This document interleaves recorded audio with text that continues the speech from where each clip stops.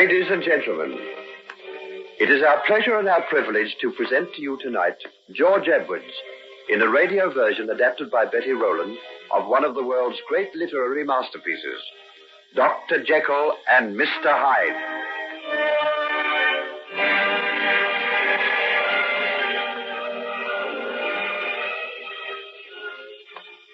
It took the genius of Robert Louis Stevenson to fashion this tale of the dual forces which are forever at war in every human breast. The powers of good and evil that lie dormant in us all. And he has given us a tale so weird, so strange, and yet so filled with the eternal conflict of man's immortal soul that we who hear it stand petrified. Because in the tormented character of this strange fantasy, we see ourselves. Step by step, we will take you along the tortuous path, followed by young Henry Jekyll, fortune's darling, born to great riches, talented and handsome, until we see the final dissolution of this unhappy being, who sought to split his soul in twain and assume a separate identity for each side of his dual nature, the one entirely good, the other completely evil.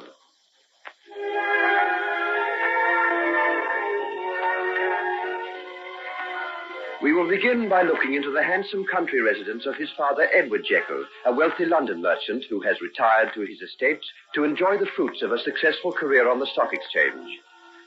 He is a man whom anyone might envy, still in the prime of life, enjoying the esteem of all who knew him, blessed with the love of a gracious woman and the father of a splendid son.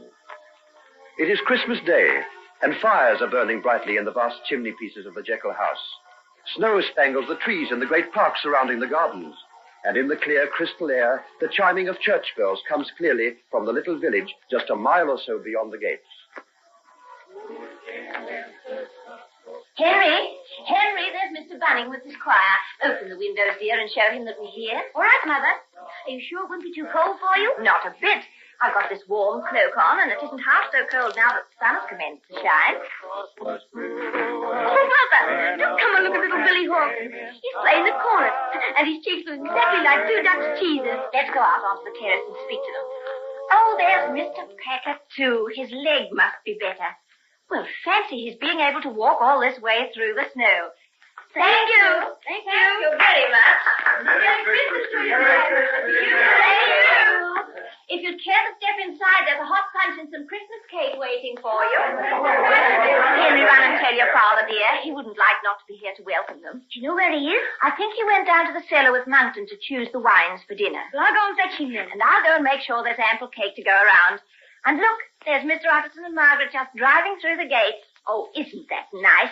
I was so hoping they'd call in today. Tell your father, dear, and then run out and meet them. Oh, I do hope they can stay and have Christmas dinner with us. There's no one I'd rather have than them.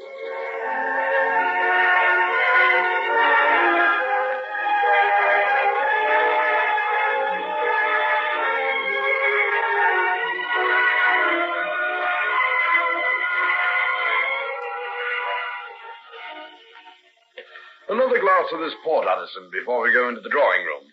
Thanks. I think I will. What a glorious color it has. Fill me a beaker full of the warm south, eh? This wine was part of a gift to my grandfather from the Duke of Alba. It's lasted a long time. But I think there'll be sufficient for young Henry to celebrate his Christmases with. How the lad is shooting up.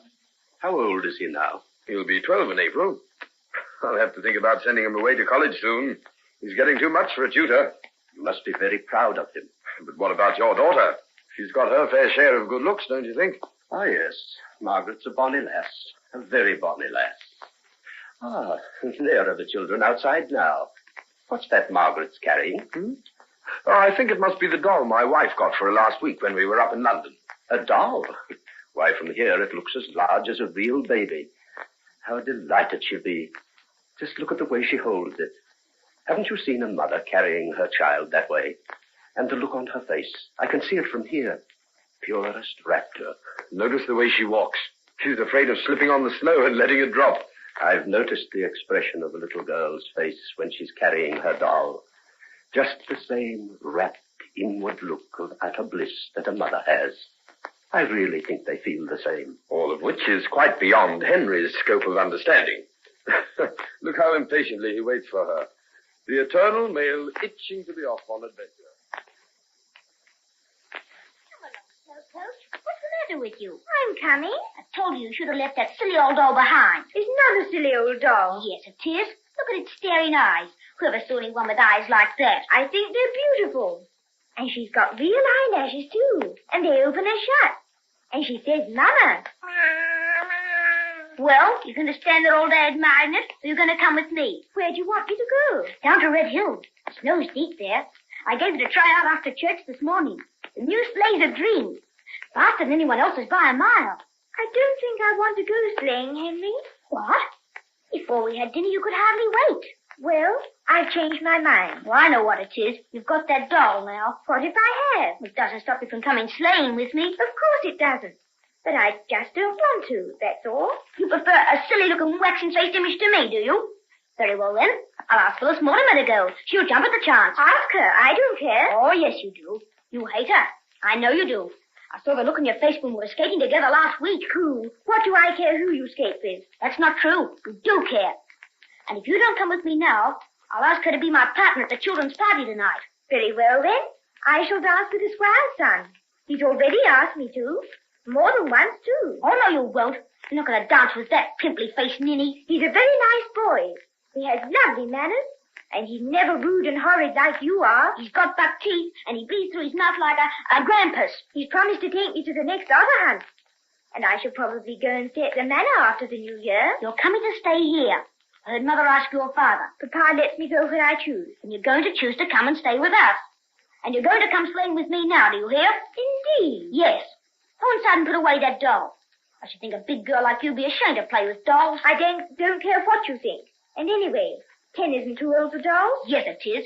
Phyllis Mortimer's only 9, and she smashed her last doll over a year ago. Phyllis Mortimer's spoiled and bold. I heard your mother say so. Oh, Margaret, come on. You're wasting the afternoon. Be getting dark soon. Well, I'm not coming, so there. Yes, you are. I'm going to make you. No, you're not. Give me that doll. No. No. Henry, stop it. Oh! Margaret. Margaret.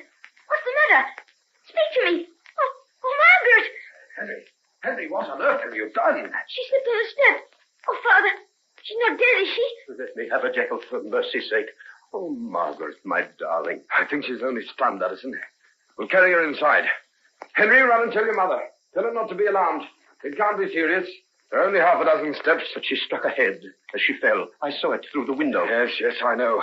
Don't let's waste any time. We'll send for the doctor right away. Oh, my darling, my darling. Oh, God, don't let anything happen to her. My little girl. Oh, Margaret. Steady, old man. She's my whole life. If anything should happen, I just couldn't go on.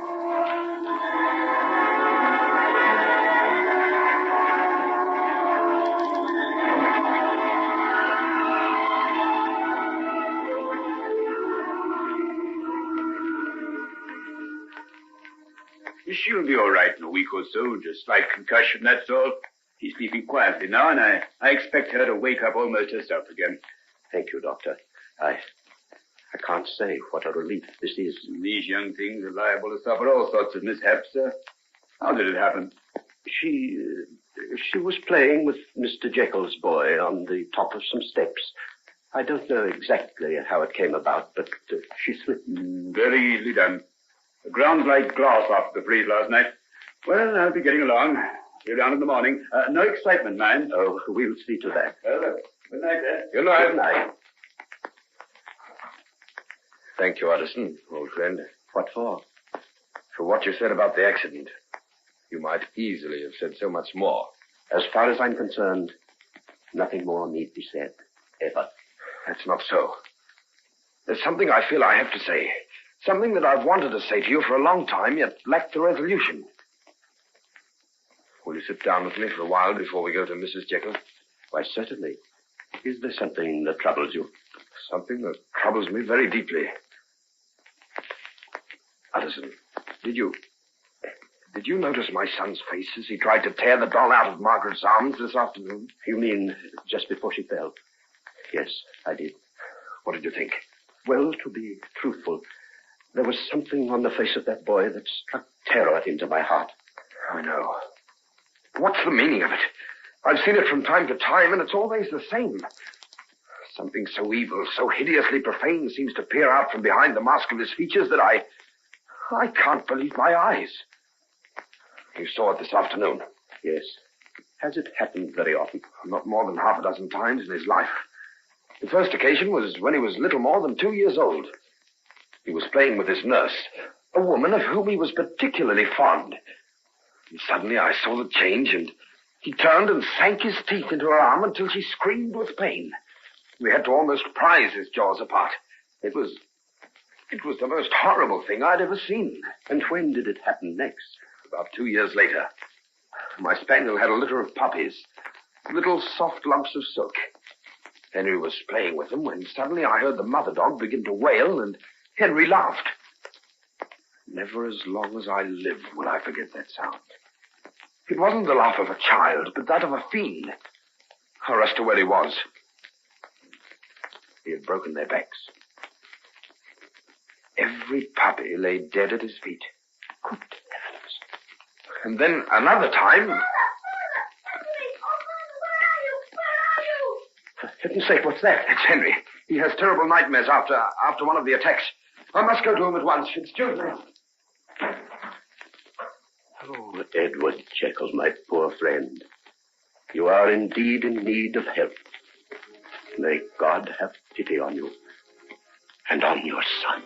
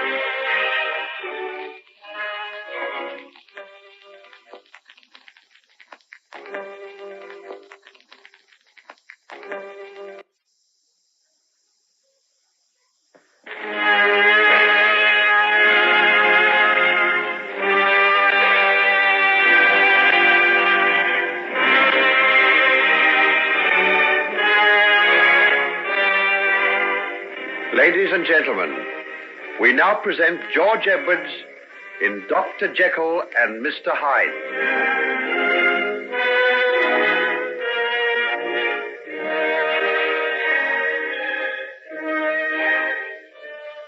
Robert Louis Stevenson startled the world when he gave it Dr. Jekyll and Mr. Hyde, this masterly portrayal of the warring forces of good and evil forever struggling for ascendancy in every human breast. But the child is ever father to the man, and for that reason we took you back in our last episode to Henry Jekyll's early boyhood, to mark the traces of that strange duality of nature, which in after years were to bear such bitter fruits. A simple childish quarrel with Margaret Utterson, daughter of his father's dearest friend, rouses the latent demon in Henry, and the result is an accident which may well have led to tragedy. But Margaret escapes with minor injuries, and that night his father, Edward Jekyll, reveals to Mr. Utterson the dark forebodings as to Henry's future. Some years elapse, and we now see the young Jekyll as a tall stripling of 17, nearing the end of his college days, and to all outward appearances, as handsome and fine a young man as one would wish to see. The scene is the seniors' room, and the time, that brief hour between supper time and the evening prep. What do you think, fellas? Markham's been expelled. Well, serve him right. He's had chances enough. He knew what he was asking for, breaking bounds like that. But even if he did, it seems a bit hot sending him down to that. It wasn't merely breaking bounds, my little innocent. It was what he did with his illicit liberty. I warned him that the head wouldn't stand for any more little frolics in Thorley Woods. Thorley Woods? What was he doing there?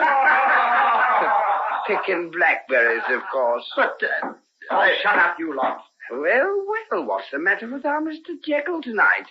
Not looking his usual cheery self.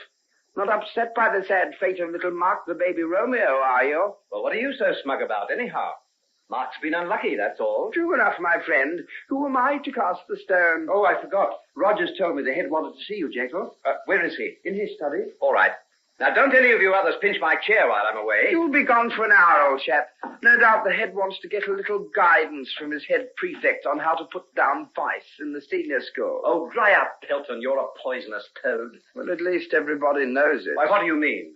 Oh, nothing. Pray allow me to open the door for your holiness to pass through. Don't be an ass. What are you always picking on Jekyll for, Pelton? Oh, he's so confoundedly irreproachable, he gets on my nerves. This fellow's hardly human. Always tops the list in exams, never misses a class.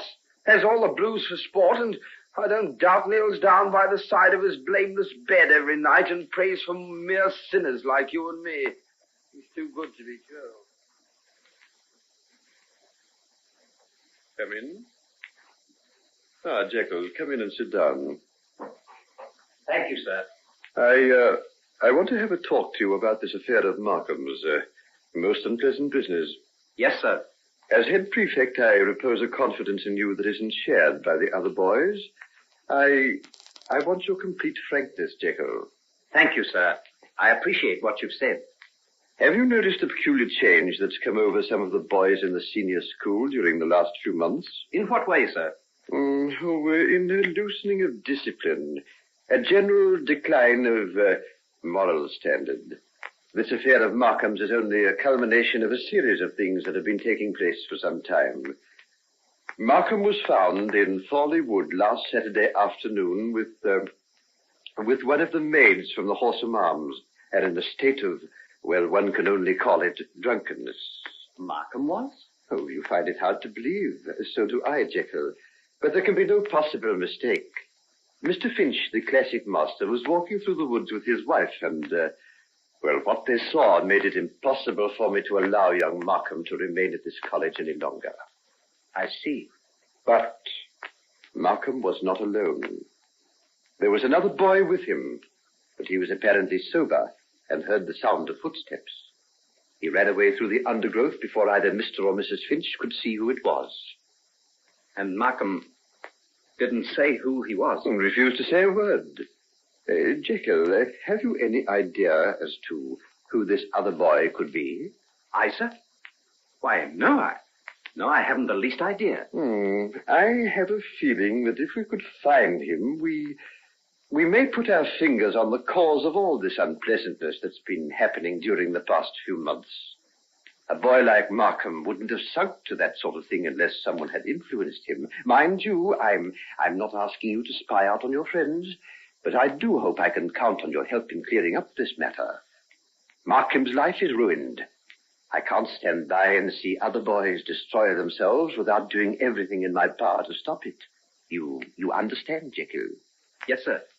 I understand, sir. We must stamp out this vicious thing that suddenly appeared in the school, as one would put one's heel on the head of a reptile.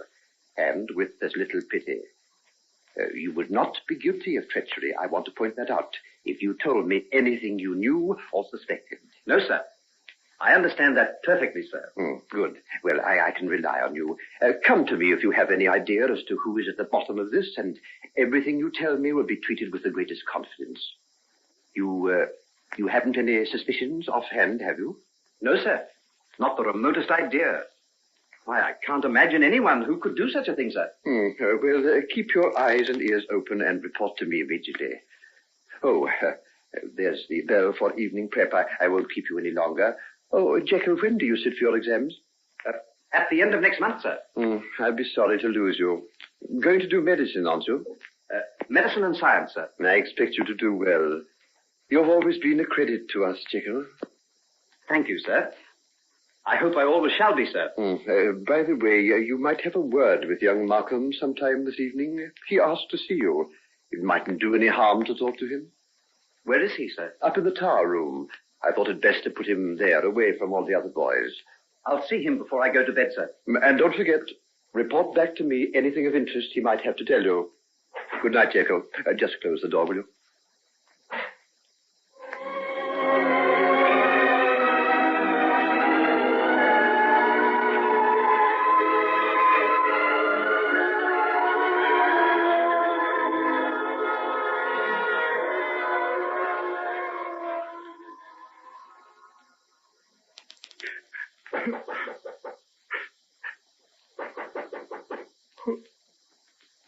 Who's there? It's me, Jekyll. Oh. The head said you wanted to see me. Yes, I did. I want to tell you what a swine you are, Jekyll, but it doesn't seem to matter now. Oh, well. I'd just go ahead if it helps.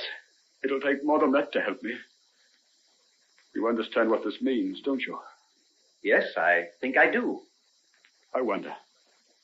Your people are rich. Mine aren't. It's taken a lot of doing without to send me here. Can you guess what it's going to be like when I have to face them tomorrow? Well, I'll make it up to you. I swear I will. Give me a clean sheet and a chance to start again? Oh, no. Not even all your money can do that. They don't take men into the civil service with a kind of record I'm going to have when I leave here. I've made an unholy mess of things now. I'll suffer for it for the rest of my life. The worst of it is that others have to suffer too. My people are old. I'm their only child. They've scrimped and saved to send me to this college. The things I've been going to do, the career I've been going to have has been the whole meaning of life to them. Tomorrow when they come here to see the head, they've got to be told it's finished. I'd rather have died than do this to them. Good Lord, has the world come to an end because you can't go into the civil service? Oh, I hate you, Jekyll. You're so devilishly clever. Not a single soul suspects you. I suppose the head sent you here tonight to find out who my accomplice was.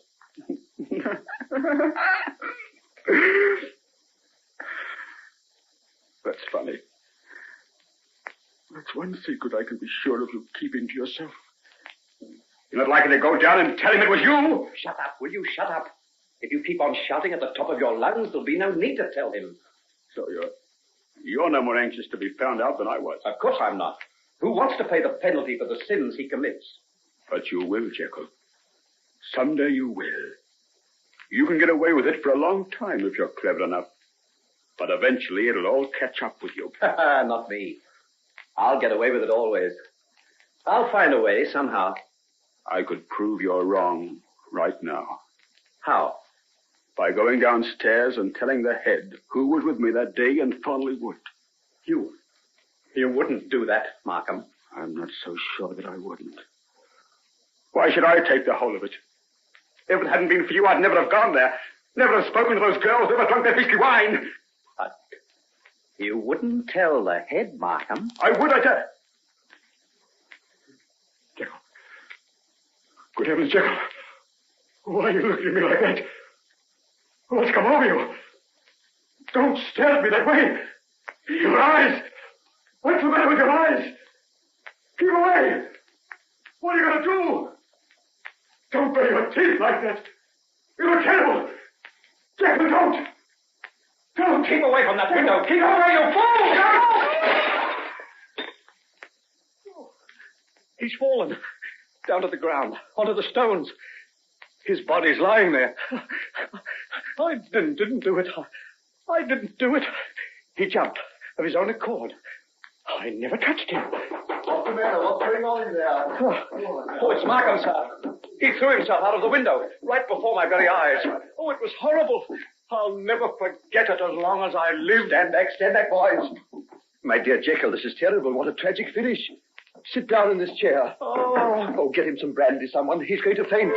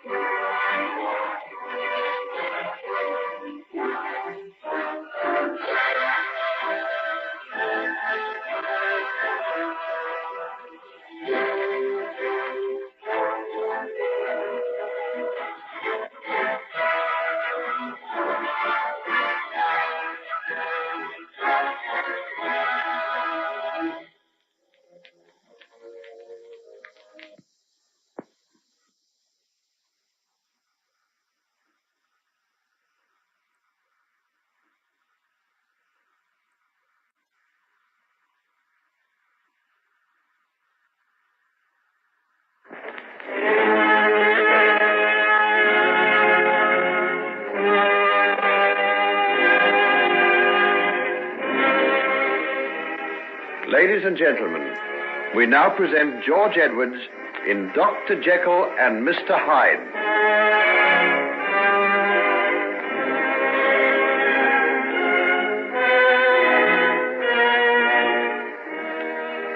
There are forces of good and evil in each one of us, but perhaps in few instances so clearly defined as in young Henry Jekyll. During his last year at college, he is instrumental in bringing about the moral downfall of one of his companions. And while he escapes detection, poor young Markham is caught and expelled. The boy is broken-hearted over this and bitterly reproaches Henry for the part he has played in his disgrace. High words follow, and Markham threatens to reveal the fact that it is the blameless head prefect, Henry Jekyll, who has really been the cause of his downfall. A cold fury possesses Henry, and his faith undergoes the peculiar transformation that only few have seen. Markham is terrified and backs away. Losing his balance, he falls headlong through the windows of the tower room they are in and crashes to his death on the courtyard below. Henry's paroxysm passes, and he lapses into unconsciousness. Next morning, he receives a visit from the headmaster. Well, Jekyll, how are you this morning? Much better, thank you, sir. Stay in your study if you don't feel up to attending classes, my boy. You had a very nasty shock. So did we all, for that matter. Shocking business. Absolutely shocking. I think I'll be all right, sir. As a matter of fact, I'd rather not be alone just now. I can well understand that, my boy. Just as well to keep your mind off things, though. By the way, I don't suppose he gave you any inkling as to who the other boy was with him in Thorley Wood? No, sir. Not a word, sir. Well, he's taken the secret to the grave with him. One can only hope that this tragic affair will serve as a lesson to the one who's been at the bottom of all this unpleasant business in the senior school. Oh, I'm certain it will be, sir. There'll be no more of it. I can promise you that, sir. I'm sure I hope you are right. The whole thing has been most distressing, and there's bound to be some publicity over Markham's death. Very bad for the school. Very bad indeed. What explanation are you giving, sir? There was a meeting of the council to consider the case this morning. We've decided to say as little about the matter as possible. The boys were all called together after morning prayers and put on their honor to say nothing at all of what they knew of the affair at Thorley Wood. At the inquest, we shall endeavor to let it be thought that Markham was worried over his failure to pass exams. That's no more than the truth. He has been working very badly just recently. And his parents, sir? Oh, of course, nothing can be gained by distressing them any more than can be avoided. I shall give them the same explanation. Oh, by the way, Jekyll, if they should ask to see you, would you have a talk with them? Me, sir? You were the last person to see their son alive. I should think it very likely that they should want to ask you a few questions. If it's absolutely necessary, sir. Come along now, Jekyll. You're taking this thing very much to heart. You mustn't do that, you know. You've got your own future to consider. You sit for those exams in a few weeks' time. If you let this business prey on your mind, you'll be having a breakdown and, well, you don't look at all well. Oh, I'll be all right, sir. Good, good. Then I'll tell Mr. Markham that you'll speak to him if he wishes it. Yes, sir. I'll do anything I can, sir.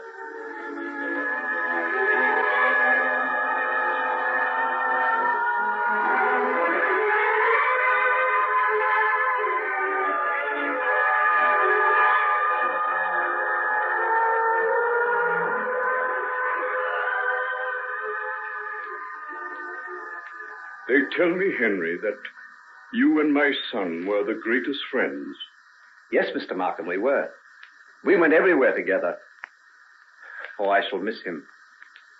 I shall miss him very, very much. Did he ever say anything to give you any indication that he contemplated taking his life? Never, sir.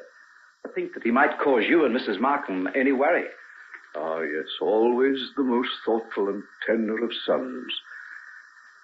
We leaned on him too much, I fear. Perhaps we were at fault for letting him see how much we were wrapped up in all that he did. There was just nothing in our lives but him. And now... Mr. Markham, if you only knew what I'd give to be able to help you. Thank you, my boy. But grief is a burden no one can carry for us.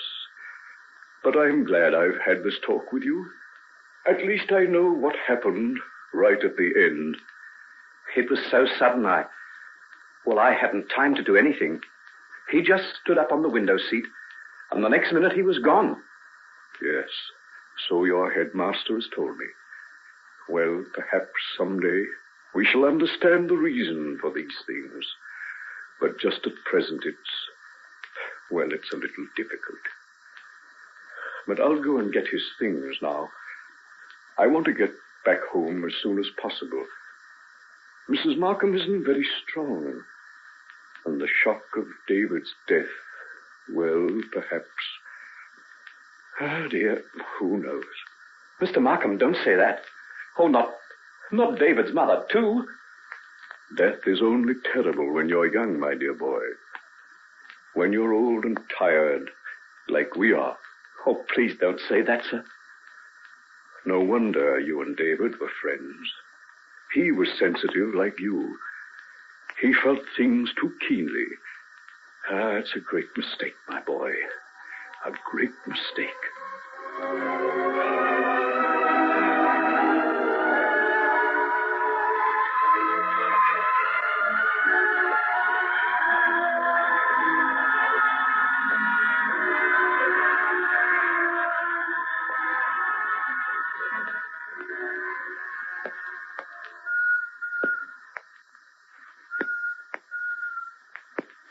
Henry? Is that you, Henry? Yes, where are you? Up here in the loft. Oh, Henry, I thought you'd never come. The oil's burnt out in the lamp, and I've been that scared up here in this creepy old mill all by myself. Well, I couldn't come before.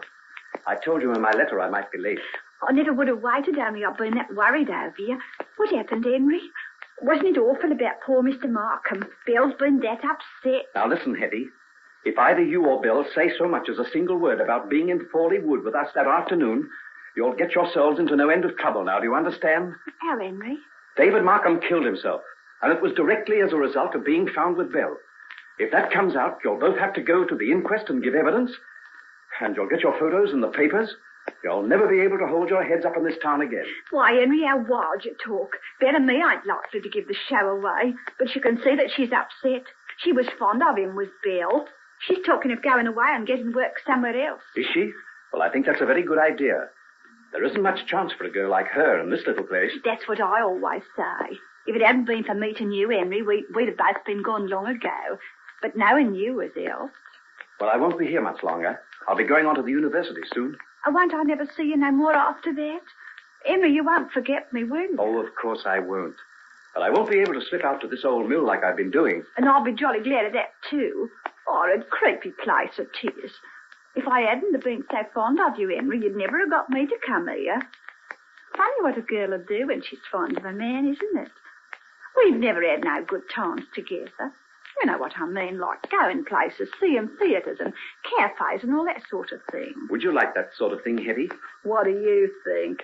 Aren't I human, the same as everybody else? Well, suppose I meet you sometime. Oh, a long way from here. Where we could go round together and not be afraid of being seen. Oh, Henry, do you mean it? Of course I do. Where? Oh, anywhere. London, if you like. London? Oh, I'd love to go to London. I've been wanting to ever since I can remember. But I've always been too scared. Oh, what of? Oh, everything. A girl might have a terrible time in a big place like that. Well, you'll have the time of your life. I'll meet you there and we'll do all the things you'd like best. True? You mean it, Henry? Of course I do. Oh, but when? Oh, after the school year finishes. You know I can't get away till then. It's about a month, isn't it? Oh, that's a long time. Oh, there's no need for you to wait. I've got to work hard anyhow. I won't be able to see you very much. If you like, you can go there now and wait for me. Henry, you ain't trying to get rid of me, are you? Oh, you silly little thing. Whatever put that idea into your head? I don't know, but you're bound to want to sometime. Your kind don't stick to girls like me for very long. I'll get along with you. I'm not nearly tired of you yet. It's just that things are going to be very difficult from now on. You've no idea how hard it was for me to get away tonight. If I got caught, I'd be expelled. Do you know that? Would you really? And you come out just to see me? Yes, so you see it'd be a good thing if you were right away. I wouldn't be tempted then. Do you really love me like that?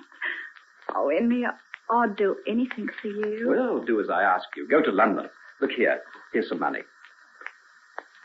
You'll only have to manage for a few weeks, and Then I'll come to you and we'll have the most wonderful time in the world. Run your fingers through my hair the way you always do, Henry. How soft it is. It curls round my fingers like little live things. Do you have to go for a while? Well, not for a little while. Rest your head back against my shoulder. There, that's right.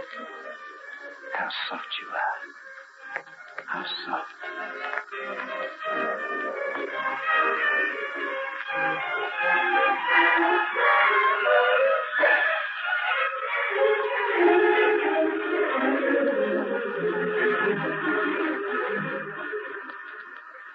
Are you sure there isn't any letter for me today? I've told you, there's nothing at all. You got the name right, Eddie Wilson? Do you think I'm likely to forget it? You've been pestering me for the last 3 weeks. I'm sorry. And are you sure this is the address you told them? Yes, the Charing Cross post office. This is it, ain't it? That's right. Oh, well, better luck next time. Come again this afternoon. Thank you, mister. I will. What's the matter with her? Oh, you see dozens of them like that, waiting for letters from someone. Sometimes they get one, sometimes they don't. Looks down in the mouth, doesn't she? Pretty looking little thing, too. Comes from the country somewhere. London's full of them. They never learn. Where's your references, my girl? I haven't got any. Then it's no use you coming here. We never have names on our books unless they have the best references. Thank you. I didn't know.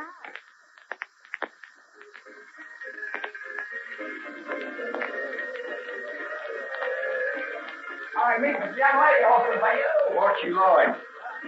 Oh, it's you, is it? Come back to the job, eh? Yes, I am. I thought you would. When do you want to start? Any time you like. Ah, that way, is it? How long since you ate? Sometime yesterday. Oh, well, go out into the kitchen, get yourself a meal, and then come into me. You know the terms? Yes, I know. 3 meals and a bed and 5%. Can you dance? A little.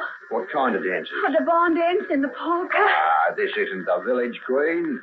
Ever heard of the can-can? Yeah, but I never seen it done. You will. Say, what's your name? Eddie Wilson. Oh, we'll forget the second half. The girls here don't need more than one name. Hi, Kitty. What's the matter? Here's a new girl come to take Ruby's place.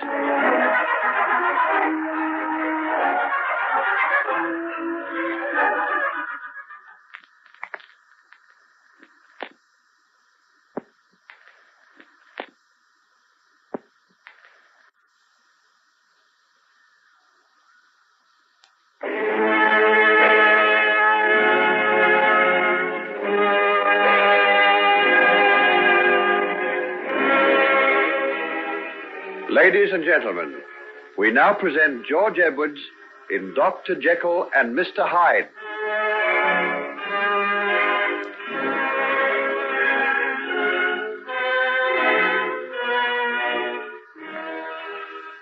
While in his final year at college, the baser side of Henry Jekyll's nature asserts itself, and he induces a younger boy to embark with him on an illicit affair with 2 girls from the local village. Henry escapes detection, but young Markham is caught and expelled. This ends in tragedy as Markham falls from a high tower during a scene of fierce recrimination between himself and Jekyll. Henry is sick with horror at the results of his deed, but safeguards himself from detection by getting rid of the girl who has been his companion in the escapade, sending her to London with the promise of joining her there later on. This he fails to do, and the unfortunate girl is driven to taking work at a very disreputable cafe in the lowest part of the city. Meanwhile, Henry's college days have come to an end, and we see him at home on his father's country estate. Well, my boy, have you thought how you'd like to spend your holidays? No, Father. It's been very pleasant down here. But don't you find it rather quiet? I thought perhaps you'd like to take a run up to London for a while. I'm sure Mr. Utterson and Margaret would be glad to have you come and stay with them. London? No, not London. But why? There are all sorts of things you could find to do there. You've been working very hard at college. Why not have a little relaxation, such as theaters and things? Margaret's getting to be quite a young lady about town now. I'm sure she could show you around. Margaret? How old is she now? 17, is it? 17 next month. Oh, she's a very lovely girl, Henry. Yes, very lovely. She came to the inter-college sports. I was the cause of quite a bit of envy from the other fellows. I'm sure she'll be disappointed if you don't go and stay at their place. Oh, please, Father.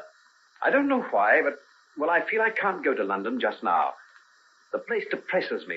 It's so vast, so full of human beings struggling and jostling one another. Well, it seems to chill me somehow. There's so much suffering there, so much unhappiness. But you don't want to let these things get you down.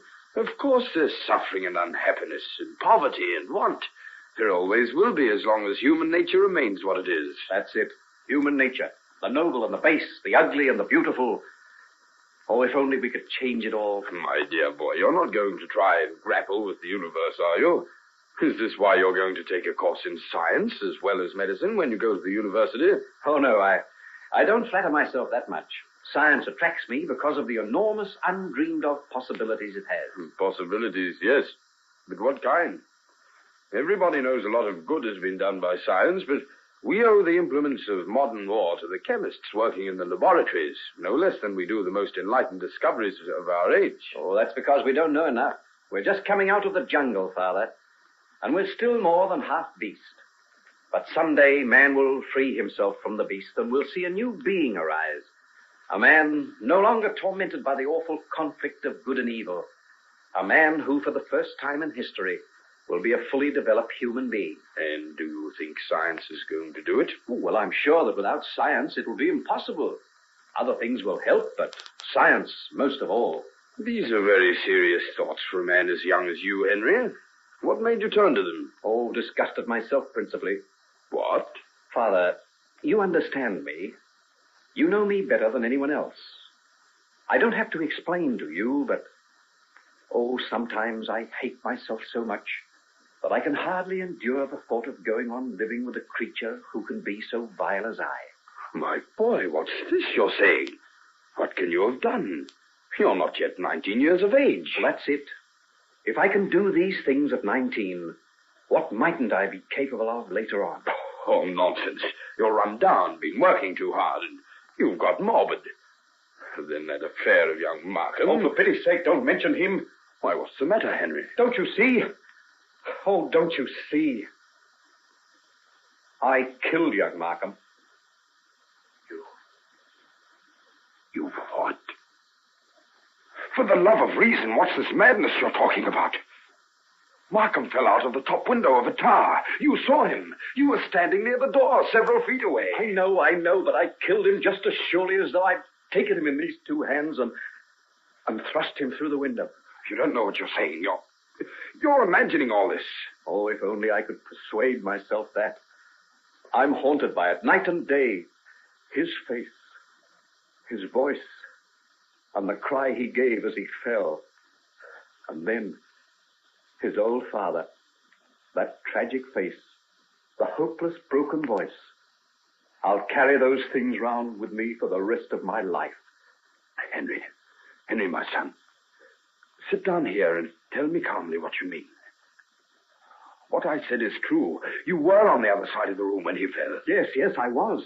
You can rest assured of that, Father. I didn't push him through the window. But it was because of me. And it was because of me that he was disgraced and expelled. Young Markham expelled? Yes, they hushed it up.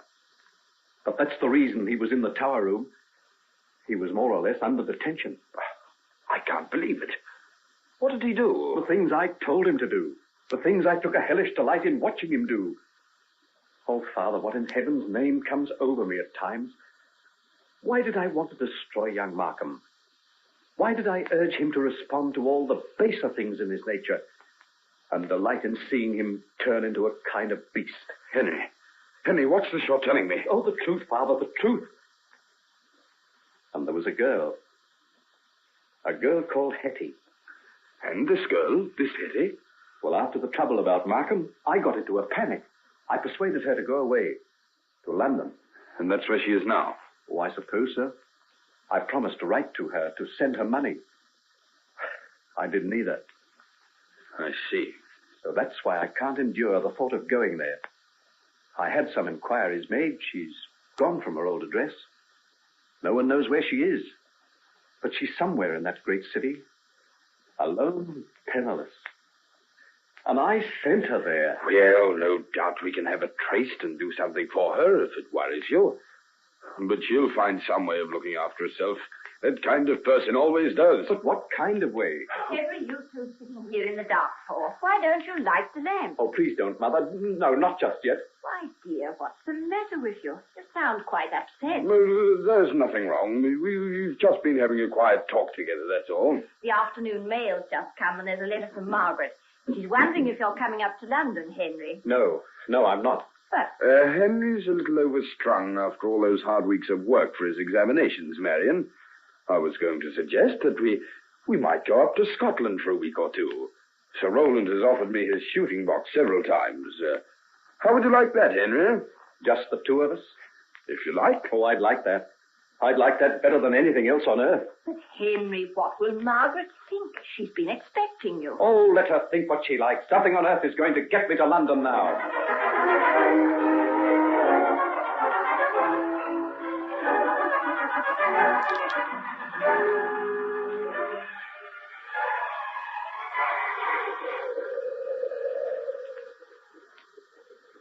Oh, it's blowing a gale. Just as well we didn't go out fishing today, Henry, my boy. It's the worst of the coast round here. These storms blow up at a moment's notice. What's that group of people doing down there on the sand? Why, they're watching something. By Jove, I believe there's a boat out there. Can you see it? Where? Just beyond that line of rocks. It's in trouble with the looks of it. A fishing boat from the village, I suppose. Yes, you're right. Shall we go down? I don't suppose we can do anything to help, but one never knows. Well, here's a path down the side of the cliff. I'll go first. Mind you don't slip.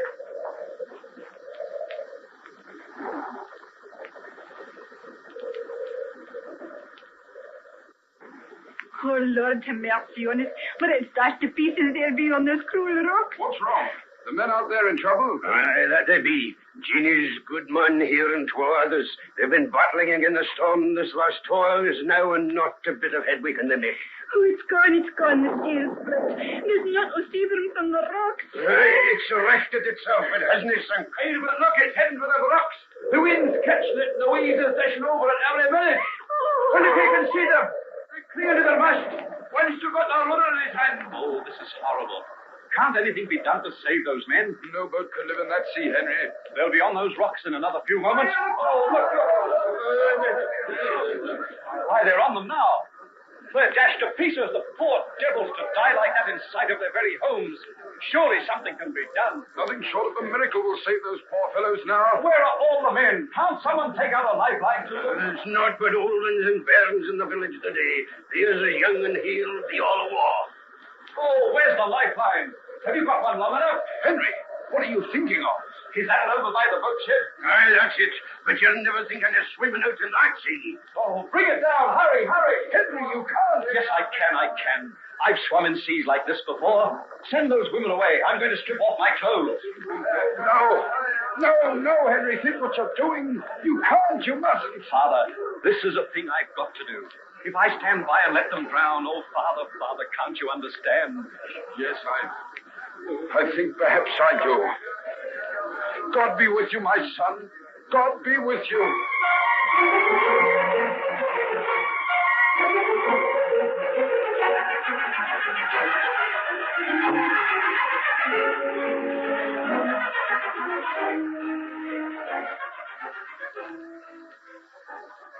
Oh, sir, how can I ever thank you? And he's a grand young man nowhere today. What did the doctor say about him? No bones broken, Jeannie. He's badly bruised and cut about, but it's a miracle how he escaped with so little hurt. A miracle it is. It had been an angel of God come down from heavens to save my man, and the others with him. He couldn't have been more blessed in our eyes. I pray for him. That I will every blessed night of my life, and my bairns too. Can I do anything to help? For boy, I could tend him while he's so poorly. His mother and a friend are coming up from London tonight, thank you, Jeannie, but if you'll just pray for my boy, that will be a great thing. I'll tell him when he gets better. I think that he'll be glad to know. Yes, very glad to know.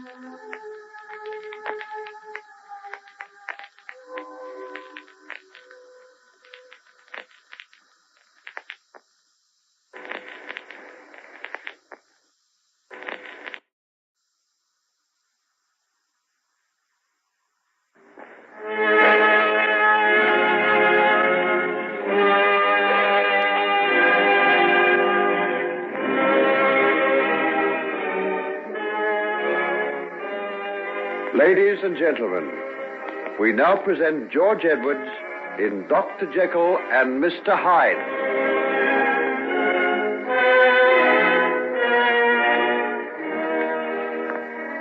We have now seen both sides of the strange character of Henry Jekyll. The streak of evil which induced him to bring about the moral and physical destruction of his schoolmate David Markham, and the sublime which impelled him to plunge into the boiling seas off the coast of Scotland and rescue some fishermen whose boat had been driven on the rocks. In doing this, he suffers some minor injuries, and his mother and Margaret Utterson, the girl who is already playing a significant role in his life, come up to nurse him back to health. Our next scene opens in the little shooting box on the Scottish moors, in which Henry and his father were staying.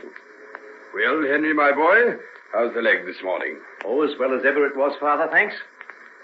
My word has cleared up wonderfully in the last few days. No trace of that stiffness. Oh, none at all.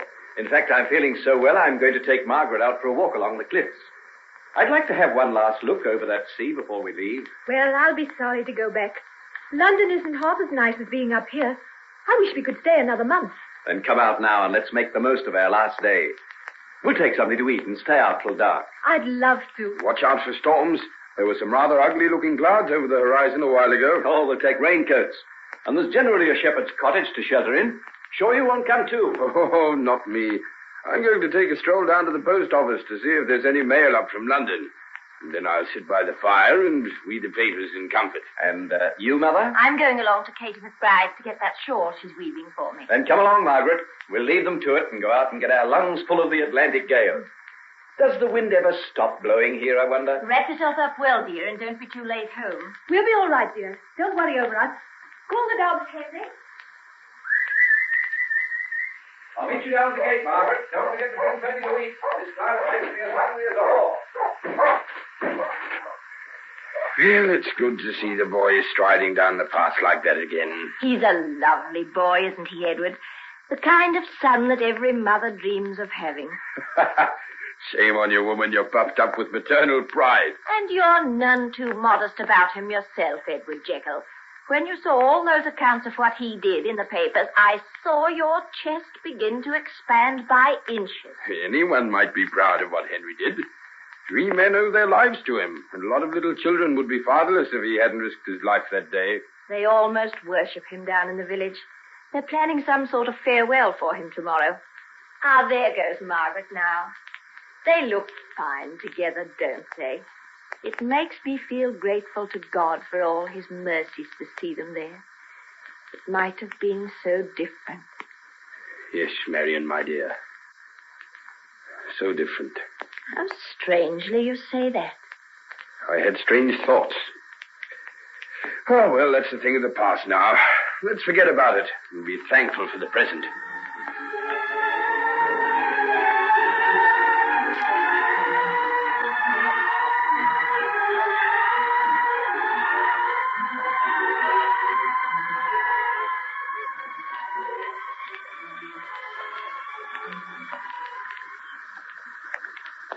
What time is it, Henry? Getting on for 4 o'clock. Don't you think we'd better be turning home? It'll be dark in another hour. Oh, we haven't got so very far to go. If we cut across those moors by that tor over there, we'll strike the village in a few miles. Then come along, let's go. I think your father's warning about the storm is going to come true. I love it. I love to feel the wind whipping through my hair and your cheeks, oh, they're crimson. Not my nose, I hope. It's a bit red, too. Oh, how hateful of you, Henry. Even if it's true, you shouldn't notice it. It looks adorable. I like you much better like this, with your hair tossed all over your head, and old shoes and clothes on. I'd hardly know you for the elegant young lady of the London drawing rooms. Which do you prefer? Now you're asking both sides of my nature to speak. The one that likes the sophistication of London with its music and soft lights, silks and satins, and the other that walks over the moors and cliff tops with you.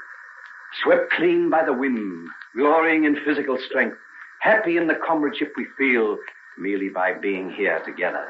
Have you 2 sides to your nature, then? Well, who hasn't? Why, even you, my little Margaret, must feel the pull of conflicting desires now and again. I'd hate to think that there was nothing of the sinner under that sweet face of yours. Henry, sometimes you frighten me. Why? I don't know. You look at me sometimes and you make my heart beat. There's something queer in your eyes. Don't say that. Don't ever say that. Do you hear? Why, Henry, what's the matter? You're hurting me. You're digging your fingers into my arm. I'm sorry, Margaret. I'm sorry. Well, come on. Let's cut across the moors by this path. It'll take us home, I think. Oh, it is getting stormy. We'll have rain soon, I think. Well, come on. Give me your hand and we'll hurry home. And don't be cross with me, Margaret. I'm awfully sorry I hurt you. I'm never cross with you, Henry. That is, not for long. Come along, let's run.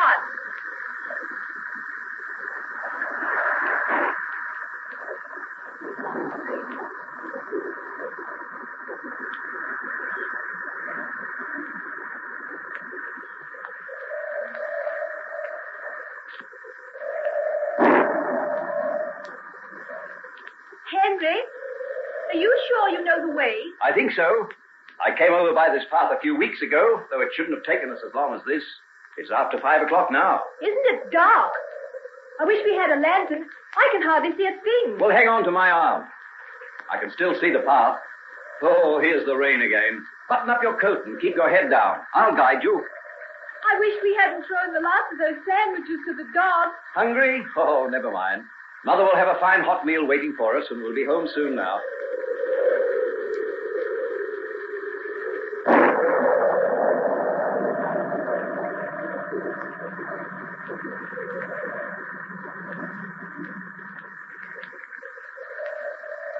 We're lost, aren't we? Well, I'm not sure. This path must lead to somewhere, and we're still on it.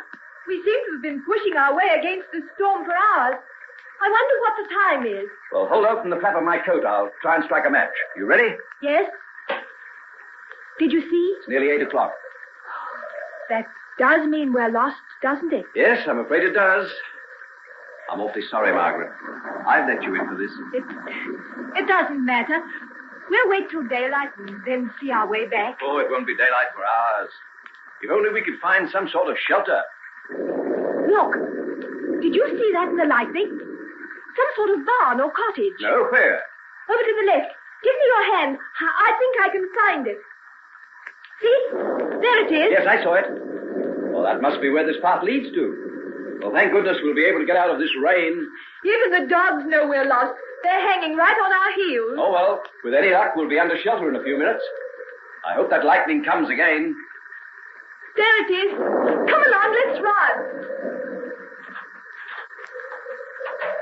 Oh, what luck.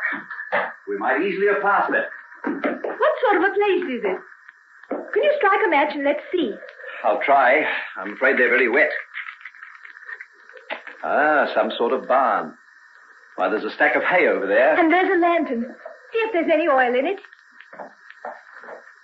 Yes, we're in luck. It's half full. At least we'll have some light. There we are. That's better. Oh, I say, there's a fireplace and some dry wood. That's marvelous. A fire to get warm by and dry our clothes. Oh, if only we had those sandwiches. We'll spend the night imagining what Mother had for us to eat when we got home. They'll be terribly worried over us.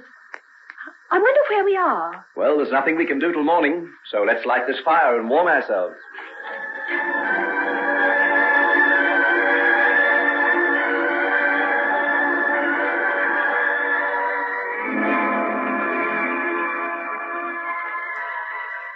And what way did they go? The last we saw them, they were going along the cliffs towards Loch Moidart. And when was that? About 11 o'clock this morning. Well, they might be anywhere by now. But never fear, Mr. Jekyll, sir. We'll find them sure enough. There's not a body in the whole village who wouldn't spend the night searching for them. We're not forgetting what he did for us. We'll have him back for you safe and sound by morning. Tell his mother that. Feeling warmer now? Warm and sleepy. I'll bring across some more of that hay and we'll make a bed. What time is it? I don't know. My watch has stopped. Must be nearly midnight, though. No wonder I'm sleepy. Here you are.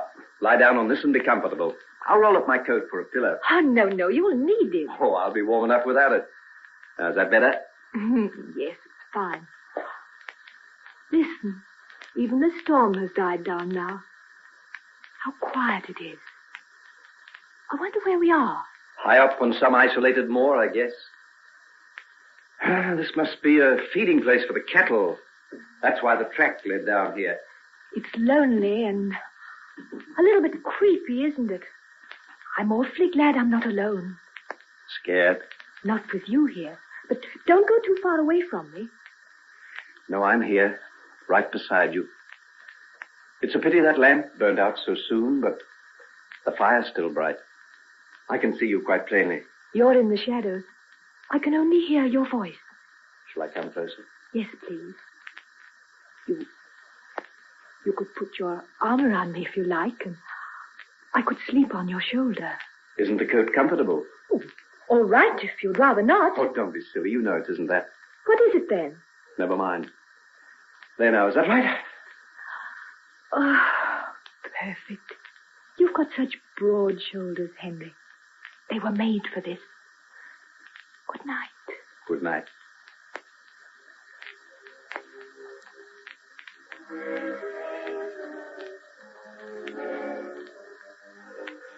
Looks pretty there, lying in the firelight. She wanted to lie close to me. That's the sinner in her. It's there just the same as in all of us. Can't you even look at the face of this sleeping girl without thinking things like that? We're so far away from everybody. Miles and miles away. Just the two of us in this hut. She's turning her face towards me. Those lips, they want my kisses. She's in love with me, I know that. She's Margaret, not Hetty. Is there any difference?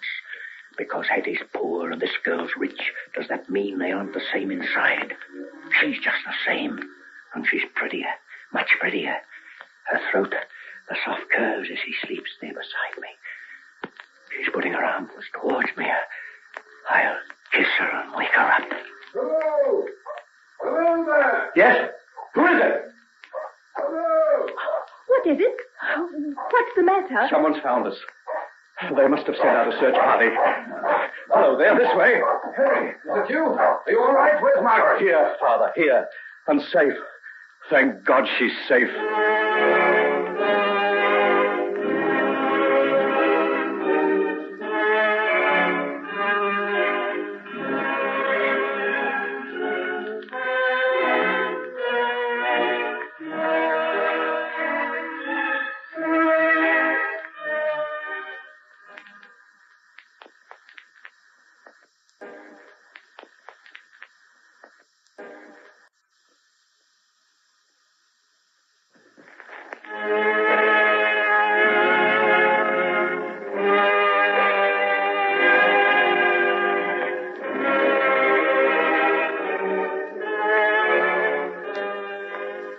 Ladies and gentlemen, we now present George Edwards in Dr. Jekyll and Mr. Hyde.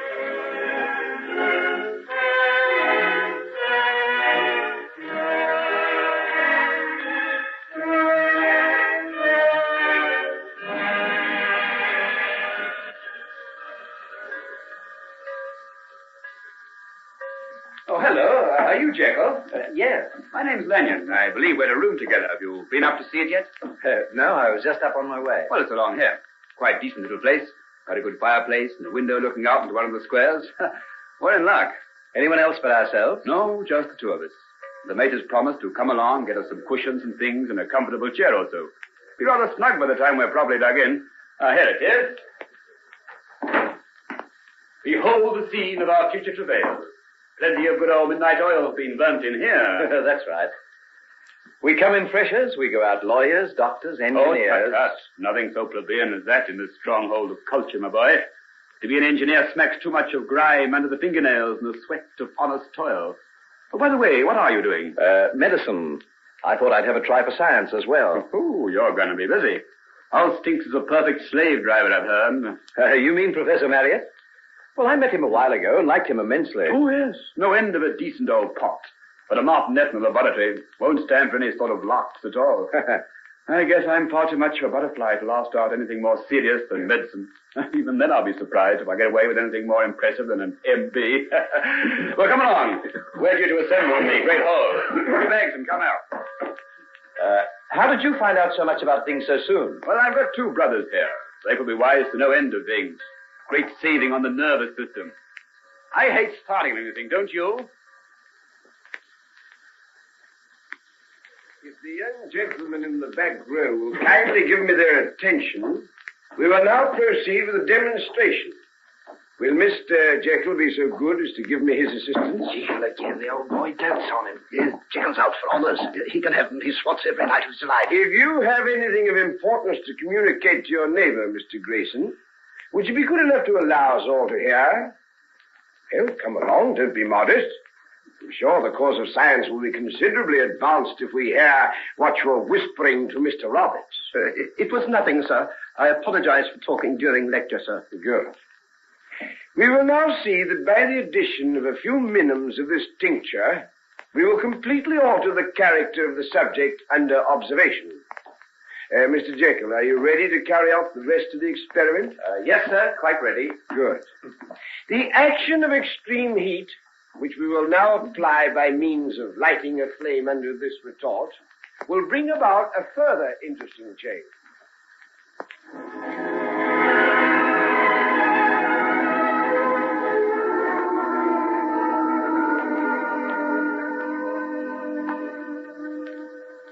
Oh, come on, Jekyll.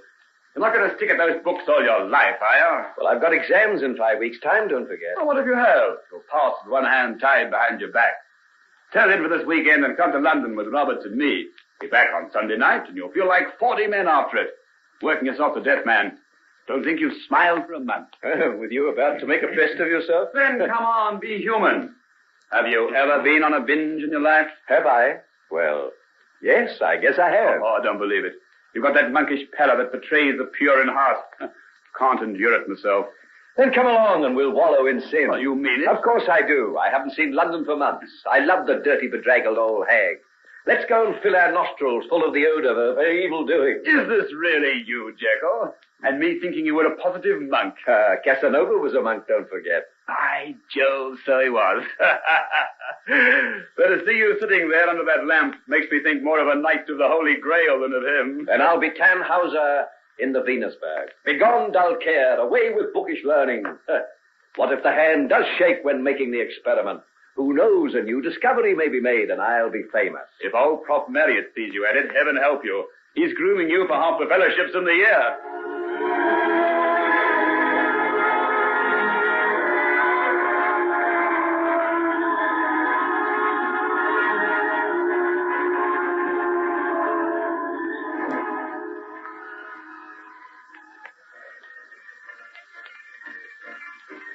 Oh, come along. Let's get out of here. The girls here are the same as the ones at Fireoaks. Well, what do you expect? They've all got 2 legs, 2 arms, and no brain. Can't anybody show me something different? Be back at the university this time tomorrow night, and I won't have done a single thing I haven't done before. He wants variety. What about it, Jekyll? Can't you lead us to some dark and secret sin? Well, if you persist in sticking to the West End, you'll never find variety. Oh, what do you mean? Well, this is the sort of thing our fathers used to indulge in. If you want something different. Of course we do. Well, then come along. I say, where are we going to? Old Cheapside, the Embankment, the haunts and the dives of the East End. Have you got walking sticks and buttons on the pockets of your coat? You'll need them. Jekyll, you two-faced deceiver. Have you been keeping all this knowledge to yourself and letting us waste our time and money on the imitation vice of Bloomsbury? Well, we've still got one night left. Walpurgis night. On to the witches' Sabbath. Oh, you are not going? Fay, my little dear, we're leaving you for dark and desperate deeds. Oh, but what about this supper you promised me? Oh, here's the money. Eat it or put it in the top of your stocking. But don't ask to stay and watch you do it. Oh, but I promised to have supper with a rich banker from Hamburg for you. Never let your heart run away with your head, little one. Go and tell him you love him best after all. Well, come on, Lanyon and Roberts. Let's get a cab.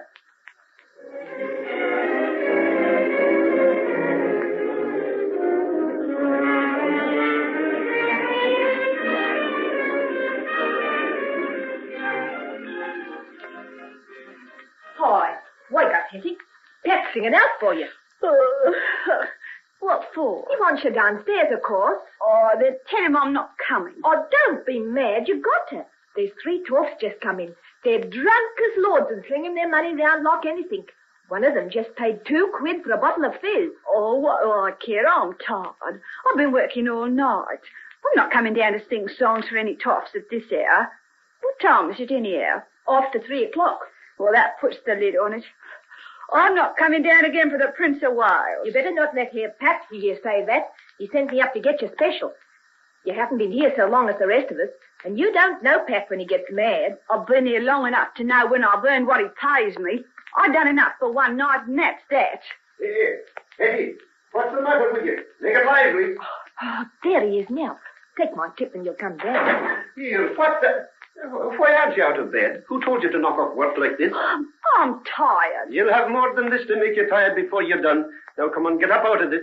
This minute, come downstairs and entertain the gentleman. Or do I have to drag you down with the lug? You keep your hands off me. You slave driver, you. What's this? Is this the return I get for taking you off the streets? Where would you have been if it hadn't been me that took in pity on you, huh? Took pity on me? I like that. There's about as much pity in you as there is in a man-eating tiger. So that's the way of it, is it? Then take that, you little impudent faggot, you. Now you do as I tell you and come downstairs. No, I won't. Well, we'll see about that. I'm giving you just long enough for me to count 10 before I take hold of you and throw you out of the place, lock, stock, and barrel. And where'll you be then, I'd like to know? Always he do as he says. It ain't any use making a fuss. And why isn't it any use? If all you other girls would do the same, things would be different round here. But you haven't got the nerve, and he gets away with it. I've been here 6 months now, and I haven't ever got out of debt to him. I'll be glad if he threw me out, and then I'll be rid of him. You would, eh? Then out you go. Go on, out of this, right this minute. Then give me back the clothes I had when I came. What? Those rags? I burnt them long ago. But I can't go without clothes, and the kind I have to wear here I'm fit to go out in the street in. No, you're not going in any clothes of mine. You're going as you are, and the first policeman who comes along will arrest you. Oh, you beast! That's how you keep your girls here, isn't it? We're slaves, that's what we are. You feed us and dress us and make us do the dirty work you're growing rich on. Shut your mouth, or I'll fetch you such a swipe you'll not forget in a hurry. Go ahead and do it. I'd rather that than go downstairs and be mauled about by those drunken brutes down there. I won't do your dirty work, you idiot. I'm through with it. I'm finished. Will you quit your squalling, or do I have to knock the daylights out of you? Put on your clothes and come downstairs, or I'll... No, I won't, see?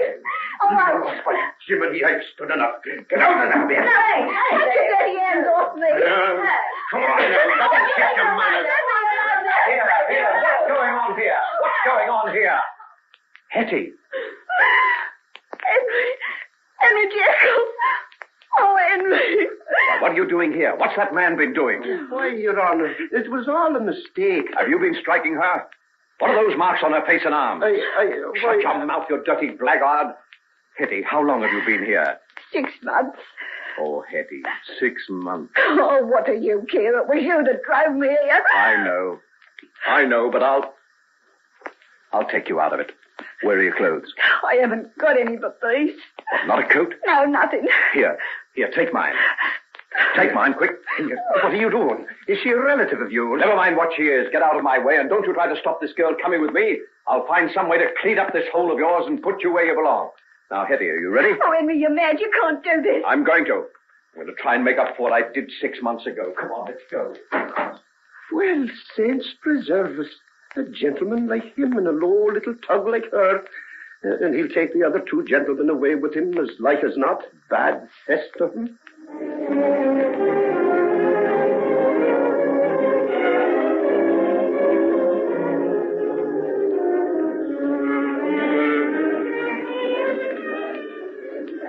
Hey, Jekyll, where are you going? Who's the girl you've got? Never mind. I'll see you on Victoria Station at 7 o'clock, Sunday evening. Well, how's that for rapid work, Roberts? Goes upstairs to see what the noise is about and comes out with a girl wrapped up in his overcoat. And gets away with it, too. Look, he's putting her into a cab. What the... There's something more to our young friend Jekyll than meets the eye. This'll have to be investigated. Come along. Let's follow him.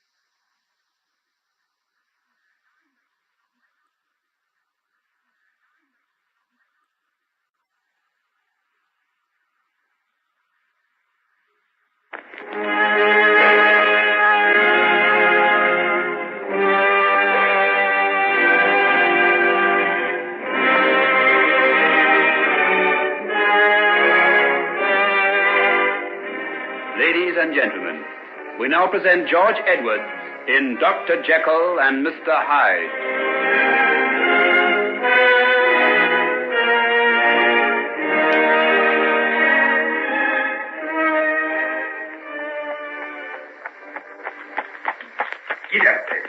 Get up. Well, if I hadn't seen it with my own eyes, I would never have believed it. Our saintly Jekyll coming downstairs with that girl tucked under his arm as cool as you please. He must have known us somewhere before. After all, a man doesn't go upstairs to stop a brawl and then walk out into the night with one of the women for nothing. Would you believe it? Our studious and irreproachable young Galahad. What'll the other fellows say when we tell him about it? Now look here, Roberts. We'd better be careful what we say about this. After all, none of us is supposed to be up in London this weekend, and if it got about too much... Yes, probably all right. And another thing, it's no business of ours. I like Jekyll, and if he's got something like this girl he wants to keep quiet about, I guess it's up to us to mind our own business. Now, I half wish we hadn't started following him the way we did. Well, we can easily tell the cabman to take us to the hotel. I'm infernally tired, for one. Wait a minute. Jekyll's cab seems to be turning into that side street. Queer sort of quarter, this. I wonder where we are. Heaven only knows. I've been half asleep for the past half hour. Well, now that we've gone so far, we'd better see the rest of it. Hey, driver, stop here, will you? Very good, Chick. Whoa there. What are you going to do? Jekyll's cab's pulled up. We'd better stay here and see what happens. Doesn't seem to be a single soul about but ourselves. Look at all those wretched little shops and the puddles in the street. I never saw a more desolate-looking spot. Oh, I say, look. There he is now. Going over to the door in that house. He's unlocking it. House? Doesn't look like a house to me. There hasn't any windows, just a door. Looks like some kind of warehouse. Looks to me as though it might be anything. See, there, he's opened it. And now he's going back to get the girl. There she is. Doesn't seem to be very anxious to go in. Don't blame her. Looks decidedly uninviting to me. Ideal place for a murder. There she goes. No, he shut the door. The cab's starting to drive away. What do you make of it, Lanyon? Don't make anything of it at all. What this building can be, I can't even guess. And that Jekyll should have any connection with the sort of girl that one is seems almost unbelievable. What'll we do? Go back to the hotel and hold our tongues. This is Jekyll's affair. It's no concern of ours. All the same, I'd give a lot to know what's going on inside that place.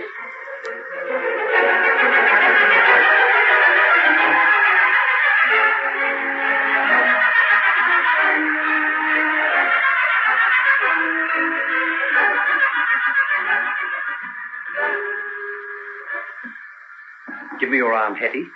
I'll guide you up these stairs. How dark it is. Where are we, Henry? It's part of my father's house. Your father's house? This queer, dark place? Not part of the main house, but an outer building a little way from the other. Ah, here's the door. Now, go in. I'll light a lamp for you in a moment. Oh, what a queer place. Did anybody live there? No, it hasn't been used for a long time. A famous surgeon used to live in the main house, and this was the place where he did some experiments. Do you mean he used to cut people up? Well, I don't think he did any human experiments here, but maybe animals, dogs and rabbits and guinea pigs. No wonder there seems to be something queer about it. Think of all the little things that's died here and been in pain. Oh, come. You don't want to go thinking about things like that. It's not a bad sort of a place at all, really. I'll light a fire in the grate over there, and you can get warm, and then I'll try and fix you up a bed and maybe find some clothes. James. Henry, what are you going to do with me? I don't know. We'll think of that in the morning. Well, what will your people say when they find you brought me here? My people are all away in the country. They need know nothing about it. You never wanted anyone to know anything about me, did you? Well, what makes you say that? That was why you got me to leave home and come up to London, wasn't it? You wanted me out of the way, didn't you? Especially after what happened to poor young Mr. Markham. Don't mention his name. Never let me hear you say that again. I won't say it to anybody else, but I don't see why I can't say it to you. I know. So what's the use of pretending I don't? You've changed a lot, haven't you? Do you wonder? I've been 6 months at Mike O'Reilly's, and a good few things has happened to me in that time. You don't think I'd be the same little innocent who went off to London with £10 in a purse and believing you was going to come up and take care of it, do you? Hetty, Oh, don't bother to tell me. I know. I think I knew all along. But you kind of hope it isn't true. Especially when you care for someone like I cared for you. I did try to find you, you know. When? Some weeks later, after the school term finished. Yeah, and there wasn't any danger of you getting expelled like Mr. Markham was. Well, I couldn't do it before. You know, I had exams. I couldn't possibly get away. Oh, but you could have written or sent me money or done something like you promised to. Oh, yes, I know. I've been a young swine to you, Hetty, and I know it. Oh, well, what's the use of going into that now? I should have had more sense. But now that I've found you again, I'll try and make up for it. Now, come and sit near the fire. It's burning well now. I'll push this chair up for you. Why, you're half frozen. Oh, no wonder with your feet bare like that. Now, you sit here. I'll go over to the house and see what I can find for you to wear. Henry. What? You'll come back, won't you? Why, of course I will. Whatever made you think I wouldn't? What makes me think you... If you'd gone to that post office in Chatham Cross like I did, day after day, hoping for a letter, if you'd been waiting all those weeks praying for someone to come who never did, you'd know why I don't trust no one anymore. Hetty, my poor little Hetty. I don't know why I didn't die, and that's the truth. I thought about it often enough. I went down to the river once, but there was always the hope that there'd be a letter the next day, or I'd see you in the street. Well, now you have seen me. I'm here. I'm going to look after you, Hetty. All that's over now. No, it isn't. You can't have the lot for me hanging on to you. Maybe you'll be nice to me for a little while, but that's all. Now, dry your eyes and sit beside the fire while I go over to the house. I won't be long. When you've had something to eat and got some clothes on, I'll find somewhere for you to sleep, and, well, we'll talk it all about tomorrow morning. Is that all right? Yes, Henry. That's all right. You don't know what it's like to see you again. I think I've tried for it every night of my life. Can you imagine anyone praying in Mike's place? It's funny, isn't it? No, I think it's rather wonderful. Now stay quietly there, Hetty. I won't be long.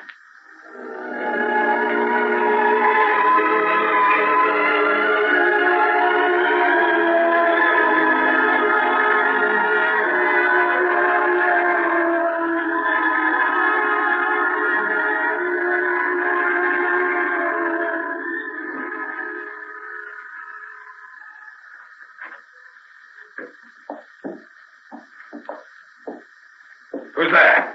Put up your hands. Father, you here. Henry, what are you doing here? I took you for a burglar. Wait a minute till I light a lamp. Ah, why are you up in London? Shouldn't you be at Oxford? Oh, I came up for the weekend with 2 other chaps. We just came up for a bit of a break. I see. Well, you'd best be getting into bed, hadn't you? It's nearly 4 o'clock. Yes, I suppose I had. You know, I had no idea it was so late. Did you have a good night? Yes, very good.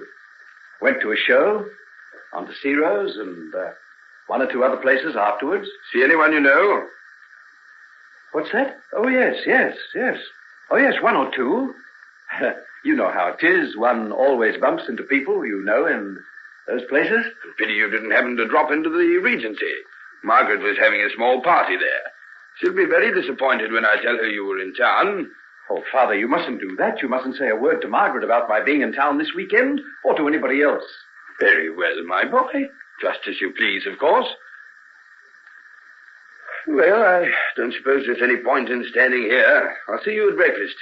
Good night, son. Good night, Father. Henry. Yes, Father? You're not in any kind of, difficulty, are you? What makes you ask?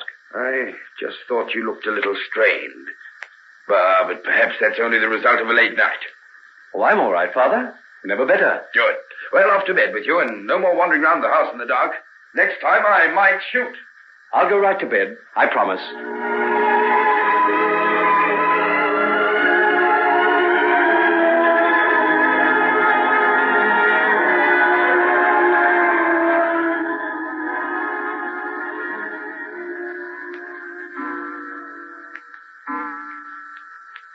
That's 5 o'clock.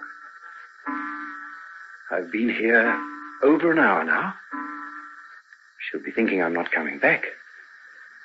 Father will be asleep now. Get out of bed and go back to that girl before it's too late. Don't be a fool. It was fate, your father being there. He forced you to remain in the house. You'd have given yourself away if you hadn't gone to bed. That's enough, isn't it? Let the girl go. She'd be an infernal nuisance to you. What are you going to do with her? You're sure to be found out. Stay where you are and let her think what she pleases.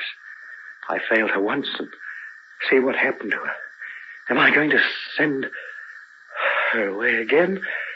What's it got to do with you? Anyhow, it's too late now. She's lost. Once she's been like that, well, you know the rest. This was none of your doing. If your father hadn't been up in London. Oh, what am I going to do?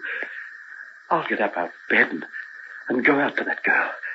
I'll go back to Hetty and take the consequences. You fool. You fool.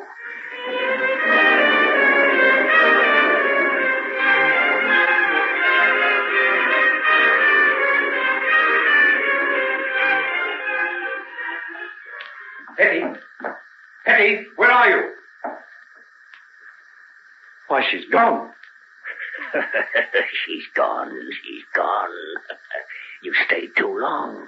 You listened to me, didn't you? You hoped you wouldn't find her here. You knew she wouldn't stay this long.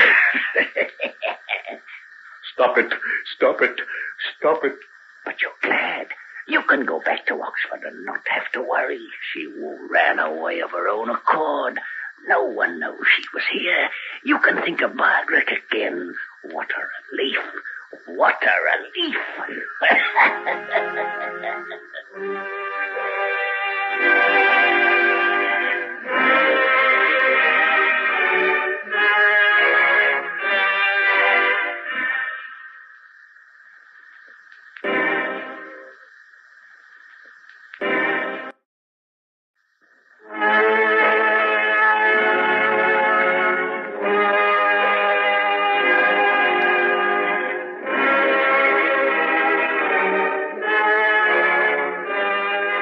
Ladies and gentlemen, we now present George Edwards in Dr. Jekyll and Mr. Hyde.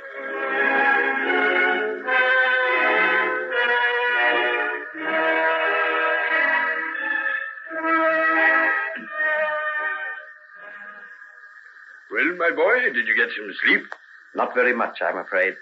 Did I hear you wandering round after we parted? Me? Oh, no, I stayed in bed once I got there. You look as though you could do with an hour or two more. Have some breakfast.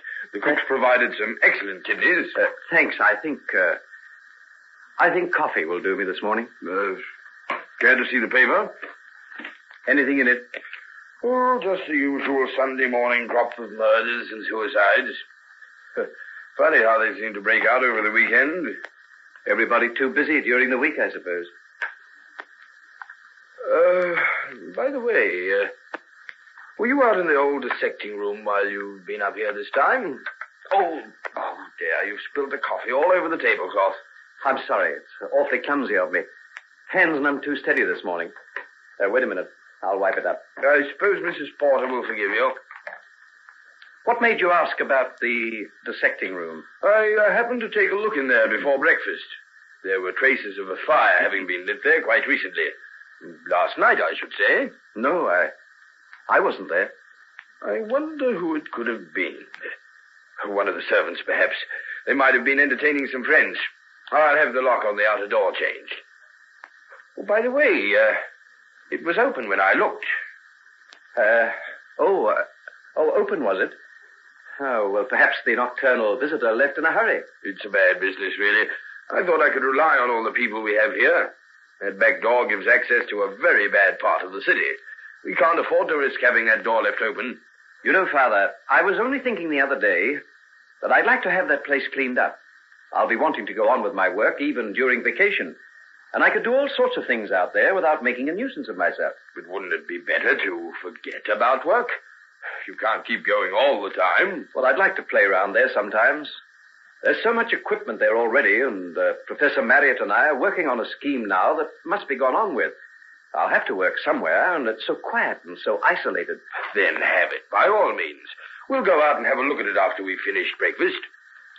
Sure you won't look at the paper? Oh, I suppose I might as well have a glance at it. What time do you leave tonight? 7:10, I think. Then you'll have time for early dinner. I'm going back to Maryland tomorrow. Just took a flying trip to attend to a small piece of business. Well, what's the matter? This girl. Do you see her picture? Oh, that. Tried to throw herself off Battersea Bridge, didn't she? I know her. You do? It's Hetty. Hetty Wilson. Don't you remember? I told you about her. She was the girl who was mixed up with that business of David Markham. I see. She's been arrested and charged at the Waterside Police Court for being a person without lawful means of support. What does that mean, Father? It means she'll probably be sent to a house of detention for a while. Jail? Hetty in jail? Would you like me to get in touch with Utterson and get him to see what he can do about it? Mr. Utterson? Margaret's father? Oh, I know. I'll go myself. Will I go with you? No, I'll go alone. Well, you'll find me here all morning if you want me.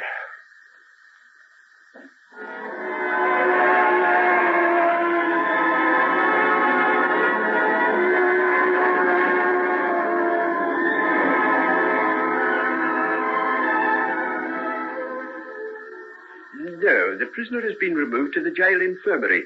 She's suffering from exposure and immersion in the water. Immersion? Then she did throw herself in the river. Oh, she did, young gent. And if it hadn't have been that the water patrol was passing at the time, she'd have been adorning a marble slab in the morgue by now. I see. Oh, can anybody visit her? Visitors allowed once a month by special permit from the Department of Justice. Letters once a week. Thank you.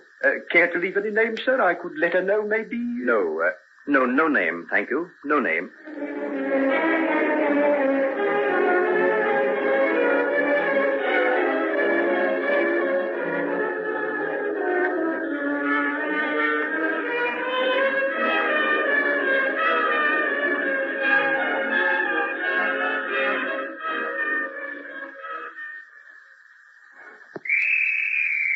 Going aboard for the express. Hurry on, sir, hurry on. Hey, Jekyll, here. Oh, thank heavens you made it. Roberts and I are in a fit. Nice mess you'd have been in if you hadn't been there for assembly tomorrow morning. What's the matter with you? You look all out. I had to rush for the train. Making the most out of merry old London town, eh? I must say you're a dark horse. Roberts and I are a couple of babes in arms compared to you. I'm fishing to show us the way around next time. Still, we didn't do so badly. Have a good time today? Oh, yes. Marvelous. Don't know when I enjoyed myself so much before. Who was the little piece you got away with last night? Don't mind my asking, do you? Oh, no, not in the least. She's a Hungarian princess in disguise. Takes drugs, poor thing. Very sad case. Hungarian? Oh, get out. That's pretty young. Still, I suppose that's your way of telling me to mind my own business. I say, look at old Roberts over there. Sound asleep already. Think I'll do likewise. What a night.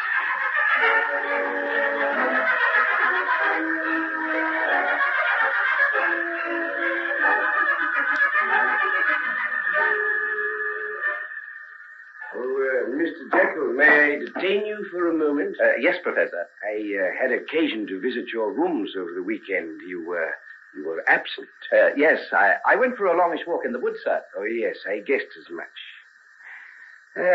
Has it ever occurred to you, Jekyll, how extraordinarily useful it could be if we could disassociate the more fleshy parts of our being from the spiritual? I'm afraid I don't know what you mean, sir. Well, you come into the laboratory with me for a while. Yes, sir. There's no one there now. I've been working for a great many years on a particular line of investigation, and I'd like to interest you in it if I could. Still far from complete, and, well, I'm an old man now, and I need someone who could carry on from where I left off if I should happen to move to the place where scientific experience will no longer seem important. Oh, this way, Mr. Jekyll, this way. Professor, are you putting this theory of yours forward as a practical proposition? It is not my habit to be facetious about matters of experimental science, young sir. And you truly think that by, well, shall we say, deadening a section of physical consciousness of the will, one can release the other from the influence of its counterpart? Why not? See, I reach out my hand to lift this small earthenware bowl off the flame, but knowledge tells me it is hot. This makes me hesitate, and fear of consequences causes me to withdraw my hand. I see. Much better than grasping it and suffering a lot of pain. Precisely. Now let us proceed from the realm of the physical to that of the spiritual. We desire something intensely. It may be something that we know is harmful to us, that may even be injurious to us. Nevertheless, we desire it. Now, if the fear of consequent injury could be removed, wouldn't this open up an entirely new scope of existence? Yes, it certainly would. I want to lift this hot vessel and may not because it will burn me. You may want to indulge yourself in some white-hot experience and dare not because of the damage that you would suffer. Do I make myself clear? Yes, quite clear, sir. Good. And so we have the battle of impulse and inhibition constantly struggling for ascendancy within us. We are, all of us, not one man, but two. There is the evil and the good in each of us, and our physical body is the battleground for these opposing forces. We're everlastingly tormented by them, and some of us are destroyed by them. Don't you agree, Mr. Jekyll? Yes. Oh, yes, I agree. Well, why can we not sever these opposing forces and let each one go his own way? The sublime in us to walk untrammeled by the millstone of our baser selves, the profane to follow his impulses without the agonizing aftermath of hideous remorse. But how? How? We'll see here, in this little cabinet. Now, Mr. Jekyll, here's a drug I've compounded, and here a tincture. By the addition of one to the other, I believe I'll have the essential instrument which will sever these polar opposites now chained together in the agonizing prison of our consciousness. And then, what then? Then we shall see. I propose to put my theory to the test. You are going to experiment on someone? I am going to take the drug myself. You? But supposing it fails, supposing you've made some sort of a mistake. I know perfectly well the risk I run. Any drug as powerful as this might well prove fatal. But I'm an old man. I have no family, no obligations, except to the furtherance of science, a master I've served all my life. Oh, no, you mustn't. You can't be spared. I've left all my affairs in order, Mr. Jekyll. Now, what the few material things I possess will go to my sister. My notes, the data I've kept for years, the results of the experiments I've made, are all to go to you. You are my spiritual heir. Oh, sir, Professor Marietta, I'm too young. This is too great a responsibility for me. Only a young man on the threshold of his career should have them. If I fail, it may well take you half a lifetime to discover the error in my calculations. And now, if you're ready, we'll put the theory to the test. Now? Now? Why not? I've planned this for nearly 20 years. See, thus I measure out the tincture. Now note well the amazing brilliance of its color. Now, the essential source. Now, this must be measured to the utmost of accuracy. The least fraction of an overdose might well be fatal. There. See the way it boils and rages in the glass as the crystals start to melt? Yes, now it smokes. Those are the fumes escaping in the form of vapor. It catches the throat, eh? Now, see the color changes. The original crimson turns to purple, and now the final metamorphosis. It turns to green. The preparation is complete. Now remains the final, ultimate test. Oh, but this is blasphemy. You're going to rip apart the veils that hide the human soul. Galileo was threatened with a rack on the wheel of inquisition for the blasphemy of saying that the earth revolved round the sun, and I am prepared to accept the torture that will follow the taking of this preparation for the sake of my beliefs. Are you prepared to stay and witness what follows? Yes, I'll stay. Good. I now drink to the cause of science, to the furtherance of knowledge, the only bridge whereby man can cross the abyss that separates him from the barbarism of savagery to the godhead of his greater self. Professor! Professor! Professor!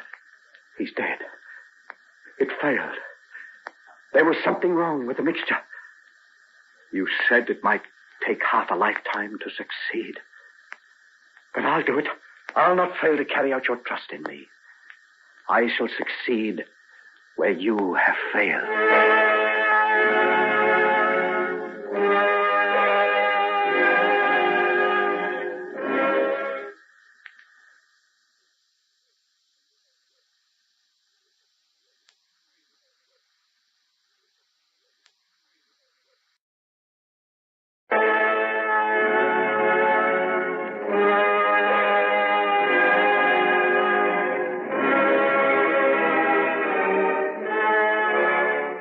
Ladies and gentlemen, we now present George Edwards in Dr. Jekyll and Mr. Hyde.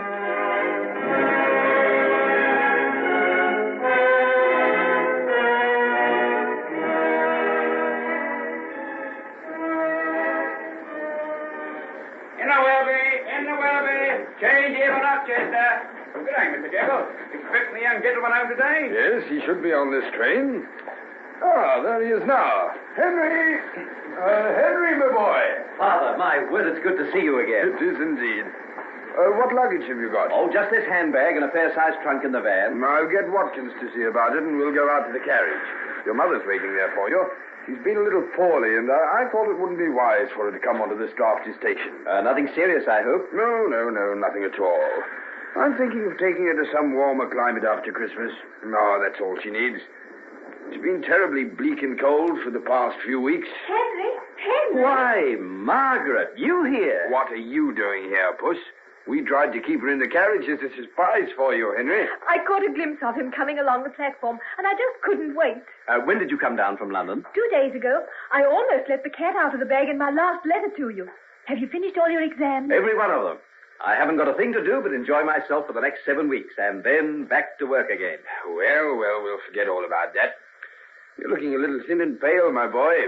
You need some racing over the moors with Margaret. And a little less of the midnight oil. Just exactly what I intend to do. How are the horses, Father? In fine fettle. Eating their heads off and spoiling for some good hard exercise. Oh, Margaret and I will attend to that, won't we? We will indeed. There's a meet tomorrow morning at Wickham Barns, Henry. I told the squire you would be sure to be there. A meet? Oh, how good that sounds. You can't imagine what the thought of galloping over the fields is like after weeks and weeks of stewing in a stuffy little room. Oh, Mother! Oh, Henry, dearest. Oh, what a great big bear you are. Why, you left me breathless. Henry, dear, you mustn't lift me off my feet like that. Why not? You like it? And you're blushing, too. I should think I would, in front of all these people. Well, then, come on. Let's all get into the carriage, and I can hold your hand under the rug. You shouldn't have come out into the cold anyway, Mother. She couldn't bear to let Margaret get in ahead of her. Then I shall sit between you and hold both your hands. Oh, you just don't know how marvelous it is to be home again.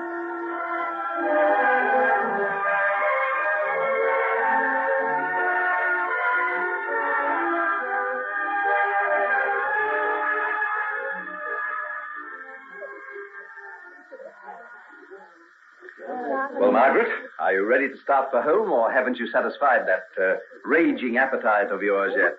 You're a nice one to talk. How many slices of game pie did you have? Oh, at a hunting breakfast, it's never the thing to inquire into these little details. Can I get you another glass of punch? No, indeed. After all, we've got a good few miles to ride home. And I think we'd be better make a start. It's nearly 3 o'clock. It's getting dark so early now. Then I'll go and say goodbye to Sir Ronald and Lady Westmore. I'll go and get the horses and meet you out on the terrace.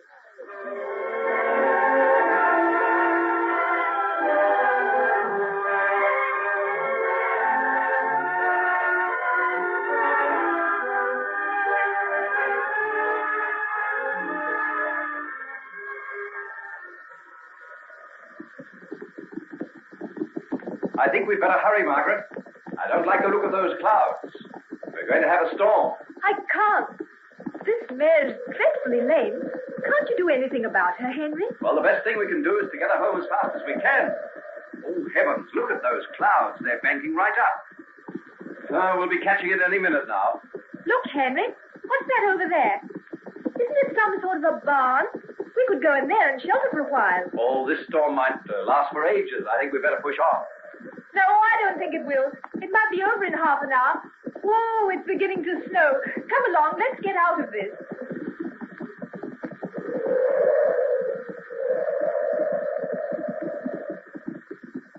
Oh, bring the horses in, too. Steady, Brutus, steady, boy. Can you manage, Clytie? Yes, easily. There. There's a good lad. Now, steady now, steady. Ooh, just out of that in time. My word, it's blowing a regular blizzard. Welcome to my castle, young lady and gentlemen. Oh, what's that? You didn't see me here. I came out in the storm as well. The cold's harder on old bones than young. See, I've got a little bit of a fire going here in this old fireplace.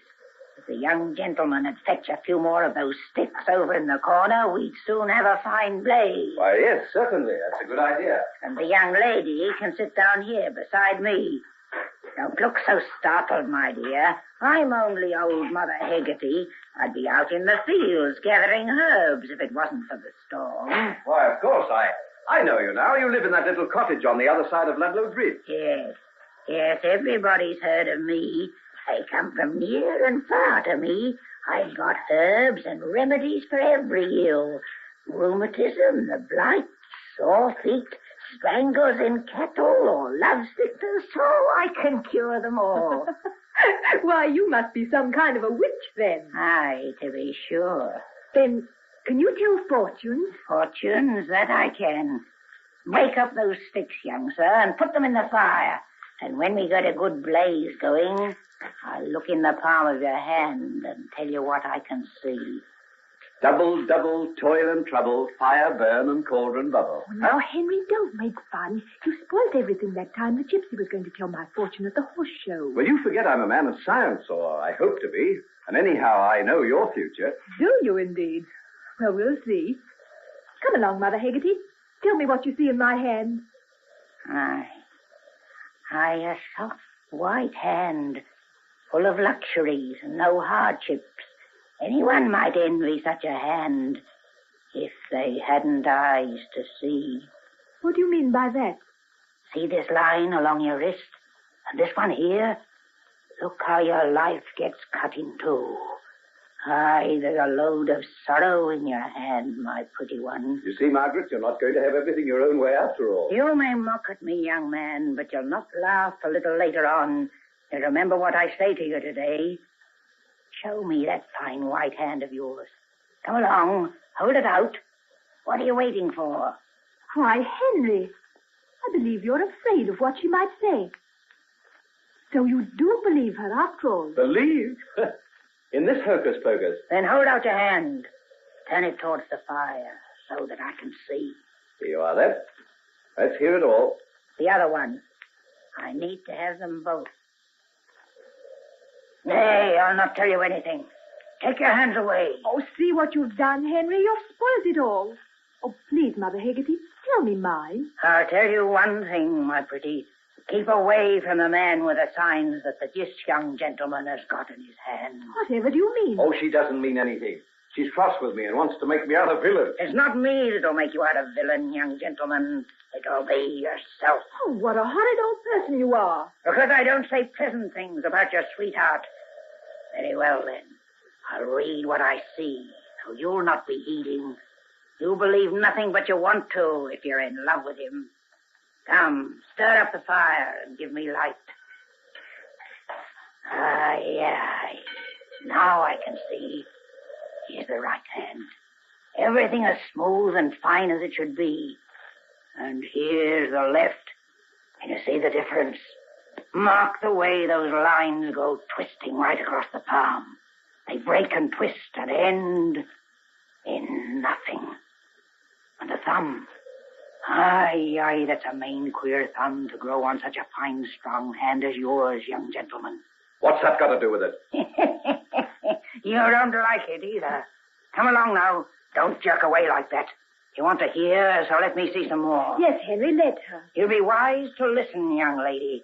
It may save you a mite of gray hairs and sorrow if you do. Oh, let's get out of this. I never heard such a lot of nonsense in all my life. You're telling us nothing. All you do is mutter and mumble and drop hints. Aye, then I'll be telling you.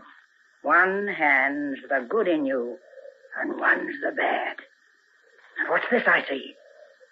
Mercy on us, is it a man's death? And you still so young? What do you mean? Your own heart will tell you, am I right or wrong?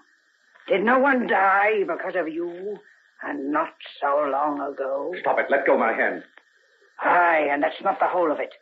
There's broken lives and broken hearts and a load of sorrow that'll rest upon your soul to weigh it to the ground. Oh, stop this. I don't like it. But there's another side to it. This other hand, it has fine deeds written in it. Courage, sacrifice. A hand like that could do a power of good. Oh, well, at least it gives me an even chance. For a moment I thought I was ripe for the hangman. Don't make light of him. See that mark there close to your wrist? I've only seen the like of it but once before, and that were on Ted the blacksmith's son. Him has killed a man at Bentley's Hill and died upon the gallows for it. Oh, what nonsense. What utter nonsense. I might have believed a little of what you said, but not that. Oh, give us something for her trouble, Henry, and we'll go. I think the storm's passing on. You think you ought to trust yourself alone with me? It's pretty dark outside now. Yes, and your mother and father will be getting worried about us. Come along, let's start. You lead the horses out and I'll open the door. Oh, thank goodness. There's a rainbow.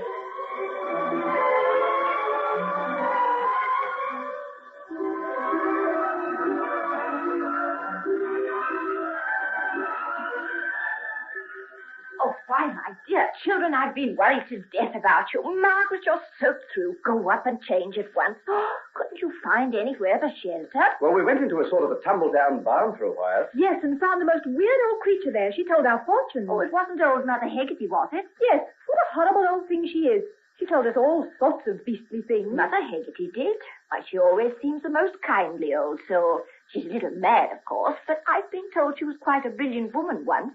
Her husband was a chemist and did all sorts of experiments. That's how she gets such results with her herbs. She learned it from him.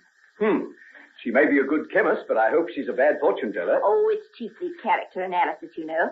I've heard that she's quite amazing at it. Though why anyone should want to be told what their character's like, I can't imagine. Surely everybody knows themselves. Dear little mother. If only all of us were as simple, as uncomplex as you. Instead of being like Henry, outwardly a saint, inside a sort of monster. What on earth are you talking about, dear? Well, that's what the old woman said. And what are you going to do about it, Margaret? Do? I'm going upstairs to have a bath and a rest, and then I'm going to get dressed and go off to the hunt ball with you. You double-dyed villain. In spite of the threat of the gallows? In spite of everything, Henry.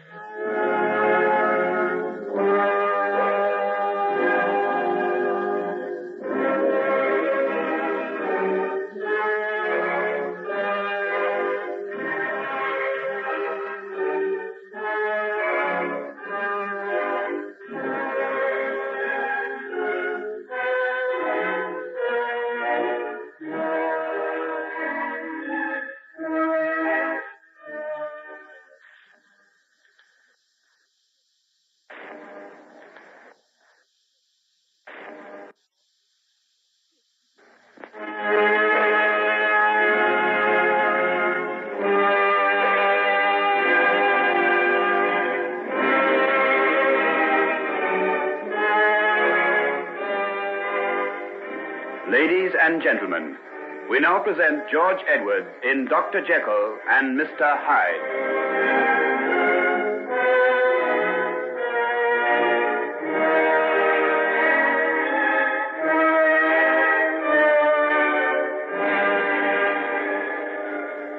Well, Henry, dear, are you all ready to go? Yes, Mother. The carriage is waiting. We'll be off as soon as Margaret finishes putting the final touches to her toilet.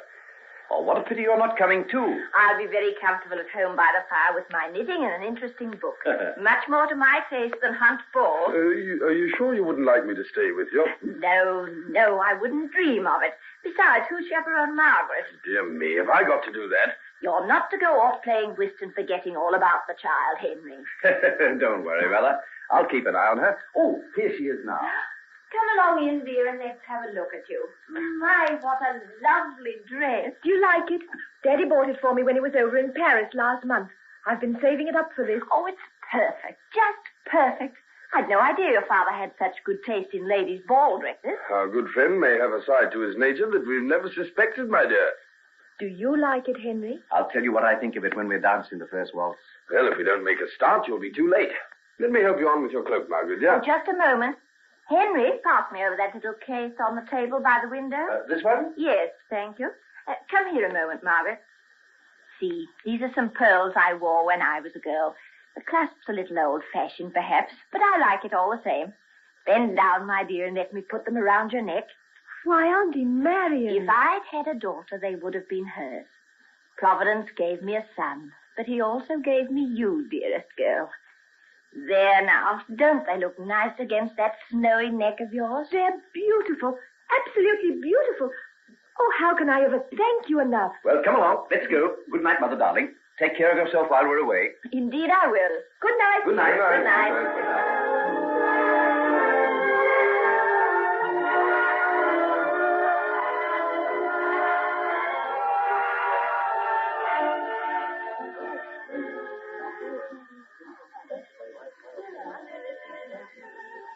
Margaret, darling, what a dream of a frock. You look divine. Thanks, Molly.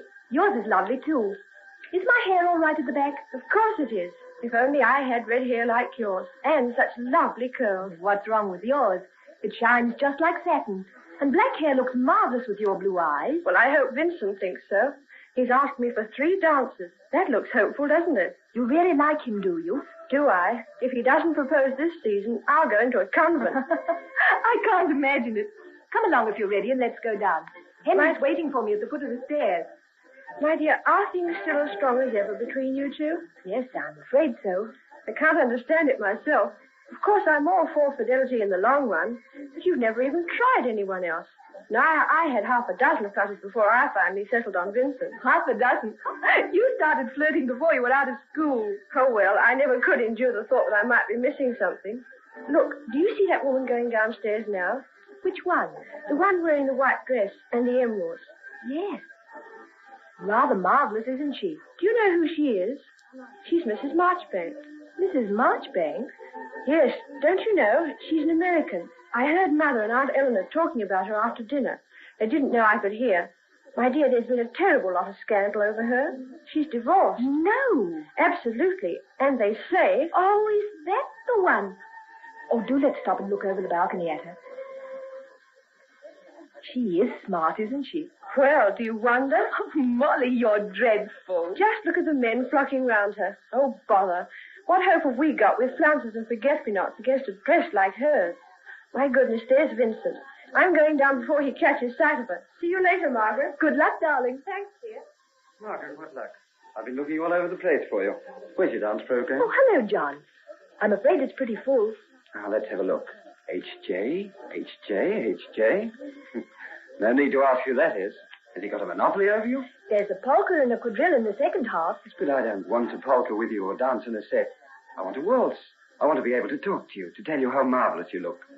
You know, I haven't seen you for an age, Margaret. I'm afraid there isn't a waltz left. What about this one? It's hardly started. Oh, not this. I promised it to Henry. Look, he's waiting for me at the foot of the stairs. Oh. What's the matter? Oh, nothing. Would you like to have this waltz, John? Would I? But didn't you say that Henry... I thought this was the first waltz. I made a mistake. He's dancing this one with that American woman, Mrs. Marchbanks. Is he? Well, I never could stand her before, but now I'll be grateful to her forever. Come along, don't let's miss a bar of it. You know, I've been thinking of you all the time I've been away, Margaret.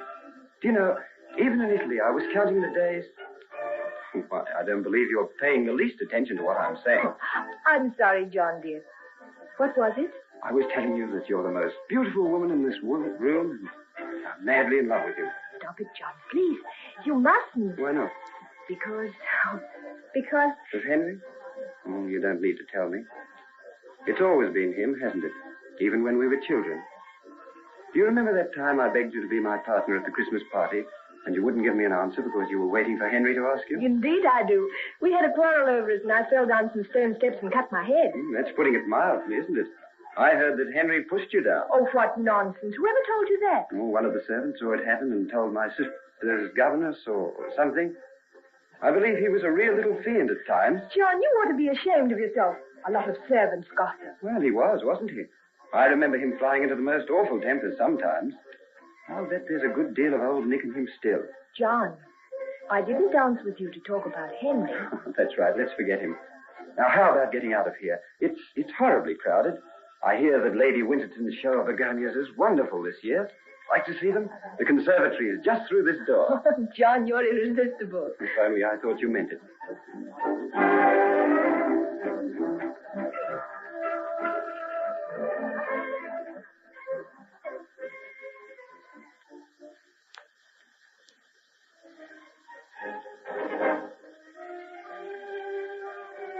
Tell me about yourself, Dr. Jekyll. What do you do besides hit a horse like a red Indian? I was watching you at the hunt today. Were you? I didn't see you. Oh, no. I'm no Amazon. I was comfortably wrapped up in rugs and getting a view from the Marchioness's carriage. Oh. Do you utterly despise me for that? Oh, not at all. It seems right enough somehow. I couldn't imagine you riding over fences and getting splashed with water and mud. Or landing head first in a ditch. Poor Tilly Lansdowne. She did take a tumble, didn't she? You know, you dance as well as you ride. Oh. You know that? You'll have my head turned soon. Does it turn easily? Too easily. Whenever a pretty woman passes by. How old are you? Oh, now, that's not fair. Why? You're not still so young that you're ashamed of your age, are you? Well, I'm 22. And everything to learn. No, not everything. I can see that now. There's just that about your eyes. But still, a lot. A whole lot. If anyone would teach me. Are you an apt pupil? A diligent one. Well, we'll see. Are you fond of flowers, Dr. Jekyll? Well, that all depends. I believe Lady Winterton's hothouse is marvelous. Someone was telling me. Well, the conservatory's just through this door. Shall we go?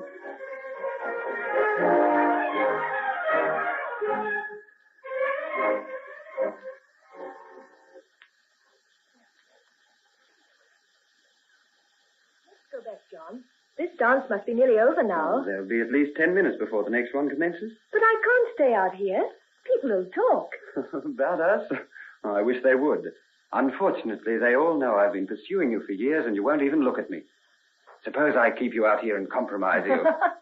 You are absurd. What good would that do? If I only go far enough, you might have to marry me. You'd have to go a long way. I'd go to the ends of the earth for you, Margaret. I mean that. I'm always fooling with you, but you know how much I really care, don't you? Please, John. Oh, I know. All right, let's go back to the ballroom and I'll hand you over to your rightful guardian. But you know what I'd like to do? No. Take young Henry out and knock him down for what he did to you a while ago. What do you mean? Margaret, don't think I didn't see. He went off with that soulless, unscrupulous American hussy when he should have danced with you. Oh, Darling, don't let him hurt you. I feel afraid sometimes when I think of you with him. What do you mean? I can't say. What would you think of me? I'm his rival. I can't talk about him to you. Tell you what I know. There isn't anything. I'll not believe a thing. No, I didn't think you would. Well, let's go back. Listen, there's someone coming. They won't see us if we stay where we are. Tell me, Dr. Jekyll, do you ever come up to London? Well, sometimes, but I'm at the university, you know. It doesn't give much time for pleasure. But sometimes, surely. You know, you must come and see me. I have a house in Mayfair. In Mayfair? Well, I may be going up at the end of next week. End of next week? Then I'll count on seeing you. John, do you want the rest of those dances? I do, but... Do you want them? Yes. Very well, then. Take me out of here and don't leave me. Come along. Why, Margaret! Oh, hello, Henry. I'm so terribly sorry about the last dance. I came in here to talk to John. He's been telling me all about Italy, and I didn't realize it was our dance. I see. Oh, that's all right. Mrs. Marchbanks, may I introduce Miss Utterson and Mr. John Fairley? How do you do? You took pity on poor Henry and danced with him, Mrs. Marchbanks. Oh, that was nice of you. And all the time I pictured him as a wallflower. Come along, John, dear. The next dance must be due to start. Oh, I say, wait a minute. I think it's ours, isn't it, Margaret? Oh, no, Henry. We have the polka and the quadrille after supper. That's all. Goodbye, Mrs. Marchbanks. Thank you so much for being kind to Henry.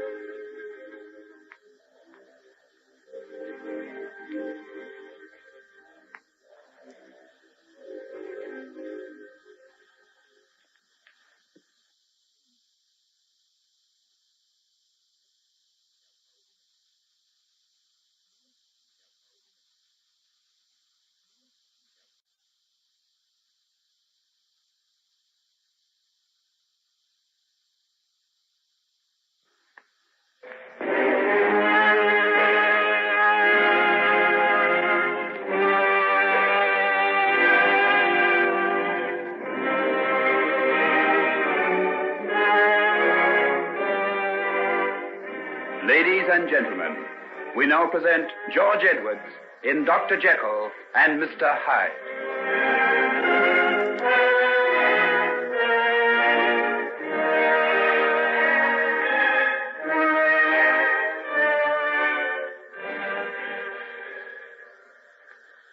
Well, this is a surprise, Margaret, dear. I didn't think we'd be seeing you before midday. It's such a lovely morning, and I don't feel the least bit tired. I'm surprised to hear that.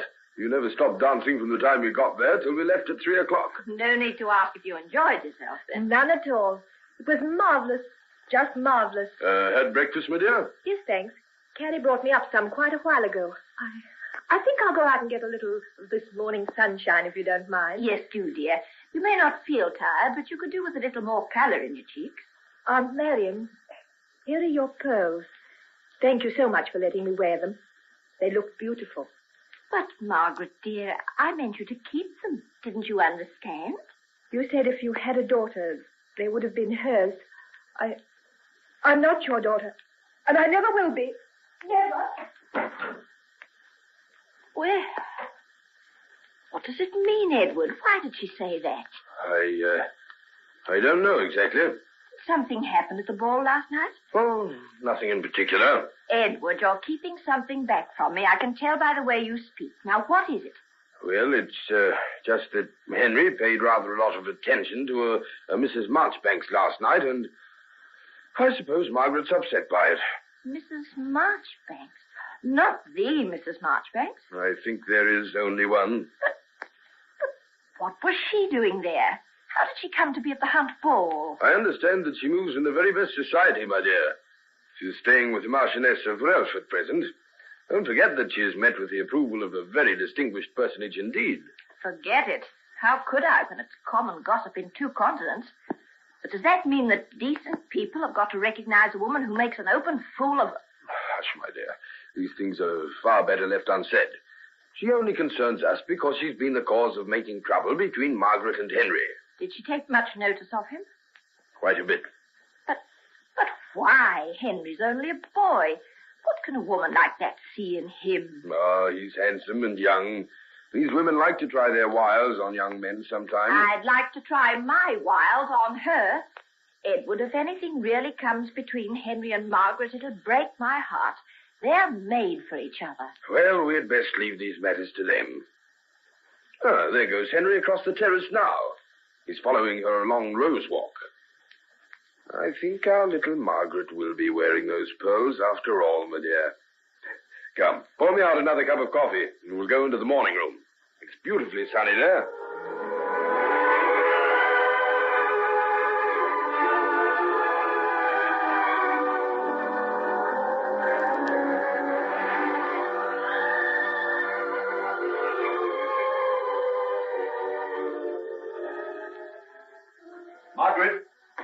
Margaret, wait for me. Why, where are you going in such a hurry? For a walk? Mind if I come? I can't stop you. Oh, yes, you can. By telling me you don't want me. Are you going to? I'm going as far as the stables, really. I want to tell one of the grooms to have Clytie ready for me at 11. Oh, going riding, are you? Who with? John? Margaret, look at me. Why? I want to tell you how terribly sorry I am. Oh, Margaret, I'm a brute. I deserve to have you hate me. I don't hate you, Henry. What then? I don't know. I was angry last night, terribly angry. And now I just feel numb and dead.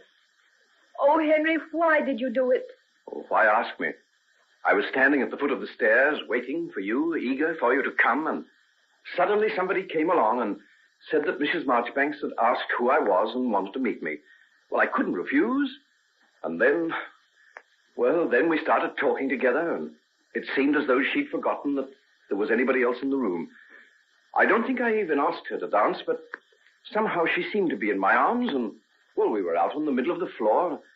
Well, I can't explain it any better than that, I'm afraid. And did that mean that you had to dance with her over and over again so that everybody was talking about you? Well, I would never have done it if you hadn't given all my dances to John. Well, I'm glad I did. I enjoyed dancing with John. I like him. I think he's nice, ever so much nicer than you. Oh, I'm perfectly sure you're right, but you don't love him, and you never will. What makes you so sure? He asked me to marry him, and I didn't say no. You didn't say yes either, did you? I said I'd tell him this morning. When you go out riding? Yes. Margaret, you know what you've got to tell him, don't you? Oh, it isn't any use, Margaret. You'll never make yourself feel any better this way. And it isn't fair to John either. What do you mean? You're right when you say John's nice. He is. Too nice to be hurt so badly. You've got to tell him the truth and let him go. And what is the truth? That you'd hardly have given him a single dance if it hadn't been that I'd behaved so badly to you. You know that. And you know that there's no one else but me. Oh, you're so certain of me. I hate you for it. Do you think that you can do anything to me and get away with it? Margaret, do you remember what you said to me last night, just before you went upstairs to dress, after we'd come home from the hunt? You said, in spite of the gallows, in spite of everything. There may be nothing in what that crazy old woman in the tumble-down barn told us, but you must go on feeling that way about me, Margaret. You don't know how desperately I need you. You're everything that's best and worthwhile in life to me. Don't take yourself away and leave the Mrs. Marchbanks instead. Henry, if I only understood you better.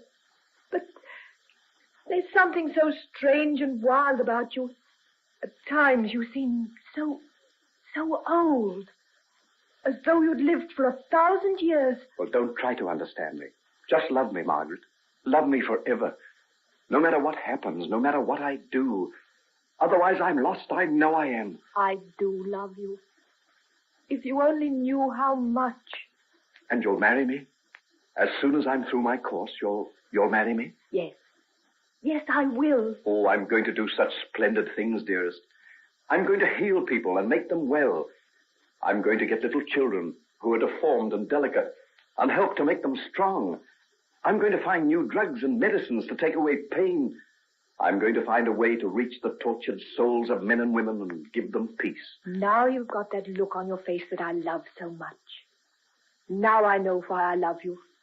Why I'd follow you wherever you go. Oh, if only you knew. I only know I love you. and always will. Forever and forever.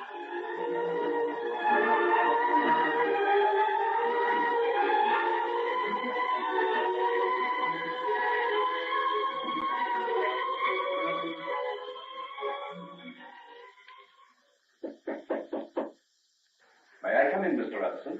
Yes, Henry, my boy, come in. When did you reach London? I came up last night, sir. Have you seen Margaret? Not yet. I thought I'd have a word with you first. Well, sit down and tell me what it is I can do for you. I want you to give your consent to Margaret and me announcing our engagement at her birthday party next week. You knew, of course, that we had the sort of understanding, didn't you? Yes, I knew very well. As a matter of fact, Margaret told me about it after she came back from staying at your parents' place some months ago. I trust you haven't any objections, sir. You're the son of my oldest and closest friend, Henry, and that makes what I have to say all the more painful. Why, what do you mean? Surely. I'll be frank with you. A marriage between my daughter and you, Henry, has been one of my dearest wishes, and I know it's been the same with your mother and father. Then let me finish, please. Margaret is my whole life. Her happiness and her welfare matter more to me than anything else in this world. Yes, but surely you know that I feel that I should be perfectly content to trust them both to you. I can't tell you how much I wish it were so. Why, what do you mean? What have you got against me? The man I give my daughter to must be able to keep faith with her. He must have a moral standing, at least to match hers. I don't say equal to hers, because no man can be on the same plane as a really good, pure woman. Oh, I wish you'd explain. What have you got against me? What are you talking about? A certain Mrs. Marchbanks. Now, don't think I've been spying on you, but by the merest accident, actually through my legal business, I happened to discover your relations with her. What? There was a certain settlement about to be made. It was cancelled. And the reason was you. You can't blame me for feeling reluctant about giving Margaret into your keeping, can you? Oh, I know I'm unworthy. I know I'm unfit to touch her, but the thought of losing, why, you don't know what it means. Did you think of that when you were paying your surreptitious visits to that woman? Oh, won't you give me a chance to redeem myself? We're not asking to be married yet. I won't be through my course for another year. I swear that if you'll say nothing to Margaret, you'll never have cause to complain of me again. I'll say nothing to her. I can't consent to the engagement being made public. But what am I going to tell her? I don't know. But I imagine that you're pretty practiced in the art of concealment, aren't you? I deserve that. But it hurts for all that. Henry, why did you do it? For the life of me, I can't imagine how you could have stooped to such a thing. And so soon after Margaret promised to marry you. Surely your love for her should have made it easy to resist the temptations that this other woman offered. Couldn't it have been that it was because I love her so much? Do you think that the feelings I have for Margaret have nothing to do with the flesh? She's remote beyond me. Everything places her beyond my reach. Oh, can't you be reasonable? Perhaps I can. Yes, perhaps I can. I'm not so far removed from my own youth that I've forgotten. Then you'll not be hard on me. You'll see that what I felt for this woman had nothing whatever to do with Margaret. It's just as though I was another being, a different man. Yet still the man who wants to marry my daughter. And the man who might well break her heart and ruin her life. Oh, give me a chance. Just give me a chance. Come back to me at the end of 2 years when you've taken your degree and established yourself as a doctor. If there's been no more of it, well, there'll be no more. I swear there'll be no more.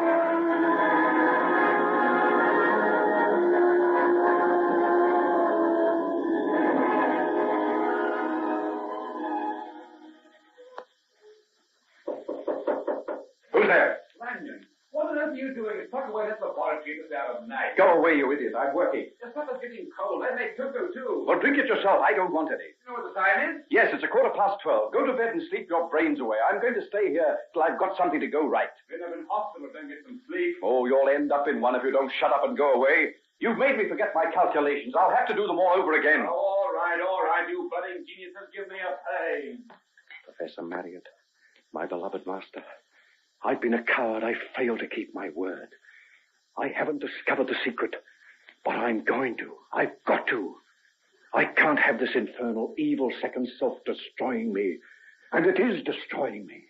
It's growing stronger, harder to resist. Come now, here are my notes. Here is the tincture. Here are the salts. I'll start again.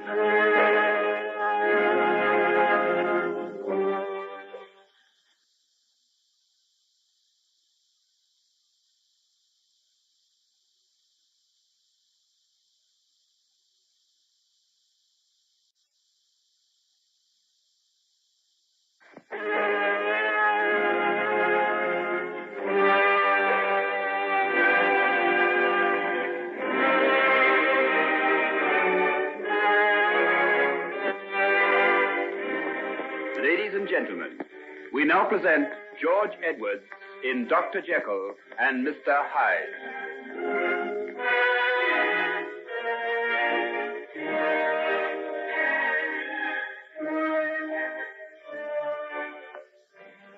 What about these pictures, Henry? You taking them? Oh, no. Leave them for our successors. Well, I never thought I'd be sorry to see the last of this old room, but I must confess to something like a pang. Well, I've always said you were a sentimental idiot, Lanyon. Of course, you're altogether too detached from reality to know the meaning of human sorrows. But my feelings are of a sweeter, simpler kind. Yes, if I throw this book at your head, you'll know if your feelings are of a sweeter, simpler kind. Well, I never thought of be packing up the same time as you. Greatest surprise of my life to find I'd passed the finals. Just imagine, Hugh Lanyon, M.B. B.Sc., written on a shining brass plate. But then again, you, with half the honors and diplomas of the year tucked under your arm, can't imagine the humble pleasures of us lesser men. Oh, Hugh, you garrulous idiot. Shut up and sling me over those straps. Yeah, I'll never get the lock of this trunk to hold. Say, where are you going this summer? I'm going to stay in London. London? What on earth for? Oh, I've got one or two things I've got to clear up. London's the only place where I can do it. You don't mean that crazy notion of old Professor Marriott's, do you? Oh, sorry. That's a touchy subject with you. Then shall we not discuss it? Now, come on, look lively. If you're going to catch the 4 o'clock train, you don't have any time to waste. Hello. Your cab's waiting, Mr. Jekyll, sir. Oh, thanks, Bert. I'll be right down. So this is where we say goodbye, is it? Goodbye, nothing. After you finish gadding around Europe all summer, I suppose you'll be coming back to London. Look me up as soon as you get there. And, Henry, I know you hate sentiment and all that sort of rot, but it's been good here sharing this little room with you. Oh, well, you know what I mean. I know. I found it good, too. But it doesn't end here. We're only at the beginning. You're an idiot, you know, and a pest into the bargain, but I don't want to lose touch with you. No, me either.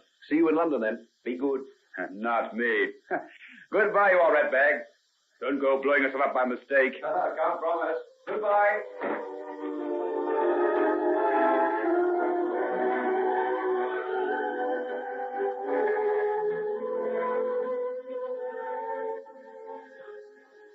May I come in? Oh, Margaret, dear, how nice to see you. Daddy and I are going to Lord's this afternoon to see the cricket.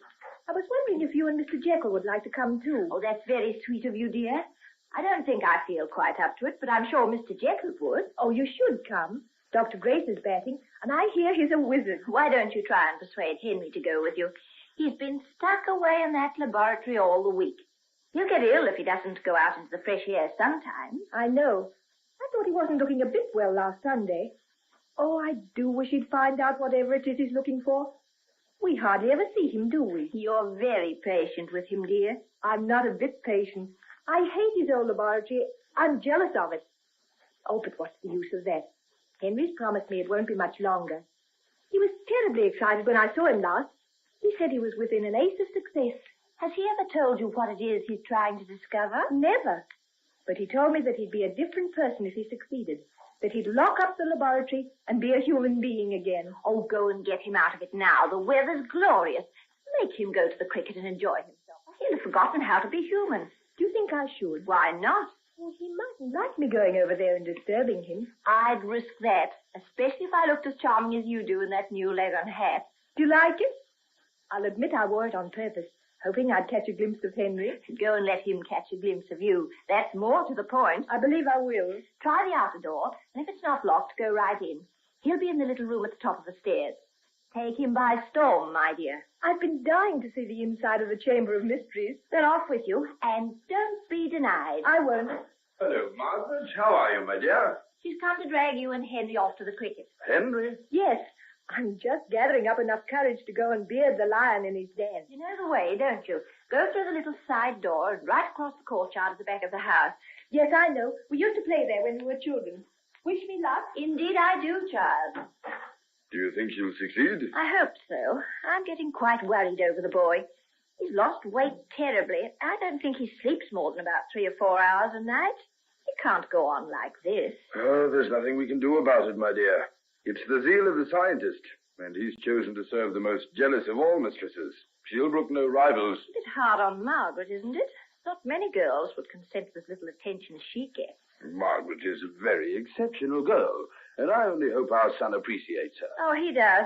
You've only got to see them together. He looks at her as though he's filling his eyes with the sight of her to last him during the times he's shut away by himself. Well, I must say I'll be very much relieved when he completes his investigations and they can be married. You forget the engagement isn't even announced yet. Oh, a mere formality, a whim of Henry's, but we know perfectly well the way things stand between them. Yes, they've belonged to each other ever since they were children. I sometimes... Merciful heavens, what's that? It's Margaret. Something's happened in the laboratory. I can see her running across the courtyard from this window. Then go and see what it is. Go. Something might have happened to Henry. Yes, I'll go. Keep calm, my dear. Remember your heart. I'm coming too. I just can't sit here. Help me, Edward. I can hear her coming up the stairs. Margaret. My dear child, whatever's happened? Now, calm yourself. Sit down here and tell us. Is it Henry? Has something happened? Oh, no. I don't know. Get us some sal volatile, Edward. Here, over in the little cabinet by the window. Margaret, try and calm yourself, child. You must tell us what's the matter. What happened? What did you see? A man. The most awful little man. What? Where did you see him? Over there. In the room below the laboratory. Oh, he was terrible. In what way? Here, drink this, dear, and you'll feel better. Edward, bring a footstool to put under her feet. She's shaking from head to foot. Now, dear, try and tell us just what happened. I went across the courtyard and pushed open the door. I couldn't see very well, as it was dark in there, and I'd just come out of the sunlight. Then I heard a sort of sound. I can't describe it. Something like a laugh. It was the most horrible and terrible sound I've ever heard in my life. Don't worry yourself, child. Go on. It was just behind me, and I turned. There he was, looking at me, leering at me from the darkness. He was little, sort of deformed and terrible. I can't describe it. I couldn't move. Just stood there, paralyzed. And he began to move towards me, slowly, like a cat. He reached out his hands to touch me. And then I screamed. I screamed as though I'd never stop. And a sort of terror came over him. He looked over his shoulder and leapt up the stairs to the laboratory and slammed the door. That's all? Yes. And I came running back to the house. Oh. Marion, you stay with her and try and get her calm. I'll go and see what this is all about. No, don't go. Keep away from him. He's evil. The most evil thing on earth. But I must go, dear. If he's there, Henry must know about him. There must be some explanation. Yes, Henry. Why, I'd forgotten Henry. He might do him some harm. Oh, go quickly. Oh, Margaret, you must stop this. Stop it at once, do you hear? Nothing has happened to you. You've had a bad fright, but nothing more. You go, Edward. I'll look after her. Go quickly. I'm afraid for Henry. Try and get a doctor, and I'll be back as soon as I can.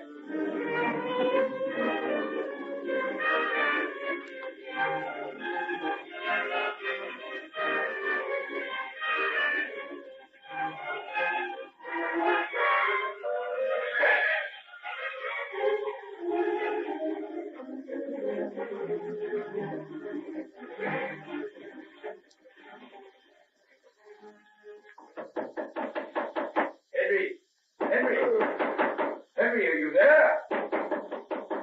Open the door.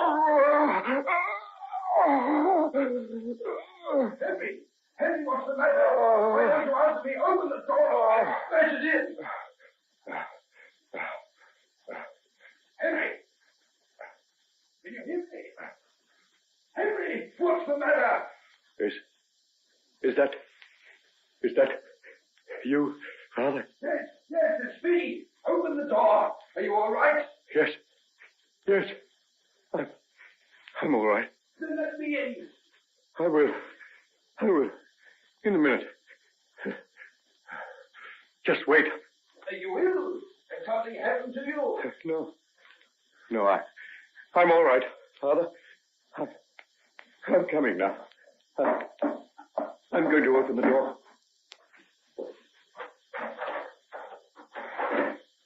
Henry. For heaven's sake, boy, what's the matter?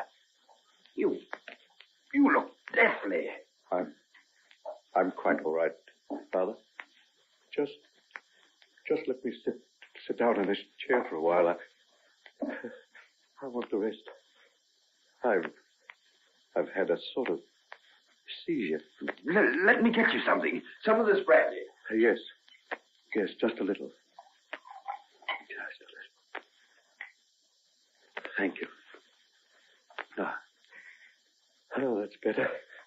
Now tell me what happened. What's going on in this place today? First of all, Margaret... Just tell me about her. Margaret. Is she all right? She had a terrible fright. Who was this man she saw? Do you know him? Yes. Yes, I know him. I know him very well. Who is he? What was he doing here? He was helping me with my work. He's been of the greatest value. Henry, you've got to stop. It'll kill you. The seizure you've had. Has it ever happened before? Yes. A few times, but never like this. Never like this. You've been experimenting on yourself? Yes, on myself. I implore you to stop. Even though you succeed, what does that count for if you destroy yourself? Succeed? I have succeeded. Magnificently. Splendidly. Beyond my wildest hopes. Father, you shall see a new man born. You shall see the human soul attain to heights no one has ever dreamed of. A new era in the history of humanity has begun this day.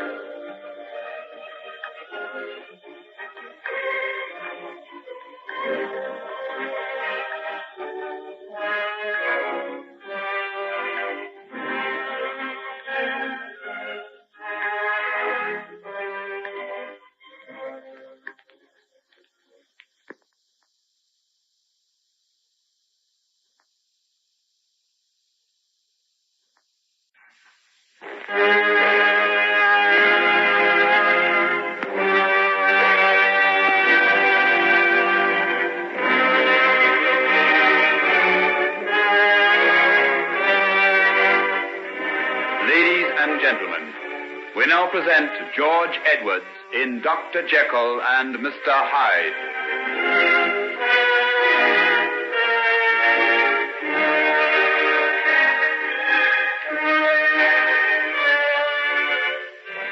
If you're feeling well enough to walk, Henry, I think we'd better go back to the house. Margaret and your mother are terribly anxious about you. But why? We all feared that this man Margaret saw may have been up to some sort of devilment and that you were hurt. Oh, what nonsense. He's a friend of mine.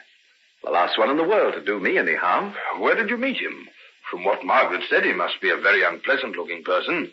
The poor child was frightened into hysteria by the very sight of him. Oh, that's bad. I'm terribly sorry she saw him. Well, it won't happen again, I promise you. Then come along and let them see for themselves that you're safe and sound. Margaret came over here to see if you'd go with her to Lord's. You mean cricket? Yes. Oh, I'd almost forgotten the existence of such a thing. Then it wouldn't do you any harm to remember it. You'll have to get out of the atmosphere of this laboratory of yours, my boy. You're as pale as a ghost. Come along, shut the door after you and forget it for a while. I will. I said I'd keep on until I'd made the discovery. Now that I have, you'll see me turn into a different person. I'm free now, Father. Free as I've never been before in my whole life. As no man has ever been. Well, I'm sure I don't quite know why you should say that, but if it means we're going to see something of you and you're going to live a more normal, a happy life, I must say I'm very glad. Why, it's a lovely day. Quite warm and sunny outside. Mr. Jekyll, come quickly. Why, Maud, what's the matter? Mr. Jekyll, sir, she's had a turn. She's awful bad. Henry, come quickly. The shock and excitement's been too much for her. Lie her down flat on the floor, Margaret. Now take away that cushion. Now loosen the collar of the dress. Father, the hypodermic. It's all right. We'll get her round. Can I get you anything else? No. This injection's the only thing. She should rally in a few moments.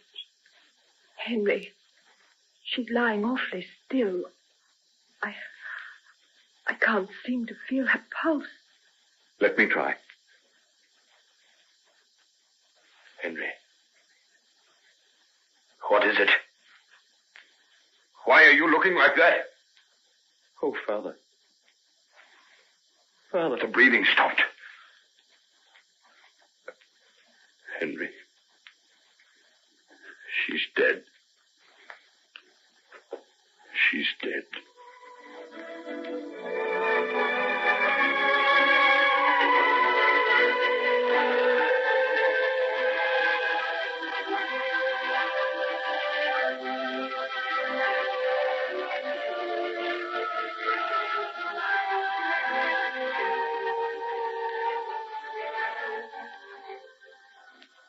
Now, if you will just sign these documents, Henry, that finalizes all the legal side of the matter, and your mother's estate passes to you. Just here, beside that seal. Well, you're now a young man of considerable fortune, Henry. Yes. I had no idea that Mother was so wealthy. It's a big responsibility. You can do a great many things with as much money as that. I hope I'll do good with it, Mr. Utterson. I hope you will. Oh, Mr. Utterson, nearly 2 years ago I spoke to you about Margaret. You told me then that you were not satisfied with the thought of me as her husband. Do you remember? Yes, I remember very well. Have you still got anything against me? Who is this man, Edward Hyde? Why do you ask about him? I can't help wondering what you can have to do with such a man. What do you know about him? Nothing. I only know what my daughter told me, but her description was enough to rouse all my old doubts and apprehensions. If you have anything in common with such a man, what manner of man are you? This is too much. Before, you had a legitimate cause for complaint against me. I hold no brief for myself, but you promised me that if I gave up my old ways of life, you'd give me another chance. Have you had anything against me in the past 2 years? Nothing. Your life has been blameless. And now you make this man Hyde, whom you know nothing of, an excuse for denying Margaret to me. This is why I've seen so little of her lately, isn't it? She was very shaken by your mother's death. You know that. She went to stay in the country. At John Fairley's place. You're hoping she might begin to prefer John, aren't you? Margaret is free to marry whomsoever she chooses. That's not true. She chose me years ago. And you've done everything in your power to keep us apart. Margaret's welfare is my first consideration, Henry. I want nothing but her happiness. I would never go so far as to forbid her to marry you. But you'll do everything in your power to try and wean her away from me. I would think that I'd done less than my duty to her if I did anything else. Mr. Utterson, what have you got against me? Edward Hyde.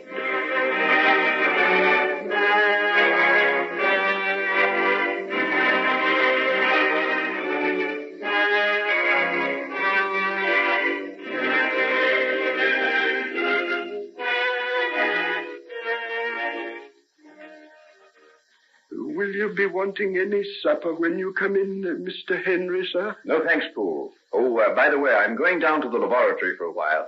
If I'm not into dinner, don't worry about me. No, sir. And don't tell anybody where I am. You understand that? No one at all. I understand, sir. I'm thinking of going away for a few days, as a matter of fact. If I'm not here in the morning, you'll know that I've gone. Yes, sir. Would you like to leave an address, sir, for letters or messages? No, no address. I'm going away to be by myself. Completely by myself. Yes, sir. A very good idea, sir. You know, Poole, when you drop your eyes like that and get that bland, expressionless look of stupidity over your face, I realize all over again what a pearl of butlers you are. I've always endeavored to give satisfaction, sir. Well, go on. Get away with you down to the servants' quarters and see that none of those maids ever come spying round that outer building. I'll not stand for it, mind. Oh, sir, I hope there hasn't been any more of that since I dismissed Alice. No, there hasn't, but it doesn't do any harm to keep reminding them. I'll remind them, sir. You can rely on me for that. How long do you intend to be away, sir? I don't know. You can expect me when you see me.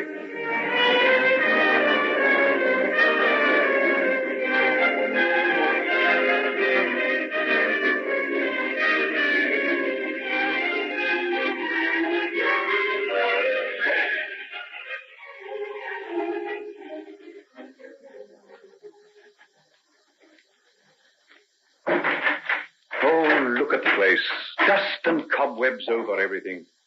I haven't been here for weeks. Not since the night that Mother died. Why should I think of that? I've come in here to forget it. To forget Henry Jekyll and everything about him. I'm sick to death of him. Let's have a little of Hyde. There's nothing half-hearted about Hyde. He knows what he wants. And there are no regrets. He never weeps or repents. He's made his bargain with the devil, and he pays the price. Let me see now. Here's the tincture. And here are the salts. I must weigh them to the utmost point of accuracy. Wasn't that what you said, Professor? Can you see me now? Are you pleased with your pupil? I haven't failed to keep my promise. In a few more minutes, you will see my other self in all his perfidy. The living, breathing vindication of your death. 1, 2, 3, 4 minims. That's the dose. And now, the salts. Now the crystals start to melt, and the color changes. Crimson, rich and thick, like human blood. Now it brightens, and the gases start to rise. It starts to change. It turns to purple. Darker. Darker. And the boiling stops. Now it fades. It turns to green. Palest, coolest green. And nothing remains now but to drink it down. Look in the mirror, Henry Jekyll. Take a last look at your pallid, haunted face. The face that she at one time likened to a saint. Saints! What did they get for their pains but martyrdom and the chill austerity of self-denial and prayers? Is that what you wish for, Henry Jekyll? Don't you prefer the pleasures of the earth to the doubtful rewards of heaven? The laughter and the music and the wine? The red lips of women and the fever of impassioned nights? Drink then, you craven. Why do you hesitate? The agonies that follow will be terrible, but so are the pangs of birth. Come, gulp it down and be reborn as Edward Hyde. Then nothing is denied to you. No matter what foul actions you commit, once you assume again the form of Henry Jekyll, you have passed beyond the range of punishment. Close your eyes and nerve yourself and drink.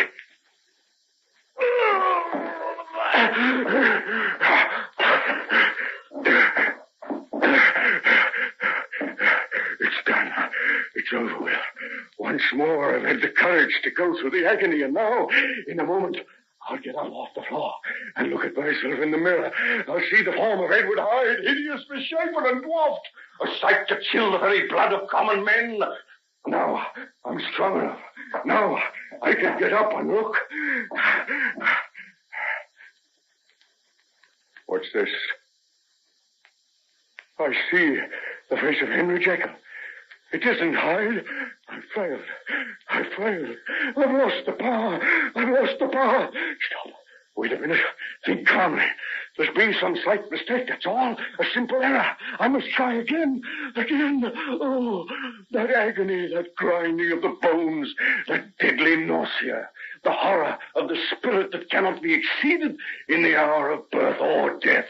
No, I can't do it. Not again. I'll not leave this room till I succeed. Oh, how tired. How tired I am. How tired.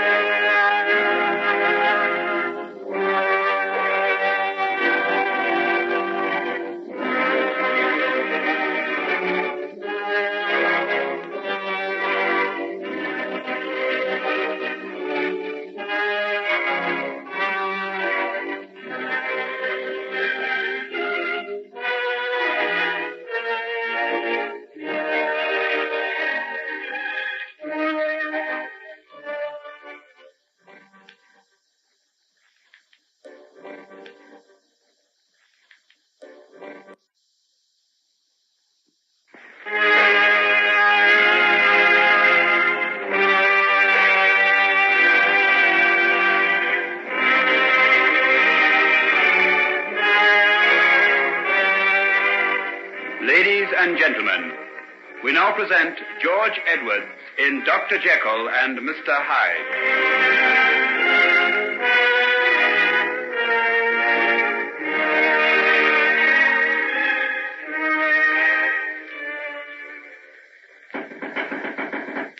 Who's there?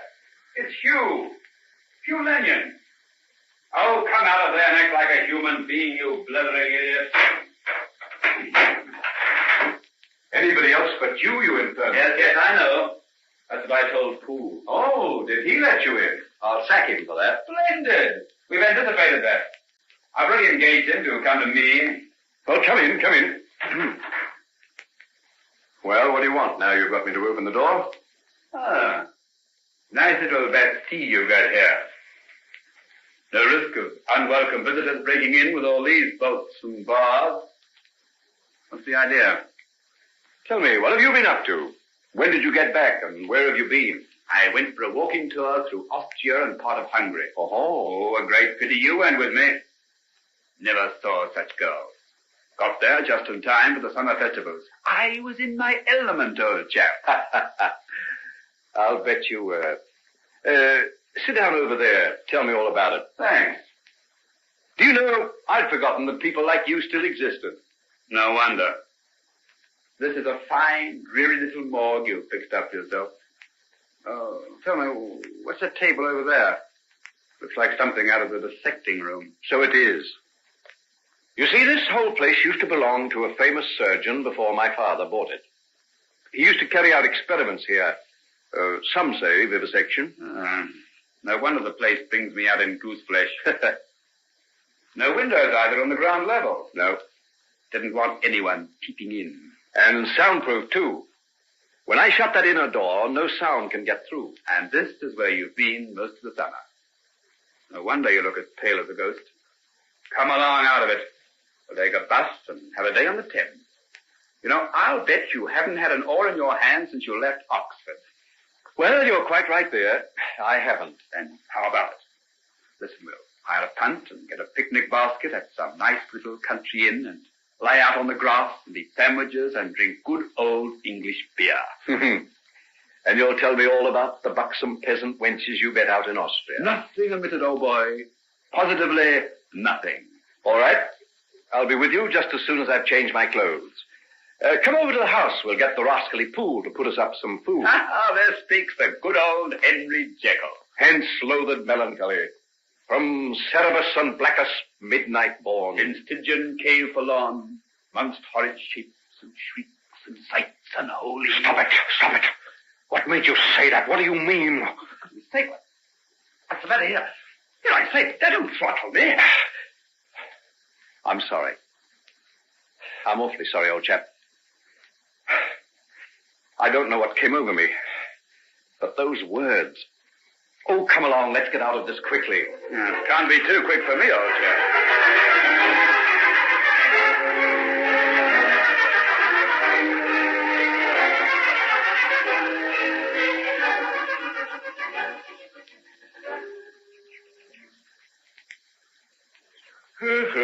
Oh, dear. Well, how about some more of your father's excellent ale? Which glass? Beside that tuft of grass. Oh, yes, I see it. Oh, dear, oh, dear. It's good to lie here with the sun in your face and the smell of warm earth in your nostrils. You don't know what sunlight is, or how the earth can smell. And you've lain out in the sun at midday in those Austrian valleys. And at midnight under the moon. How I envy you, Hugh. You can take your pleasures so simply. Just as simply as you swallow that glass of ale. I haven't noticed you showing any signs of constriction of the gullet. But I haven't got the capacity for roistering round Europe. I'm too much of a hypocrite, I suppose. I'm afraid of losing somebody's good opinion. Do you know what's the matter with you? No. Margaret Utterson. What? You've been trying to live up to her and acquire grace in the eyes of that jealous old Puritan of a father of hers. What rot. No, it's not. But it's a sheer waste of time. A fellow like you's bound to break out now and again. You know, it's my opinion he's delighted at having an excuse for preventing Margaret from marrying you. Yes, but why? Well, he'd like to keep her for himself. Life will be very empty for him when she goes. You know, he's doing his best to marry her off to, John Fairley. She's been staying down at his place for almost 2 weeks. But she's back in London now. I've got an invitation to dinner at her place tonight. Yes, I know. Well, you're going, aren't you? I don't know. What's the matter with you? She won't like it if you're not there. Well, maybe her father is right. I may not turn out to be a very good sort of a husband. Well, I'll be... Henry, what's come over you? When I went away, you were crazy over her. I still am. But in the last few weeks, I've begun to think that perhaps I ought not to marry. You mean on account of your work? Well, principally. Oh, I agree. Women can make the devil's own mess of one's plans. But personally, I think it would be a good thing if you got over Margaret. Oh, you utter fool. I haven't got over Margaret. Can't you understand that it's because I think so much of her that I'm trying to keep away? If she's hurt because I don't come tonight, and John Fairley's there, mightn't that make her think better of him? Well, of all the quixotic rubbish I ever heard... You go ahead and marry a girl, whatever the outcome of it may be, wouldn't you? Well, I hope it wouldn't be too horrible. No, that's right. It wouldn't be. Someday you'll marry some pretty little empty-headed creature who'll sit at the foot of your dining table, fill the nursery with children, and think you're the last word in manly virtue and wisdom. Oh, that's going too far, old chap. But you'll be happy. Yes, you'll be happy. In your own way. But me, I'm afraid I'll never be. Oh, now you're getting gloomy again. Time we left. Well, the sun's going behind those clouds anyhow. And if we're going to be in time for Margaret's dinner party... I've told you I don't think I'll go. Oh, nonsense. You're not going to give up like that. Come along and give John Fairley a run for his money. Anyhow, I'd love to see you do old Utterson in the eye. I never could stand it. Hello? What's all that about? Comes from that building over there. You got any idea what it is? Oh, some sort of reformatory, isn't it? That's right, so it is. By Jove, one of the prisoners must have escaped. Yes. Look at the warders rushing out through the gates. I say, is that guns they've got? Hope they don't shoot this way. Well, come along. Let's move off. They're bound to stop us and ask if we've seen anyone, and we'll be late enough getting back to town as it is. Yes, I say, listen, Henry. Why, there's someone coming this way. In a hurry, too. Now, I wonder if... Look, there he goes, behind those bushes. Look. And just over there. Good Lord, it's a woman. Well, I'll be... Mr. Ripley, tell her forgive me. I'll be somewhere. Yeah, what's the matter with you, I say? Hetty. Hetty Wilson. Oh, wait. Oh, Edward. You. I say, what? Good Lord. It's the girl from the music hall. I'll be in a minute. And I have to go back into that place. I'll kill myself. Here, quick. Into the boat. Get down on the floor. We'll cover you up with rugs. Quick. Help me, Hugh. Oh, but I say, Don't argue. Help me cover her. All right. And pick up that basket. We've got to be out in the middle of the stream by the time they get here. Now, don't you move, Hetty, whatever happens. I say, Henry, look here. Do you realize what you're doing? Yes, I know. I'm helping a prisoner to evade the law. If you like, you can go and call those warders and tell them about it. Oh, here, I say, don't be too hard, old man. Oh, then pick up that basket. Help me push this boat out from the bank. Ready? 1, 2, 3, push.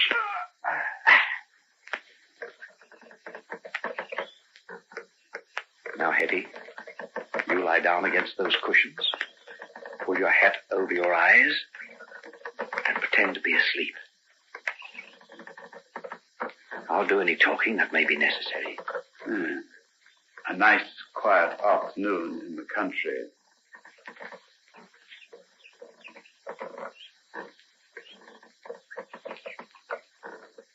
Look out. Look out. They've seen us. Hello there. Hello. Where do you come from? Lower Huntingdon. What are you doing here? Well, what do you think? Stop that boat while I talk to you. I'll do my best, but the current's pretty strong. Then pull into the shore. What for? Because we're the police, and we're looking for a prisoner that's escaped from the reformatory. I'd like to search that boat. Can he swim? What's that got to do with it? Well, he'd have to get us out of here. That's what good we're wasting on. They're just a couple of tops after the afternoon. Let them go. Oh, you never know. What does a low little tough like Eddie Wilson be down with a pair of swells like that? Yeah, maybe you're right. All right, then. Off you go. Sure you wouldn't like us to come and help? Help? You? We got work to do. Come on, boys. Let's have a little fun. Lie still, Hetty. Don't come out from under those rugs under any circumstances. Are you all right? I'm very tired of dozing here. Am I allowed to talk in my sleep? It all depends what you want to say. I just want to say that I may have had my moments in the Austrian Tyrol, but you go in for a form of excitement that's far, far beyond my humble scope. Oh, don't jest, Hugh. This is serious. Serious? Certainly is. Both of us might be struck off the rolls of the BMA for conduct improper to the dignity of our profession. You realize that? I do. And I'm expected to lie here and pretend to be asleep. Well, you'll have to do more than that before we get Hetty hidden away. Being a friend of yours certainly has its drawbacks. But you are my friend, Hugh, aren't you? Yes. Confound you. Now keep on with that rowing and let's get out of here as fast as we can. I only ordered the brass plate the day before yesterday, and I'll die of disappointment if I get the sack before I have a chance to hang it up.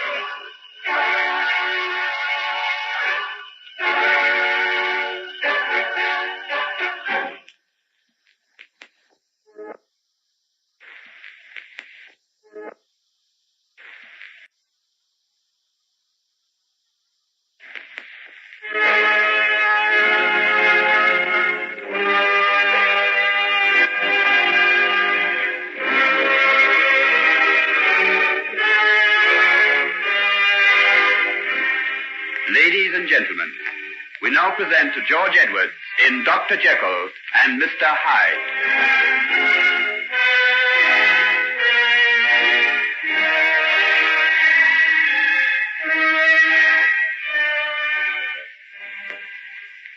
Margaret, my dear, dinner has been waiting almost 10 minutes now. Do you intend to wait any longer for those two young men? No, Father, I don't think I will. Oh, here's Hugh now. I wonder where Henry is. Perhaps Hugh will be able to tell us. Margaret, 1,000 apologies. Henry and I went off to spend the day out in the country and didn't get back until late. Where is Henry? Isn't he coming? There was a call waiting for him when he got in. Something rather urgent, I think. He said to tell you that he'd be along as soon as he could. I didn't know Henry was bothering much about a private practice. Oh, this is one of his patients in the East End. You knew he went down there twice a week to give free advice and medical attention, didn't you? No, I had no idea. Neither had I. How long has he been doing this, Hugh? Oh, for quite a while, I understand. He was telling me this afternoon that he intends equipping a proper clinic with some of his mother's money and possibly opening a convalescent home somewhere out in the country where poor people can go. Why, Daddy, isn't that splendid? Oh, now I can understand what's kept him tied up in London all the summer. And me thinking it was something else. Well, I'm very glad to hear that he's putting the money to such good use. And now, Margaret, my dear, our guests must be famished. I've asked John Fairley to take you in to dinner. Are you ready? Oh, but I'd much rather go in with Hugh. I want to hear what he's been doing on the continent and a whole lot more about Henry's clinic. Oh, I'm afraid that will have to wait, my dear.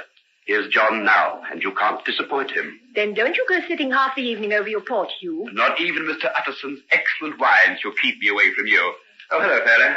Oh, hello. When did you get back? 2 days ago. See you later, Margaret.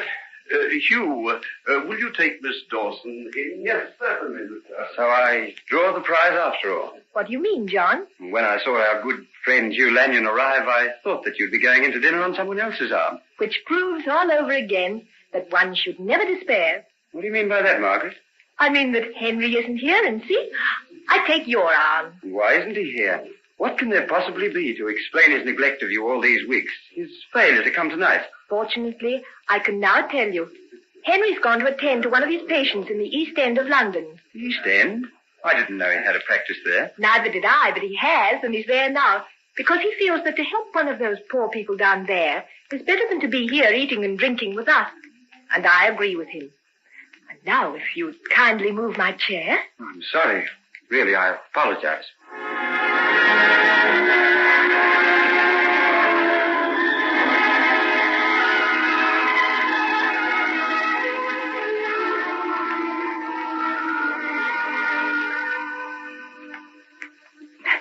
Henry, where are you taking me? Wait till I unlock this door.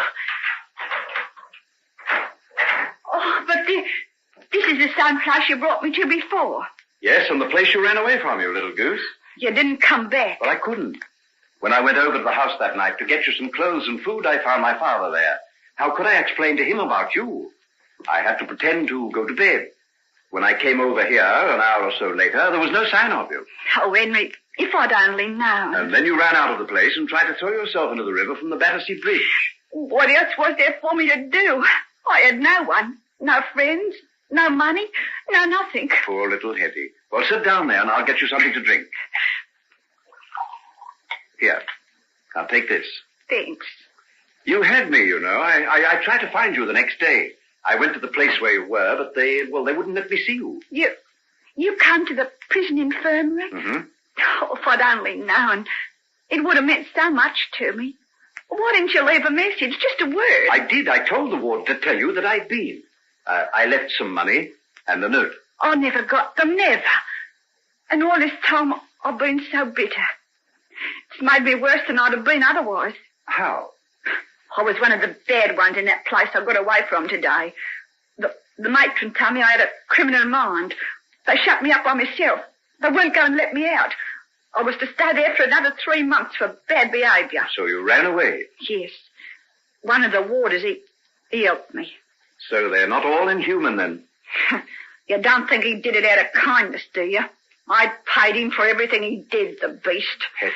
I meant what I said this afternoon, that I'd die before I went back there. You poor little thing. Have you got any more of that brandy? Well, what about something to eat? There's food in the cupboard over there. Food? Real food?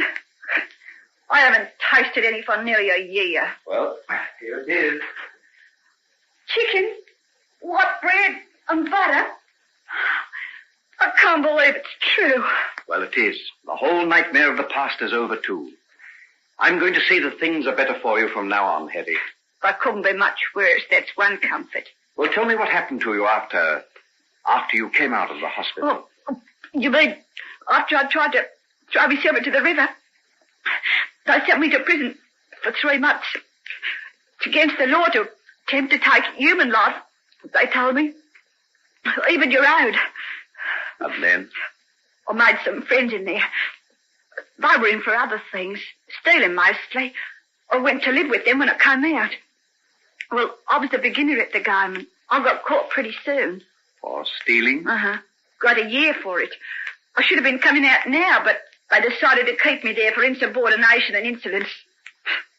That's about the lot. I ran away this afternoon, and here I am. If I get caught, I guess I'm there for years. They don't encourage prisoners to run away. They won't catch you. What you going to do with me? I'm going to keep you here for tonight. No one will find you. It's my laboratory. No one ever comes here but myself. But no running away, mind. Is it likely? Without the cops in London on the watch out for me? Good. Then I'll leave you now. There's a bed over there and plenty of food. I'll see you first thing in the morning. Will that do? Yes, that'll do. I'll have to do. I guess I've got to take anything from you now. You won't have to take anything from me. Couldn't be any worse than what I've been taken in the past. No matter what it is, prison and the warders, solitary confinement weren't any worse than knowing that you'd tricked me, let me down. Oh, Hetty, please don't. But you did, didn't you? You got me off to London knowing darn well that you'd never come and see me like you promised, didn't you? All right. You don't have to say anything. I know. Will you let me try and make it up to you? Huh? How? By flipping me a fiver and telling me to run home and forget all about it? Oh, no. I won't let you down this time. I swear I won't. But you won't want to be saddled with me now, any more than you did years ago. Oh, don't worry. I understand these things now. I'm not green anymore. Perhaps you like me better that way. I liked you before. But not as much as you did your good name. It wouldn't have done for Henry Jekyll to be mixed up with a common little nobody like me. And it wouldn't do now. So don't think you fool me, Henry. But I'm not trying to fool you. I acted like a cad, and I admit it. Now I'm willing to try and help you. If you don't think I'll do it, well, you can walk out that door. Oh, no. It's nice and comfortable here. And I've had precious little comfort for a long time. I think I'll stay. Yeah, that's right. I'll stay. Maybe you'll get sick of me like you did before. But you won't get rid of me so easily this time. Not be a long shot. If you only knew how much I've learned since that night you kissed me goodbye in the old mill. I don't blame you for being bitter, Hetty. Thanks. Well, you can run along if you want to. I suppose you've got some pressing engagement somewhere. Give the lady my kind regards, and I'll be waiting for you tomorrow. So long.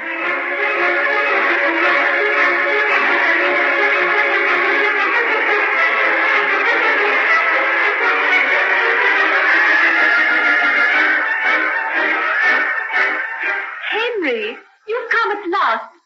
I was beginning to despair of you. I'm most awfully sorry, Margaret, but it was impossible to get away before. You don't have to apologize.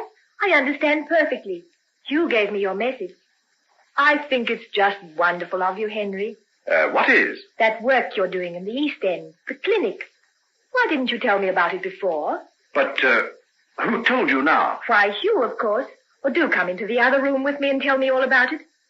I do think you're mean, you know. I've been wondering and wondering what you'd do with yourself, and all the time you've been helping these poor people. Won't you let me help? Why, I don't know what to say, Margaret. Well, surely there's something I can do there. I could take temperatures and bandage legs or arms. Can I see you for a moment, old chap? Yes, of course.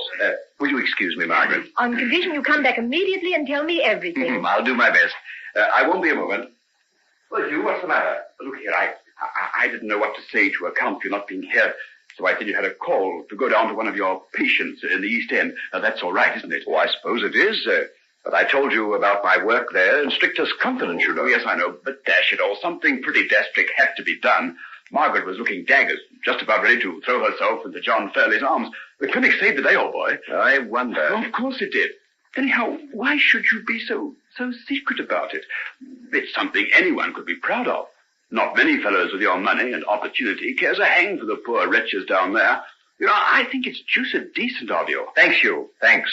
It's nice to feel that someone thinks well of me. Oh, I'm not the only one. But look over there. Look at the way Margaret's watching you. Go on. Follow up your advantage. Her father's been hoping that you've been up to all sorts of crimes while she's been away. And all the time you've been above reproach. Hugh, shut up. You're an idiot. Come on, Hugh. You've had him all the afternoon. I've not seen him for ages. He's all yours, Margaret. And see you make the most of him. I wish he'd make the most of me. You will let me come down to the clinic with you one day, won't you, Henry? Yes, of course you can. When? Will tomorrow afternoon do? I'll be busy in the morning on something else. Oh, yes, of course it will. I'll put off everything else for it.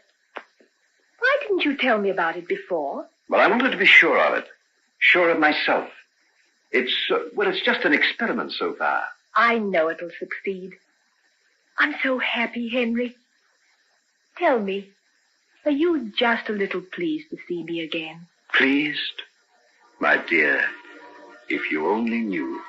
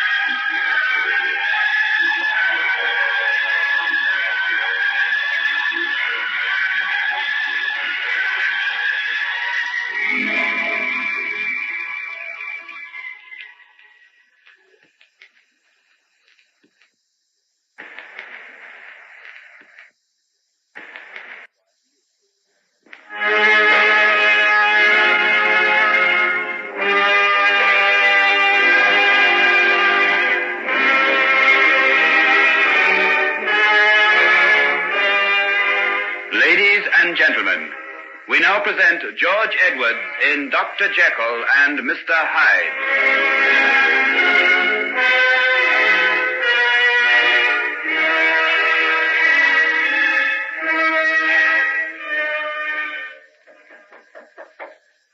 May I come in, Hetty? Yeah, come on.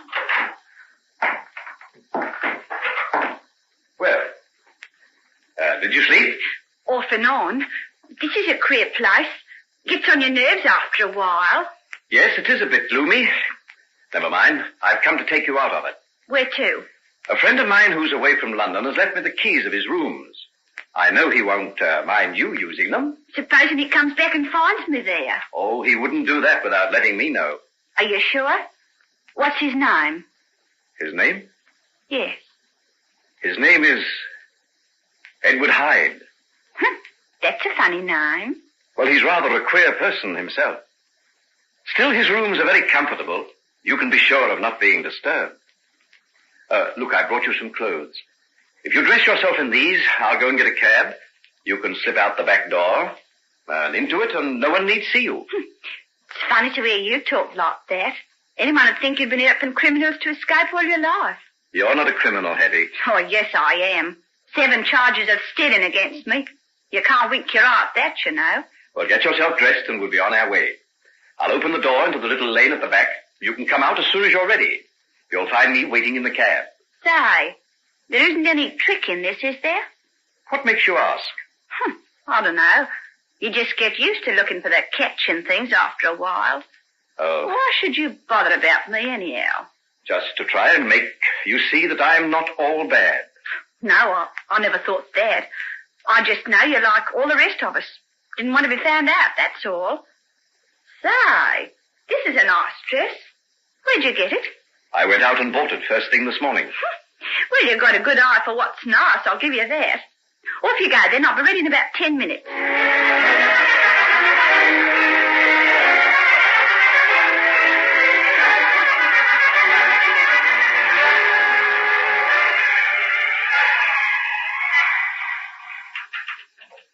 Well, here we are.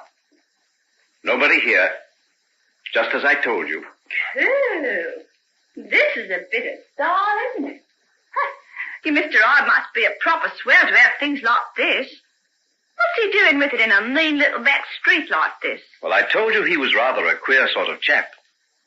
He prefers this part of London. Do you mean to say he won't mind me being here? I'm sure he won't. Now, just make yourself at home and do what you like. But look at the carpet and the furniture. Well, I've never seen things like that before out of a shop. Bit neglected, though. Oh, look at all the dust. Well, you see, he's been away some time, and you can amuse yourself cleaning it up. And what'll I do after that? I can't stay cooped up here all the time. Well, wait till tonight. After it gets dark, I'll come back and, well, then we can decide what you'll do. Can you put up with it for a day? Put up with it? Didn't I tell you I'd been doing solitary confinement in that hellhole of a prison reformatory? I'll order some food to be sent round to you from the shops. The tradespeople know this place. There's a little box just outside the kitchen door. They leave everything there, so you needn't see anyone at all. Gee, look at the sun shining outside. You can see it even in this dirty little street. It'd be nice to go for a walk, wouldn't it? Oh, I don't think you'd better do that. Oh, don't worry, I'm taking no chances. If you only knew what it's like to be shut up for months on end. The very thought of walking about among people again. Oh, well, no good thinking of that. You'll come tonight for sure, won't you? For sure. You can expect me around about 10 o'clock. 10? That's late. Well, it doesn't get dark till nearly 9. Yeah, that's right. And you're just as anxious to keep out of sight as I am. Wouldn't do to be seen with me, would it? Please, Hetty. Oh, I don't blame you. Off you go, then. I can see you're on pins and needles. I'll be all right here. Well, I'll see you at 10 o'clock, then. Yes, at 10 o'clock.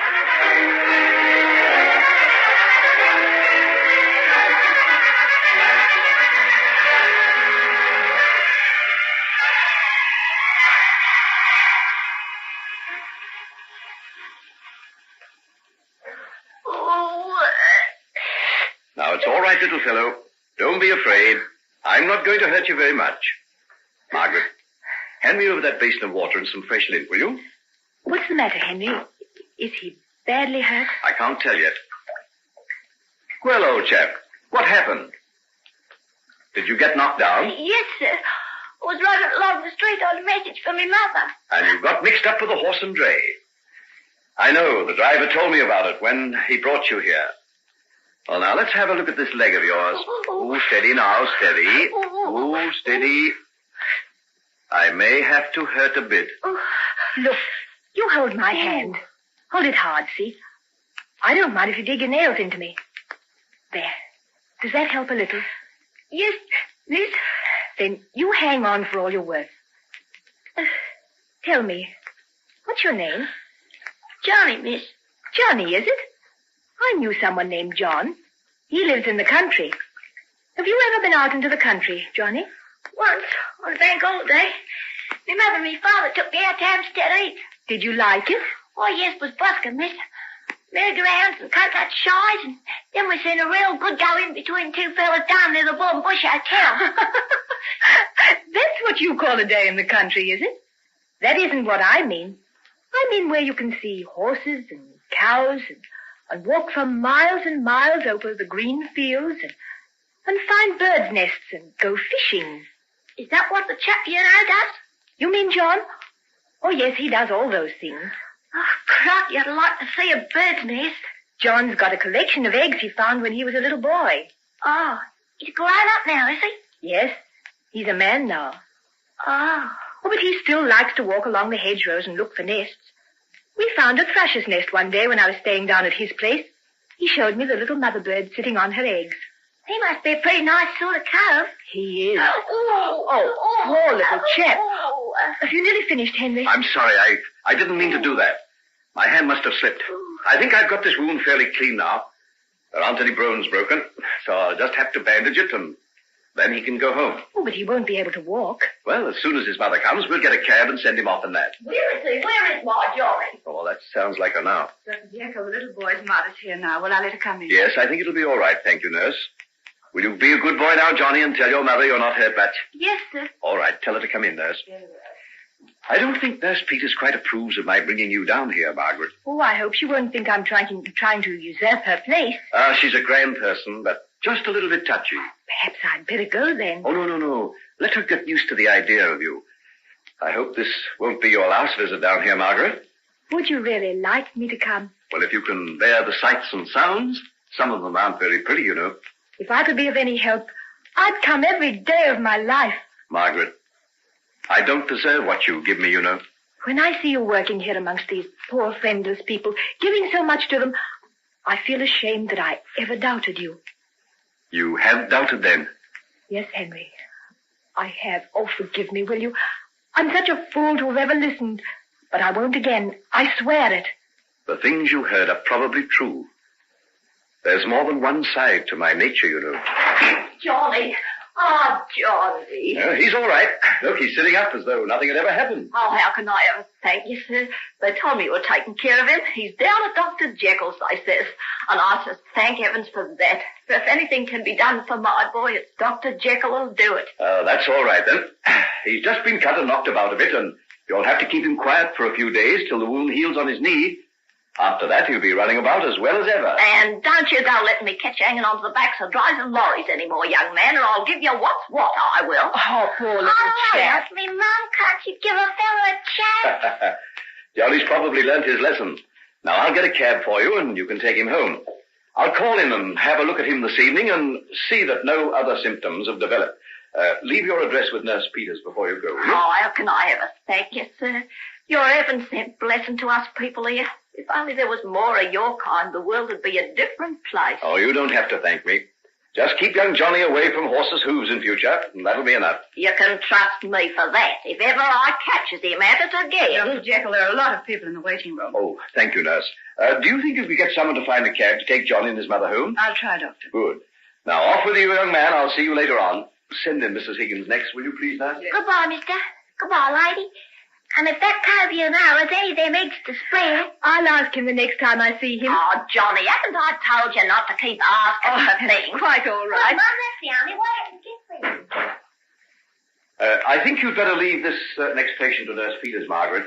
It's a leg ulcer and not a very pretty sight. Oh, if I sat away in the corner and just watched, would I be in the way? Oh, you'd never be in the way, sweetheart. I do so want to learn, and this is the only way I can do it. All right, but don't be ashamed to say if things get too much for you. Many a first-year medical student has to rush out of the casualty room, you know. Did you, Henry? I did, and more than once. All the human frailties are mine, I'm afraid. Mrs. Higgins, Doctor.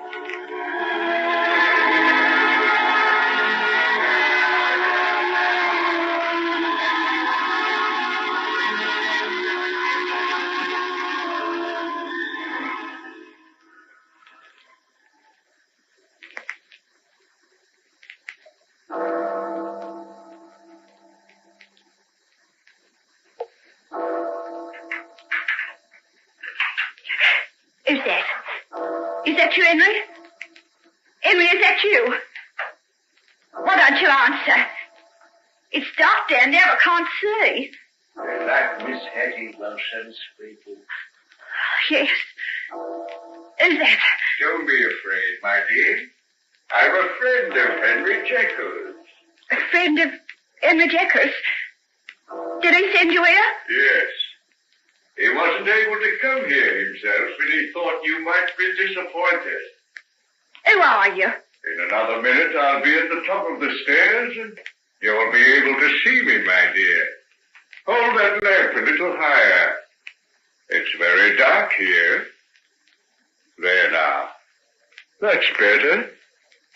Can you see me? My name is Edward Hyde.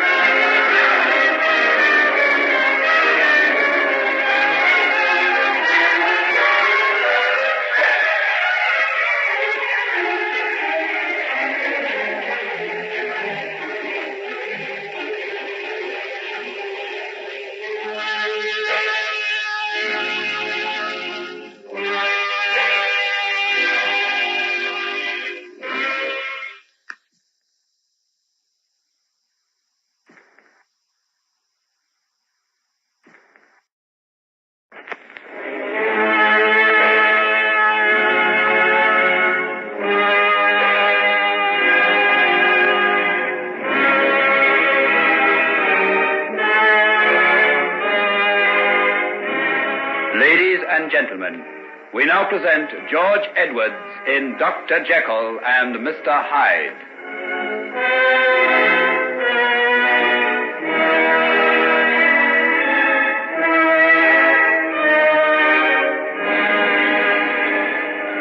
Come, my dear. What's the matter? Who are you? I told you. My name is Edward Hyde. I'm a friend of Henry Jekyll's. But he told me you were away. So I was. I've been out of town for some time, but I came back, as you can see. Come, you're quite unnerved. If I hadn't had the presence of mind to fling my coat over that lamp when you dropped it, you might have caused a serious fire. You frightened me. I can quite understand that. If you were expecting the godlike Henry Jekyll, I'm not much like him, am I? Not much. Come, my dear. Am I as bad as all that? Can't you bear to look at me without a shudder?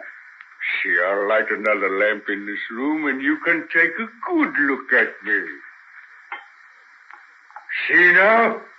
How's that? Go away. Don't come near me. Tut, that's not very nice of you. After all, you're enjoying my hospitality, you know. Where's Henry? Why didn't he come? Our dear good friend Henry Jekyll has been detained. Social engagements, I believe. You know how these things are with our young gentlemen of fashion. But he said he'd come at 10 o'clock. And you've always found him reliable in the past? Not the first time you've waited in vain for him to keep an appointment with you, is it? Still, he did have the grace to send me and his apologies. This is his way of getting rid of me, isn't it? He knows it's either stay here or go back to prison. I might have known he'd do something like this. Oh, no, this is entirely my own idea. You misjudge Henry if you think he wishes you any harm. Of course, he's never done me any harm, has he? It wasn't him that tricked me into coming up here to London, promising to send me money, coming to see me. It wasn't him that drove me into taking that job in Red Mix Dance Hall, was it? And he regretted it. Regretted it? Sends his apologies, I suppose, like he did tonight. That's Henry. Nice and charming. And false as they make 'em. Be careful what you say about him. He's my friend. I know Henry Jekyll. He wouldn't hurt a living soul. Oh, you man. He's a saint, you hear? No one can say a single word about him. Then they don't know him like I do, that's all. He does good every day of his life. Think of the sick people he helps, the poor people he gives food to, the children he sends away for holidays. Henry Jekyll does? Yes, Henry Jekyll. But you drag him down because of the folly of his youth and his human weakness. You destroy all this. I'm not a handsome fella like Henry, am I? Take a look in the mirror there. No. Come on, don't turn away. Take your hands off me. Your head in the back of my neck. I want to see your face up against mine. No. See. There we are. Beauty and the Beast. You haven't lost your looks for all that you've been through. Let me go. Not till you've had a look. I don't want to look. You're idiots. Pale, aren't I? As though I never saw the sun. And there's something wrong with my forehead. Deformed, some people would call it. And my eyes, they slit upwards, and they're small and mean and set too close. But my mouth, that's the worst part of me, don't you think? Did you ever see another mouth like mine? Or those teeth? They're more like fangs, aren't they? Yes. And have you noticed my hands?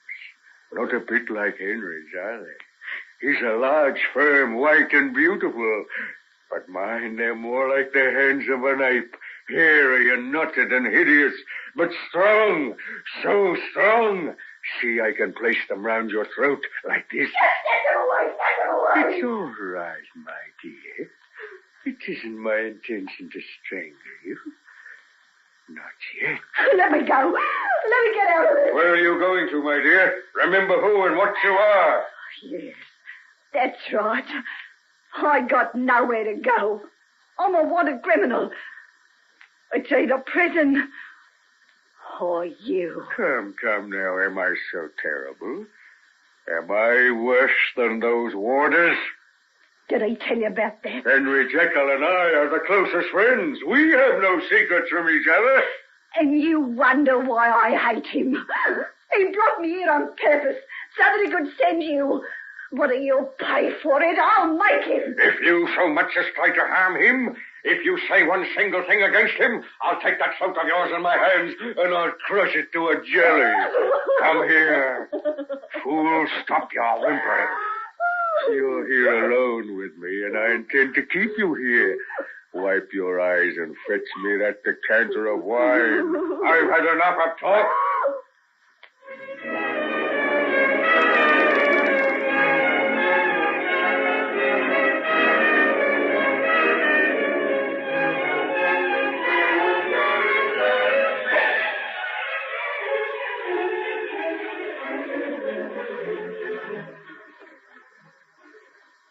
Miss Utterson, I'm awfully sorry to trouble you at such an hour, but I'm at my wit's end. Do you happen to know where Dr. Jekyll is? Isn't he with you, Nurse Peters? Well, he had dinner here, but left early, saying he had to be down to see a patient at 10 o'clock. At 10 o'clock? Well, I don't know anything about that. The clinic shuts at 5 o'clock. And Dr. Jekyll wasn't expected down again till 2 o'clock tomorrow afternoon. Was there some special case he had to see about? Not that I know of. But I've come now because of little Johnny Burke. Oh, the little boy who was knocked down this afternoon? Yes. His mother came along to him in a terrible state. It's taken a very bad turn. I don't like to say without Dr. Jekyll seeing him, but it seems to me like internal hemorrhage. Good heavens. And can't you find him? No. I went to his house, but none of the servants have seen him there since about 9:30. Oh, that'll be after he left here. Did they try in his laboratory? Yes. He did go out there, but the whole place is in darkness now. Then what will you do? Is the little boy very bad? Very bad indeed. Oh, that's terrible. Can't we get another doctor? Oh, no, Miss Artisan. No other doctor would come. It's Dr. Jekyll's case. So supposing he dies? No other doctor would come. Oh, then we've got to find him. If you wait a minute, I'll come with you. But where can we look? Well, he told me he was going to see a patient. We can look in his case book. There may be something there to help us. Yes. Anything wrong, Margaret? Oh, Daddy, this is Nurse Peters from Henry's clinic. A little boy who met with an accident this afternoon is very ill, and we've got to find Henry. But you're not thinking of starting off at this hour of the night. It's close on 11. But the little boy's terribly ill. He must have help. And what are you going to do? We're going to Henry's house to see if we can find out where he is. Margaret, you can't do that. Why not? Let me send one of the servants round with a message. I'll be all right, Daddy. Nurse Peters will be with me. I insist that you take either John or me with you. You can't go out unaccompanied at this hour of the night.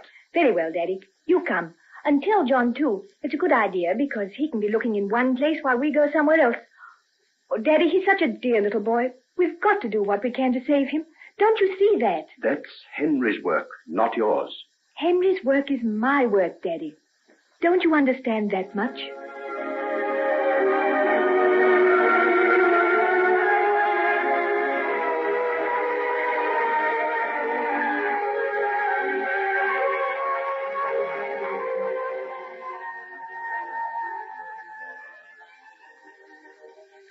No, Miss Addison. Dr. Jekyll isn't home. He left here soon after 9:30. and he hasn't come in yet. But where did he go? I've no idea. He left by way of the laboratory. The laboratory? Yes. You see, there's a door that lets him out onto the street by a back way. He often goes out that way, miss. But look, I can see a light there now. He must have come back again. I believe you're right. Daddy, Nurse Peters, he's here. Where? In his laboratory. The light's just come on in the upper room. In the window, see? Well, you wait in the carriage with Nurse Peters, and I'll go out and get him. Will you take me through the house, Poole? Yes, Mr. Utterson. Certainly, sir. Come this way, sir. Thank you. Tell him it's urgent, Daddy. My dear, I imagine Henry knows more about the seriousness of internal hemorrhage than you do. Just follow me, Mr. Utterson. I'll bring a lamp and light you across the courtyard. It's a very bleak night tonight, sir. It is indeed.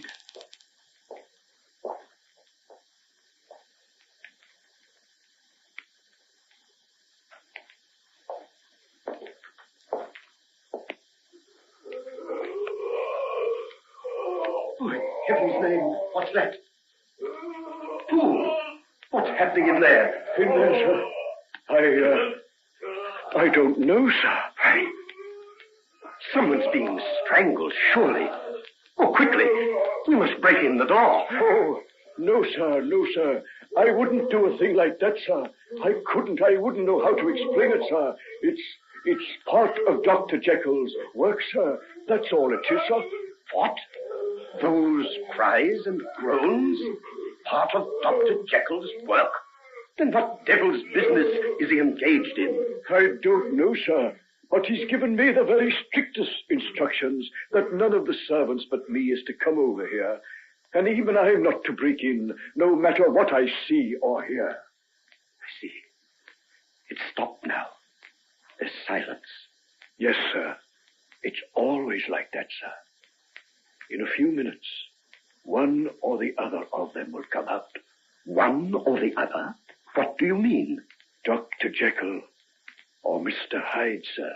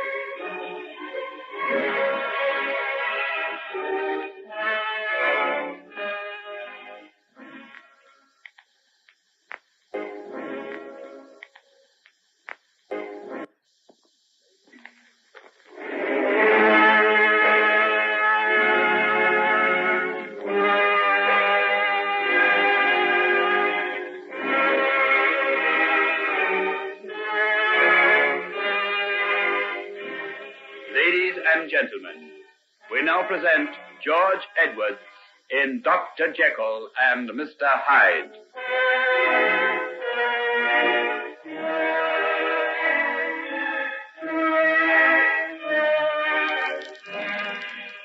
Who is this Edward Hyde? I couldn't say, sir. Yet he comes here? Off and on, sir. Sometimes we don't see him for weeks. Then he might be here almost every day, but please say nothing about it to Dr. Jekyll, sir. He'd be very angry with me for discussing it. Have no fear, Poole. You can absolutely rely on me. Who's there? 'Tis I, Utterson, and Poole. What do you want? There's a message for you, Henry. A little boy you attended this afternoon has suddenly become very ill. The nurse suspects hemorrhage. Oh, very well, then. I'll be down in a minute. Would you like me to come in? No. Well, what do you mean? Nothing. It's just that I thought I heard you cry out a few minutes ago. No, I'm perfectly all right. Go back to the house. I'll be over in a little while. Very well, Henry. We'd best be getting back, sir. No point in standing here. No. Come along. Mr. Utterson, you won't mention anything of what I told you about Mr. Hyde, sir, will you? It's just that you, being such an old friend of the family, sir... I quite understand, Poole, and I appreciate your confidence. I think Dr. Jekyll's too much by himself, sir, if you ask me. Since his mother died, there's been practically nobody here but the servants and himself. It's too lonely. A man gets morbid or takes up with bad company, sir. That depends very greatly on the man, don't you think? Dr. Jekyll's never been the same as other young men, sir. Even as a boy, he was given to reading and sitting by himself. Too clever, if you ask me, sir. Well, we'll have to see what we can do about it, Poole. There you are, Daddy. Did you find him? Yes, my dear, we did. He'll be in just a moment. Nurse Peters has gone back to the little boy. She thought she might be able to do something while we were looking for Henry. Well, I think I can hear him coming across the courtyard now, so he'll soon be on his way as well. Henry, is that you? Yes, I'm coming now. We've been looking for you every... Why, Henry, What's the matter? how pale you are. You look ill. Is anything wrong? No, nothing. Poole, have you got any coffee? Yes, sir. If you'll wait a minute, sir, I'll bring it up. See that it's hot. I won't have any milk. What about you, Margaret? And you, Mr. Addison, would you care for some? No, we'll get along. You'll have to hurry away, and we'll only delay you. Are you ready, Margaret? Yes, Daddy, I'm coming. Henry, are you quite sure you're all right? Yes, dear. Yes, dear. I'm a little tired, that's all. I've been working very hard. I wish I could share your work. Be with you now when you go to that little boy. Oh, that's impossible, my dear. It may mean an immediate operation. I'll have to get him into a hospital. I'll probably be up all night. If I could only be here when you get back. If only you could. When, Henry? When? Margaret, are you ready? Go to your father, Margaret, my dear. He'll give you the answer to that question.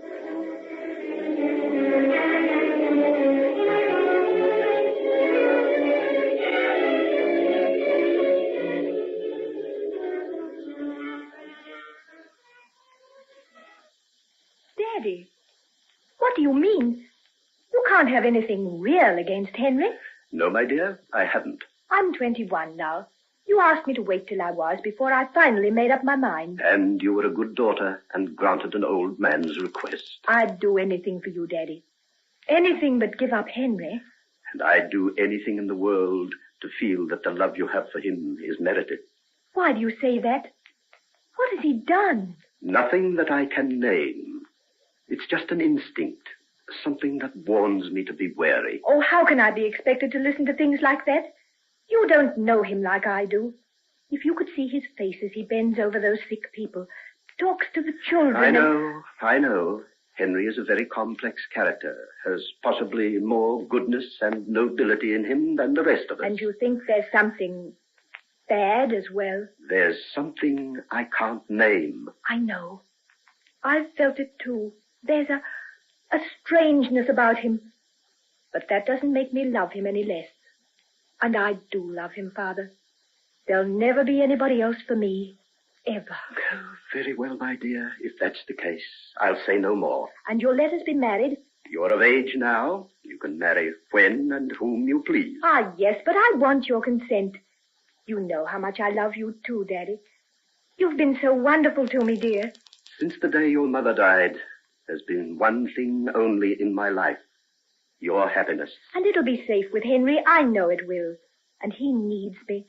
If I were to desert him, that thing we both of us feel might destroy him, you know. As long as it doesn't destroy you. Never. And you'll tell him you won't oppose our marriage anymore? I'll tell him. I might call in tonight. I have to pass that way after a meeting I have to attend. Oh, thank you, dearest. Thank you. You'll never be sorry, I'm sure.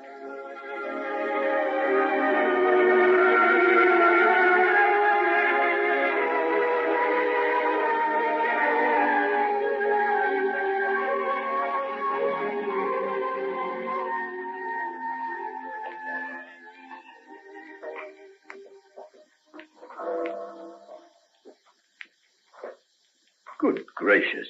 Is that really 12 o'clock? Yes. What no windbag the chairman is. He could have cut that report in half and told us just as much.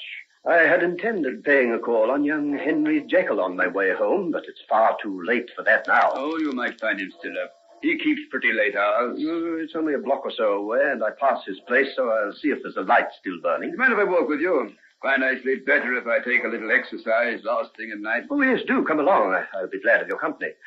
How deserted the streets are. Not a soul abroad besides ourselves. There's something a little uncanny in seeing the streets so empty, isn't there? And listen to that wind. Well, come along. Let's button up our coats and hurry along. Come down this side street. It's a shortcut, and it'll take us almost to the square where Jekyll lives. Oh, we're not alone any longer. There's someone else hurrying along home. Yes, what an odd-looking creature he is, too. Do you see the way he walks? A kind of cat-like shuffle, if such a thing were possible. Making a fair pace. Around the corner another minute. Yes, with that heavy stick of his and the long black cloak fluttering in the wind, he looks like some weird night creature. Hardly human at all. Funny you should say that. I was just thinking the same. Good Lord, just look at that. I say, wait, what's he doing? That child, it ran into him as he turned the corner. He's striking it. It's fallen under his feet. Look. Oh, come quickly. He's not killed. Hi there. What are you doing? Stop. He's taken to his heels. Winter, can you catch him? I'll try. Take care of the child. Yes. Oh, there. Now. No. Don't be frightened. Oh, he won't hurt you anymore. Tell me, what happened? He knocked me down. He beat me with his stick. But why? Did you bump into him? I was running out, and I didn't see him. And where had you been at this time of night? My father's sick, and I was there to get the doctor. Oh, come, you poor little thing. See, let me wipe the mud off your face and hands. I don't exactly know. My friend and I were walking along the street, and this little girl bumped into a man who was hurrying on ahead of us. He lost his temper and beat her with the stick. I was looking out the window. It was horrible. The most horrible thing I ever saw. Oh, it's a pitiful thing. My friend took after him. He may catch him. Look at him, you're kissing me now. Look at the poor little thing. I'm dead with fright. Here's all to let that children else is coming on. Oh, he's very sick. She has to go for the doctor. Where he comes now? The doctor. Then have a look at her and see if she's barely hurt. Look at that poor little mouth. He drove her teeth out through her lips. I'd like to string her to the lamppost, I would. What is the matter here? Been an accident? This child has been injured, Doctor, but I don't know how badly. No, let me have a look at her. Now stand back, everybody.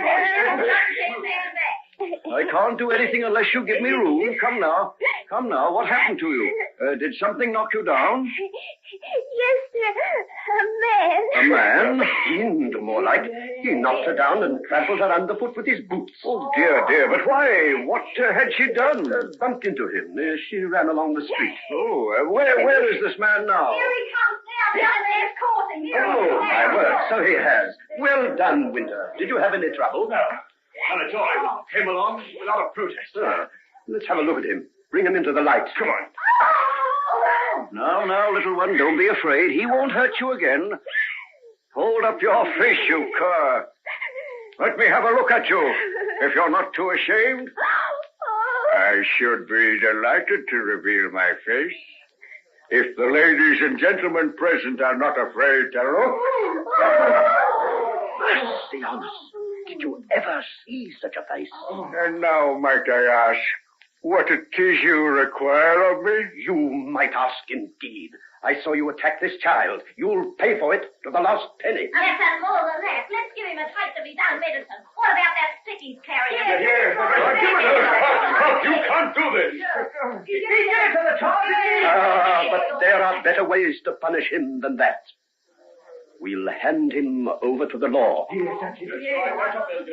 We'll make his name reek from one end of London to the other. If he has any friends or any credit, we'll see that he loses them. Yes. He'll carry the brand of this night's work to the end of his days. Your eloquence does your legal training credit, Mr. Utterson. What? You know me? Who in heaven's name are you? You may have heard of me. My name is Edward Hyde.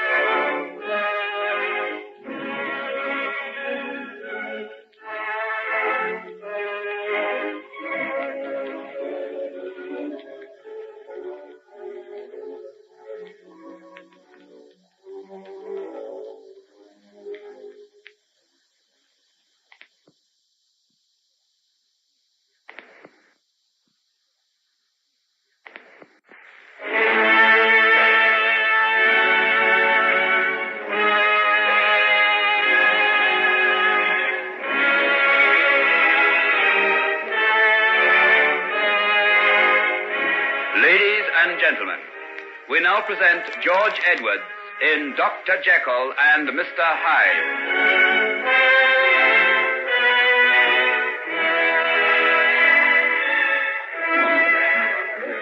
Edward Hyde. So you are Edward Hyde. Entirely at your service, sir. No.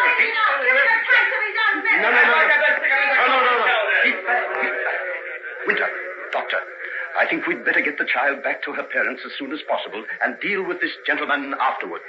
I think you're right. This crowd has got an ugly look, and the man himself doesn't help matters. Did you ever see such a face in all your life? I'm not by nature an emotional man, but I tell you truly, it's all I can do to keep my hands off him. Me too. It's just as well he didn't struggle when I ran after him and caught him.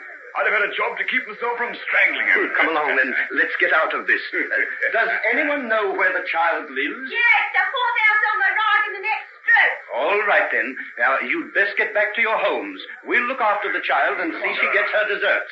I'm a lawyer, and my friend here is a well-known businessman. You can rely on us. You can call on me, mister. You want a witness? I saw the whole thing happen. Struck her down, he did, without the least provocation. Good.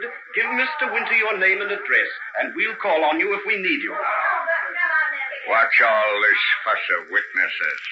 I'll pay you what you want and make an end to it. You'll pay all right, my friend, and a tidy sum it'll be if I have my way. How much do you think I'll have to pay for my night's entertainment? From the state of the child's dress, I gather they're not well off. What do you think? I'd say to £50. In a few moments, we'll be at the child's house, and then you can find out. I don't want to see them. No gentleman wishes to be involved in a scene of that sort. Come, name your figure, and I'll pay. Double the amount you named would be nearer the mark, I'd say. £100 for a few bruises and a bit of a fright. I'd no idea the sensibilities of the English poorer classes were so costly. Less of your insolence, sir, or you'll go to the police station, as you well deserve. No, don't do that. I'll pay. Come with me and I'll get the money right away. Where do you want me to go? Not far from here. I'll have to get you a check. You wouldn't expect me to have that amount of money in my pocket, would you? No, I don't suppose you would. Winter? Yes? This man has agreed to pay £100 if nothing more is said about what happened tonight. And so he should. Will you and the doctor go with the child while I go with him to get the check? Will you come back? As soon as I get the money and make sure of its bona fides. How will you do that? By keeping him in sight until the bank opens and it's cashed, if necessary. All right, then. We'll wait. Come along, Doctor. This is the place, I think. Lead the way, Hyde, and no tricks, or it'll be the worse for you.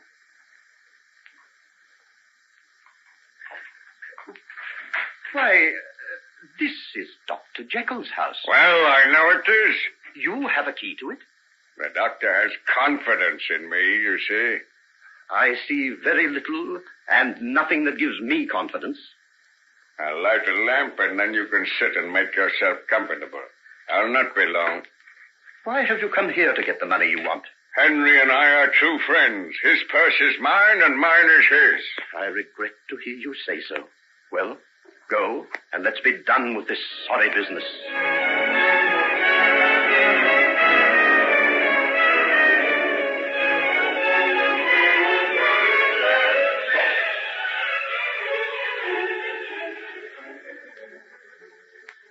Mr. Utterson. Mr. Utterson? Well, I must have fallen asleep. I think you did. What time is it at all? Nearly 2:00. And I've been here all this time. However could I have done such a thing? What will the others be thinking? Oh, you mean Mr. Winter and the doctor who took care of the child? You know all about tonight's business, then? Yes, I know. Henry, what in heaven's name have you got to do with this creature, Hyde? I can't explain. Oh, here's the check. He asked me to give it to you. Signed in your name? Yes. He felt that you might have some doubts about the validity of one signed by himself. Is that the true reason? Well, what other could there be? A dozen. This man has some power over you. He's blackmailing you. Is that it? No, it isn't that. What is it, then? Henry, I demand an answer. Do you know why it was that I happened to be in the vicinity of your house tonight? No. I intended to come in if I saw a light burning. I had a talk with Margaret after dinner tonight. She won my consent to your marriage. You've agreed? I did. Not that I feel any happier over it, but because I had nothing really positive against you. And on my way to tell you so, I witnessed this hideous deed committed by one whom you claim as a friend. A crime you are willing to cloak with money, paid from your own account.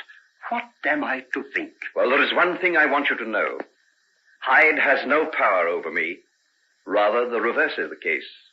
The moment I choose, I can be rid of him. I can blot him out of my life as though he had never existed. Then do it. Do it, man, before it's too late. If you don't, you'll regret it. The man is so evil, so vile in every way, that merest contact with him must mean contamination. Yes. Yes, I fear I must. Tonight's episode has shaken me more than I can say. Whatever could have come over him, I can't imagine. Sheer bestiality. Something that lies deep in his horrible soul. The man is capable of anything, even murder. Murder? Murder? Yes, I've sometimes thought that, too. If he were to hate someone enough... Please, God, I shall not be that person. Please, God, you won't.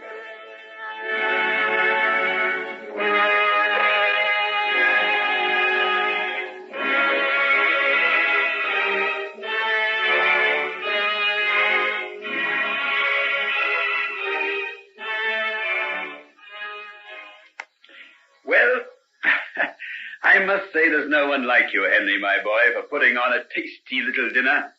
Tell me, where did you get your cook? My cook?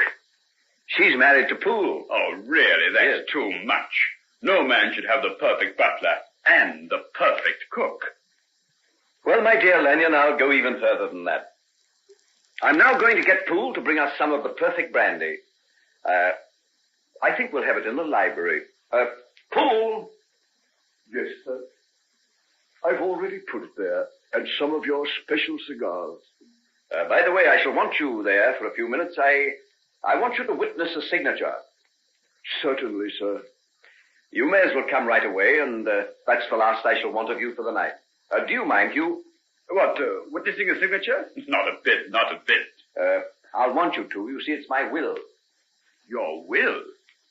Here, I say, you're not getting morbid, are you? Oh, no, but the fact is, I'm getting married, and, I want to make some changes, you see. Oh, why, of course, yes. How stupid of me. When's the happy event to be? Oh, not for another few weeks. Margaret's away collecting her trousseau, and it seems that it takes some time. Well, make the most of it, old boy. Make the most of it. Well, I will. That's why I sent for you. Oh, seriously? Mm-hmm. Oh, I say, that's fine. And do you know, Henry, I've been feeling a little poorly lately. So, what do you say to a little run over to the continent? Over to the continent? Yes. Paris is marvelous this time of the year. Paris? Good old Paris. You incurable libertine. Have you forgotten that I'm all but a married man? Besides, that's where Margaret's gone to buy her trousseau. Yes, that does make it rather awkward. Very. Oh, but there's still Vienna. Oh, I say, tell you what, how about going to that village I told you about? I was there for the autumn, but imagine what it will be like in the spring. What's its name again? Corvina. Oh, yes. You go to Innsbruck and then branch off on a little line almost as far as the Bremer Pass. Ah, what a country. What girls. Find out. Here's Poole coming. If you start getting him too excited, he mightn't be able to hold the pen. Oh, Lord, yes. There's that will, isn't there? Oh, where is the bally thing? Here it is. Oh, come in, Poole, come in. I'd better sign first so that you can see me do it. Now, Hugh, if you'll sign there and Poole on that other line, it'll be done with. No, just here. Oh, there you are. Now you, Poole. Here, sir. That's right. Thank you. Now, I want you both to have a good look at me. Look, but why? We've both seen you before.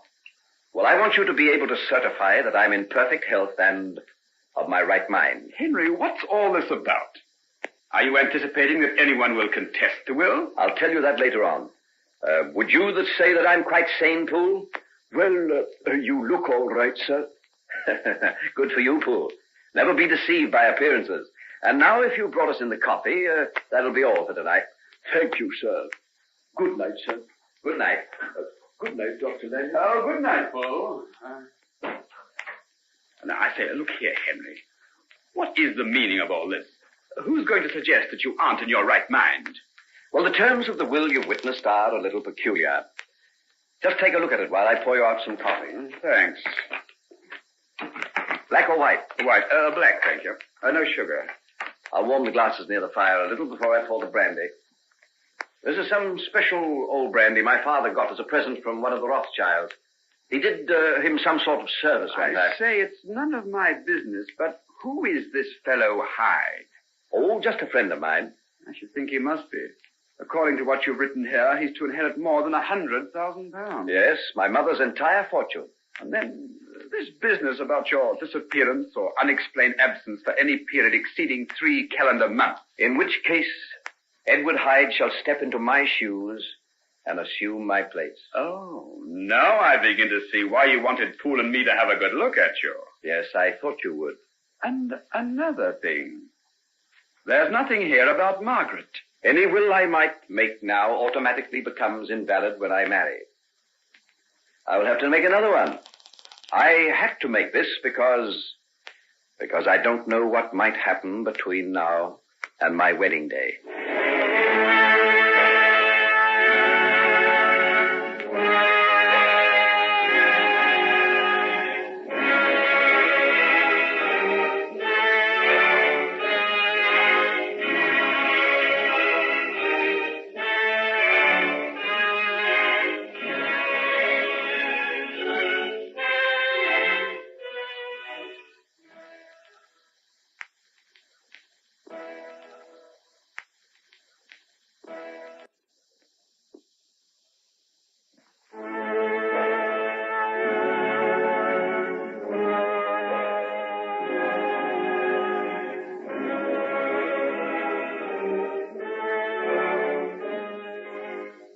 Ladies and gentlemen, we now present George Edwards in Dr. Jekyll and Mr. Hyde.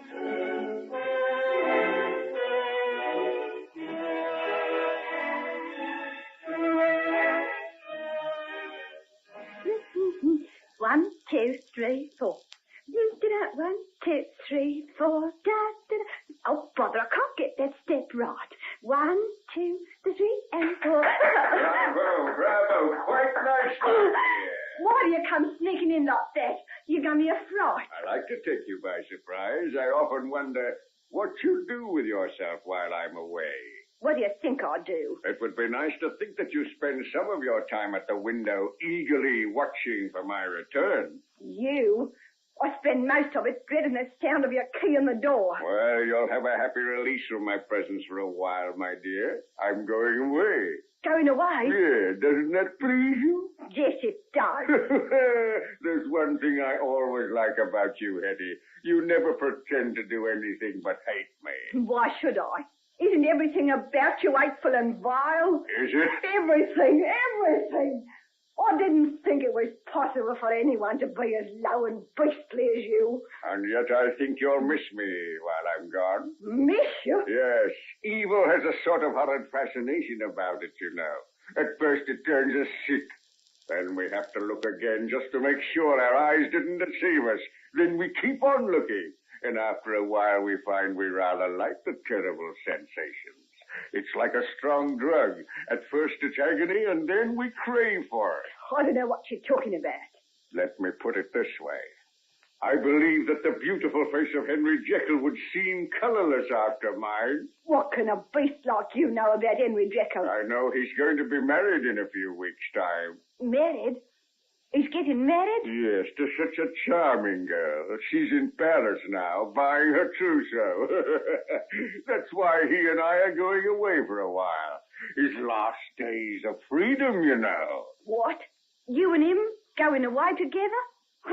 He's out of his mind to be even seen with you. He won't be seen with me, but we'll be together for all that. Together all the time. He'll not get away from me for one moment. What do you mean? What power have you got over him? You're always hinting and suggesting things. You say you're his friend. You couldn't be a friend to anyone. You're too vile, too horrible. You've got him in your power, that's what it is. You make him give you money, pay for this place here. You're blackmailing him. Blackmail. Blackmail. Who else accused me of that? Yes, Mr. Utterson, the father of the young lady Henry's going to marry. I hate that man. Someday I'll square accounts with him. Stop it. Don't look like that. I can't bear to look at you. You needn't be afraid, Etty, my dear. I'm not thinking of squaring accounts with you. Not yet. And that reminds me, while I'm away, you'll continue living here.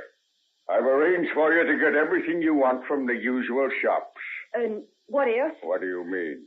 Well, aren't you going to loan me any money? What do you want money for? What if I want to go out? I'm not going to lock you up.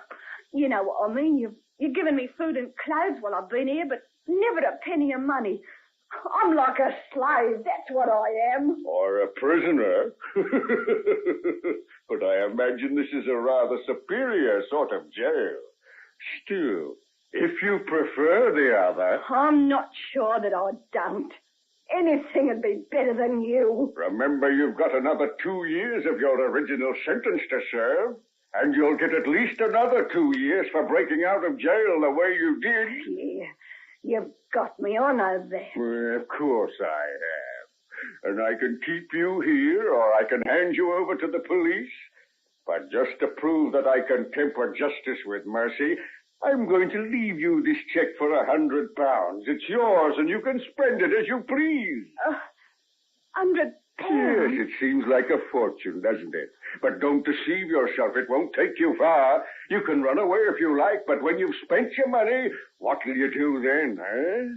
Don't forget your previous attempts to keep yourself. I know. So you'll be here when I get back. Goodbye, my dear, darling little Hetty. Take your hands off me. Get away, get away. Oh, such passion. Well, I'd rather have it that way. Hate is a strong sensation. I know it well. I hate people too. Good people, wise people, hypocrites and liars. People who commit their sins in the dark and hope they won't be found out. Without the courage to be really good or really bad. Oh, I despise them. Stop your raving and get out of here if you're going. Go on, get out. You're not little Hetty. That's what I like about you. I've thrashed you, but you aren't coward. You hate me, but you're not afraid. Hate you. If you only knew how much. That's right.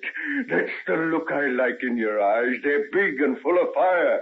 Perhaps I'm making a mistake in going away. What can the fat peasant girls in Caravina have compared to you? And where's Caravina? In Austria, my dear. That's where I'm going for the festival in the spring.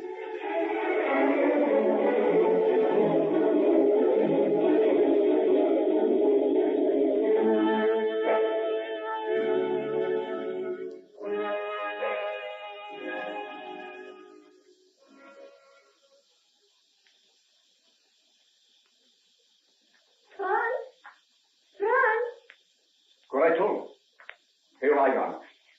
I didn't see you lying there behind that tree. It is warm here in the sun. The sheep are grazing peacefully on the side of the hill, so I thought I'd practice a new song for you. I bought your mittagessen, fresh bread and cheese and some of Father's beer. He said it's very good this time. Oh, let us try it then. Sit down beside me and talk a while. You haven't got to hurry away, have you? Mother said I had to be back in time to help her with the baking. There's pies and butchkry and no end of things to be got ready for tomorrow. Oh, let the other girls help her. I want you to stay with me. Come, sit down beside the grass here. We are only betrothed, you know. Oh, but this time next week we will be married. When you will be sorry to leave your father's inn and come to live in a shepherd's hut with me. But you will not be a shepherd all your life. Your uncle said he would like to have the wool off his sheep this year for being such a good worker and looking after his flock so well. Oh, but suppose he changed his mind, would you still marry me? Franz, you know I would. I like you best of all the men in the village. I told you so. Oh, there's no one like you, Gretel. Even that time when I went down to Lynch for the big fair, I didn't see anyone as pretty as you, or with such long golden plaits of white skin. You'd be a beauty no matter where you went. Well, I'm going to stay in Corvina and marry you because you're handsome and you dance well and you play me little songs on your flute. And I love you. Oh, that is as it should be. You wouldn't catch me marrying a girl whose heart didn't beat fast when I kissed her. Franz, how many girls have you kissed? Oh, dozens. But I believe you did carry on with someone else when you were in Linz. What makes you say that? I noticed a difference in you when you came back. Well, as long as I have improved. Oh, you are a wretch. How do I know what you were up to? And all the time I was sitting waiting for you to come back. And not a soul to take a scrap of notice of me, because everybody knows I'm promised to you. Do you think I am the strongest man in the district for nothing? Franz, if you were ever jealous of me, would you beat me? Would I beat you? No. Although I am so strong, I wouldn't beat you. I would never hurt a hair of your head, sweetheart. But you'd break me right in two if anybody ever came between us. Silly. As if that could be possible. Have we not been sweethearts ever since we were children? Do you remember how you used to carry my bag to school and do my sums for me when the teacher was not looking? And how you embroidered me my first jacket to wear to church. And how you danced with me almost all night at our first festival? And you let me kiss you when I took you home. Do you remember that kiss, Gretchen? I remember. Wait, what is that? Hello. What has frightened the sheep? There must be a stranger about. Yep, I can see him. Look, coming round the side of the hill. Why, he looks like a foreigner. I wonder what brings him here. He might be that Englishman who was here last year. Oh, no, this man is taller. We'll soon know. He's seen us. He's coming this way. How does my hair look? I'm sure you've rustled it and it looks terrible. Oh, you look so beautiful with your cheeks as rosy and your eyes like stars that I think I'd better send you away before the stranger sees you. Silly. Call him over. Hello there. Hello. Where are you making for? Is that Corvina down there in the valley below? Yes, where have you come from? Well, I've been on a walking tour. Do you think I could get a place to stay at in your village? Well, there is the inn. Jekyll's father is the owner. We have a room for you. That's fine. How do I get down to it? Just follow this path? Oh, there is a shorter way than that. I will take you down if you like. Oh, but surely I can find it myself. Will you just turn off where you reach that big rock about halfway down and takes you right to the center of the village? Good, I'll go down then. Do you plan to stay for a while? Well, a friend of mine was here last year. He told me how beautiful it was. Oh, you mean the hair of Dr. Lanyon? Yes, that's right. So, you remember him, huh? Oh, remember him? Oh, he was charming, so gay and such a dancer. We all hoped he would come back again. Well, he sent me instead. I hope I'll be able to make a good impression, too. I do not think you need worry about that, Mynheer. Well, if you go right the way, you should go down and be in time for the midday meal. Jekyll has just brought mine to me. Then don't let me keep you from it. I suppose I'll be seeing you later on. We have our festival next week. You've come just at the right time. At the right time for what? For dancing, singing, all sorts of good times. Oh, that's what I've come for. All sorts of good times. Well, goodbye until I see you again. Goodbye. Goodbye. Who is he, I wonder? He's much better looking than Herr Lanyon. All the same, I'd rather Herr Lanyon's red, good-natured face than this man's for all his good looks. What? What do you mean? I don't know, but something about him makes me feel uneasy.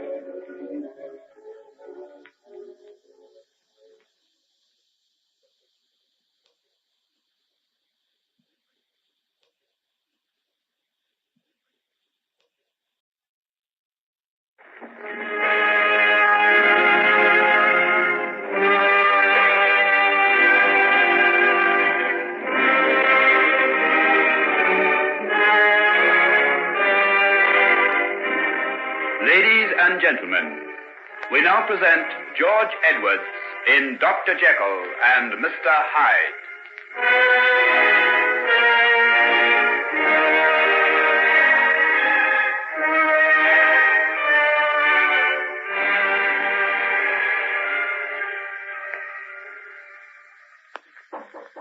Come in.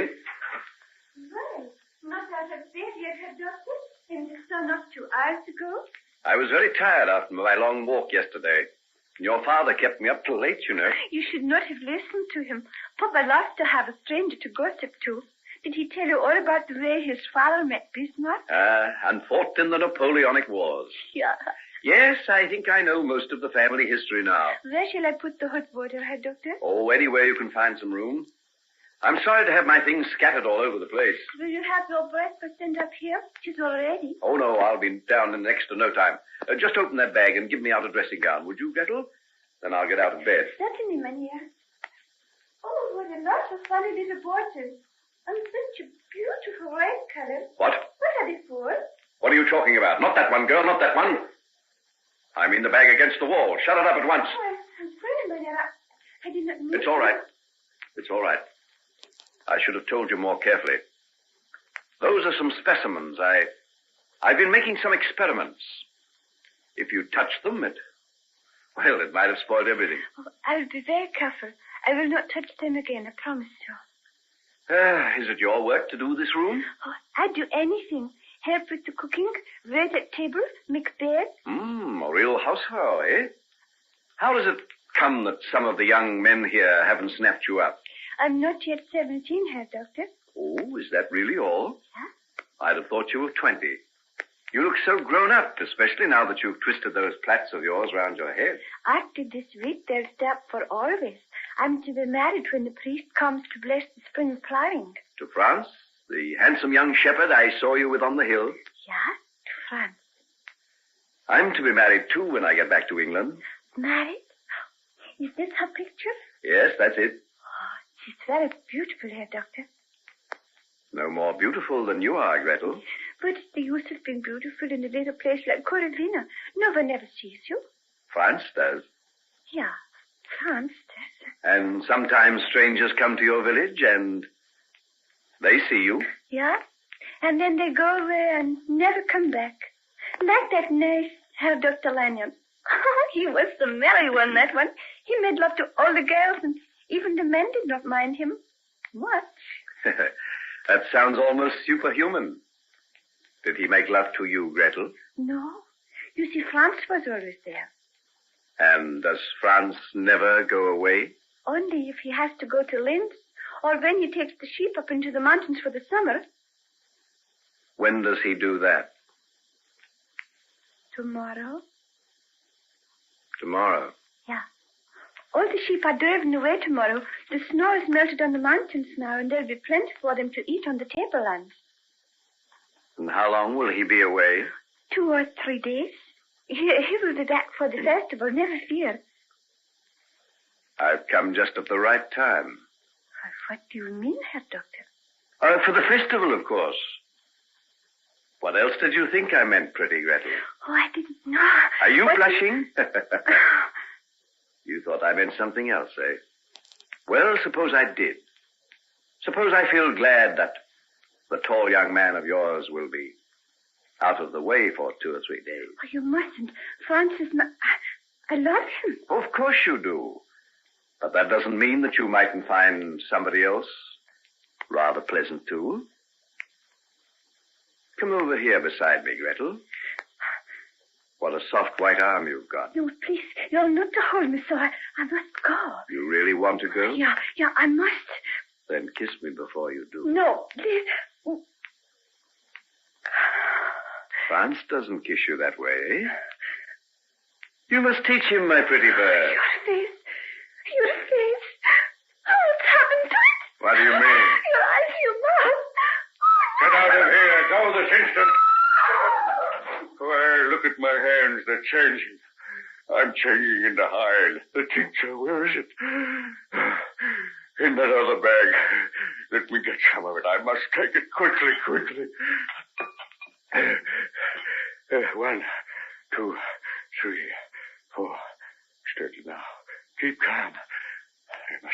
steaks. Now the salts. That's right.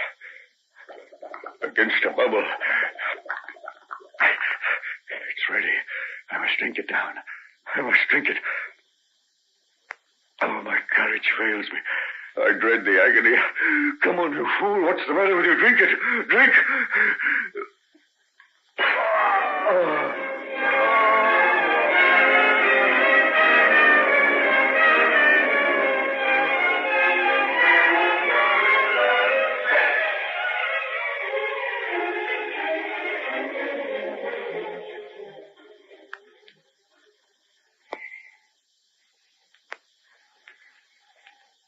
Herr Doctor, you're feeling better this morning? Yes, I'm quite recovered. I came down to see the flocks being driven off to the uplands. That is good. That is good.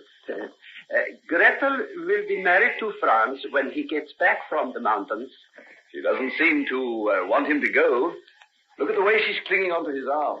I can't think what's come over her. Ever since yesterday, she's been like one possessed, pale and silent and ready to burst into tears at the least thing. That's a strange thing, love is. You know, Herr Doctor, when I was a young man, I remember how my father once said to me... Franz, don't go. Why, Gretel, you little silly, what has come over you? You were quite ready to have me go with the other man yesterday. Yeah, I know, but now I feel different. I want you to stay here with me. But I cannot do that, sweetheart. I have my own sheep to look after. And if anything happened to them, we'd lose the fine keeper of wool he's promised us. And that's to be the beginning of our fortune, don't forget. But supposing something happened to either of us, what good would the money be then? But what is going to happen? I go slowly up the mountain trail with the sheep, and I come down the glacier with the other men, the way I've always done ever since I was a boy. I'm not going to take any risk this time, little bird, with you waiting for me at the foot. And what if I'm not there? What? What is the shore saying? I do not know. I feel uneasy, Franz. I'm frightened. But why? There's nothing to be frightened of. Has anything happened to make you feel this way? Gretel, look at me. It's not this Englishman who's come here to stay. He hasn't said or done anything, has he? No, nothing.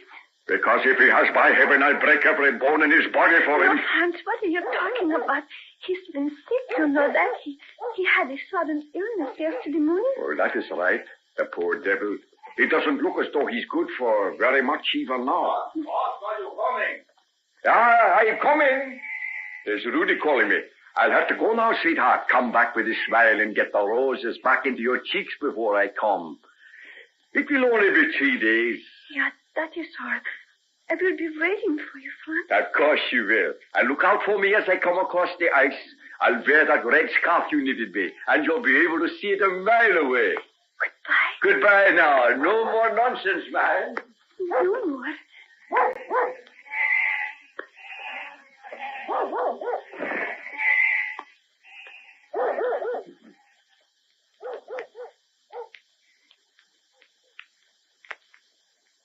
Yeah, that's the last we'll see of the sheep till summer's over. Would you like me to bring a chair out here for you to sit in the sun, Herr Doctor? No, thanks. I think I'll take a little walk. I hear the wildflowers are wonderful just over the side of that hill. Yeah, they are. Lily of the valley, hyacinth, gentians, a carpet of flowers. But are you well enough to go that far? Oh, yes, I'm quite all right. What time is dinner? I'll be back. Would you like me to send it out to you? The day is so fine. It seems a pity that you should have to come back so soon. Couldn't I take something with me? Oh, no. I'll send it out. The bread's not yet out of the oven, and there'll be some fresh pies and cake later on. Oh, well, if it's no trouble. No, not at all. Gretel here will take it to you, won't you, child? You take it? Yes. I won't have time. What? Not? Oh, the doctor's dinner. You would have time for that. No. He's going to take a walk to look at the wildflowers. No, I won't have time. Oh, no time? I have to help with the house and with the cooking, Papa. Rubbish. Now that the men are away from the village, we'll all have a rest for a few days. And just as well, too, with the wedding next week. Let me take it with me now. Anything will do. Oh, no. We don't often have guests from other countries come to stay at our inn. You must have the best. Gretel will take it out to you. No, I won't go. Oh, Gretel, what's the meaning of this? Have you gone mad? No, I just don't want to go. What is this rudeness? Herr Doctor, I apologize. Oh, don't trouble Papa Shank. I think I understand. Please don't force her to do anything against her will. But I can't understand. Such insolence. If she were younger, I would box her ears. You go for your work, Herr Doctor, and leave it to me. You shall have your dinner, and Gretel shall bring it to you. I shall insist. Papa, go into your mother, miss. You're not married yet, remember. And as long as you're in my house, you shall do as I say. Be off with you. That's what comes of being in love, Herr Doctor. It turns the mind. I'll be glad when she's married. Franz is the one to manage her. No nonsense about Franz. I once saw him toss a man just like that because he angered him. No nonsense about Franz.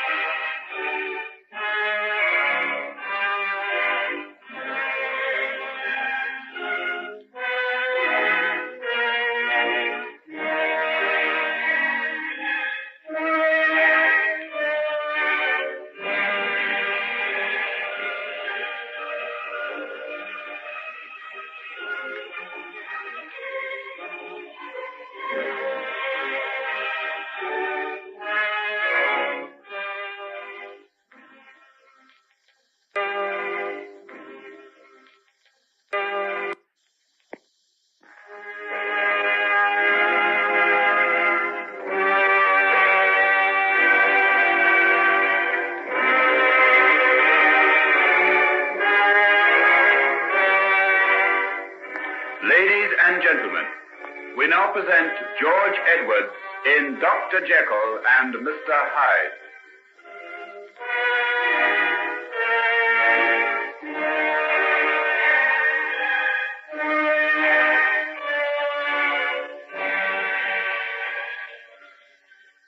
You have no idea at all of his whereabouts? Absolutely none.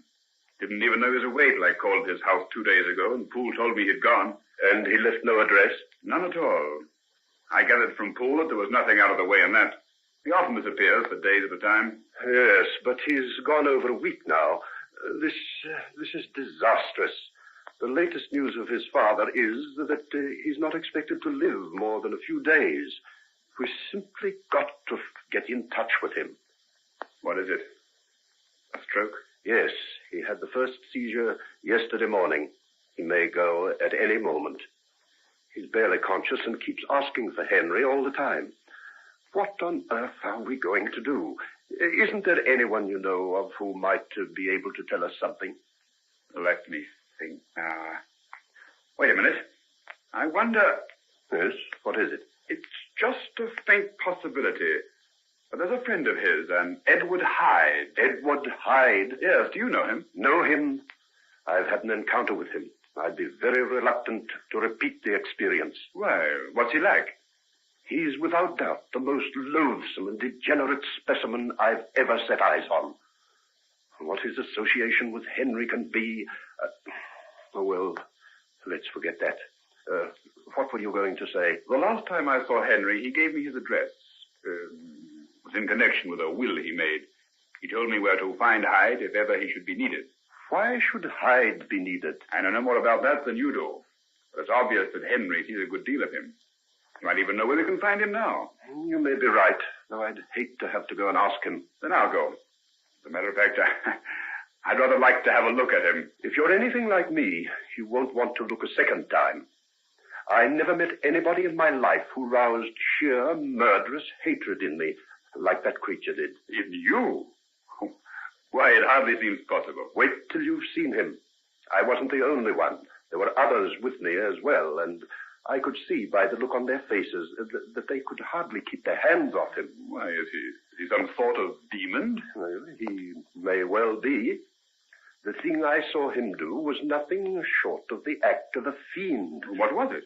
I saw him trample a little child down in the street, grind it with his heel, and beat it with his stick. What? Every word of that is true. It was the most horrible and revolting thing I ever set eyes upon, and committed by the one who is claimed as friend by the man my daughter proposes to marry. I won't attempt to disguise the fact that the thought of such a thing sickens me. Yes, I think I understand. But there must be some sort of explanation. I knew Henry very well. Always regarded him as a sort of a saint compared to myself. He's been wrapped up in his work, never gone in for the sort of things that I have done. You know, getting tight and larking around with women and all that. I hope you're right. And in the meantime, we've got to find him. The thought of that old man dying without seeing the son he loved so much is more than I can bear. Well, I'll go at once and see Hyde. There may be something he can tell us. I'll come back here as soon as I can. Very well. I'll make what inquiries I can think of. Goodbye for the present.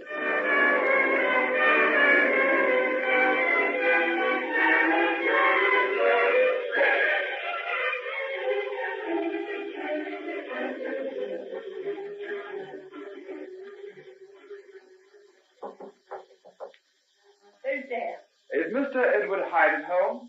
Who are you? What do you want with him? I'm Dr. Hugh Lanyon. I want to see him urgently. Dr. Lanyon. Oh, come in. Margaret, I'm glad to see you.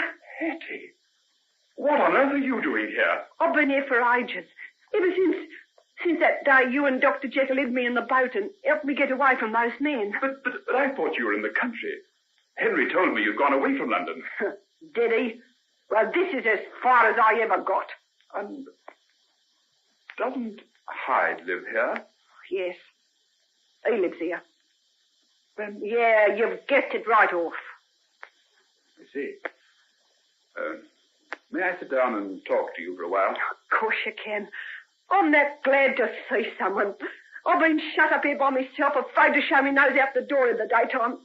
It's been so lonely, I think I'd even be glad to see Hyde come in. Where is he? He's gone away. Been gone almost a week. Away? Yeah. Why? Henry's father is very ill. We can't find him anywhere. He's away, too. I was hoping Hyde might have some idea where he is. I can tell you that. You can? Yeah. Let me see now. He said they were going to a place called Coravina. Coravina? Yes. Hyde told you that? Yes. He said he and Henry were going together. Are you sure? Of course I am. I remember his very words. He said, he won't be seen with me, but we'll be together for all that. He'll not get away from me for a moment. And they've gone to Coravina. Why on earth didn't Henry tell me? Do you know where it is? Of course I do. I was there last year. It was I who told him about it. Perhaps he was trying to steal a march on you. Henry was. Don't you think he would? Coravina. All places. It's miles away from any telegraph line. Perhaps his father will be dead by the time he gets back. What makes you say that? I don't know. Perhaps I hope it'll be that way. I'd like to think that something happened to him. Something that'd hurt him. Something that'd make him pay a little for the things he's done to me. Hetty. Shocks you, does it? I sit here all day thinking of ways to get back on him. Him and Hyde. What a pair they are. So different. Yet somehow, underneath, they're the same. Both cruel as the devil.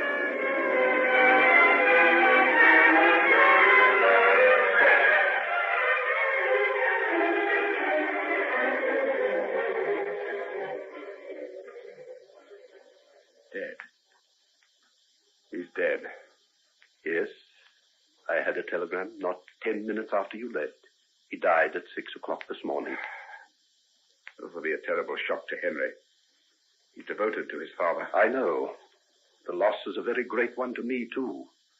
We were lifelong friends. The finest man I ever knew. What do you think we'd better do? There's no means of telegraphing him. Coravina's about 100 years behind our times. Tiny place that lives in a world of its own. Whatever possessed him to go there? I told him about it. I had a very pleasant time there last year. I suppose it made some sort of impression on him, and he suddenly decided to go there himself. Well, I'll write a letter to him. Perhaps that's better than a telegram. The shock will be bad enough as it is. Do you know, I think I might go over and tell him myself. I could get away now. Take me about 4 days to get there. If we return at once, we could be back at the end of next week. But why should you go to all that inconvenience? Oh, it's just that I feel the news of his father's death is going to be pretty hard to take. We're rather close friends, you know. Might be glad to have me around. Yes, I think perhaps he would. When will you go? I'll try and catch the Dover Express tonight. I've got 4 hours. Very well. I'll write a letter for you to take. Oh, you'll have to pass through Paris, won't you? Oh, yes. If you can manage it, will you try and see Margaret? I imagine this will mean a postponement of their wedding. It was to have been in 6 or 7 weeks' time. Oh, I say that's going to be another blow for Henry. Do you think so? Think so? Why, Mr. Utterson, don't you realize what Margaret means to him? She doesn't mean enough for him to be willing to give up his friendship with this beast, Hyde. He told me he need never see him again. And now they've gone away together, secretly, as though on something that won't bear the light of decent scrutiny. What am I to conclude from that? Is that the kind of man you'd wish your daughter to marry?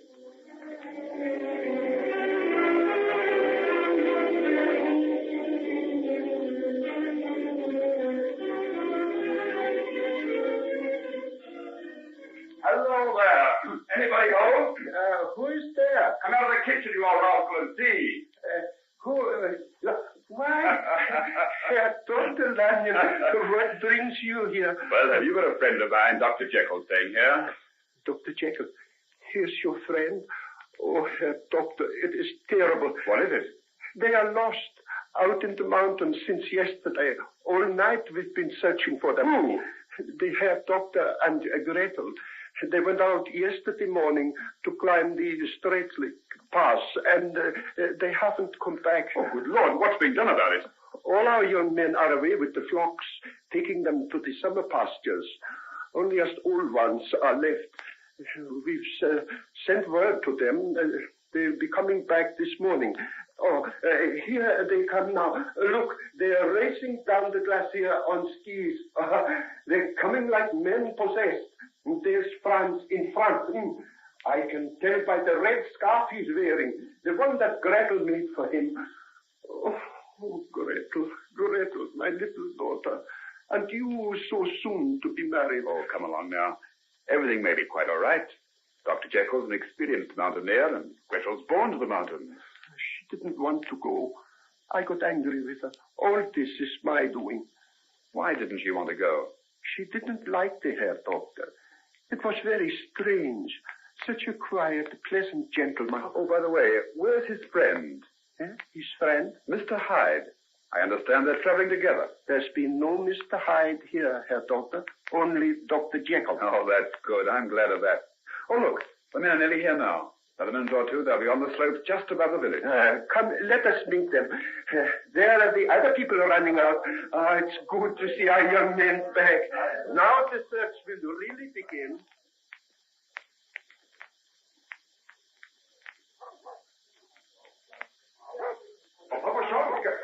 What is it? What has happened? Oh, Franz, my boy. They went away yesterday, and when evening fell, and no sign of them. Have you got food ready for us, and ropes, and alpine stuff? Yeah, everything waiting. Oh, why should she go with him?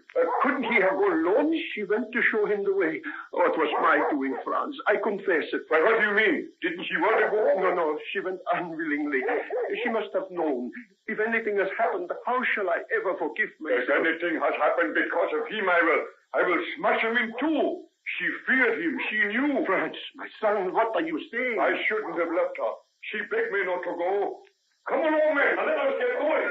We've got to find him before another night comes. Do not waste any time.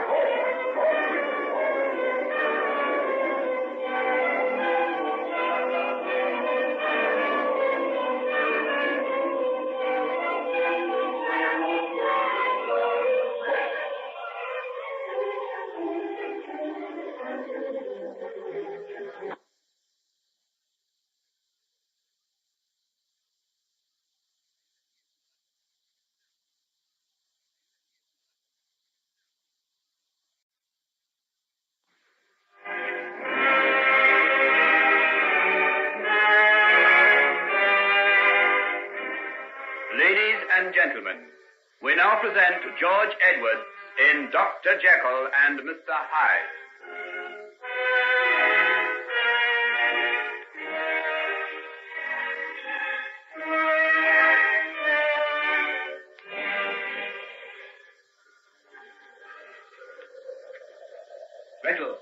Gretel, can you hear me?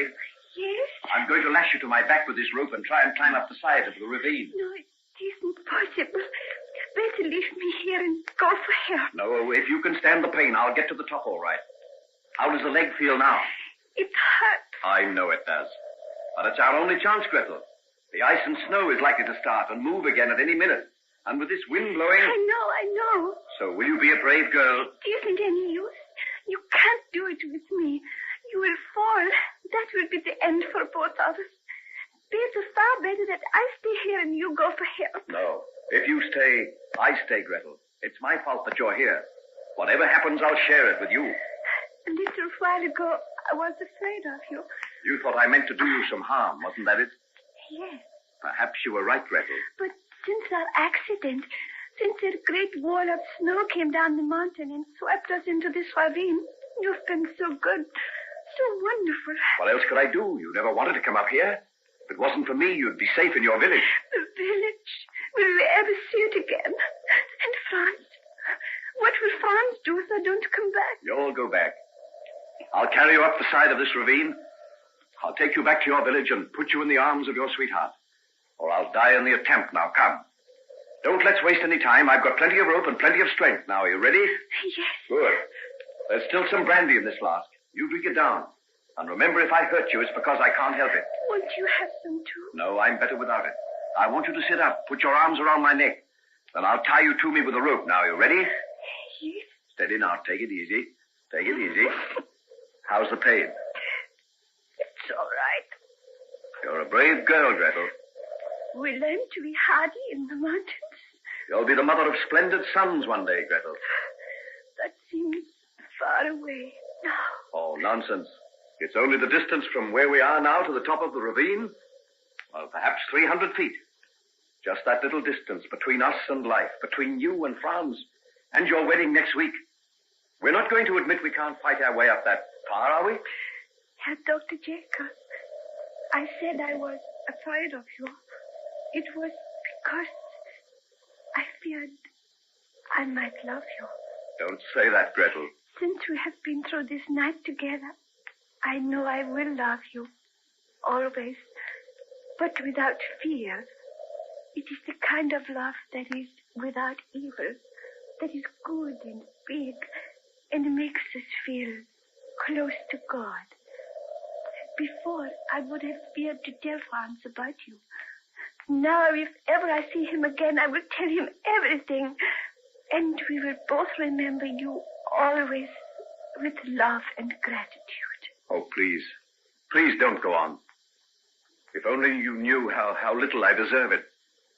If you only knew what was in my heart when I came to Korovina. We in Korovina are far away from the world. We don't know the way that others live and think and feel. But we do know good from bad.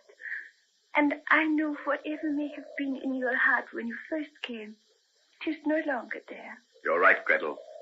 These hours spent on the mountain with death so close to us, just the two of us on the edge of eternity, have cleansed me as nothing in this world has ever done before. That's why I feel I can climb that perilous ravine. I feel strong. I feel that a new life has begun for me. This can't be the end. Then let us go. You will need your strength Oh, I love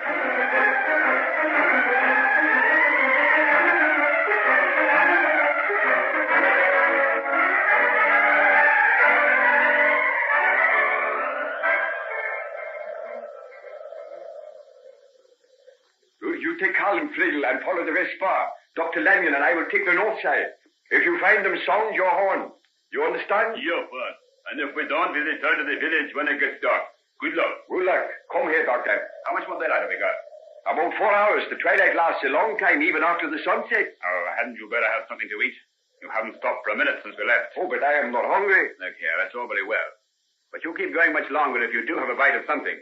We may be searching for a long time yet. Till we find them. I'll search till I find her. If it takes weeks. Then sit down for a few minutes and have some of these sandwiches and a drink of coffee. Come on, now there's no sense in killing yourself like this. Oh, it seems so slow, so helpless. This climbing over ice and snow. They might be anywhere of 1,000 places. We might pass right over their heads and not know it. And we might suddenly top a rise and see them right in front of us. You be sensible and have something to eat. I'll climb up onto that rock and have a good look round through the binoculars. Perhaps you are right. That's right. Now have a good tuck in. I'm sick of having the darn things anyhow. I say the visibility is much better than it's been for hours. Those clouds are lifted, I can see right across to the other slope. I can see Jan and Bert and the others quite clearly. They're using snowshoes. We'll have to use ours when we get up a bit higher. Lucky I had these glasses with me. I can see for miles. Oh, wait a minute. What is the matter? I can see something. What? Where? Right across from the other side. It's moving. Let me see. What is it? Wait a second, like it's a focus properly. Yes, there it is. By heaven, I believe it's them. It's a man with something on his back. He's struggling across the snow. Oh, let me see. Let me see. Here you are, then. Have you got it? I see it. You are right. It's the doctor. And he is carrying Gretel. They are safe. They are alive. They are alive. I told you so. Didn't I say Henry'd make it? You don't know Henry. He'd get out of anything. So what'll we do? Sound the horn. It is the signal. Rudy and orders aren't far away. Then we'll get across to them. It'll take about an hour, but we'll let them know we've seen them, and that will give them heart. Well sounded, man. Blast your lungs out, and let's get going.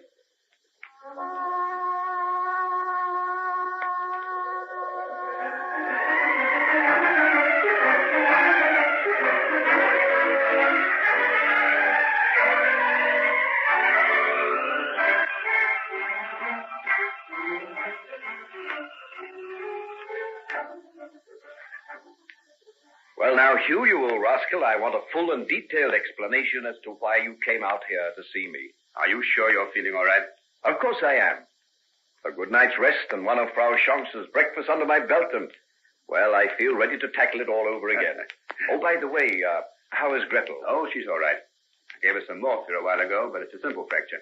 She'll be none the worse in a few weeks. You were both remarkably lucky. We certainly were.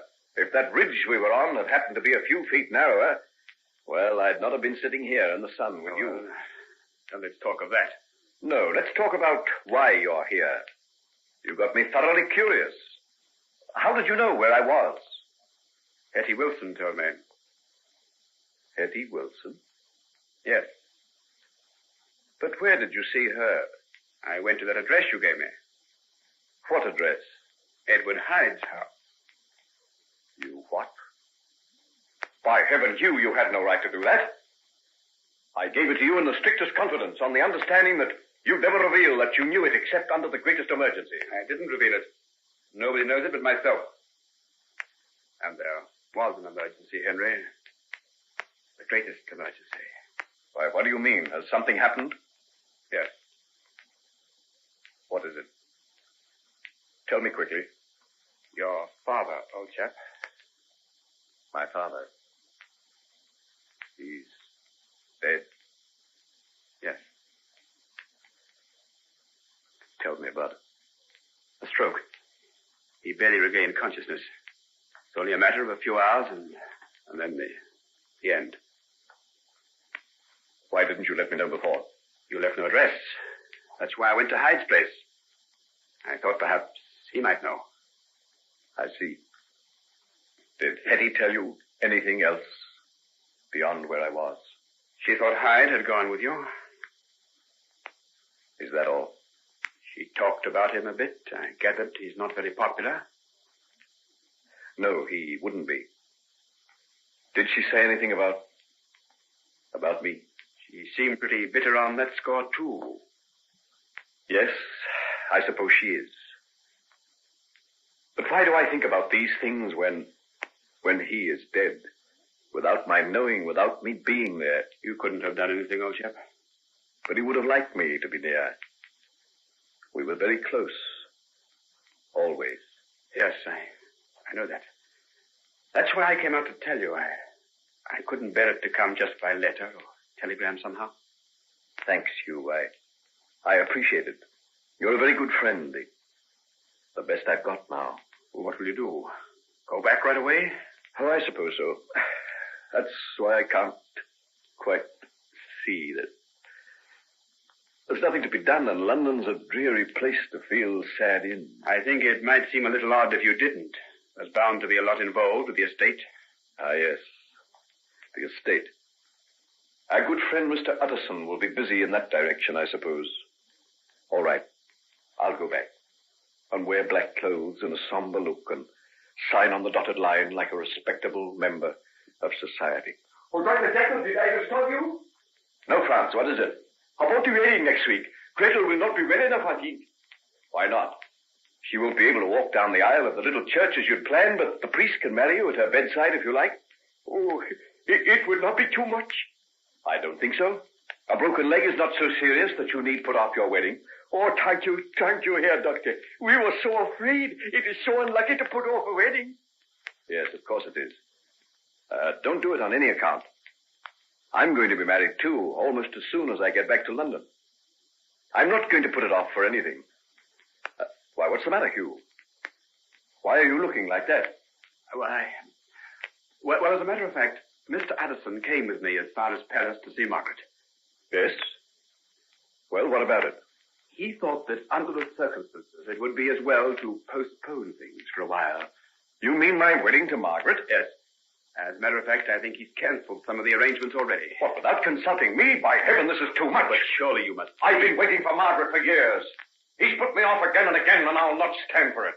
Nothing and no one shall keep her from me. If that old man tries to do it, it'll be the worse for Henry, him. old man, take a pull. You're unstrung. You've had a bad time. The accident, the news of your father's death, and now this. Oh, haven't I lost enough? I can't do without her. I can't. She's the most beautiful and the most wonderful thing I've got left in life. How can I live without her?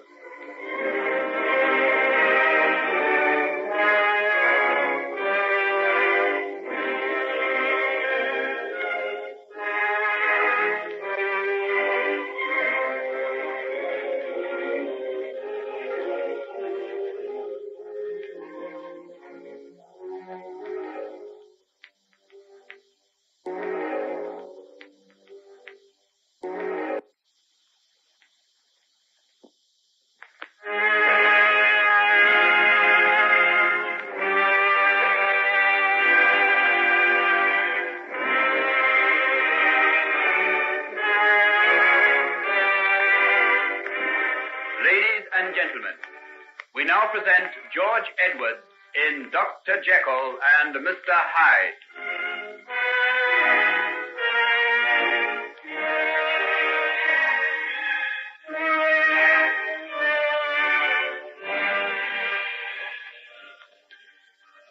But, Daddy, you shouldn't have done it without consulting Henry or me. My dear, there was so little time. The wedding invitations were in the hands of the printer. I only just cancelled them in time. But how did you know that we wouldn't want to go on with the wedding? But surely... Oh, I know what you're going to say. Respect to Mr. Jekyll. What will people say, and all the rest of it. We could have been married very quietly without any fuss, and no one would have thought any the worse of us. Well, my dear, you can still do that if you want to. But you're hoping we won't. Oh, Daddy, I wish you didn't feel the way you do about my marrying Henry. It makes me frightened somehow. In what way, dear? I know you're the best and dearest person in the world, and you'd do anything for my happiness. The fact that you're so opposed to Henry makes me wonder sometimes. Wonder what? If there may not be something against him after all. Margaret, dear, I feel that I'm playing false with the son of my dear old friend, Edward Jekyll, when I say these things against him. But a good father doesn't necessarily mean a good son. And there's something about Henry that has always filled me with uneasiness. Yes, but what? You never have anything definite. It's only a kind of instinct. I think it dates from a time when you were both children. Do you remember the time? One Christmas day, when you and he had a quarrel. It was over a doll, I think. You wanted to play with it, and he wanted you to go riding on his new sledge with him. Yes, I remember. I slipped or something and fell down some steps. That's a charitable way of putting it. In reality, he pushed you down. His father and I happened to be watching through a window, and we saw the whole thing. I also saw his face when he did it. What do you mean? The blow on your head has made you forget it, but I haven't. I remember all too well. But what? What do you remember? The look on his face. It wasn't the expression of a child. It was that of a fiend. Of what? Daddy, you can't be serious. Indeed, I am. And that night his father and I had a long talk about it. He told me then of certain misgivings he had about the boy. From that time on, I've dreaded to see the growing attachment that has developed between you. Because you saw him lose his temper. You know me better than to think I'd pay any attention to so small a thing as that. Well, what else then? There was a story about something that happened while he was still at college. One of his friends, a boy named David Markham, got into some sort of disgrace. No one knows really what happened, but while Henry was in the room with him, it was a room high up in a tower, young Markham either threw himself or fell out of the window and was killed. Daddy, you're not suggesting that Henry had anything to do with that? There was another boy there, son of a client of mine, who said that Henry had been particularly intimate with Markham and had actually been involved in the same escapade that got him expelled. There was no proof of it, and Henry, of course, went scot-free. What was the escapade? According to my client, something to do with two village girls. No, I'll not believe it. It isn't possible. My dear, I'd do anything to spare you this, but you've asked me why I oppose your marriage to Henry. These are my reasons. Well, suppose it is true. That was years ago. Henry might have been tempted. Who are we to judge him? But what about the rest of his life? Doesn't that make up for it? All the wonderful things he's done for sick people, his clinic, his work at the laboratory. You saw that article about him in the Science magazine. He's not yet 30, and he's made some discoveries that'll transform modern medicine. For all I know, Margaret, dear, Henry may be a genius. But even a genius would not find forgiveness in my eyes if he caused you any harm. Harm? But how could he? Don't you understand that he loves me? But not enough to give up his association with a man whom I've reason to believe is evil enough to overcome all that is best in Henry Jekyll and reduce him to a level similar to his own. And that is lower than the beast. Who are you talking about? A man named Edward Hyde. Has he ever spoken to you about him? No, never. Who is he? I don't know. But before you marry Henry, I'm going to make it my business to find out.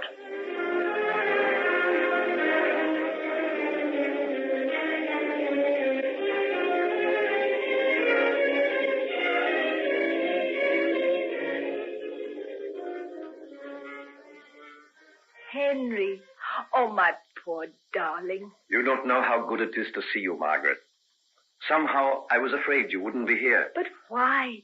Surely of all times now. When one has had the terrible, unexpected blow, one distrusts everything. But not me, surely. Not you, dear. But there might have been something else to keep you away from me. Nothing. There's nothing on this earth that could ever do that. As long as I feel you want me. I'll want you always, no matter what happens or where I am. Will you remember that, sweet? Keep on telling me. You don't know how I love to hear it. Is it true what Hugh Lanyon told me about your father putting off our wedding? He thought he was doing what you would wish, Henry. Not he. He was doing what he wished. Father's death gave him an utterly unhoped-for excuse. Henry, dear, you mustn't feel that way about him. He's given his consent. He told me that there's nothing to prevent us getting married quietly, even now, if we want to. And do you want to? Yes, if you want it that way. Never mind about me. How do you feel? Will you marry me now, right away? Or would you rather wait and have your wedding in a church, with bridesmaids and choral service and all the rest of the pomp and ceremony? Oh, Henry, darling, you know I don't care a bit for all that. Oh, but you hesitated. You said if I wanted it that way. Don't you want to get married now? Can't we talk about it a little later on? You've just come from that long train journey and... No, I want to know just exactly how you feel. I wasn't wrong in feeling uneasy about you. There is something that's keeping you away from me. Darling, that's nonsense. Oh, no, it's not. I've got a peculiar instinct for these things. There's something at the back of your mind. I can sense it. And I'm never wrong. Now tell me what it is, Margaret. I'm not going to let you worry yourself over nothing. You look dreadfully tired and not a bit well. Did you sleep on the train? I've hardly slept for nights. Then you must get some rest now. After that, we'll talk. Do you think I'll be able to rest until I know? What's troubling you, Margaret? You've got to tell me. Please, dear. You're making a mountain out of a molehill. Ah, then there is a molehill. You said there was nothing. There is nothing. A pack of stories which I don't believe. What kind of stories? Oh, ridiculous nonsense about someone who fell out of a window when you were at school. What? Who told you that? Oh, never mind. It's not important. Not important? Margaret, I've got to know. But why? I told you I didn't believe it. Whoever told you is trying to turn you against me. What else did you hear? Nothing. Yes, there is something. Henry, why do you look like that? There's no need to get so angry. Isn't there? You think I should feel nothing about the person who's trying to take you away from me? But they haven't. Yet there's just that shade of doubt that makes you hesitate about marrying me. The poison's beginning to work. How can you say such a thing? I don't care what anybody says about you. What have they been saying? It was your father, wasn't it? Yes, it was. I guessed it. And yet you say he's not trying to prevent our marriage. If he doesn't think you'll make me happy, can you blame him? No. No, I can't blame him. But I can hate him. Oh, don't talk that way. You're the two people I love best in all the world. Don't you know how unhappy it makes me feel when I know that you're hostile to each other? Poor little sweet. Unhappiness already. And not even married to me. He doesn't ask very much of you, Henry. What does he ask? Just that you should give up your friendship with this man Hyde. Hyde? He told you of Hyde? Yes, he did. What did he say? He said he was lower than the beasts, and evil enough to overcome all that is best in you and make you like himself. Did he tell you anything else about him? No, nothing. Who is he, Henry? He's a man I've used to help me in some of my scientific experiments. There. I knew there was some perfectly good explanation. Will you be needing him much longer? That depends. On what? On you, Margaret. I don't understand. The day you marry me, my need of Hyde will cease. Oh, what a strange thing to say. What have I got to do with Hyde? Nothing. You're as far apart as the moon from the earth. And yet his fate lies in your hands. You have the power to exorcise him, to set his evil soul at rest forever. Or send it out into the world to ravage and despoil like a creature out of hell itself. Henry, you frighten me. You look so strange. And you're thinking once again that perhaps your father was right. How do I know unless I've seen this man? You have seen him. When? The night my mother died, don't you remember? You mean that awful little man I saw out near your laboratory? Yes, that's the one. But Henry, he's horrible, dreadful. How could you bear to have him near you? Oh, you'll have to send him away. He is evil. Think what happened just by having him there that night. Yes, because of him my mother died. Oh, don't say that. But it's the truth. Don't think the knowledge hasn't haunted me ever since. And now my father. Perhaps if it wasn't for Hyde, they'd both be alive today. Then send him away. Get rid of him before he does us any more harm. Oh, promise me you will. Then you'll marry me. The day you come and tell me that you've sent Hyde away forever, I'll marry you. Then we'll go back to London tomorrow. Have you had enough of Paris? More than enough. I, too. I want to get back to work, to the clinic, to the hospitals. It's only in work, good, hard, ceaseless work, that we can lose ourselves. And lose the Edward Hyde. And lose the Edward Hydes. You don't know how right you are, Margaret. The Edward Hydes in ourselves.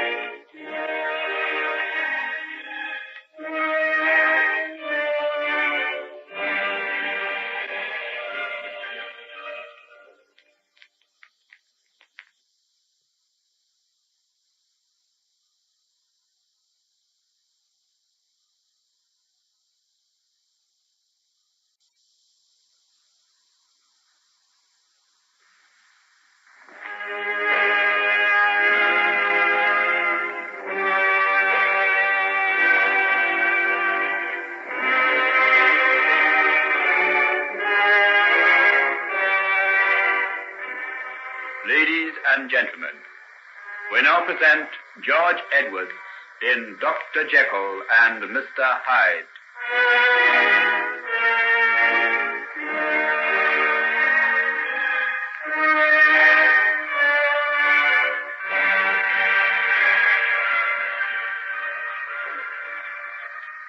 Come along now, Florrie. I'm going to take your crutches away from you, and you're going to walk across the room to where Miss Utterson is standing. Now, are you ready, Margaret? Yes, quite ready.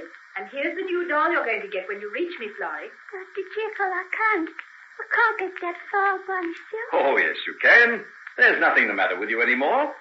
The operation and that holiday in the country has completely cured you. Now, come now. Give me those crutches. I'm sure I'm going to fall. Not a bit of it. Now, steady now. Take your time. First one foot, then the other. That's the way. Now, hang on to me until you get your balance. Good. Oh, that's splendid, Florrie. Come on. Just a little way across the room. Won't the other children be envious when they see your dolly? Just a few steps more now. That's the way. Bring your other foot forward. Now, I'm going to take away my arm. Now I've fallen and hurt myself. Well, what if you do? You can get up again. But you're not going to fall now. Get your balance. There now. Off you go on your own. Bravo. Good girl. Splendid. I got across all by myself. Of course you did. I told you there was nothing wrong with you. Now, come along, Margaret. Let her have a doll. She's earned it.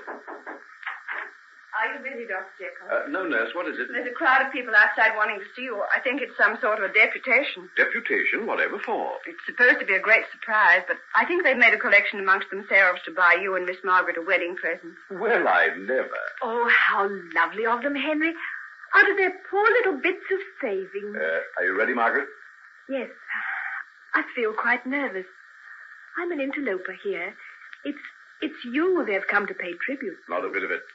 They've come to know and to love you, too. Who is it that visits them and brings them things to eat? Oh, who's been telling tales? Your good deeds have found you out. Now, come along. Let's go and face the ordeal together. Our first wedding present, Henry. And we'll never get another. That will mean so much to me.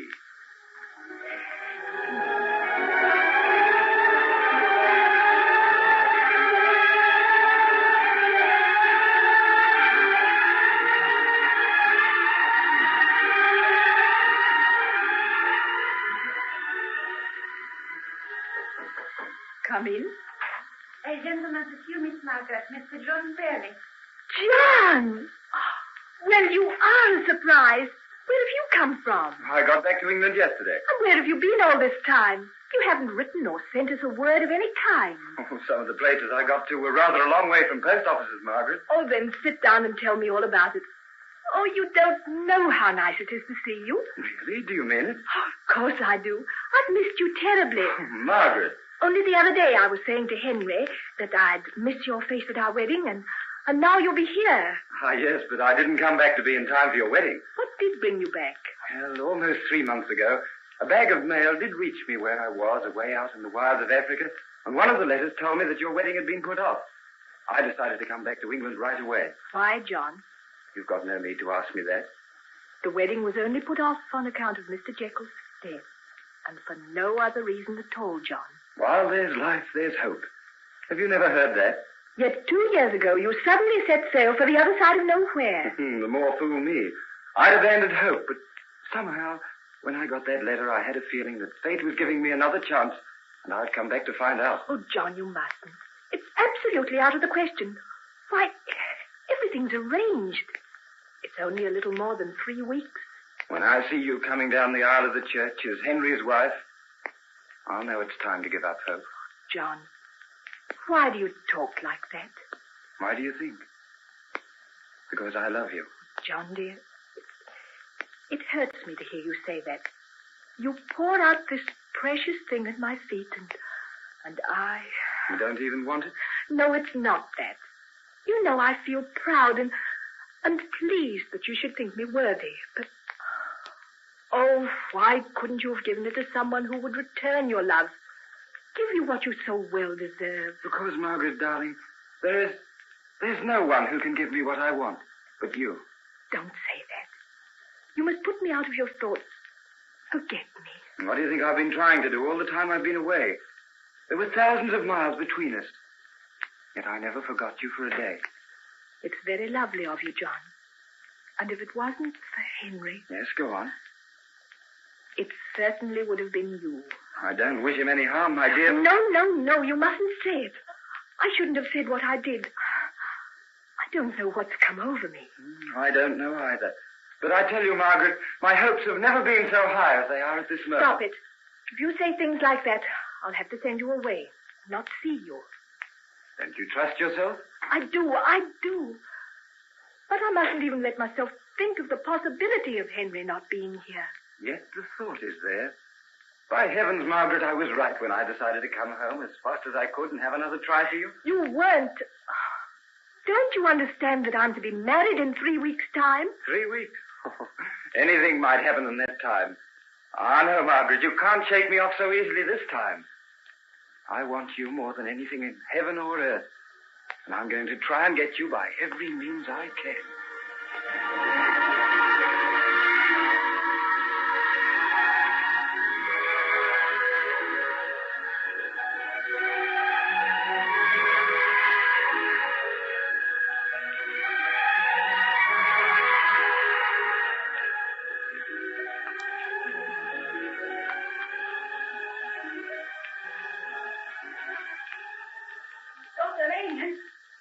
Dr. Lanyon. Why, it's Hetty. Oh, Dr. Lanyon, I'm so glad I've seen you. What chased you off? Why, of course, the park. Well, sit down in this seat and get your breath. Thanks. Tell me, how have you been getting along? That's just what I want to talk to you about. I've been that worried. Why, what's the matter? Well, you know Hyde. No, I don't know him, but go on. Well, he went a while like I told you. You know, that time he went off with Henry Jekyll to some place in Austria. Oh, yes, sir. Caravina. Well... Yes? He hasn't never come back again. Hasn't he? No. I've never seen or heard so much as a sign of him from that day to this. And that's nearly 4 months ago now. So it is. But aren't you rather pleased about that? I gathered you didn't like him very much. I didn't like him. I hated him. But at least he gave me money. Kept me in food. I see. But didn't he make any provision for you while he was away? Oh, he left me some money, but that's all gone.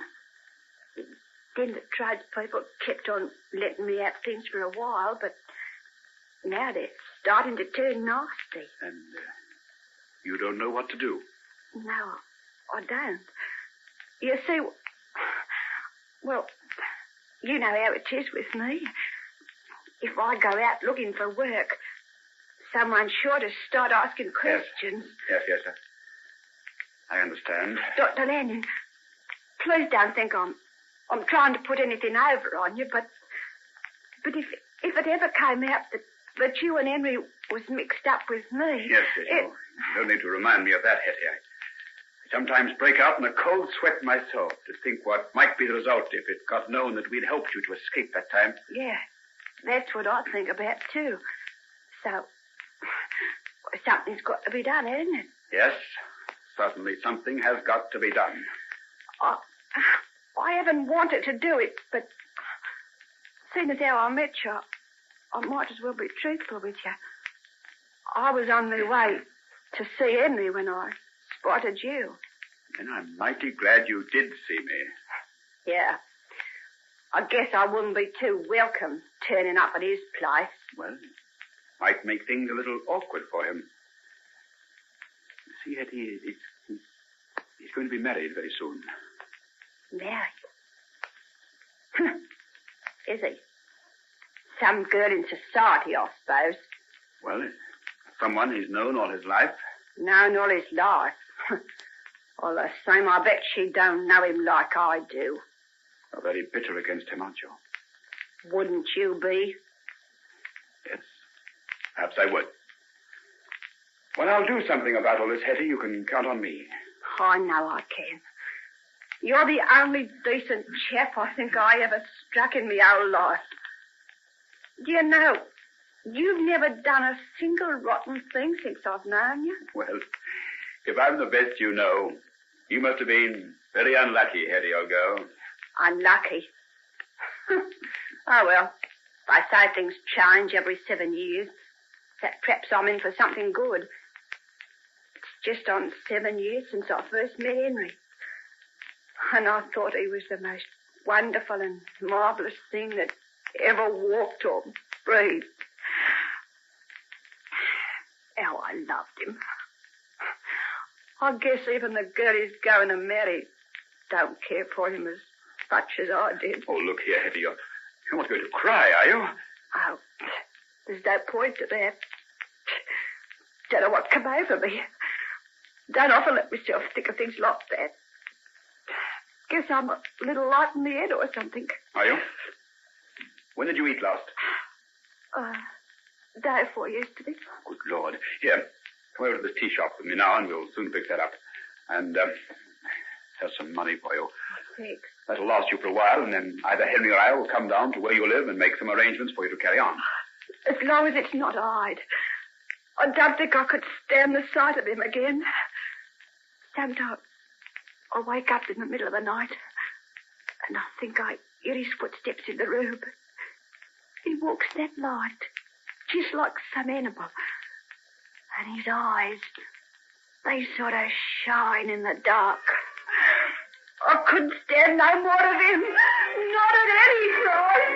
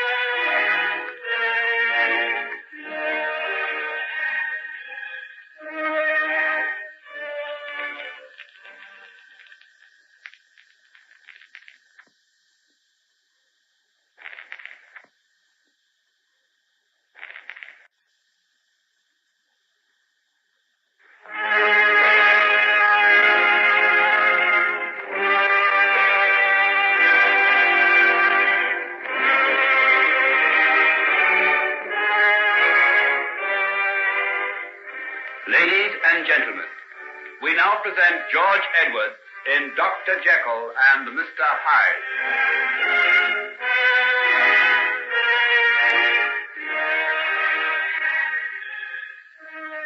Hello, Henry, old boy. Been having a few improvements made around the place? Yes, I thought Margaret might find the rooms a little dark and overpowering as they were.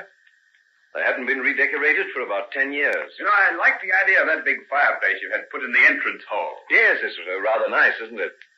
Imagine how it will look on winter days. As soon as the door opens, you'll look into a great leaping fire. A warm welcome, eh? Well, I imagine it'll be one of the pleasantest places in London. And with my pretty Margaret to add her smiles. All the arrangements for the wedding going well? Oh, yes, I think so. From my end, anyhow. Margaret's fussing around with bridesmaids' dresses and red carpets and all the rest of it, but I guess she'll manage it all in plenty of time. Are you busy? Not for half an hour or so. I'm due at St. Giles at 4 o'clock, but it doesn't take me long to get there. Something you wanted to see me about? Yes. I happened to meet Hetty yesterday. Hetty? Where? What was she doing? She was coming across Green Park. I gathered she was on her way to see you. What about? I suppose you know how things were between her and Edward Hyde. Yes.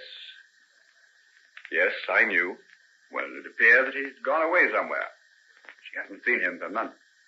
I know. Any idea where he is? Not the slightest. I haven't seen him.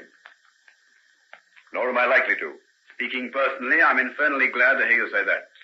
I have never met the gentleman, but anyone who has seems to loathe the very sight of him, including Hetty. Yes, I rather imagine Hetty has particular reasons for hating him. What are we going to do about her, Henry? About her? We? Well, I guess she's my responsibility. Not altogether. I'm involved in the matter, too, don't forget. Anyhow, for all sorts of reasons, I think you'd better let me do what's necessary. You mean on account of, my getting married? Yes, it wouldn't be too good if you got tangled up in anything just at present. You're a good chap, Hugh. No one ever had a better friend than you. Oh, forget it. We went into all this years ago, the day we left the university. I don't forget it. Ever. Well, don't let's talk about it then. Dash it, old man, you're making me feel all hot and uncomfortable. I'll be coming out in a rash if you don't dry up. All right. And you'll let me deal with the matter of our little Hetty and make the best arrangements I can? No, I can't let you do that. Oh, but hang it all. You don't know the risk you're running. If all Addison... Oh, yes. I know all that. But our good friend Addison will never know anything about this. I'll go down to Hyde's house and see her tomorrow afternoon sometime. I think you're taking an unnecessary risk. Why? Addison doesn't know of the existence of Hyde's house? You didn't tell him anything about it, did you? Not a word. You gave me the address in strictest confidence. You know that. Yes, I do. And that's why I haven't any fear of the old man knowing that I've been there. Well, don't take any risk. Oh, I won't. Besides, I know a way to make perfectly certain that no one will ever suspect who I am, even if they meet me face to face. What? You told me to say you're going to wear a false nose or something. Oh, no.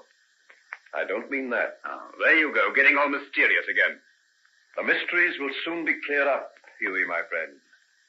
This visit to Hetty will be one of the last of them. And after that, a new life, a new happiness. Well, take my advice and watch your step.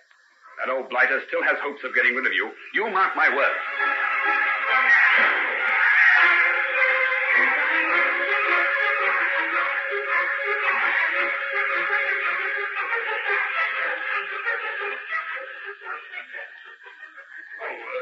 Hello, Addison. Well, this is very fortunate. I was on my way to your chambers to see if you were in. I was just going to this little tea shop for my morning tea. What about coming too? Oh, that's a good idea. The weather makes one think of warm cup of tea, first nip of autumn in the air, isn't it? Yes, the trees were starting to change color when I was coming up from Kent last Monday. Oh, you still have your country house there? Oh, yes. I never part with that. It means a great deal to be able to get away from the city every weekend. Neither of us is likely to forget that night. But why do you ask? As an architect, I sometimes have to go into curious parts of London. A short while ago, a client of mine decided to acquire a row of houses and rebuild them as modern residences. Everything was going all right when we suddenly struck a snag. One man refused to sell. And who should this obstinate fellow be but Edward Hyde. What?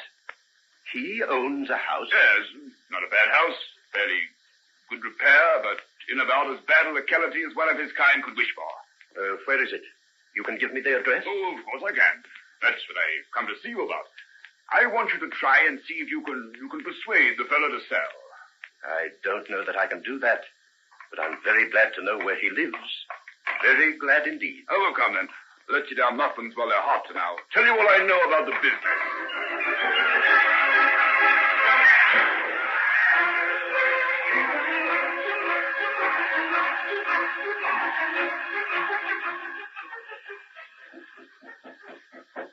Who's there?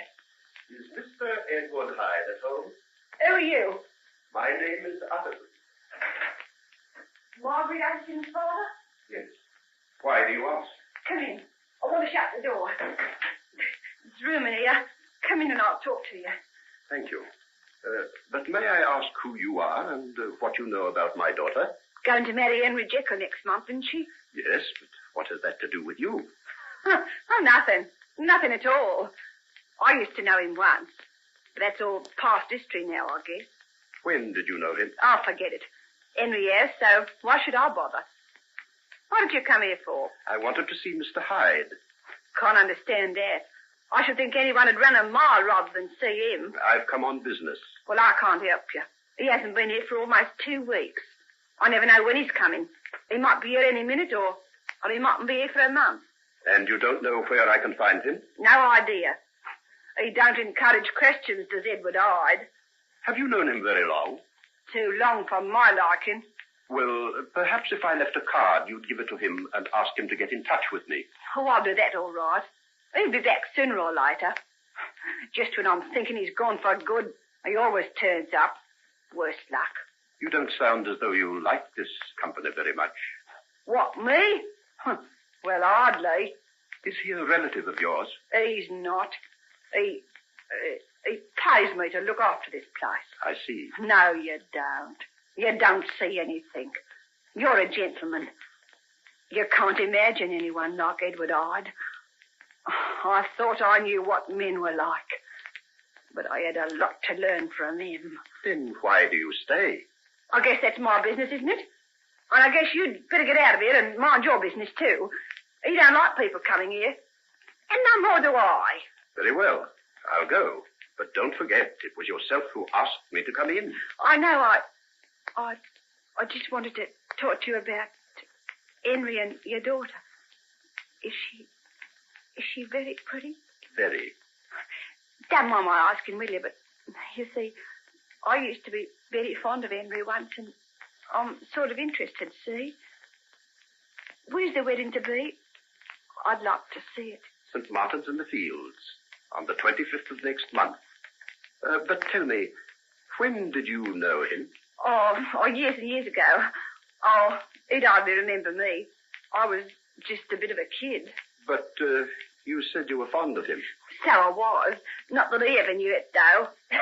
Imagine it fell into the great Henry Jekyll if he'd realised that the little waitress in the tea shop at Walgrave Corner was shook on him. Walgrave Corner? Yes. That's the village near the college he went to, isn't it? Yes, that's right.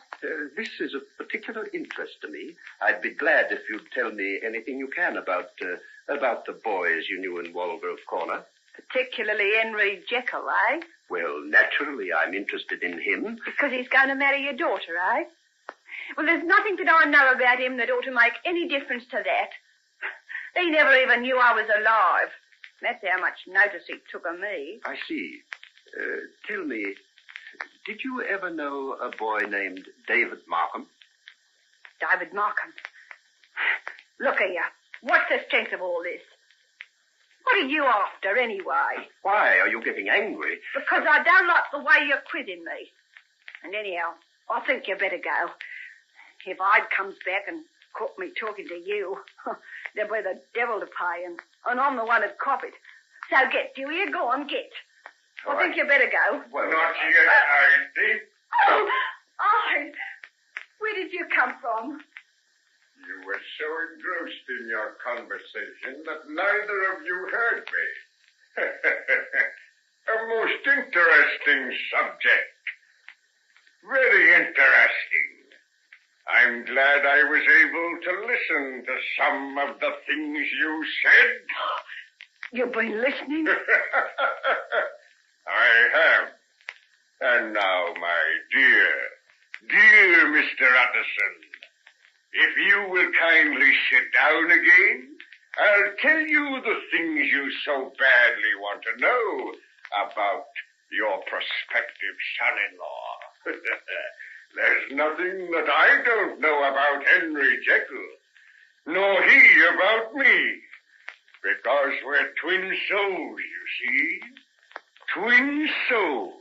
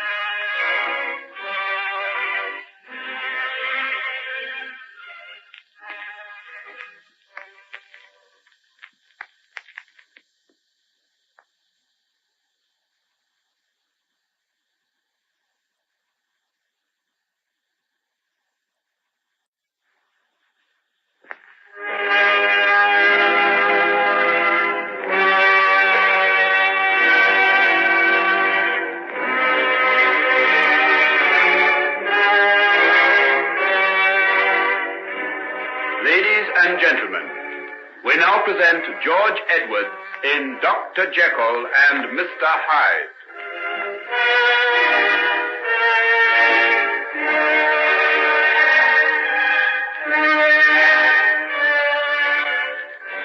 Sit down, Mr. Utterson.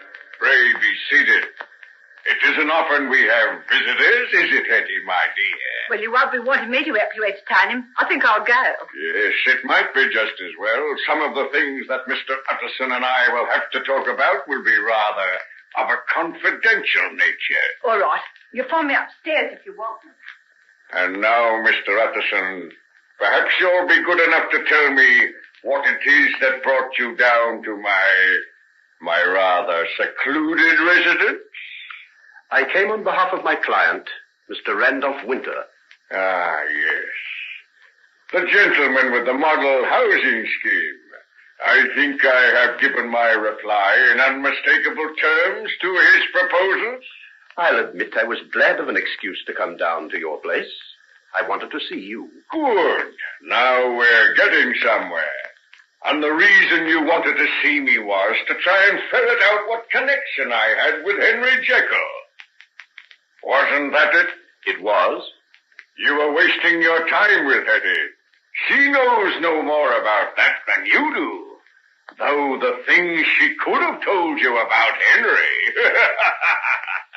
What do you mean? You want the full, unvarnished story of Henry Jekyll? Of course I do. Because you don't want him to marry your daughter, isn't that it? Never mind my reasons. Isn't that it? Answer me. Yes, that's it, if you want to know. I want the truth. You want the truth from me? I demand it from you. Very well, then. I have never wanted my daughter to marry him, and if you put me in possession of sufficient evidence to make it impossible, I shall consider myself as being in your debt. My debt? Oh, that's good, that is. Well, please, go on. This interview is painful, and I want to have done with it. First, we will finish with Hetty. As I was saying, he accidentally found her again. He was horrified to see what she'd become, and he took her away with him out of the place she worked in. He took her to the building at the back of his father's house. He calls it his laboratory. What? He had a girl there? Oh, but only for a very brief time. Henry was entirely blameless on this occasion. Believing that the main house was deserted, he went into it to get food and clothes for his protege. It was about 2:00 in the morning, remember? And while he was groping his way in the dark, who should surprise him but his father? The old man had unexpectedly come up to London from his country house. Yes, go on. Picture Henry's dilemma. There he was, with Hetty waiting for him in the laboratory. And his father, asking what he was doing, wandering round the house like a thief at such an hour of the night. Henry made some sort of an excuse and went off to bed. Leaving the girl to shift for herself? Precisely. Hetty thought that he'd played another trick on her, so she ran away. An hour or so later, she was fished up out of the Thames by the water police from where she'd attempted to commit suicide. Oh, you can't be serious. The girl that I've been talking to? The same. There's a lot more, but I won't go into details. Hetty was charged with vagrancy, sentenced to a term in prison, came out, became a professional thief, got a further prison sentence, and eventually arrived at her present situation, which is companion to my lighter moments. And this trail of misery is the work of Henry Jekyll. You'd never believe it to hear the way she lied for him, would you? Strange, submissive creatures women are. Well, I can only repeat that I'm indebted to you for what you've told me. I often felt that there was something about Henry that none of us knew of. But I never suspected this. Wait a minute. That's not all. Surely there's no more. Oh, yes, much more. You were asking Hetty about David Markham, the unfortunate young boy who fell from the window. That was Henry's doing, too. What? Yes. He didn't push him from the top of the tower, but it was he who led him to do the things that got him expelled. They had a quarrel up there, and Markham lost his balance. That's the explanation of the accident. I wonder no one ever suspected it. But he was little more than a schoolboy then. How curious. But curiously old for his age. Didn't you once make that very remark to his father? How do you know these things? I told you Henry and I are twin souls. When you first said that, I thought you were joking. Now you begin to think there may be some truth in it. And I'm not a very pleasant specimen for a man to claim affinity with, am I? At least you look what you are. And Henry, with his pale, fine face and sensitive manner, looks something of a saint. Two halves of a single whole, Mr. Utterson. You're talking riddles, but that's unimportant. Unimportant? You never made a greater mistake in all your life. It's the most important, the most vital statement you've ever heard, if you only knew it. I'm afraid I can't stay to discuss metaphysics with you now, Mr. Hyde. What you told me has been such a shock that I'll ask you to excuse me. So that you can go and break the news to Margaret and postpone the wedding once again? Oh, it won't be mere postponement. This time, will it? After what you have told me, she will marry that man only over my dead body. That's precisely what she's going to do. She's going to marry him over your dead body. Well, what's the matter with you? Have you suddenly gone mad? Why have you shut the door? So that I can lock it. There! Now it's done. We're shut in here alone. Just you and I. Let me out. What sort of madness is this? I told you too much knowledge of a certain kind is dangerous, didn't I? Oh, no. You needn't go casting wild looks at the windows. The shutters are barred on the outside. I demand that you open that door and let me go. I've been waiting for this moment far too long. I've thought of it for years. I began to hate you, I think, when I was still a child. I hated the way you looked at me, curiously, as though I was some sort of specimen impaled on a pin. You were wondering then what manner of creature I was. What are you talking about? When did I ever see you before the night you struck the child down in the street? And then when I heard you give your reasons why Margaret shouldn't marry me... Marry you? In heaven's name, what are you raving about? Haven't you realized? Don't you see who I am? I know that you're a maniac. But you don't know that I am Henry Jekyll. You're what? Henry Jekyll! Don't look at me like that. I know you're telling yourself that insane people are subject to delusions, but I am not insane. Then if you're not, stop this hideous fooling and let me out. I can see now I was a fool to believe anything you said. The whole thing is a pack of lies from beginning to end. And you're willing to regard it as such and do nothing to stop your daughter's wedding? I'll make inquiries, and if I find there's no truth in what you say... You'll make no inquiries, my friend, because you're never going out of this room alive. I'm never going out of this room? No. Since I've found the way to protect myself into the form of Edward Hyde, I've done many nameless things, but I've never yet committed murder. I wanted to. I wondered how it felt, and now I'm going to find out. Stop this infernal nonsense. Open the door. I decided it should be you some time ago. I never thought you'd play so neatly into my hands as you've done by coming here. Let me out. I wondered when the opportunity would present itself. Stop following me about the room. Stop it, I say. You've knocked over one of the chairs. Are you frightened? Why should a man who's lived the blameless life that you have be afraid to meet his maker? Hyde, stop this. I've done nothing to you. Haven't you? If you hadn't kept Margaret away from me, Edward Hyde would have ceased to exist long ago. She would have made all the difference. Look on your work, O righteous man, and see what you've called forth out of the darkness of a human soul. You foul obscenity. Take my daughter's name off your lips. Your daughter is mine. Mine, I tell you. She's belonged to me ever since we were children, and it's you who've kept us apart. You won't do so anymore. I'll wipe out the existence as I'd smash any other barrier that stood between us. I'm not a young man, but I can still fight. If you won't let me out of this room of your own accord, by heaven, I'll lay you out and get the key that way. Ah, that's better. That's better. Now we've got some hate on both sides. I should say there was. From the first moment I saw you, I had an overwhelming desire to strangle you. You were the foulest, vilest, most repulsive creature I'd ever set my eyes on. The world will be a better place to be rid of you, and God willing, I shall do it. You will! With my bare hands.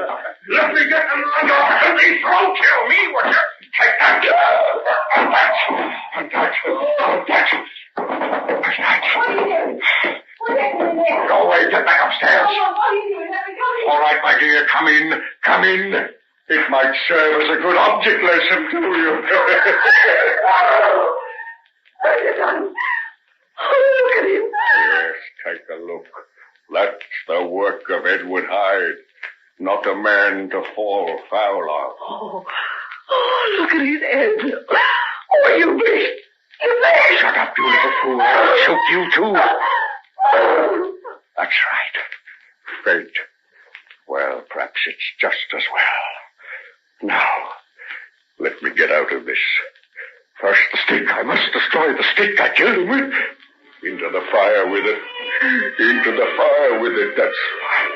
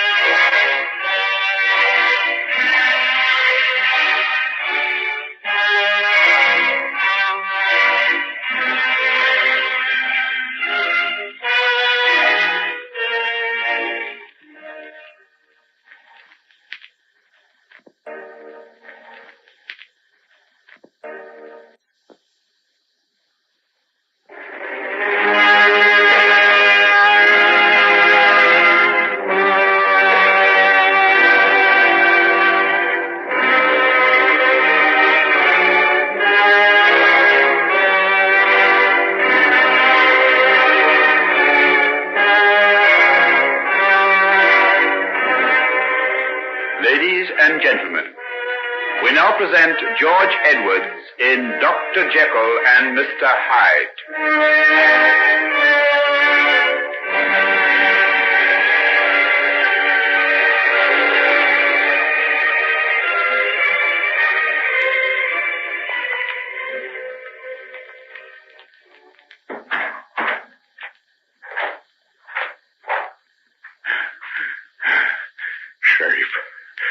Safe. Nobody saw me. Now for the change. The transformation into Henry Jekyll, and so goodbye to Hyde for all time, yes. Yes, that's certain. This evening's work makes him impossible. Hyde is now a murderer. The gallows wait for him. The gallows. What was it that old woman said so long ago? Oh, what does it matter? She was wrong. She never dreamt of such an alibi as mine. In another few minutes, I'll be the quiet, scholarly doctor, trimming the midnight lamp in his study, and Edward Hyde will have passed away like the stain of breath upon a mirror. And here's the draught. The last I'll ever drink. Look at your reflection in the mirror. Fill your eyes with the sight of the creature of your own conjuring. He served you well. What crimes, what horrible delights he's known, and now the supreme experience of murder. To kill, to crush, to grind beneath one's heel.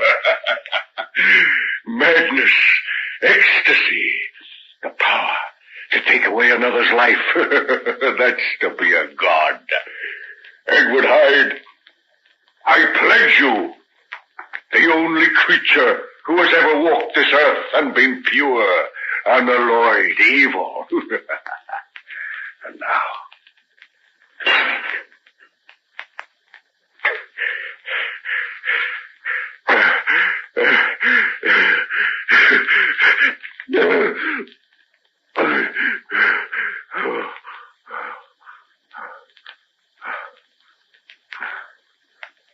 oh God. Oh God, have pity on me. What have I done? What have I done? Don't let me remember. Don't let me remember. Let me forget the damned horrors of this night. Her father. Margaret's father. Oh, no, it's not possible. I could never have been guilty, no matter how much I might hate him. I'll go to his place. I'll find it isn't true. What's this? Why, it's blood. There's blood on my hands, on my clothes, my boots. Heaven pity me. It must be true.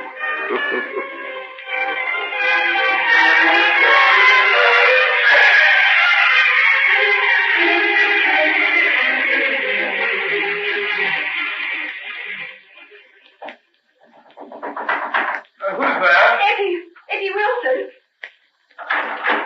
Effie, for goodness sake, you're what's the matter? Dr. Daniel, excuse me. I saw it with my own eyes. I saw it. Come inside. Calm yourself. What are you talking about? The old man, Mr. Utterson. For pity's sake, what's this you're saying? They killed him. Beat him to death with his Stop stick. that crying and tell me properly. You don't know what you're saying. I do. He shut him in the room. I was upstairs and I heard it all. He killed him, I tell you. He's there lying in the house now. Heavens. I fainted. When I come round, there was no one there but myself and the old man lying where he left him. But who did it? Who? Oh, Hyde, of course. Hyde. Then he came back. He came back this evening while the old man was talking to me. As soon as he saw him, I think he made up his mind to kill him. I saw the look on his face. Come along. He mightn't be dead. Oh, yes, he is. I can tell you that. Then we must get the police. The police? Oh, Lord, I forgot about you. Well, I guess it's all up with me. Well, I won't put you away if I can help it. It's all up with both of us, Hetty. And Henry, too. Everything is going to come out now. What'll that mean to you? Quite a bit of bother, I suppose. Oh, well, never mind about that now. Compared to what's happened tonight, that seems nothing. Oh, but it is. It might be the end of you. And Henry, mightn't it?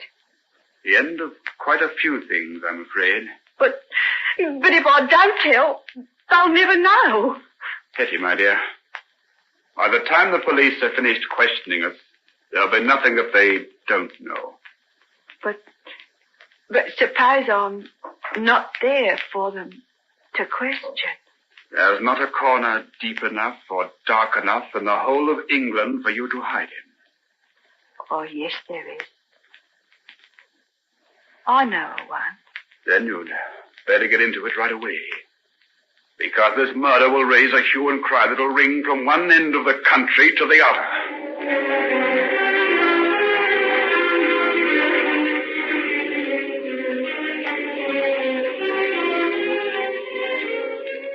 England standard, all about the city murder. Mr. Hudson found dead in Elton Sewer. Murder, murder, all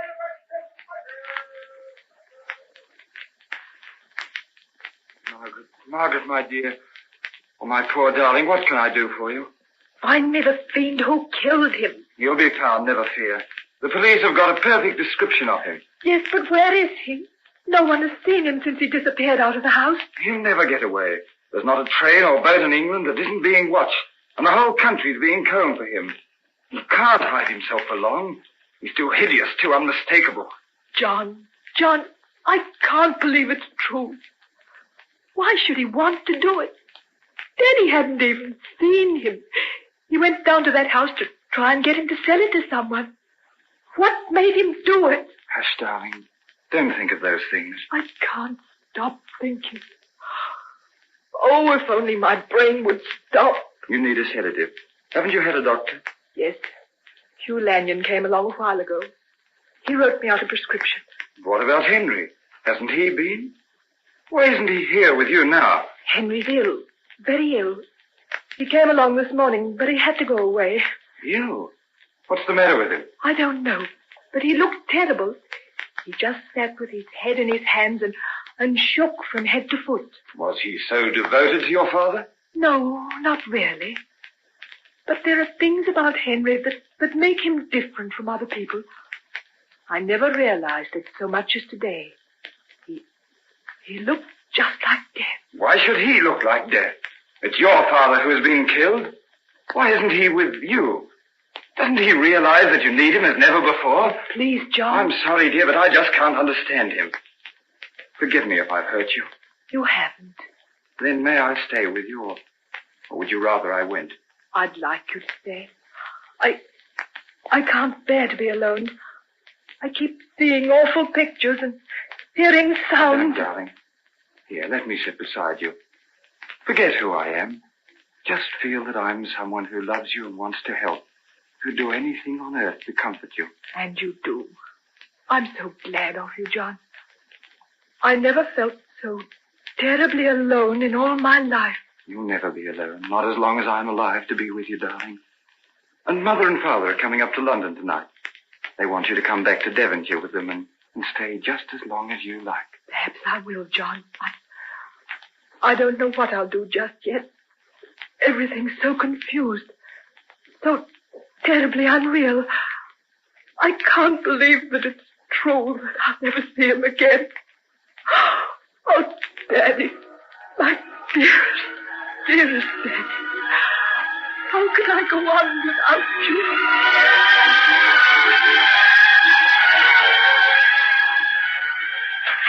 Henry, Good Lord, Henry, what's the matter with you? I'm feeling rather under the weather. Come in. I should say you do. You look as though you want to be in bed. This dreadful business has shocked me terribly. Terribly. Shocked me terribly. I should rather say it has. Apart from everything else, do you realize that our share in Hetty's evasion of the police is bound to come out? Yes, I've thought of that. In the past few hours, I've thought of everything. And I can honestly say that hell need have no fears for me after this. Say, that's going a bit to extremes. Hetty swears she'll tell them nothing. She's a good little thing, you know. Despite all she says, I believe she's really fond of you. Oh, please don't. My whole life has been passing in front of my eyes while I've been sitting here. And the part concerned with Hetty is one of the things I've found hardest to look at.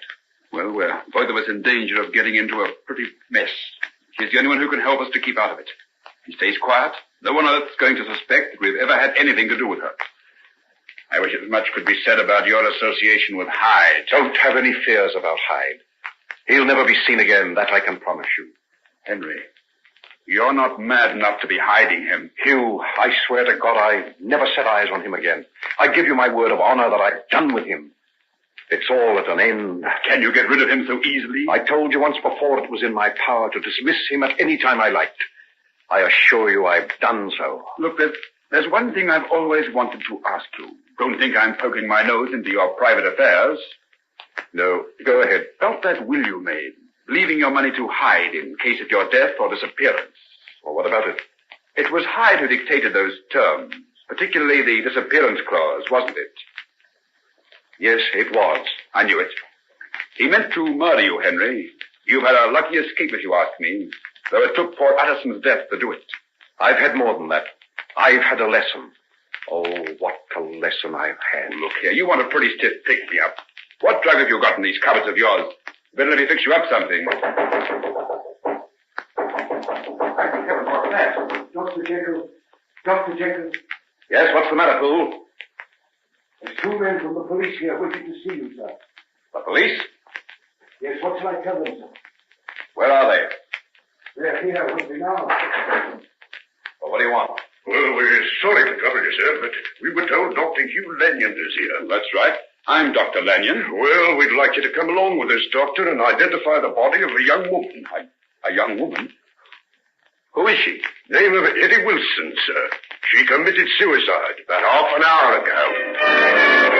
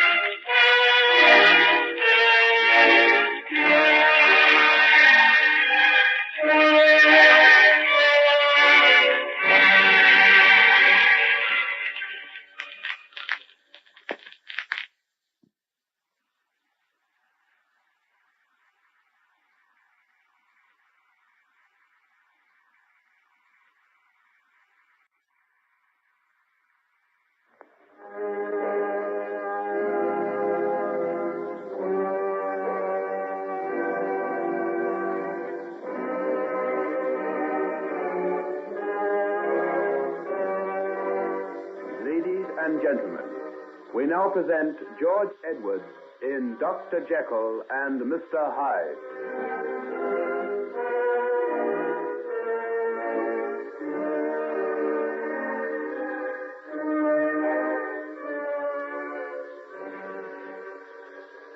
Hetty committed suicide?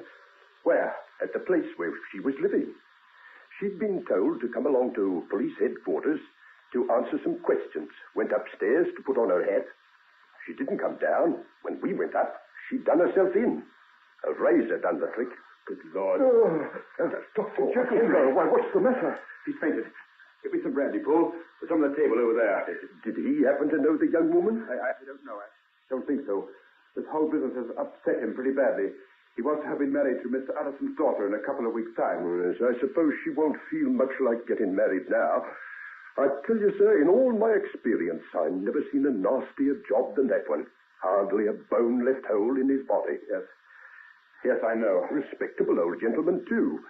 Wonder what he was doing in a place like that. He's gone down there to try and buy the house on behalf of a client, I understand. You don't say. That man Hyde must be a devil and no mistake. What did he want to kick him to death for if that was all he had against him? Feeling better, old man? Take a little more of this and lie still. You gave us quite a turn, sir, going off like that. I really... I'm ashamed of myself. I can't think what came over me. You need a holiday. That's what's the matter with you. You've been stuck away in this place day and night. Blessed if I can think what keeps you here. Queer-looking place, if you'll excuse me for saying so, sir. What's all in big glass jars and long twisted bits of fibre? They're the tops for chemical experiments. Dr. Jekyll's a well-known scientist. Oh, I see. Feeling better, sir? Yes, thanks, Poole. I'll be all right now. Better let me get you something to eat, sir. You've hardly touched a bit since yesterday. Now, that's a good idea. We'll all go back to the house and shut this place up. It's enough to get on one's nerves without anything else. You all go ahead. I've something I want to do. I won't be long. Well, can't I do it for you? No, oh no. Please go, all of you. I'm really better now. I can manage for myself. Get them something to eat, Poole. Something hot and strong. I feel I need it rather badly. Yes, sir. I'll go right away, sir. That's a healthier sound, old man. I can see I'll have to take you in hand. Come along, officer. Yes, sir. We'll go across. Dr. Jekyll won't be long. Hetty, David Markham, my mother, and my father, Utterson, and now, Hetty. Oh, God. God, forgive me. This is the trail of Hyde. Misery and ruin, sorrow and disgrace, and murder. I have done this. I alone. Oh, let me wipe him from my existence. Let me make certain that never, never can this hideous monstrosity that walks in the guise of man pursue his frightful course again. To destroy the secret tincture that is necessary to transform me into... There. It spills across the floor like blood. Like human blood. Oh, that I could get that vision of the old man's blood out of my mind. And now, I'll go and lock that outer door. I'll lock it, grind the key under my heel, so that never again can I pass through. That was the door to my infamies. Let it be closed forever. And then perhaps in time, I'll cease to be afraid. I'll learn to live as other men, not in this hell of fear that he'll return. Oh, God. Oh, God. Have pity on me, God. What am I going to do to redeem myself in your eyes and in the eyes of men?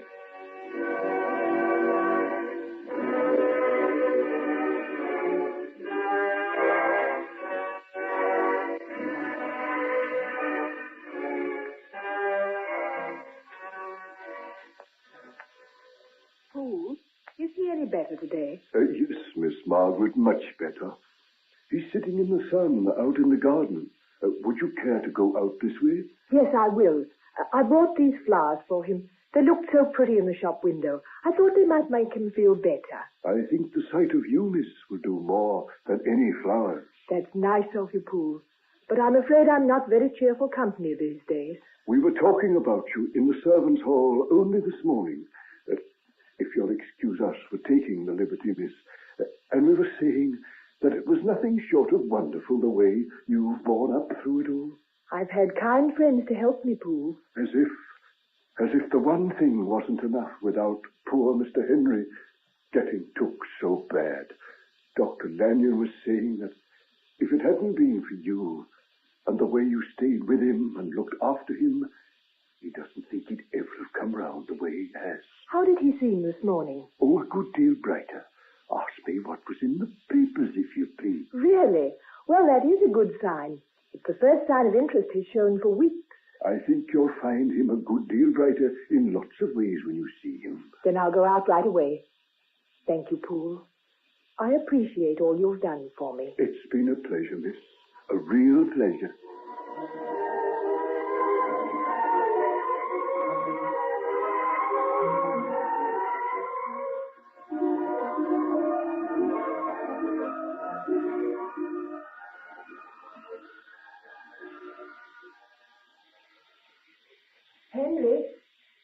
Henry, are you asleep, dear? Oh, is that you, Margaret? I think I must have been in some sort of a daydream. I didn't hear you coming. I came over the lawn. No, don't get up. Let me sit here beside you. Oh, it's time I gave up these invalid ways. I'm really quite strong again. See? I don't need a stick anymore. Oh, that's fine. Will we go for a little walk? It's just lovely in the sun today. Give me your arm. I'll see just how far I can go. I'll bet I can manage to the end of the square. Oh, don't be too ambitious. I don't want to have you going back to bed again. Oh, I promise you I won't do that. The weakness is passing now. I'm starting to think clearly again. I could even remember some formulas quite easily last night. Oh, please don't overdo it, dear. You've got to get really strong before you even think of work again. How are things going down at the clinic? Have you been down there recently? Yes, yesterday afternoon. Nurse Peterson and Hugh are doing a wonderful job. Oh, no. Don't tell me they don't miss me at all. That would be too much to put up with. Never fear about that. I was besieged with people asking how you were. It'll be a great day down there when you're well enough to come back to them. Do you really mean that, Margaret? Of course I do. Why do you ask? I just want you to repeat it. It comforts me somehow to feel that I've done some good in the world. You? Why, whatever are you talking about? There's no other person I know who'd given so much of himself to others. Your whole breakdown was due to overwork. And now I'm beginning to long to get back to it. Oh, but you mustn't. You've got to rest for a long time yet. Henry, why can't we get married quietly and go away together so that I can look after you? Please. Oh, yes, I know we've been through all this before, but you don't convince me. The fact that you've had a bad breakdown doesn't mean that things have changed between us. I've got to be certain that was the reason for it. These things may have deeper causes than we know. What do you mean? I can only put it in one way. If someone came to me and said a man had had the kind of nervous collapse that I had had, and that he was going to get married immediately after it, I would say that he had no right to do so. Henry, you're not serious. Oh, Margaret, darling, surely you must realize that these things don't happen by accident. Oh, what are you hinting at? Don't let's talk of things like that. You wouldn't if you were really well. All right. Let's enjoy the sunshine and each other's company. You've spoiled everything. Why did you want to say those things? I'm sorry, sweet. I'm sorry. But they're in my mind. In my mind always. It can't be that you're afraid there may be some sort of, mental derangement? I can't say yet. It's too early to tell. Oh, no. No, not you, Henry. Not you of all people. I won't have it. It isn't possible. Hush, darling, please don't. Oh, what a fool I am. Now, come. Now, we'll say no more about it now. Perhaps you're right. And these things are only the stupid fancies of a sick man.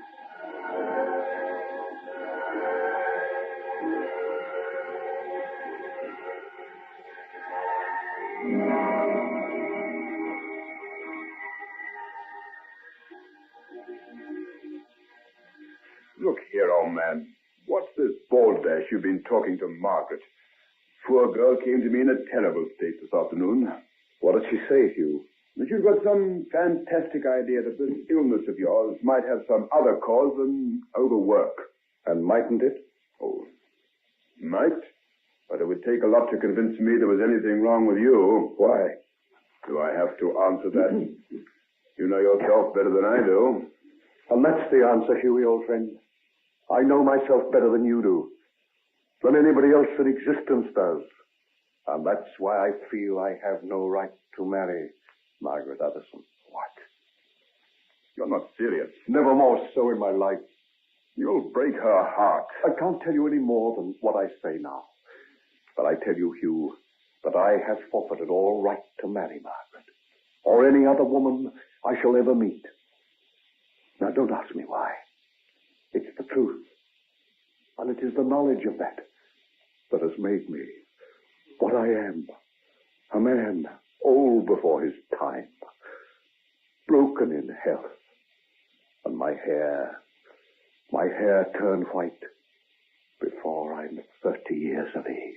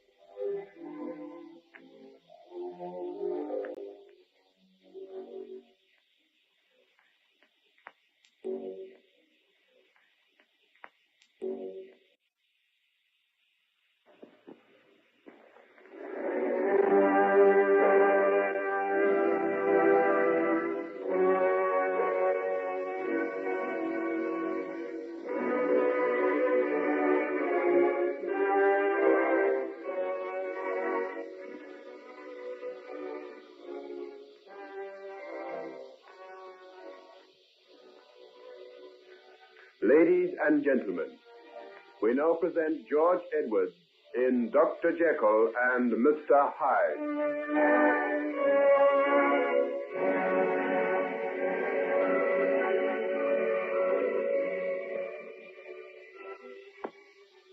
Henry, have you told Margaret this? I said something about it this afternoon. No wonder the poor girl was upset. You shouldn't have done it, you know. It isn't fair to her. Was ever a man in such a predicament as I am? What am I to do? She wants me to marry her right away so that we can go away together and she can nurse me back to health. Sounds a jolly good idea to me. Oh, how can you as a medical man say that? Heaven only knows what this illness of mine might mean. You're not getting the idea that you may be not sound mentally. Precisely what I do mean. Oh, rot. Anyway, I'm not taking the risk. I'll have to be very certain before I go any further. All right, old chap. If you feel that way about it, there's nothing I can do. But I think you're causing unnecessary unhappiness to a woman who's already had more than she can stand. Don't think that I'm not aware of it. I know what she's done for me in the last few weeks. You were unconscious a lot of the time. You couldn't have known the way she watched over you. All the same, I think I did know. I was wandering through the darkest pits of Hades. It was the feel of her little hand in mine that brought me back again. Don't let go. You're not so firmly on the road to health yet, you know. You've no need to tell me that. The slightest exertion or strain simply wears me out. Oh, by the way, they were asking me when I thought you'd be fit to answer some questions. They? Who do you mean? The police. Police? What do they want? They have never found the slightest trace of Hyde since the night he disappeared from the house in Soho. I've held them off as long as I can, but they're just frantic to interview you. But what are I to do with it? You knew him. They think you might be able to tell them something about his habits, where he went, what he did. But I've never seen him either. Surely you told them that. Of course I did. But they want you to tell them all you knew of him before he disappeared. Oh, don't look so upset, old fellow. I've told them that you're not to be bothered too much. I'm not upset. I'll tell them all they want to know. But I don't think it'll help them much. Well, they've got so little to go on, they're bound to seize on every scrap of information they can get. He seems to have been a complete mystery man. Lots of people have seen him, but hardly anyone knew anything about him. Poor little Hetty was the only one who was ever inside that house besides myself and Utterson. They'll never find him, no matter where they look. What makes you so sure? I've had a letter from him. A letter? Written since the murder? Yes. I said nothing about it because I wasn't sure if I should show it to the police or not. What does it say? Oh, a lot of unnecessary things about past generosities I'd shown him. And that I had no fear to worry about his safety because he had a means of escape which he knew was infallible. It hadn't any postmark, I suppose? None at all. It was delivered by hand. I've got it here in this desk if you'd like to have a look at it. You bet I would.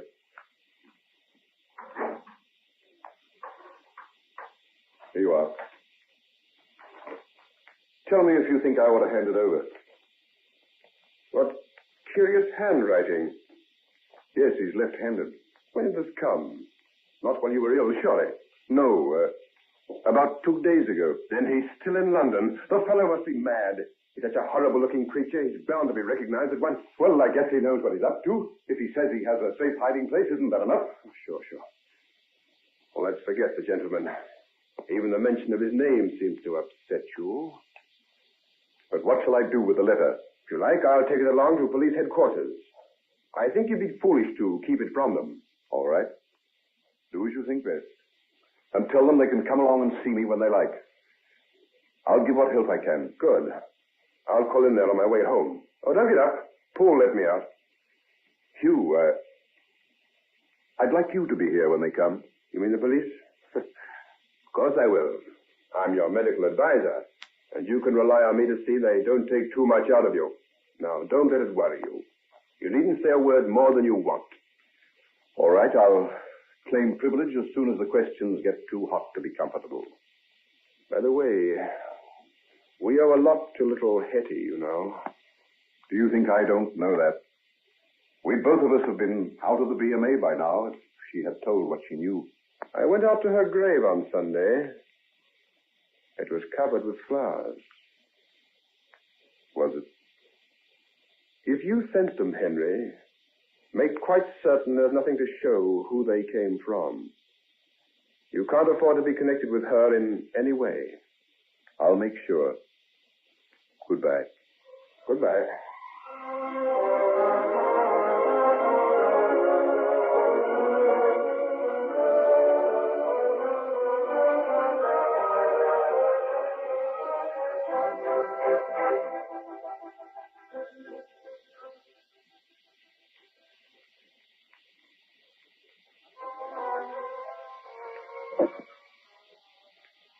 Well, Poole, your master's getting on splendidly, isn't he? Indeed he is, Dr. Lanyon, sir. Getting his appetite back and more his usual self. Oh, by the way, there was a letter handed in for him during the last 2 days. What was the messenger like? A letter, sir? Yes. I have it here. No letter like that was handed in that I know of, Dr. Lanyon. Are you sure? Quite sure, sir. Nothing has come except by post and only circulars at that. Could anybody else have taken it in? No, sir. Maud, the parlour maid, is away sick, and I've been answering the door myself. Oh, well, there must be some mistake. Goodbye, Poole. Goodbye, Dr. Lanyon, sir.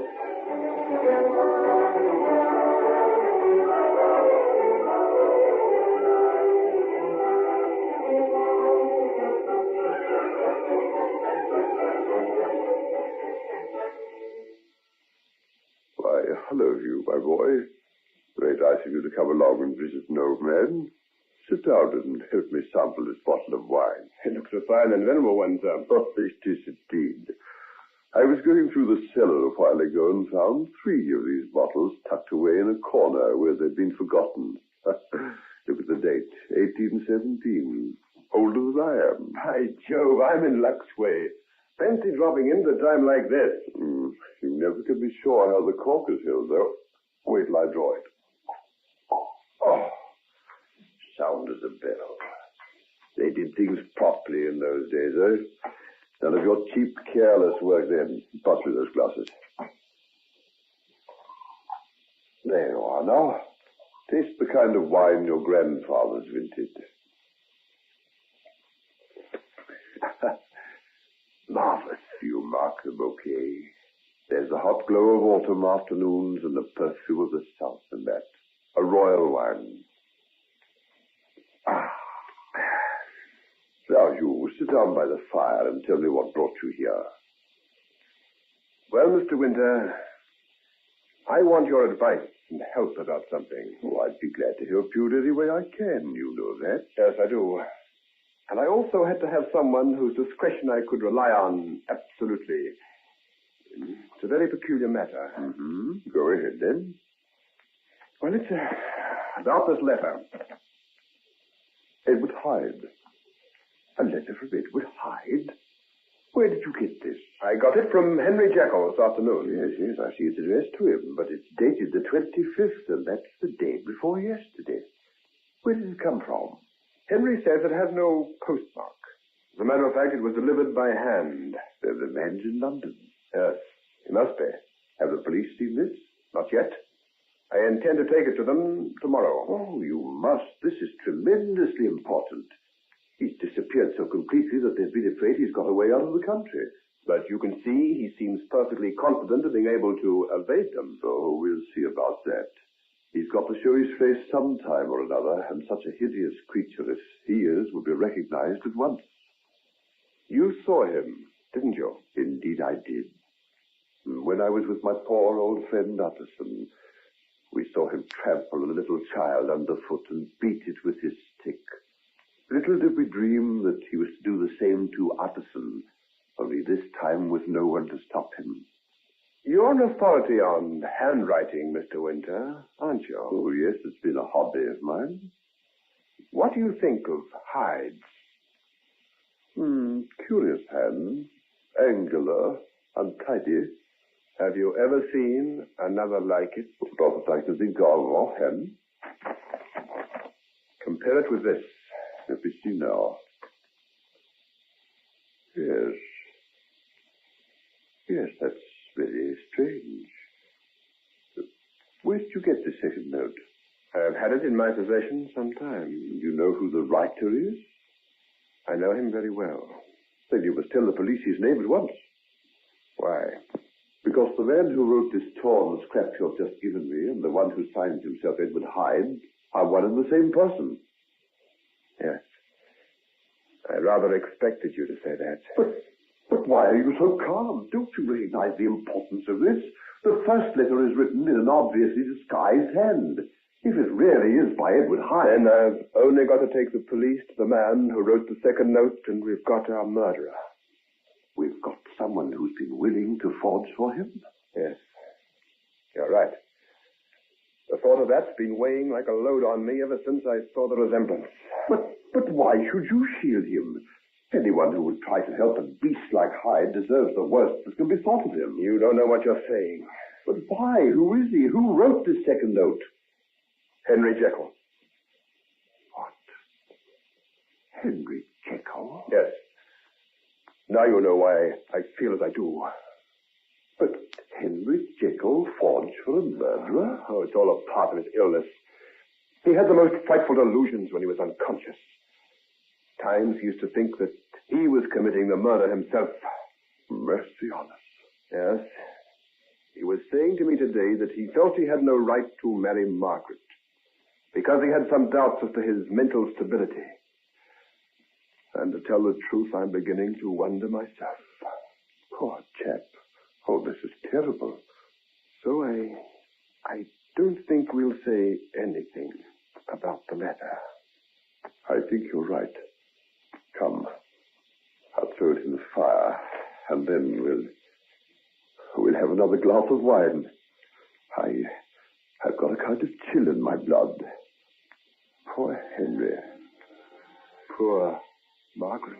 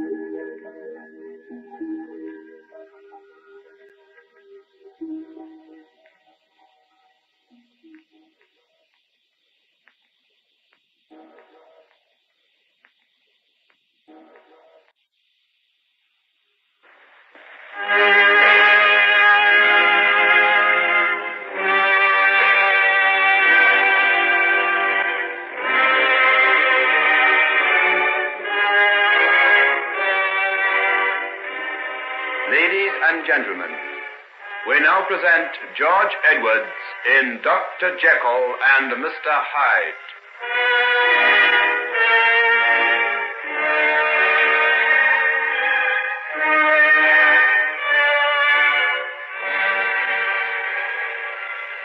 Now, would you tell us, Dr. Jekyll, everything you know about this man Hyde?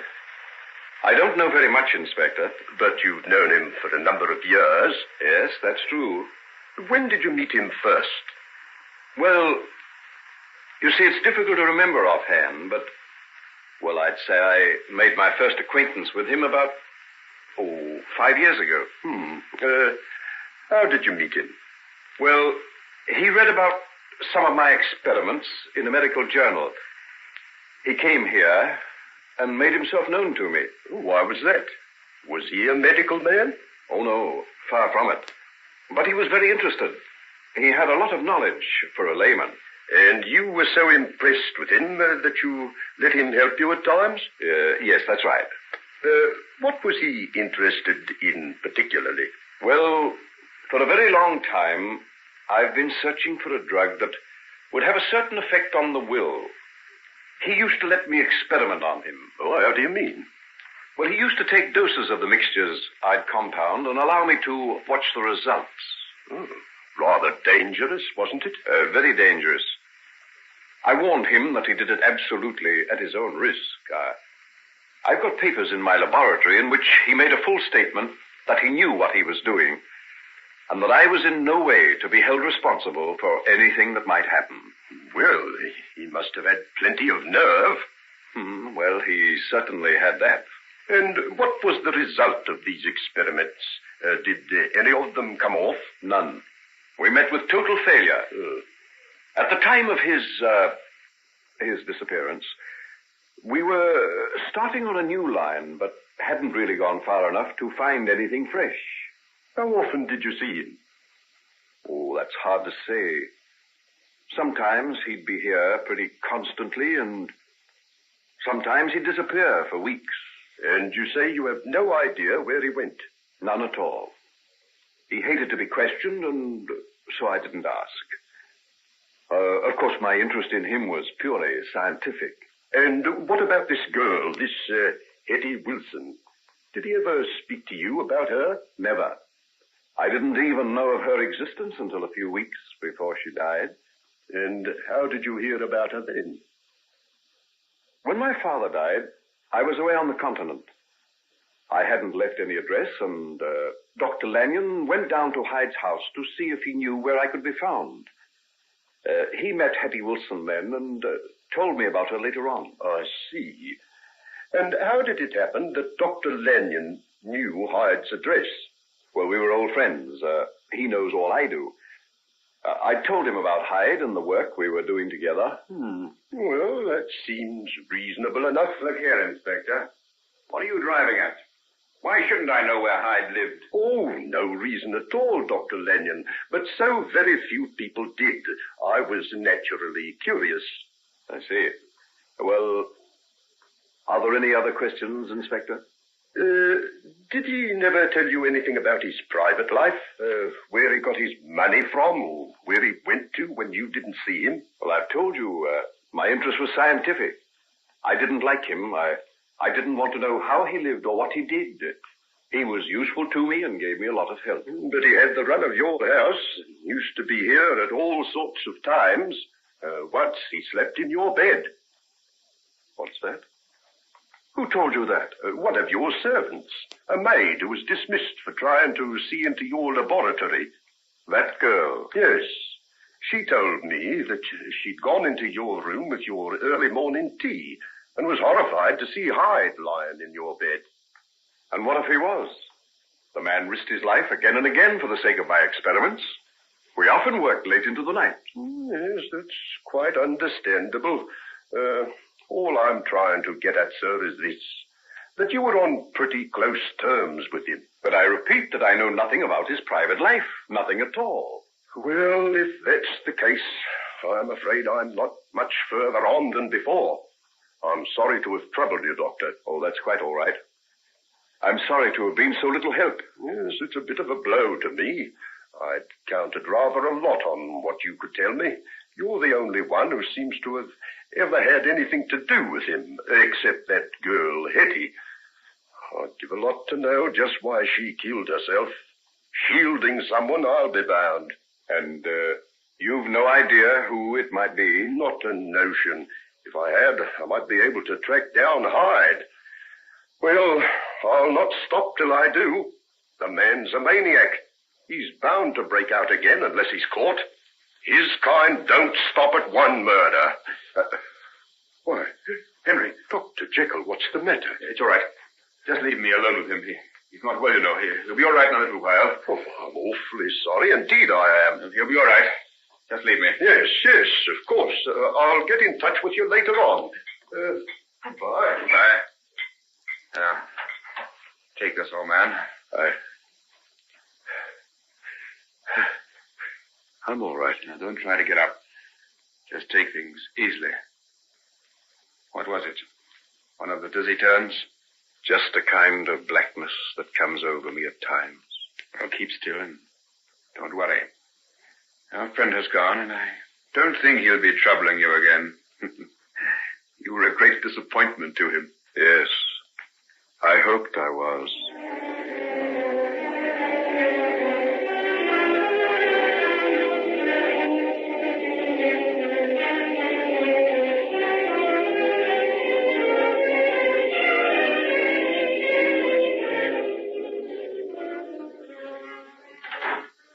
Why, Dr. Jekyll. Well, nurse, I thought I'd call in and give you a surprise. Oh, you certainly have. Does Dr. Lanyon know you're here? Not that I know of. Is he here? Yes, he's with the outpatients now. Then bring me a gown. I'll put it on and give him a hand. We might as well give him a shock, too. Why, Dr. Jekyll? Oh, what's the matter? Oh, yes. My hair. How do you like it? It's as white as snow. Oh, you must have been ill. Oh, well, it's all over now. I'm going to start work again, and we'll soon forget all about it. Yes, I'm awfully glad to see you back again. Why didn't you come and see me while I was ill? You had plenty of others to look after you. Didn't you think I might have wanted to see you and hear about your clinic? Hear about the clinic, maybe, but I don't flatter myself you wanted to see me. Why not? Oh, I did call once or twice, but they always told me that Miss Utterson was with you. I see. Surely that old jealousy doesn't exist anymore. What makes you think that? Does it alter how I feel for you, just because I know I haven't got a hope? Shh. Help me on with my gown, will you? Well, been kept pretty busy? Oh, not more than usual. I think some of the patients have dropped off since you've been away.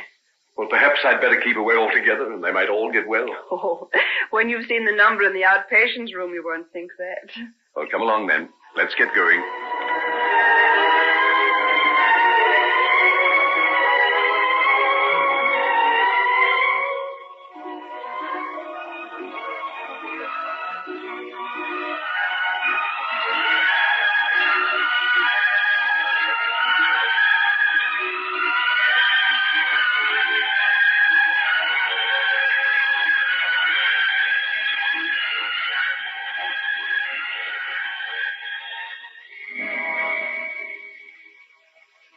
Hello, little girl.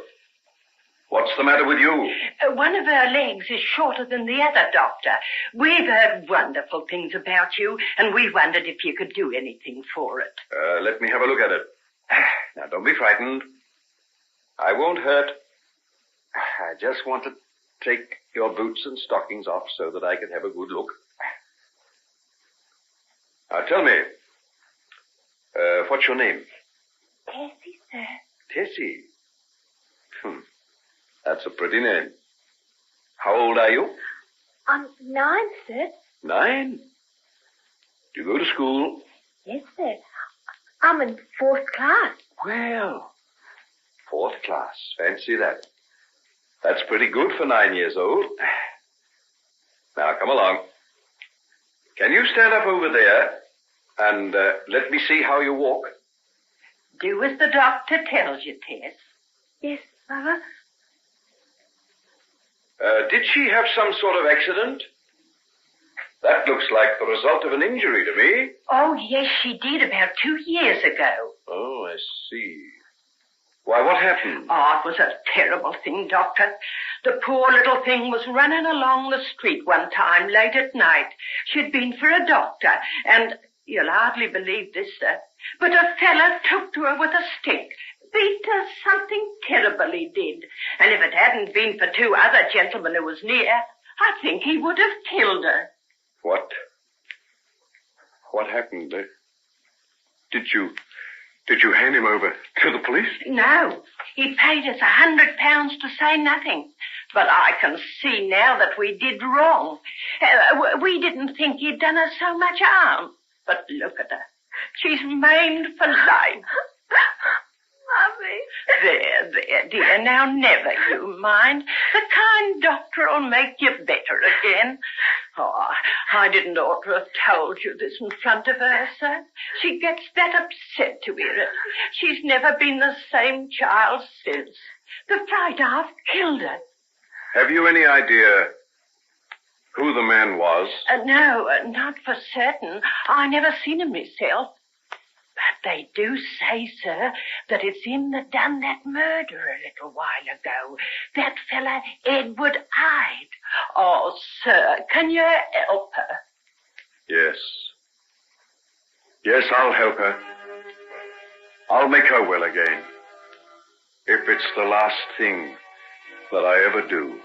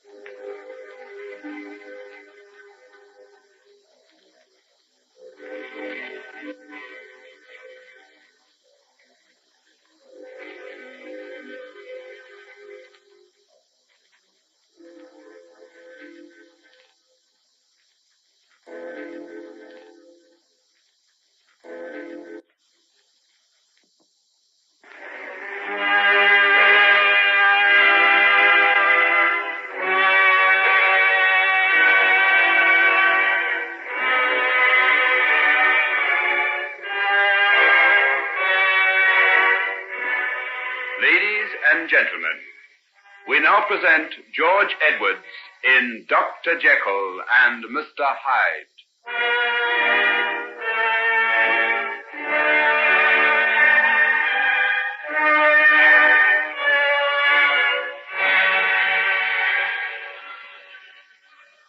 When did she first begin to show signs of this lameness? Well, you see, Doctor, her hip was injured. She was in the hospital for ages, and when she came out, she had to walk on crutches. It wasn't for a good while afterwards that we began to notice that one leg seemed shorter than the other. Poor little Tess. It's not fair, is it? Never mind. We'll fix you up again. One day you'll be able to run round just like all the other children. Oh, will she really, sir? Oh, I think so. But it'll take time, and Tess will have to have a lot of patience. Oh, she won't be any trouble to you, Doctor. She's not the least bit of bother. No, I'm sure she's not. Now, just you wait there a minute, and I'll call Dr. Lanyon in to let him have a look at this leg of yours and see what he thinks. Hugh, can you spare me a minute? Yes, coming. Tess, would you like to go to the country for a while and get really well and strong before we start fixing this old leg of yours up? The country? Oh, do you really mean it, sir? Of course I do. There's a place I know of where quite a lot of people go to get cured. It's the most beautiful place you can imagine. Big trees, gardens full of flowers, fresh cream and milk, and all the sunshine you could wish for. It sounds like heaven, sir. Well, it's not as far away as that.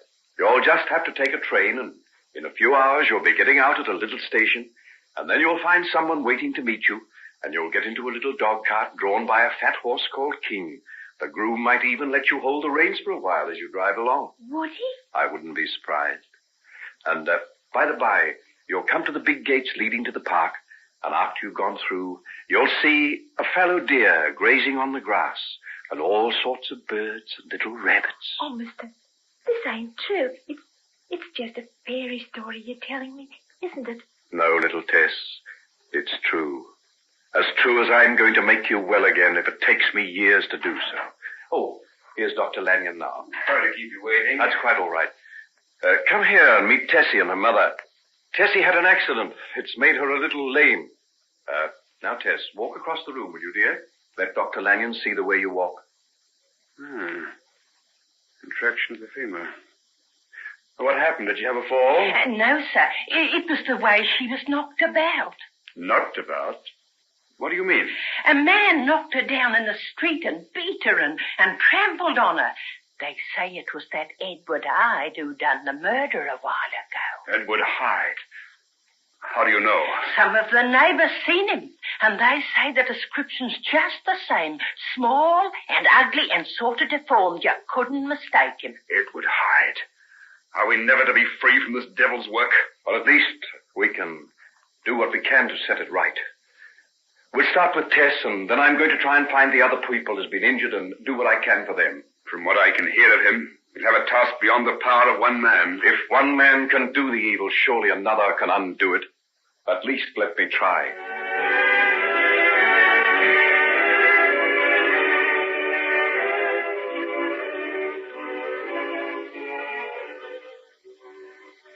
Henry, don't you think we ought to call it a day? It's close on 5 o'clock, you know. Is it? I had no idea it was so late. I've just got 1 or 2 more cases to attend to, and then I'll be through. Don't overdo things. I won't. What are you doing tonight? Care to come and have dinner with me? I won't tonight, if you don't mind. Well, I'm taking Nancy out, as a matter of fact. Nancy? Well, that's a good idea. I think it is, too. So you found something to reward you for all the hard work you put it down here while I've been sick. She's a nice girl, isn't she? Nice? She's one of the nicest I've ever met. That's what I thought, right from the first time I met her. Well, I'll be hanged.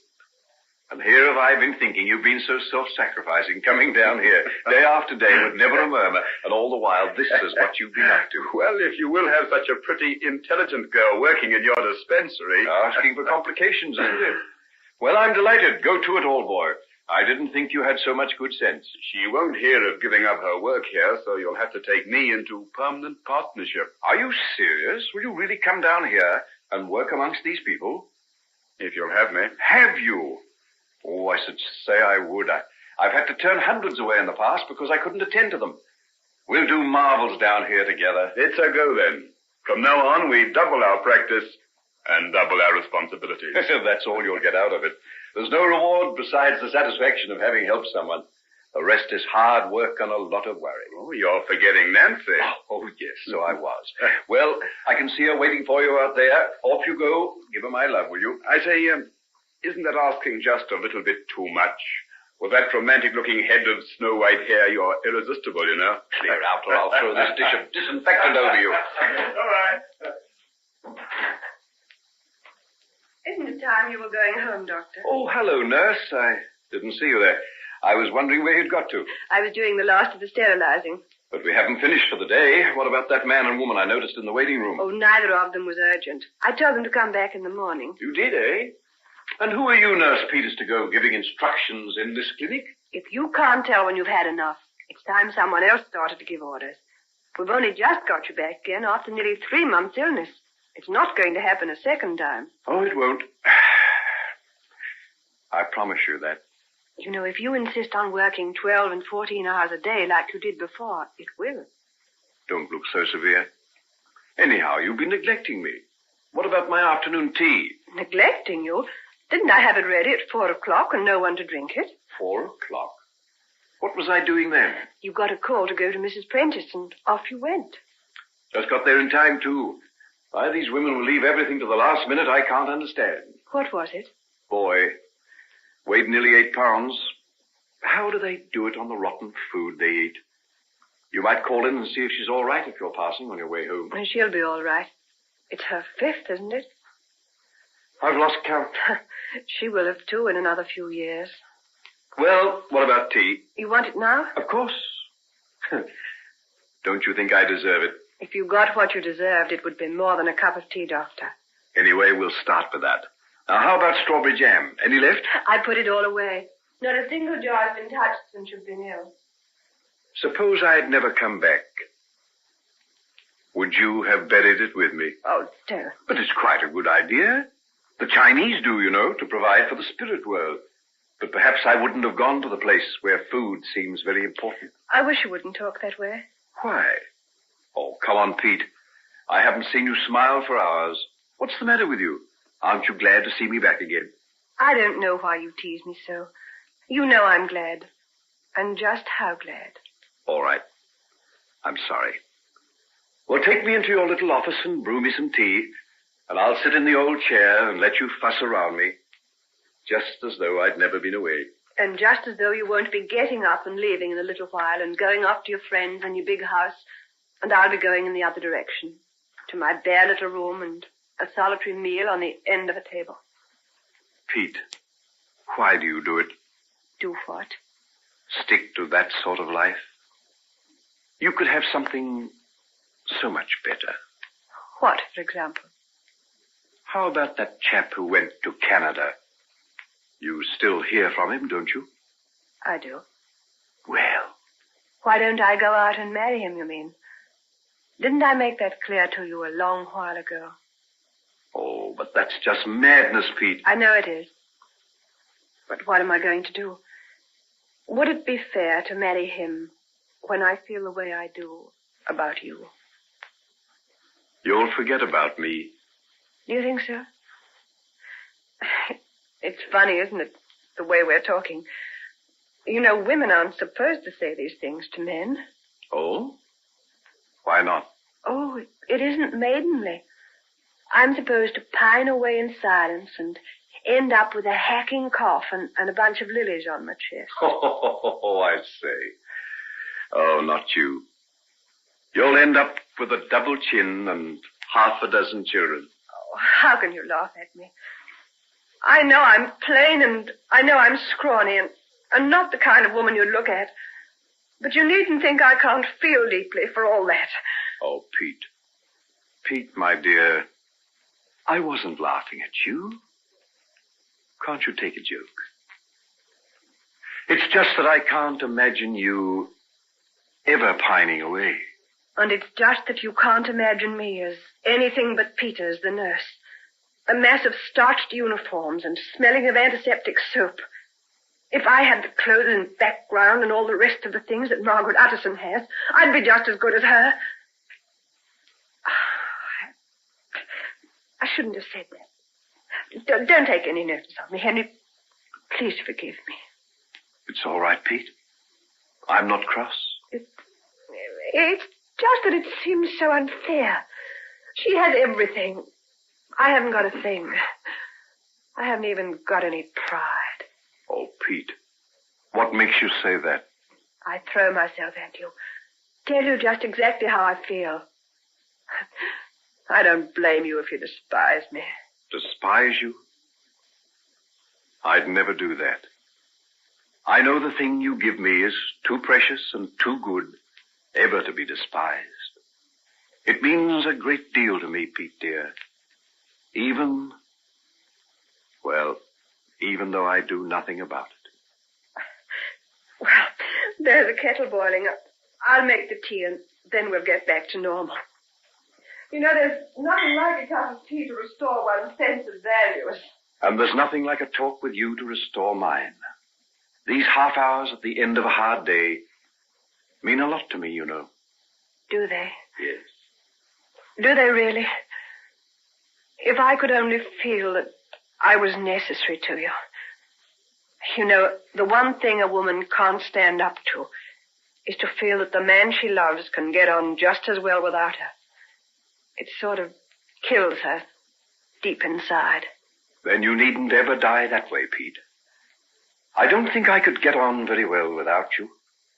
And I'm going to need you a whole lot more in a little while. Now, pour me out that tea, and then I'll take you home.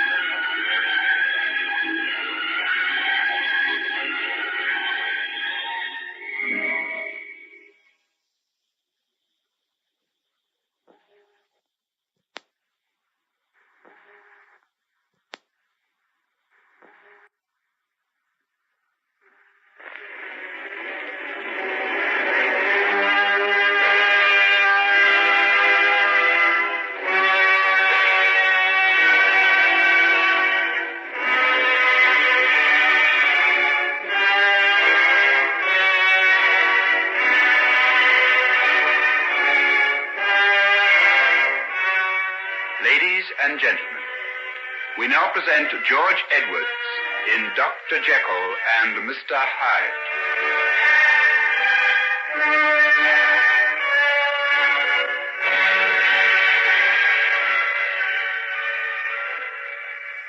I'm afraid Dr. Jekyll is rather busy just at present. Who shall I tell him is called? Well, my name is John Fairley. I've called several times at his house and haven't been able to find him. That's why I came down here to the clinic. Well, if you'd care to come into my room and wait a while, I'll tell him you're here. If he'd just let me know when I could see him. Well, I believe I can hear him coming now. Peters, are you there? Yes, Doctor. I'd say, will you... Why, hello, John. Why, what are you doing here? I was wondering if I could see you sometime. Sorry to bother you down here, but there seemed no other way of finding you. Oh, that's all right. Anything important? Yes, it is rather. Well, I've about 10 minutes now. If that's any good to you, I'm not due at the hospital till 2 o'clock. Can we talk here? Oh, I think so. You don't mind if we borrow your little room for a while, do you, Nurse? No, not at all. I'll close the door and see you upstairs. Thanks, that will do fine. Well, now, John, what is it? Well, to be quite frank, it's about Margaret. I had an idea it was. What are you going to do about it, Jekyll? I know this might be called infernal cheek on my part, but it's far from being that. I know. Everyone understood that the marriage couldn't go on after that terrible business of Mr. Utterson and then your long illness. But that's all past now, and you don't even seem to want to talk about it. Margaret has told you this, I take it? I've had to wring it out of her. Don't think that she's been complaining, but I knew she was unhappy, and I made her tell me. I'm not blaming her, John. I'm glad she's got someone she can take her troubles to. You are. Great heavens, Jekyll, what's the matter with you? Are you playing fast and loose with Margaret? You've been engaged to her for years now. Do you intend to marry her or not? Sit down, old man. Let us talk this over quietly. I know how you feel about Margaret, and I'm not going to feel resentful, no matter what you say, but it's very important that you shouldn't feel bad about me. I can't understand you, and that's the plain truth. Margaret's the most lovely girl in the world. I'd give my very life to be in your place, and you don't seem to want her. What makes you think that, John? There's not the slightest reason in the world now why you shouldn't marry her. But every time she talks about it, you evade her and talk about something else. Don't you love her anymore? Might it not be that I love her too much to marry her? What do you mean? Things sometimes happen in men's lives that debar them forever from the right to marry, if they have a spark of decency in their makeup. What? You... Oh, it's not any petty little aftermath of a bygone sin. This is something that I simply couldn't begin to tell you about. It's beyond the scope of any ordinary experience. Then if that's the case, what are you going to do? Will this thing pass in time? I don't know. And you're going to keep Margaret in this state of uncertainty till you do find out? No, I'm not going to do that, John. Don't you understand that you're ruining all her chances of finding happiness somewhere else by holding her to her promise to you? Yes. Yes, I understand. I deserve all your reproaches, John. You did quite right to come and talk to me about it. I'll set her free. Don't do it if it's not absolutely necessary. I love her enough to be able to realize that no one will ever be the same to her as you. Any other man will merely be a sort of substitute for you. I hope not, John. With all my heart, I hope that she'll come to care for you as I know you deserve. And patience and understanding on my part can do it. She will. Then I promise you I'll not stand in your way any longer. She's very precious to me, John. There's no one I know of that I'd sooner trust her to than you. You know, when I came here, I felt I wanted to knock you down. Now I feel I want to take your hand and thank you. Though I don't know why. Then we're going to be friends, are we? As far as I'm concerned, we are. Then take my hand, but forget about the thanks. If you can make her happy, I'll be more deeply in your debt than you can ever imagine. And now I think I'll go. I've got a big operation to perform. I'd like a little time to get a grip on myself again. This conversation hasn't been easy, you know. Yes, I know. I'm sorry. Well, goodbye. And goodbye.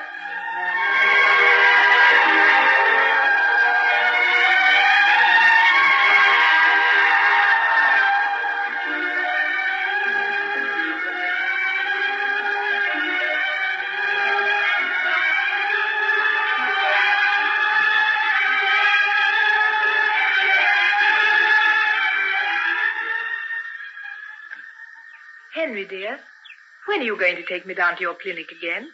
Don't you think you've had enough of sick people for a while? You nursed me for several weeks, you know. And see what a good job I made of it. You're almost as well as you ever were. You're a born nurse, Margaret, and no mistake. As a rich man's wife, your greatest talent will be lost. Why should it be? I'll also be the wife of a doctor, don't forget. Henry, what's the matter? Why do you turn away like that? Give me your hand, darling. Let's lean over the edge of this bridge and watch the water trickle over the rocks. You're evading me. You always do whenever I speak of our marriage. Henry, you've got to be honest with me. I can't stand this much longer. Dearest, I brought you out into the country today so that we could have a good long talk. It's so perfect out here.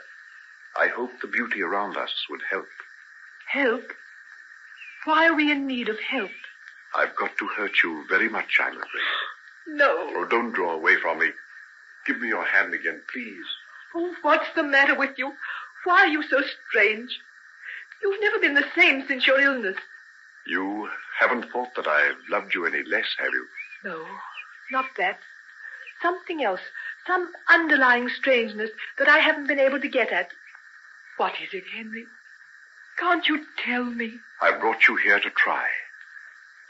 I want you to know, dear, that I've never loved you so much in all my life as I do now.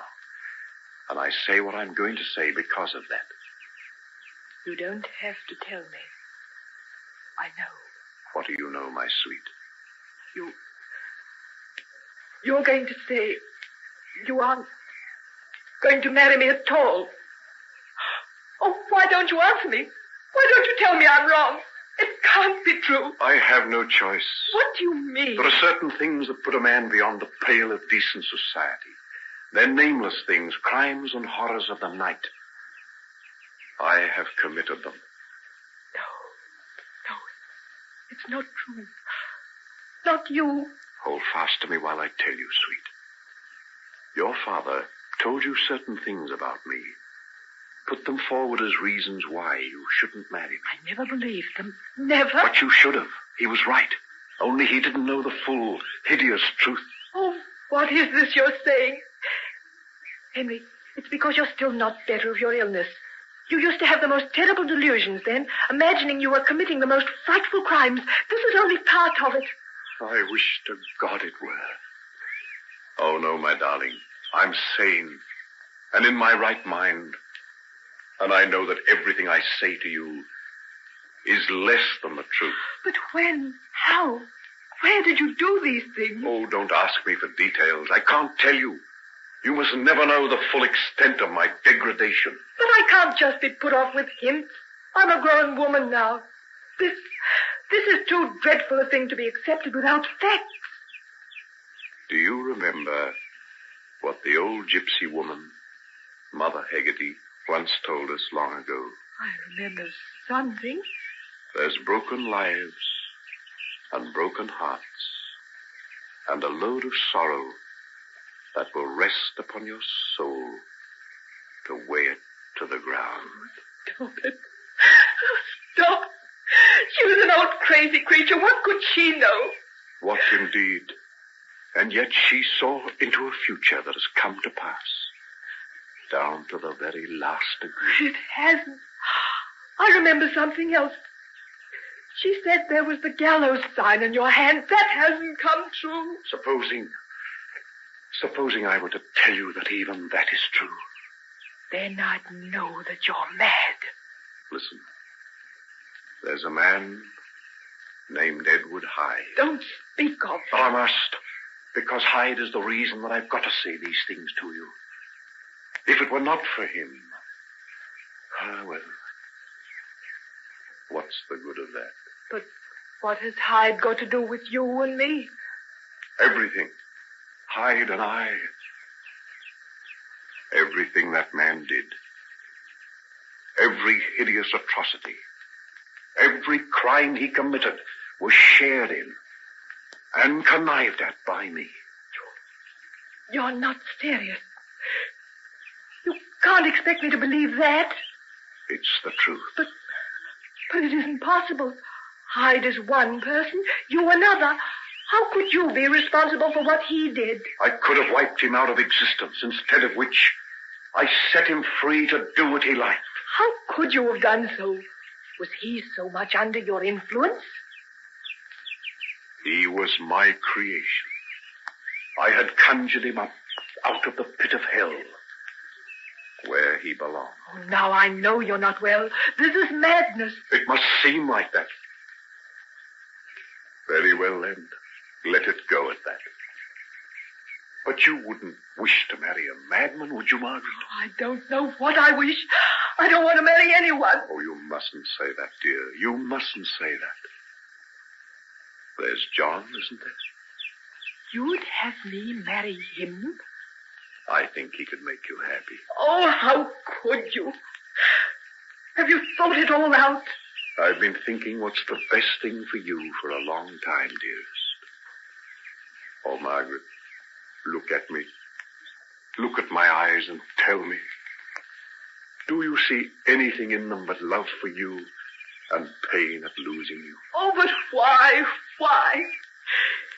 If I love you and you love me, what does it matter? I've committed almost every crime in the calendar, Margaret, my darling. But to take advantage of your love and innocence and loyalty is something that even I have not fallen low enough to do. Oh, let me hold you in my arms just once again. Let me kiss you. Feel your cheek against mine. Your tears. Your precious tears, my darling. Oh, let me drink your tears.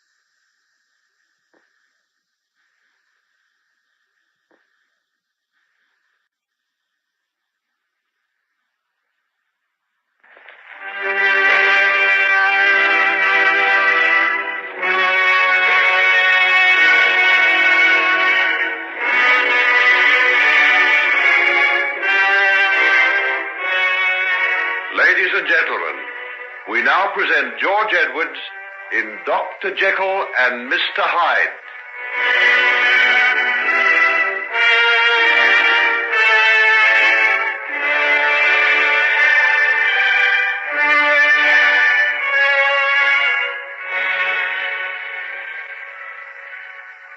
Well now, nurse, that seems to be the lot for today. Oh, how's that kettle of yours? Just about boiling. Would you like some tea? Very much. I'll have a word to Dr. Lanyon and then I'll be along. You'll find him in the dispensary talking to Nancy. Oh, good Lord, not again. What do I pay that young woman for if she does nothing but lure my assistant away from his work? I wish they'd hurry up and get it over. Well, judging by what I saw through the glass door last night, he isn't wasting any time. Neither is she, if you ask me. Well, I imagine we'll be giving them our blessing very soon. I'll be sorry when she goes. She's a first-rate chemist. She was talking about doing some research. Perhaps she could work with you. Not with me. I've given up. I've given up all that now. Oh, surely not. Oh, that seems wrong. You were doing such valuable work. Enough to prove to me, Peter, my dear, that insufficient knowledge is an extremely dangerous thing. Oh, but you mustn't. What about your work on anesthetics and the possibility of nerve blocks? How did you know about that? I'm an ardent reader of the Lancet, don't forget. And you just forget all you ever read about me. It's over and done with. And if you could look into my laboratory, you'd find the whole place covered with dust. I never thought you'd give up. Give up? Is that what you call it? Isn't it that? Why do you think so? You had a bad breakdown from overwork, but that doesn't mean you should give it up altogether. Nurse Peters, do I take it that you're daring to criticize the conduct of your medical superior? Where's your knowledge of professional etiquette? My professional etiquette isn't strong enough to stand the thought of you becoming a back number. Woman, go and boil your kettle and leave these matters to your betters. You can make a joke of it, but I think you ought to be ashamed of yourself, Henry Jekyll. Ah, bless you, Peter. You're the first person who scolded me like that since Mother died. I didn't know how much I'd missed it. If it's a mother you're in need of... Oh, don't think that you'd be any good as a candidate. You're far too young and pretty when you blush like that. Oh, please don't. I mean it. Go and see Dr. Lanyon. You're wasting time again. Well, I won't come back if you don't give me toasted crumpets with my tea. You've been looking in my cupboard. Oh, no, I haven't. I've got second sight. Well, then perhaps you can tell me what I'm going to give you to put on them. Of course I can. Strawberry jam. Wrong. It's honey Mother sent me up from Devonshire, and clotted cream. Devonshire? Oh, perhaps I can call and see her when I'm down there. Are you going to Devonshire? Yes. There's someone down there I particularly want to see. Will you be going soon? Oh, as soon as I can fix things up to get away. It's one of the things I want to see Dr. Lanyon about. So I'd better make sure of catching him before he goes.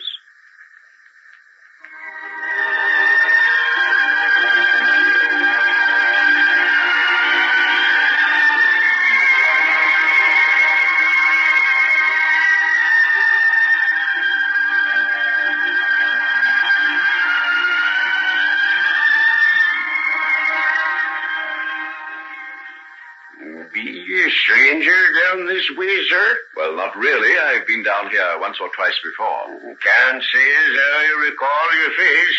Strange. There ain't many as comes this way that old Jeremy can't remember.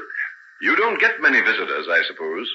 Just now and again, sir. Now and again. Out of the way we be, but none the worse for that. Indeed you're not. This is a very pretty little village you've got. Aye, snug it be, tucked in at the back of them hills. I ought to see them come autumn time, when they have us out. Rare sight they be, and no mistake. Stopping long in these parts? No, not long. I've just come down on business, as a matter of fact. I wonder, can you tell me if any of the Trelawney family are still in the old house? Trelawney? Aye, that they be. There's old Samuel and his daughter, the same as they always was. It's not likely that they'd ever be leaving the place. And young Sam? Aye, Sammy went to South Africa, years so gone. Naught's been heard of him, as far as anybody knows. He, didn't get married then? To Widow Cole's lass. Nay, that was called off long before he went. She were fit for nothing since that accident she had. And what became of her? Well, when her mother died, she were took in by her auntie down at Grogley Halt. Been there this 2 years or more. And Hester and the old man Trelawney are still at the farm? I wonder, would he see me if I called? He might. Then he might take a fit into his head and set the dogs on you. Old Samuel's got mortal bitter since young Sammy went away.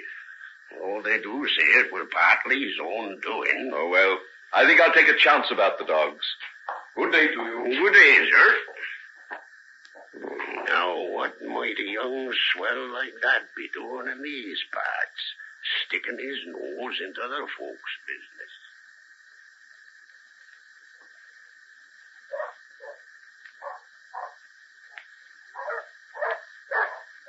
Badger, Rufus, Barney, come here. Stop that barking. Lie down. Be quiet, will you?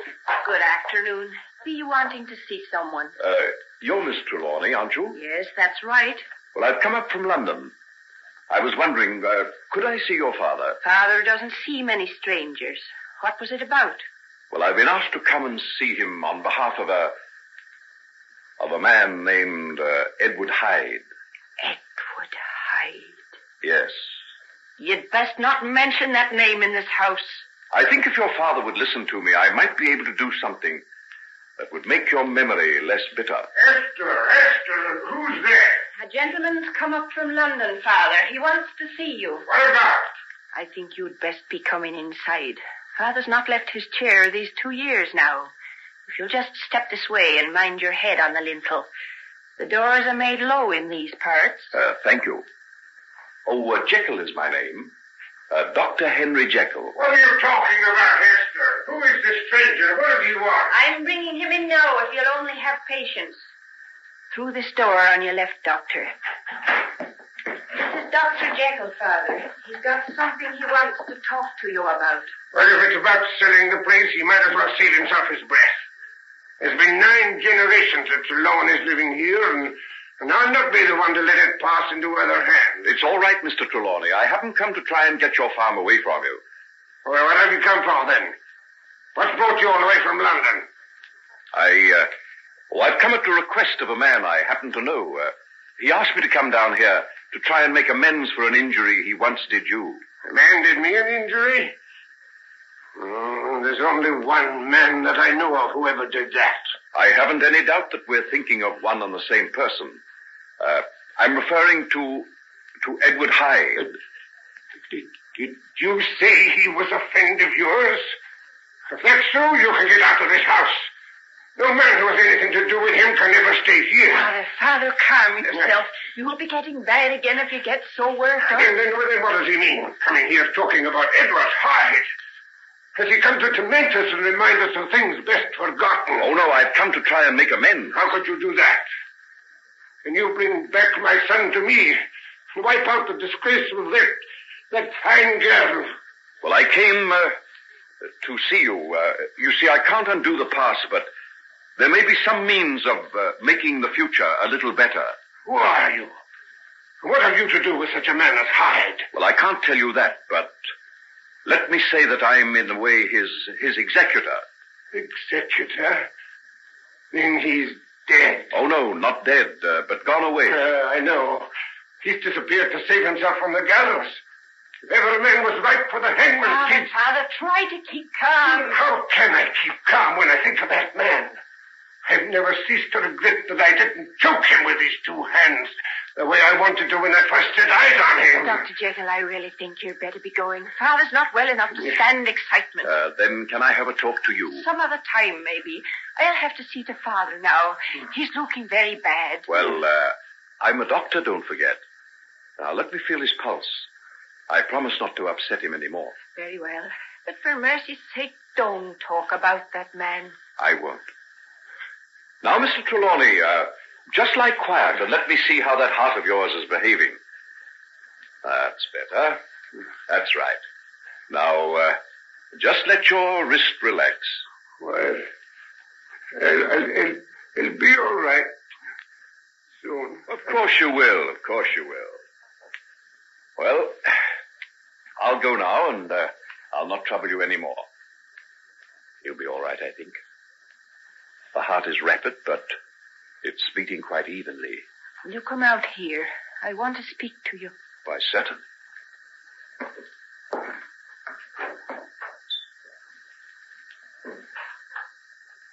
Where did you get that ring you're wearing? Why do you ask? It's the same that he had on his hand. He? You mean Hyde? Yes. I'll never forget it. He had it on the night he came and told us about my brother Sam. I remember the way the light shone on it. You're quite right. It is his. He gave it to me as a memento. Memento of him. All we've been trying to do is forget him. Well, Miss Trelawney, if you'll only hear what I've come to tell you, I think you'll be able to forget him much easier. All right. I'll come and see you then. Where will you be? I've taken a room at the little inn in the village. Could you come down there?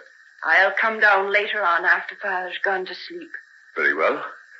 I'll wait there for you. Call me if you get worried about Mr. Trelawney. I'm awfully sorry to have upset him like that. You weren't to know. But the mere mention of that man's name is enough to make him bad for days. I think I do know. Everything. Hyde never told you the whole truth of it. He had no secrets from me. Then no wonder your hair's gone white and you still a young man. The things that man must have carried in his heart would be enough to haunt you for the rest of your days. They do. That's why I've come down here. To try and lay a ghost. Will you help me? All right. I'll come down this evening, after it's got dark. I'll wait for you. In the parlor of the little inn.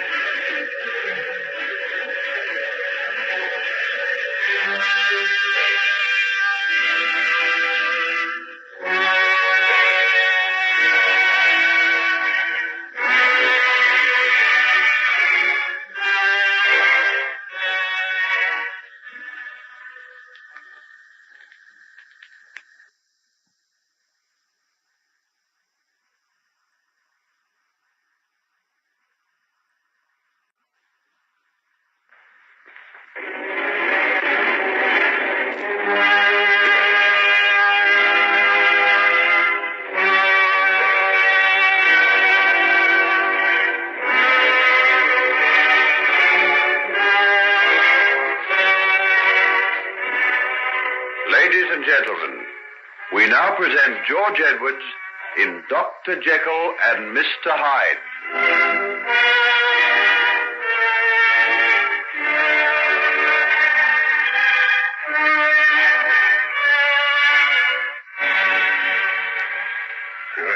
I said as they'd set the dogs on you, didn't I? Oh, it wasn't as bad as that. The dogs came running out when I came through the gate, but Miss Trelawney soon called them off. Oh, and how did the old man greet you? Well, he was asleep when I got there. Not him. He sits in that chair of his before the fire, pretending he hears nothing. But there's nought escapes his ears. All the same, he's a very sick man. Aye, not denying that. Esther'll not be burdened much longer with him, unless her looks dead out. Why? Do you think she'll be glad when her father dies? It'll give her a chance to get away from that farm there, which be more than she's done these 5 years. Hardly set her foot off the place since young they struck that trouble of his. Is that 5 years ago? Oh, so you know about it then? Yes. You don't say. Well, you're the last one I'd suspect of having any truck with a man of his kidney. Never clapped eyes on such an evil-looking customer in all my life. I remember well the time he first came in here. Young Sammy and one or two others and myself were sitting in the tap room. It were a hot summer afternoon, and we was mighty glad of a pot of landlord's ale. We was talking about nothing in particular, and all of a sudden a shadow fell across the room as he stood in the door.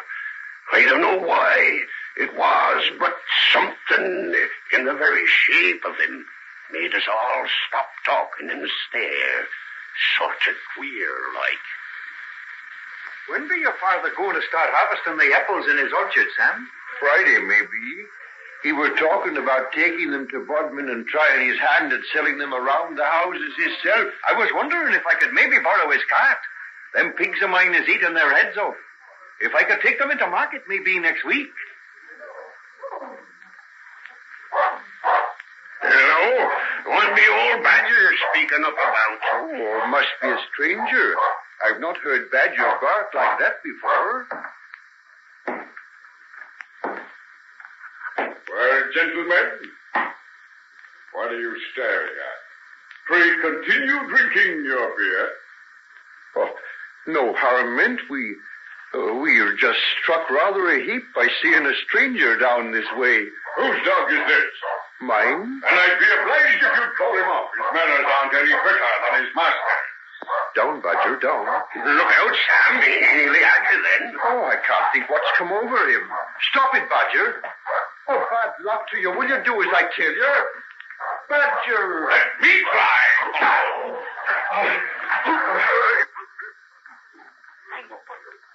Look out what you're doing. Stop it. Do you want to kill the dog? Grab the stick off it. What sort of a man be you to strike a dog like that? What sort of a dog do you keep that he'll attack a perfect stranger in such a way? I've never seen him to the like of it afore. Then I imagine after the lesson I taught him, he won't make the same mistake again. I'll trouble you to hand me back my stick. Throw it on the floor, eh? Master and dog, both turn. No, by Jiminy. Now, hold back, Sam. Let the fella be. He's not worth wasting your strength on. If it comes to strength, you toothless old scarecrow, there are other things besides brawn and sinew. Aye, that there be. There be common decency. But what did a man like you know of that? Come, Sam, lad. Let's leave him be and attend to the poor dog. He's got some bones broke by the look of him. Oh, you can well imagine, sir, that we took no great liking to the feller after that. No, I don't suppose you did. Sam told me that it was all he could do to keep his hands off his throat. And seeing what happened afterwards, maybe it were a pity we held him back that day. Still, if you hadn't, it might have been worse for Sam. Worse than what happened in any case. Maybe you don't know the story, then? I know some of it. What Hyde told you, I'll be bound. Well, you tell me. I'd like to know what people say about him down here. There ain't names black enough to call him by. If ever he showed his face round these parts... That is not likely. You know he's wanted for murder. Murder? Hyde wanted for murder? You don't get much news of the outside world down here? Not much. Sometimes a paper gets brought back when one of the lads goes to market. But this be somewhat worth knowing about. Hyde wanted for murder. You don't seem sorry. Sorry? If they had public hangings and I could go to see that fellow on the gallows, I'd walk 100 miles, rheumatism and all. So he's pretty much hated around here. Hated? It were a bad day for Marston Bridge when Hyde showed his ugly face about the place. Weren't long before he began to make trouble. A day or two after he beat Sam's poor dog, just about evening it was.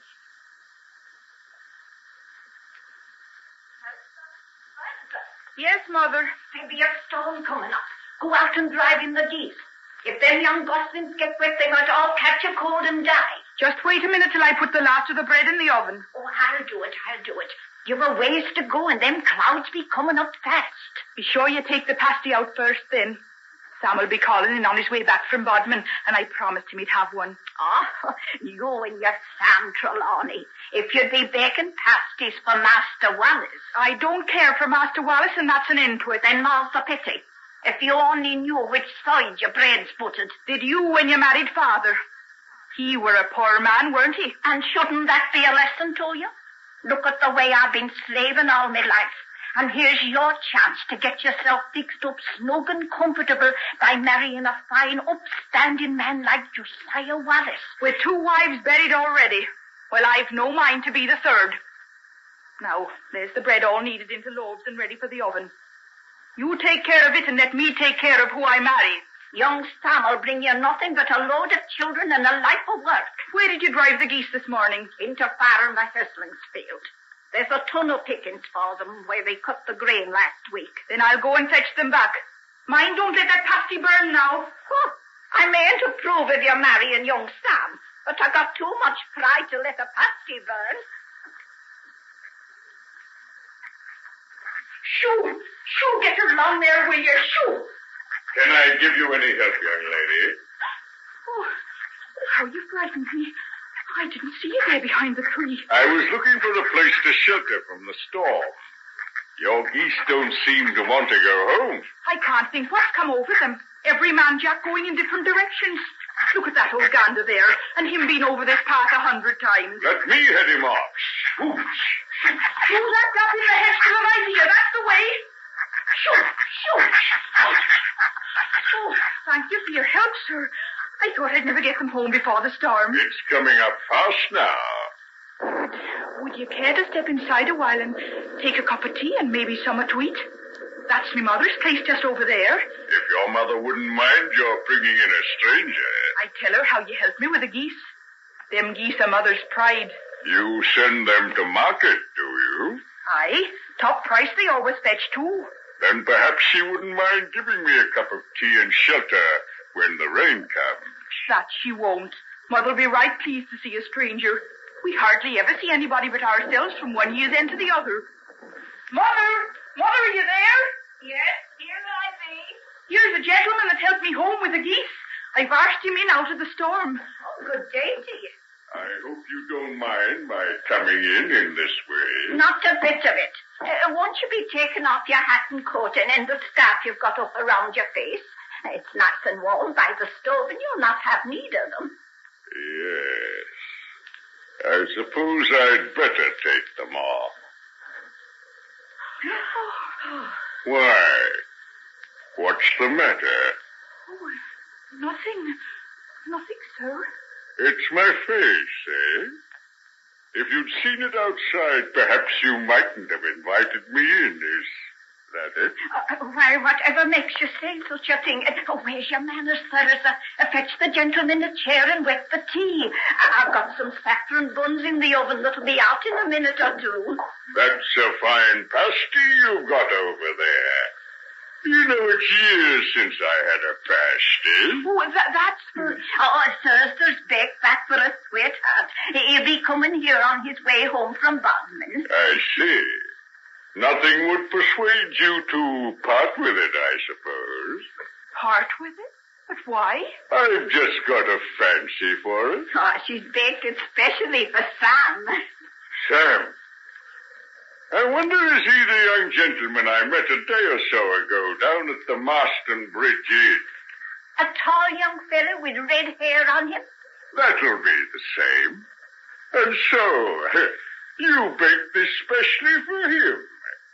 Well. Now, suppose I were to offer you a guinea for it, huh? A guinea? Yes, a guinea. You think I'm mad, eh? I paid more than that for a meal in London a score of times, and I'll wager it hasn't been as rare a treat as a pasty baked for Sam by his sweetheart. Mother, why, if you're serious... I was never more so. Now, is it a bargain? No. Don't be silly, Ferriser. What's a pasty? And a guinea means a lot to us. But Sam's coming in the gate now. I can hear his horse's hoofs. Excellent. Excellent. Here's the guinea. Now let me have my pasty. I'd like nothing better than to have young Sam come in and see me just starting to sink my teeth into his supper. Let me face the door so that I can get a good view of his face. This is going to be good. Almost as good as the pasty.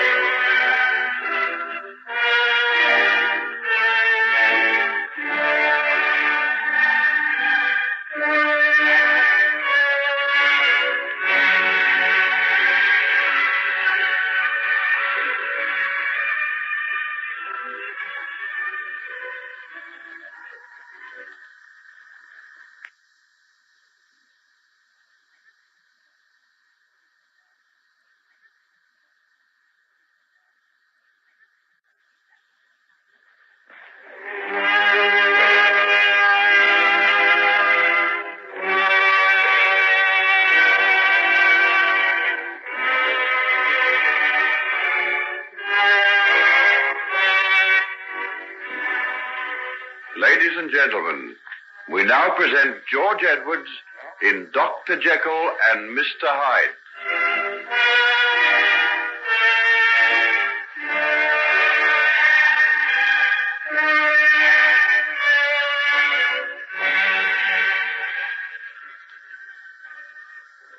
You mustn't eat it. I won't let you. What? Not let me eat a pasty that I've paid a guinea for? You've got some other reason for this. You're trying to get back on Sam for something. Ferriser, what's come over you? I don't know, Mother, but I don't like this man. It was you who brought him to the house. Yes, but it were almost dark outside, and how could I see what he was like with him all wrapped up in a scarf half over his face? What are you talking about? Anyone would think the gentleman was someone we wouldn't care to ask inside. You didn't like him either till you see the guinea that he has in his purse. Shame on you, Mother. Is that the way you judge a man? And shame on ye that you talk to your own mother such a way. Sit you down, sir, beside the fire, and I'll be making you some tea. Ferriser, you can go and tell young Sam to come some other time if it's a pasty he's looking for. What's this? Is it my name I can hear, Mrs. Cole? What? What's that fellow doing here? Eating your pasty, as you can see. Sam, come outside with me. I want to talk to you, Sam. Yes, go along with her, young man. Your pasty's gone, I'm afraid. I bought it for a guinea. What? Now, Sam Trelawney, don't you go making scenes in this house. I'll not have it, you understand? Please, Sam, please. Oh, all right then. But it sticks in me throat to go taking dirt from him. I hope I won't cause you any serious trouble between your daughter and her admirer, Mrs. Cole. It won't be troubling me too much if he never darkens the door again. Don't you like him? Oh, he's well enough. But she's thrown herself away on him, and that's the truth of it. In what way? She could do better for herself than Sam, if she'd a mind to. So she has more than one admirer, then? Oh, my Ferriser's the prettiest girl for 30 miles around. She could take her pick. Even Josiah Wallace would wed with her, and him with the finest farm in the district and 3 houses and a ship in Bodmin. Quite a match. That fair makes me mad to think of that young Sam standing in a way, and that's the truth of it. So you wouldn't be sorry if he was removed? Oh, I don't wish him any harm. But I don't want to see my girl wed to a poor man the same as I was. Well, we'll have to see what we can do. We'll have to see. I'm not saying that the widow Cole weren't a lot to blame for what happened. Fair daft she must have been to be took in by a scoundrel like Hyde. But was she taken in? Aye, there you be right. She were dazzled by his guineas, if you be asking me. And the good Lord knows he had a power of money in his purse. Where's your shiver yourself sitting there dancing half the night? What's the gentleman mean? Oh, hold your noise, woman. The doctor wants to hear all about young Sam and that feller Hyde. Don't you, sir? Yes. Let me hear it all. Well, as I was saying, the widow Cole were fair dazzled by his guineas. Brazen it were, and at her age, too. You could have knocked me down with a feather when he moved his traps out of this here inn and went off to live with them. He did, too. You know, he went off from the inn on their invitation. And, how did the rest of the village take it? Oh, it were open scandal, so it were. When she began to wear them flash clothes, bought, if you please, at Josiah Wallace's store in Bodmin, where things reached a pretty pass. The poor lass Thurzer could scarce hold up her head. You're never going to church in clothes like that. And why not? Isn't it time I had something decent to wear instead of the old rags I've had to put up with all my life? But, Mother, what'll folks be saying? They'll be saying that fine feathers make fine birds, no doubt. Well, let 'em, as long as the feathers be on my hat. Oh, you can't. Mother, what's come over you? How can you do such things? What things? Take presents from Mr. Hyde. Don't you know what folks be saying? Let them. I've wanted nice things all my life and never had a chance of getting them. Do you think I'm going to pass them by now because of a lot of wagging toes? Put on your bonnet and let's be getting off. Parson don't like it if folks comes late. I'll not be going with you. What's that? You heard. Put on your things this minute, or do I have to fetch you a slap across the ear to remind you I'm your mother? It'd take more than that to make me know that the woman standing afore me now, dressed in them clothes that she got in such a way as any mother of mine. Take that for your farce. It's no use blubbering like that. I'll have no child of mine give me a lip while she's living in my house. Very well, then. I'll go. You'll what? Either that man Hyde goes or I do. And who are you, miss, to set yourself up in judgment of your mother? Would you be asking me to condone the things I knows are going on? Do you think I'm blind and deaf? I'll be asking you to mind your own business. What my mother does and what folks say about her is my business. And if I can do aught to bring you to your senses, I'll do it. You'd be a deal better advised to come to your senses yourself. Look at the fine thing the Silky brought you home 2 days ago. And what did you do with it? Put it in the fire. The same as I'd burn any other of the devil's things he brings into the house. That man's a fiend. There's not been aught of happiness or peace or good about the place ever since the first minute he set foot here. Didn't he and Sam get into Holt's right away on account of the way he beat the poor dog? And what's that got to do with you and me? Has he ever said a word that's out of place or been anything except a perfect gentleman the whole time he's been stopping here with me? And have we done anything but quarrel and have ill feeling between us? Us has lived peaceable all these years. And will Sam come about the place when there's any danger of coming face to face with him? Maybe in time to come you'll be grateful to him for that. If you think you'll get me to marry Josiah Wallace that way, is that the reason that you had him here to stay? Because you knew it'd cause trouble between me and Sam? I had him here because he offered to pay me good money for the room. And I was sick of sweating and slaving on the farm for every penny I got. And right glad I was of the chance of getting some easy. What a pleasant domestic scene. Mother and daughter exchanging a few home truths. You devil, you devil. Do you see what you're reveal some hidden meanings to this pretty scene. Look at her. Is she the same woman that you saw when you first came here? Not exactly. But I can't say that the change isn't for the better. Can't you? Do you think she's better in them clothes and that hat and her face all painted and powdered? Oh, how can you? How can you? Why did you want to come and bring such sorrow onto us? What can you want? We're making a fool out of her. I have my own peculiar methods of enjoyment. I haven't never hated anyone in all my life before. But I hate you so much that I could take this knife and stick it into that black heart of yours. So true as heavens above, I could. Stop it! Stop it, I say! Elsa! So, you meant it, did you? You tried to stab me. Don't. Oh, let me go. Not till you get down on your knees and beg my pardon and say you're sorry. I won't. I'm not sorry. I wish I'd killed you. I'm very strong. I can break this wrist of yours. I shouldn't like to have to do it, but I will. Oh, let her go. Let her go. Don't do that. Get out of my way, you rattle fool. And now, my pretty little vixen, will you get down on your knees and do as I say? No, I won't. I hate you. That's better. Now we're getting to it. Down you go, both knees. Now, your head on the ground. Right down until it touches my boots. No. Then one twist more and that should be enough. I thought it would be. Now say you're sorry and I'll let you go. I'm sorry. You're a nice, kind gentleman, and I'm grateful for what you've done for Mother and myself. You're a nice, kind gentleman, and I'm grateful for what you've done.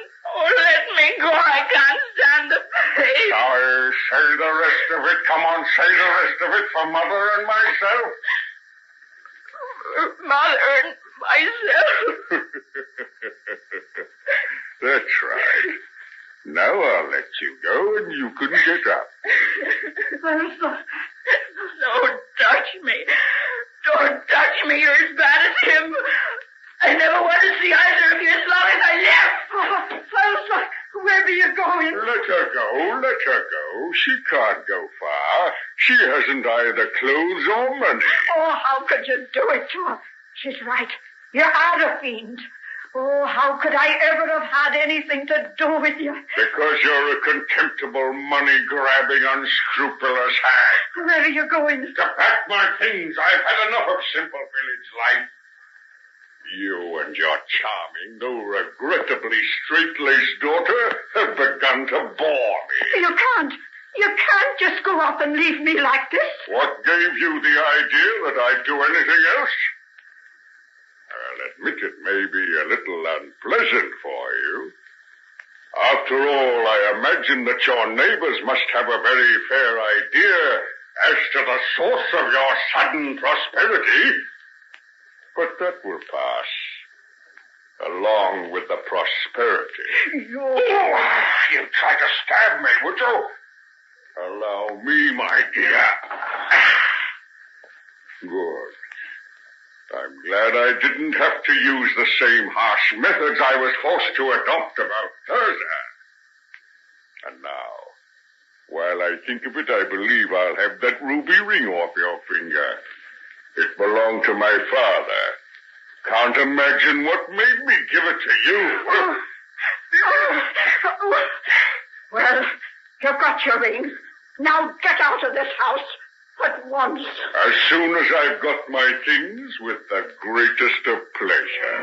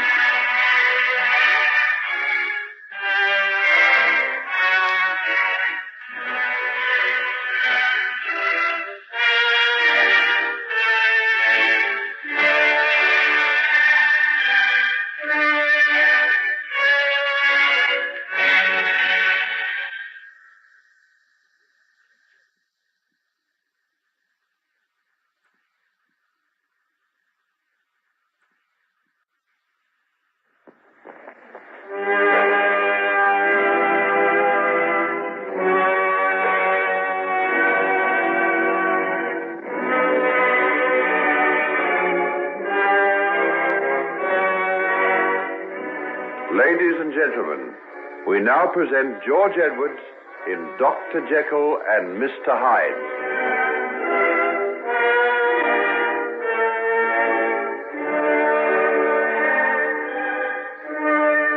Mind you, I'd have knowed naught of all this, I'm telling you, if it hadn't have been for Billy Pedlar, who was coming home from market and heard the goings on. He got off his horse and went to take a peep through the window, and he seen Hyde fair tear the ring from off her hand. I was wondering how you knew so much. There ain't much as Mrs. Me, sir, I can tell you that. So it seems. Speaking of finger rings, that be a right queer one you're wearing now. If you'll excuse me for remarking on it. Yes, yes, it is rather unusual. It belonged to my father. Oh, did it now? I had a thought run through my head when I seen it, but I must have been mistaken. Why, what did you think? Well, Billy Pedlar told me about the ring that I took off the widow Cole's hand. He'd seen her wearing it afore, you know, and I'd have sworn it were the same as you be wearing now. Yes, you're quite right. Hyde did wear it. I'd lent it to him for a while. Oh, and he were a friend of yours? Well, not exactly a friend, but I had a good deal to do with him. In a way, I was responsible for him. That's why I've come down here now to try and see what can be done to make up for what he did. It'll take more than the power of mortal man to undo what Hyde did. Oh, but I can do something, surely. Thurza's still alive, and young Sam... Aye, they be living, but there's a sight of bitterness and suffering that can't be wiped away. Maybe you don't know the full story. Then tell me. I know Hyde's side of it, but I'd like to hear another. Well, as I was saying, after Hyde had forced her to her knees afore him and made her beg his pardon, poor young Thurza run out of the house and down the road like one demented. She was smarting from the blows her ma had fetched her. And then there were the times she took the knife to Hyde. Well, she was sobbing and crying to herself as she run out of the place and didn't seem to rightly know what she were at. Billy Pedlar called to her, but she never heeded him nor stopped until she came to young Sam's place and banged on the door. Sam, let me in. Thurza, Lord have mercy, lass, what become of you? Oh, Sam. Oh, hush now, calm yourself and tell us what it's all about. Here, let me dry your eyes. Lord save us, what's this on your face? Did someone strike you? Mother, she beat me, Sam, something cruel. And why? Because I took to her about the way she's going on. I couldn't stand it any longer, Sam, and that's the truth. I'm very ashamed I be. And she struck you? With a pot stick. I be black and blue. Oh, I can see your face, poor lass. Come, let me bathe that cut above your eye and fetch you something to drink. No, I couldn't touch a thing. Oh, just to drink a milk or maybe some tea. 'Twill help to calm you. Come now, that's a good lass. Hester and Father be sitting in the kitchen. We'll go into them and tell them what it is that's happened to you. No. I shouldn't have come. I should have hid me shame. What'll your father say when he hears about it? Don't you take no notice of him. He's an old man with a bitter tongue. It's me you've got to take heed of, and I'll say you did right to come here. Where else should you go? I hadn't nowhere else. Since Mother's took to carrying on so brazen, there ain't hardly no one as'll speak to me. Oh, we'll change all that. You and me'll be wed. And I'd like to see the man or woman that scorned my wife. Come along now, don't be afeard. We'll tell the old man, and I'll not stand for any of his goings-on where you're concerned. Oh!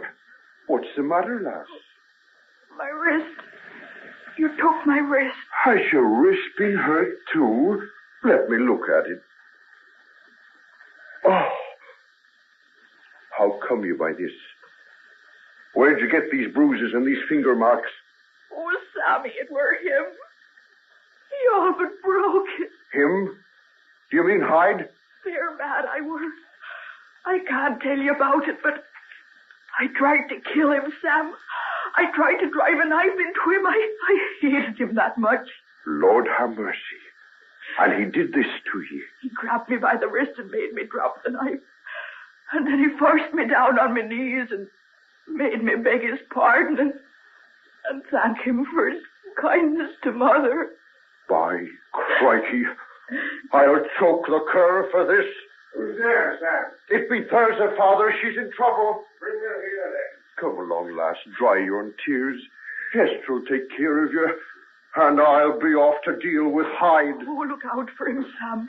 He'd do anything. He'll not do what he's done to you and get clear of it. Come, here's the kitchen. Go ye in and bide with Hester. Why, sir, that is a long time since you last come here. Saints alive, what's happened to you? Fetch some water and a piece of clean rag, Hester. Thursday's in no state to be worried. It's help she needs. What's the meaning of it? How did she come by the bruises and that cut on her cheek? She had trouble with her mother. Her mother, eh? Why did she come here? Well, where else should she go? Well, stick in her own place, not go dragging decent folks into the shame and disgrace they're not responsible for. Father, shame on you to speak to affairs of so. It's all right. I shouldn't have came. I'm sorry. I'll go. Thursday, you stop where you are. No, Sam, I'll go. Not while I'm here. You won't. Then not a well at a pass. Would you let her go back to that house? Will you see what's been done to her? What's that got to do with me? It's got a lot to do with me. Thursday's my lass, and I'll not stand by and see her treated ill. Not by you nor anybody else. Then it's the worse for you. Because I'll not have one of her kind in my house so long as I'm Master Roy. One of her kind? What do you mean? It's an ill bird that'll come out of that nest. Her father was a waster and a drunkard. And her mother? Ha! Well, let's say no more of her. Oh, stop it, stop. I never should have come here. And I'll go. You go after her, Sam, and fetch her back. If he does, I'll slam the door in both their faces. I'll take a charge on that. I'm going for Thursday. Father, ben't you ashamed of yourself? Speaking to the poor lass like that and her in such a pass. But who brought her to it? Is it her fault? Was she ever off with a decent, right-living, respectable girl, no matter what her mother might have done? There's bad blood in that brood now, and none of it in mine. You've never wanted Sam to marry her, and this suits you fine. It proves what I say. There's bad blood, and it'll show even though you wait till you're 40, like the widow Cole. And if Thursday ever comes to any wrong, it'll be you who helped to drive her there. Well, what's that you say? She's in mortal trouble, and you've driven her out, and you call yourself a Christian. You shut your mouth, girl. I have no child of mine talk to me that way. And I'll not stand by and see a poor lass driven out when she's so sore in need of help. You can get your own supper. I'm going off to help Sam find her and to bring her back. And that was the beginning of the old man's sickness. When they come back, they found him lying on the floor of his kitchen. And it were days afore he spoke, and he hasn't never set foot to the ground from that day to this. Oh, it were a black time all round that night, and all of it on account of that devil Hyde. Tell me. Didn't you say as Esther were coming down to see you sometime this evening? Yes. She promised she would when I was out at their place today. Well, she be coming now. Get her to tell you what happened that night out on the moors. She and Sam were there. She can tell you firsthand, which is more than I can do. I wonder, will she? Ask her. No, I'll go out of here and leave the two of you alone.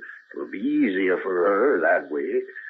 Well, good night to you, and thank you kindly for the baccy and the ale. Thank you for telling me so much. I'm very indebted to you. To me? For gossiping? I must tell me daughter that. I doubt if she'll believe it, though. Good night, sir. Good night, Jeremy. Good night.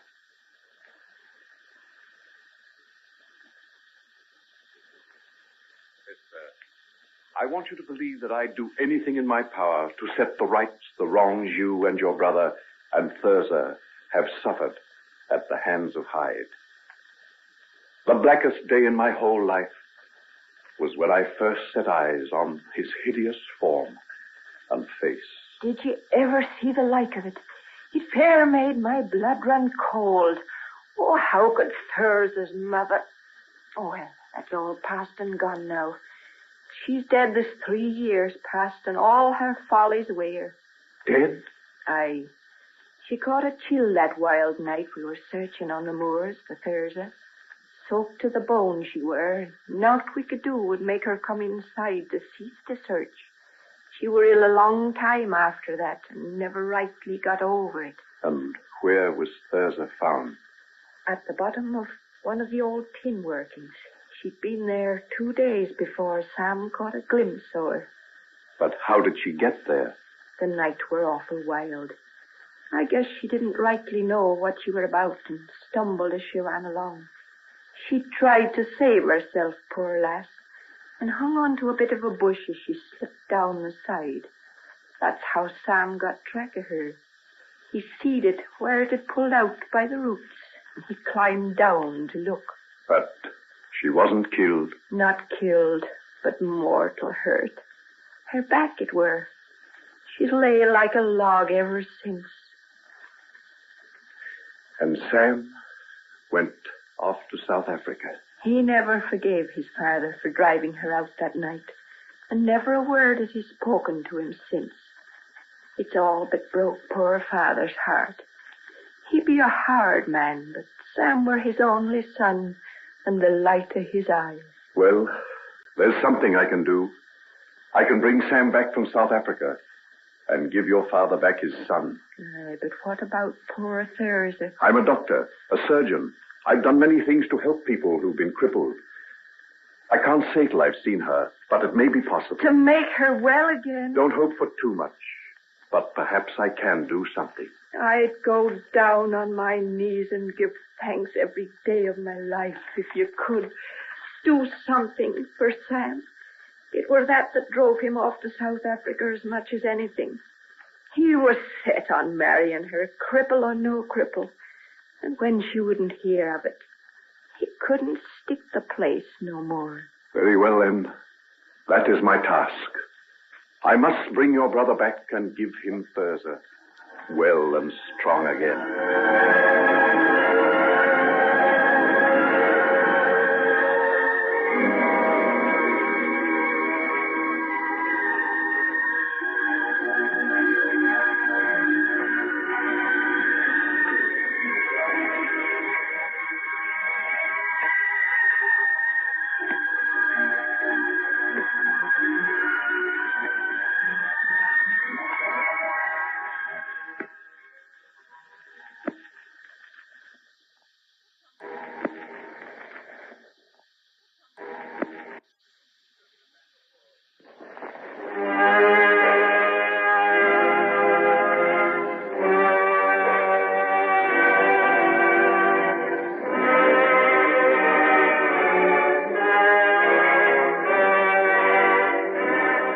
Ladies and gentlemen, we now present George Edwards in Dr. Jekyll and Mr. Hyde.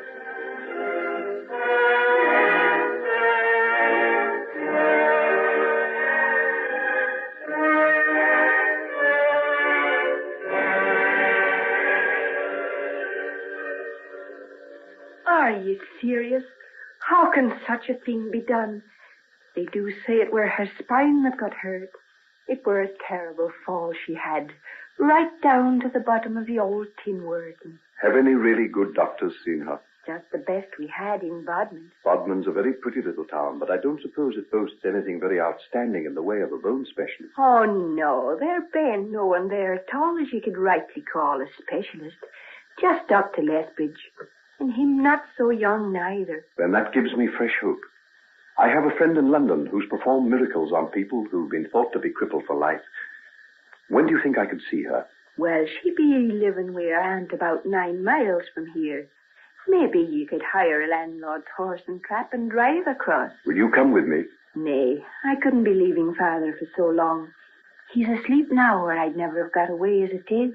But do you think she'd talk to me and let me examine her if she hadn't you to tell her I was a friend? Why, for sure. She's only got to look at your face for one thing. Is it a face that you would trust, Hester? It's a face the like of which I've never seen afore. Like a picture I once seen somewhere, when I were a little child. So kind, so sad, so beautiful. Thank you, Hester, my dear. Thank you. You can't possibly know what it means to hear that from you. Why from me? You have known Hyde. Hyde? What has he got to do with ye? Don't speak of him. Just let me forget. Very well, then. I'll not mention him again.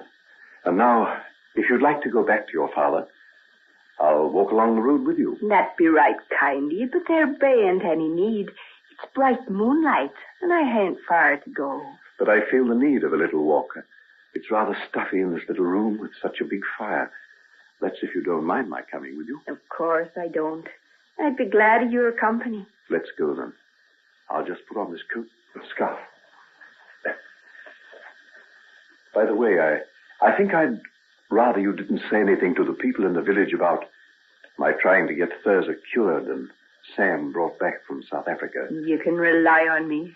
I'll keep mum and no mistake. Good. Shall we go, then?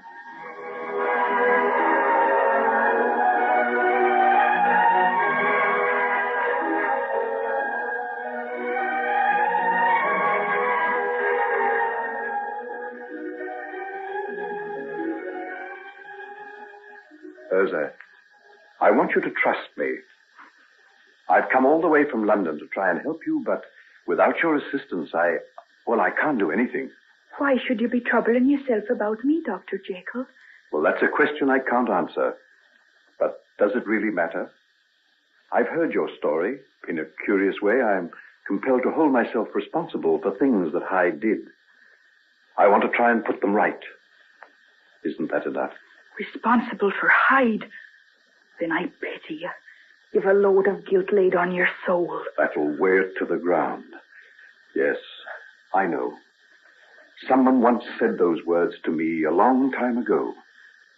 No one but myself knows how true they are. I'm sorry. I never meant to hurt you. Please don't look that way. You make me feel fair ashamed of myself. So kind you are, and me talking to you like that. Then you'll let me do what I can for you. If I've been ungrateful, it's because I daren't let myself have hope.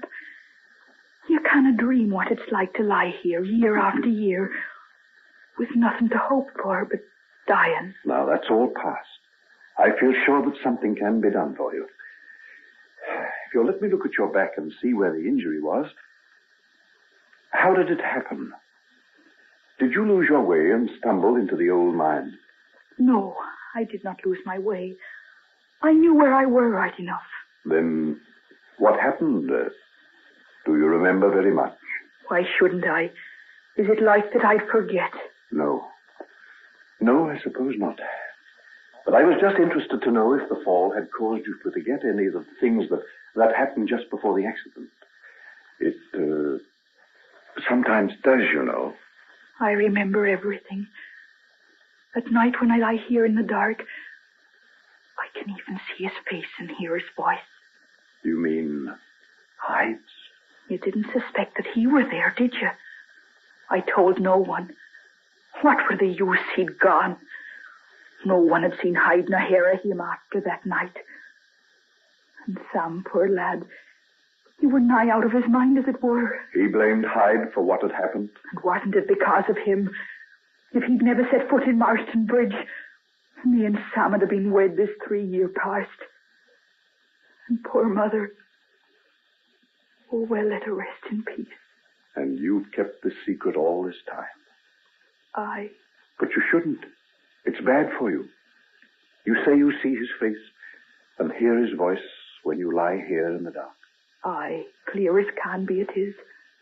I can hear the wind blowing and feel a bit of rain in my face, and I'm stumbling across the moors, not heeding where I'm going, half mad with hurt and sorrow.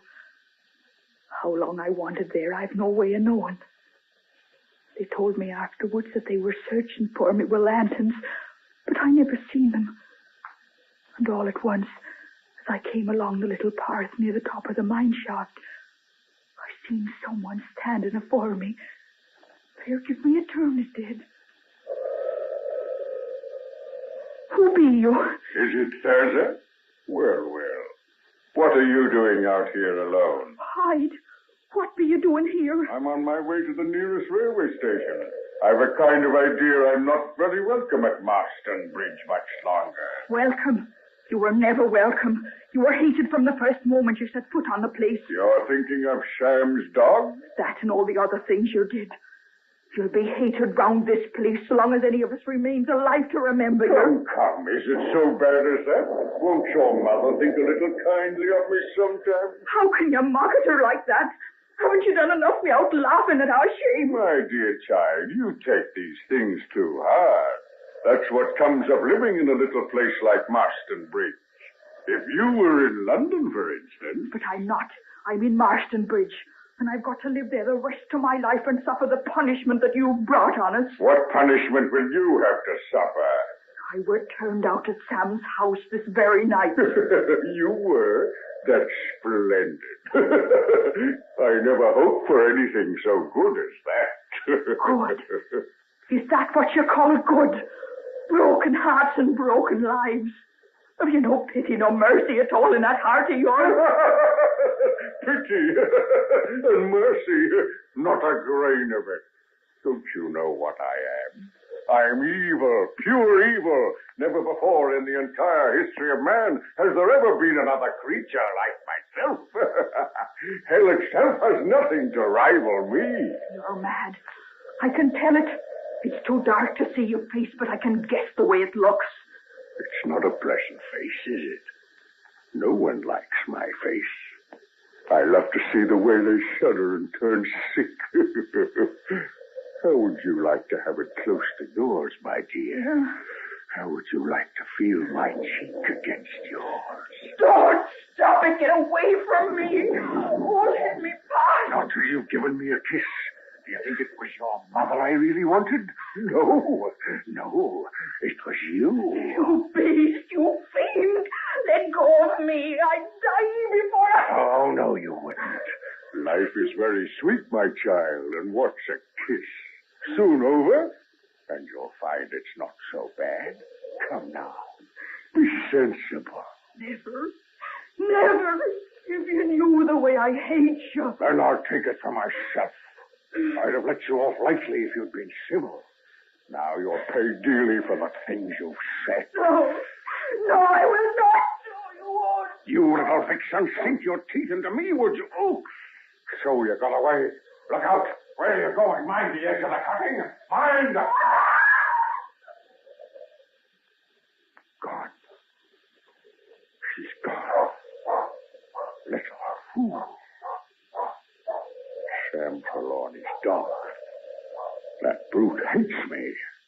I'd better go, or he'll be on my tracks. Let's see. What way? There's a glimpse of the moon. I'll have to keep it on my right, and then I'll strike the road. Where's my stick and bag? There they are. That's good. That's very good. The ground is stony here. No one will see my footsteps. They'll never know that anyone was here besides the girl. That's good. That's good.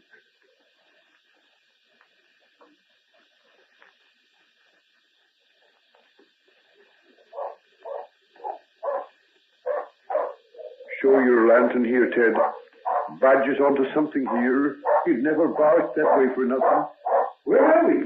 By the edge of the old tin working. Lord of mercy, don't say it. Look, what's up? See, that little bush there, almost torn out by the roots. Aye, we see it. Mightn't have someone have grabbed it? Oh, look, there's a piece of something flapping in the wind. It's a bit of cloth. Her dress, she's here. Oh, she's fallen down the shaft. Here, wait a minute, Tom. You're never going down there like that. She's down there. Thursday's down there. You must have ropes, man, and more like. It's suicide to go without. Do you think that I can stop here and her down there? Hold him. Don't let him go. Down there. Steady, lad. Us knows the way you feel, but there'd be no use in two of you going down head first into yon shaft. Oh, she might be dead. There's water down there. Oh, wait a minute. Thursday, can you hear me? Thursday, it's she. She's answered. We're coming, lass. We're coming down for you. You go for ropes. Ted and Billy. I'll wait here. I'll stop here and call from time to time. It'll give her heart to wait. And hurry. Keep your courage, lass. As soon as we have ropes and lanterns, we'll get you up. It won't be long. I promise you it won't be long. Really hard. And by I see them coming down the cutting. When they got to me and started to carry me up to the top, I don't remember any more. The pain must have been terrible. It were worse nor anything I ever dreamed a body could endure. There might be more pain for you, Thursday, before you get well again. I'd like to tear me limb from limb if I could walk again and be like other folks. Then there is something I've got to do.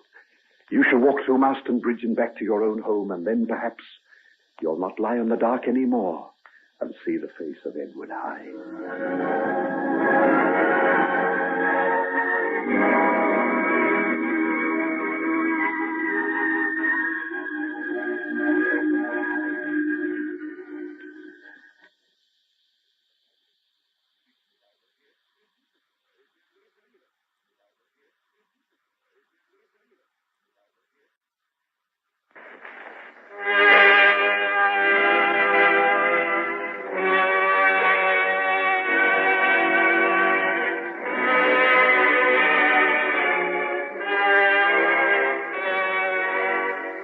Ladies and gentlemen, we now present George Edwards in Dr. Jekyll and Mr. Hyde.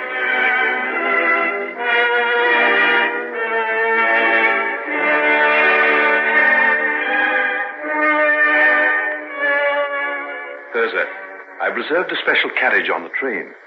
Your whole bed will be lifted into it so that you can go up to London without ever having to move.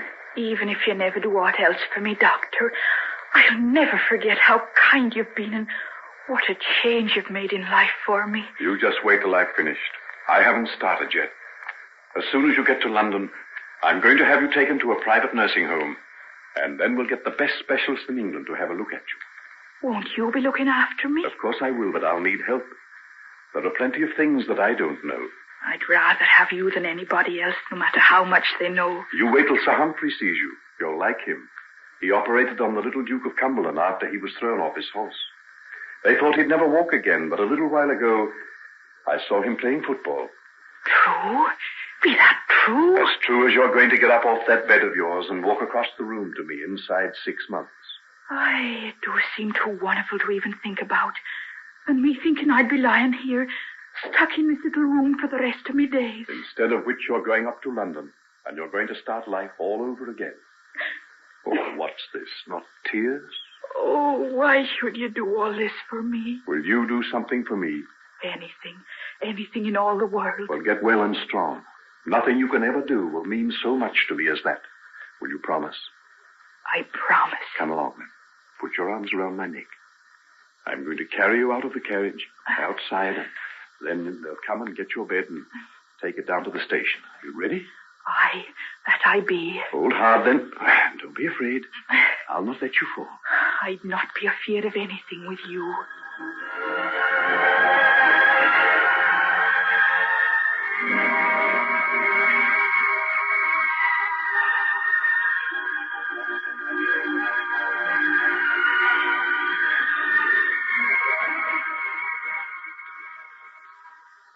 Well, matron, how's my patient today? Much the same, Doctor. Sir Humphrey's just having a look at her now. Would you care to go along? No, I'll see him after he's finished. Has she been out in the garden today? Yes, she had about 3 hours in the sun. Make any attempt to walk? 2 of the nurses supported her. But no success by herself? None at all. Strange. Ah, here's Sir Humphrey. I'll see what he has to say. Oh, there you are, Jekyll. I got here a little early. Hope you don't mind my going ahead and seeing Miss Cole. Not at all. I'm glad I wasn't there in a way. I'm anxious to hear what you think. Well, to be quite frank, I'm a little at a loss. There's no reason at all why she shouldn't have begun to use her legs ages ago. After all, there was no fracture, just a severe dislocation of the spine. And once we get that right... Yes, I know. Of course, there was a certain amount of atrophy of the muscles from this use. If only that fellow down in... where was it he lived? Bodmin? That's right, Bodmin. Well, if he'd had the sense to really find out what was the matter with her, she'd have been on her feet years ago. So, what are we going to do? Oh, just persevere. She's got an idea. She's going to fall. Now, if we could only get her walking without thinking about it... you think she'd be all right? Oh, of course she would. Physically, there's not a thing the matter. All right. I think I've got an idea. Would you care to stay for a while and see? See what? If we can get her to walk without thinking of it. Oh, how are you going to do that? That's my secret. Is she back in her room? Yes. They brought her inside to let me examine her. Good. Well, let's go and see what we can do. By the way, I was reading an article of yours in an old science magazine. Ever do any chemical research these days?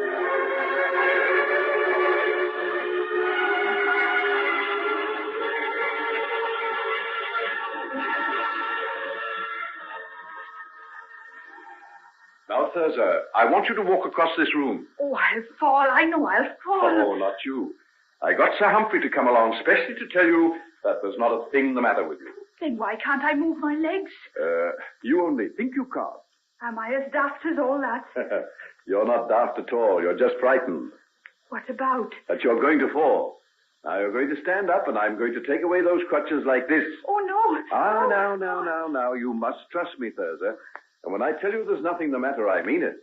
Don't you remember how you promised me you'd do anything in the world for me? Aye, and I would, too. Then you've got to let me take your crutches and try to stand on your feet by yourself. Now, will you do that much? I'll try. Good girl. Now we'll do it. Now, are you ready? Aye. First one. Oh. Then the other. Steady. Aye. Steady now. Oh. Thurza. Oh. Sam. Steady now. What's all the fuss about, Thurza? Oh, where did you come from? Oh, Sam, be it really you? I don't know who else would be hugging you and kissing you like this. Why, I walked. Of course you did. Didn't Dr. Jekyll tell you to? Dr. Jekyll?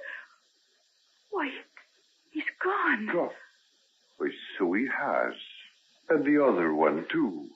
Can you beat that now? Perhaps they guessed we'd like to be alone. Oh, how did you get here?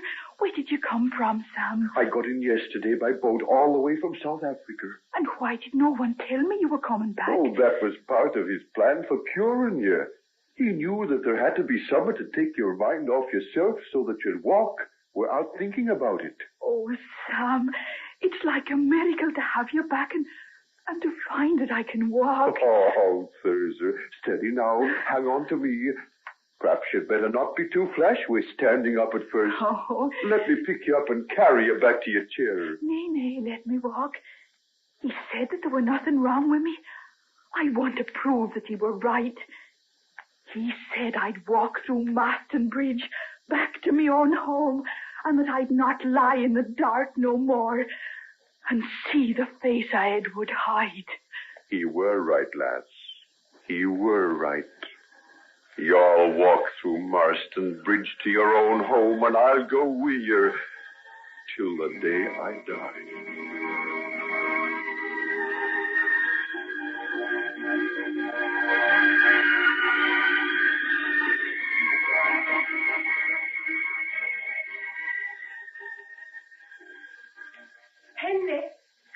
Henry. Why, Margaret. You, of all people. Where did you come from? I'm just up in London for a few days to do some shopping. I caught sight of you as you passed, and Well, I ran after you, Henry. I'm awfully glad you did. Come and sit down in this little park and tell me all about yourself. Where have you been all this time? I went abroad for a while, and then I came back and went down to stay with Sir Robert and Lady Fairley. That's where I am now. You're not making your home there permanently. What do you mean, Henry? Do I have to say? You mean John? Yes, John. I thought I'd steeled myself against hearing you say things like that. But they still hurt, I'm afraid. Why? Because I want you to be happy. That you can hope to hear me say I'm going to marry another man. Sometimes I wonder, did you ever love me at all? Oh, Margaret. I know. But if only you'd tell me why you won't marry me. If I had something positive to go on, it'd be easier. But you've given me nothing but hints and evasions. Is it not enough, my dear, that I must renounce you forever? Must I also make you hate me before you'll consent to find happiness with someone else? How can I do that? Could you? You mean find happiness with someone else? Yes. You and I grew together through the years, Henry. I never realized how close we were until I've been trying to forget you during the past 3 months. You must forget. Don't you understand? You must. I can't. That's what I came up to London for. Oh, I pretended I wanted to do some shopping. That wasn't so. I came to see you. I had to see you. But you mustn't. You mustn't. You don't understand. You don't know what you're saying. I know there'll never be anybody else for me. No matter what you've done or what you are. Oh, Margaret. If you could only understand. You don't understand. I know I don't. I'll never understand what it is that came over you. Why you suddenly changed when my father was... Don't say it. Henry. Don't say it. Don't look like that. You haven't still got that terrible thought that you were responsible for what happened? I had allowed myself to forget. To forget for a little while. I'm glad that you reminded me. Henry, what do you mean? What is this mad obsession that you've got? I was talking to Hugh Lanyon. He was telling me that you're trying to find all the people that Hyde has injured and to put things right for them. You had no right. You had every right. He's your friend and I'm the woman you love. Can't we know the secrets of your life? No. Never. No one shall ever know that. Henry, my darling, why do you shut me out? You look so haggard and so worn. Oh, and it's all so needless. Why must you torture me? Haven't I told you that there could be nothing more between us? But why? Why? Because I no longer love you. What? What did you say? Henry, it's not true. Not that. Oh, anything but that. What else can it be? I've tried to spare you, but you forced me to it. You mean there's someone else? Yes. There's someone else. Oh, no. I'm sorry. I should have understood before. It was stupid of me. I'll go now. No, don't bother to get up. I'll just walk down that path and out through the gate. It's best to do it that way. Goodbye. I hope that you'll be very happy.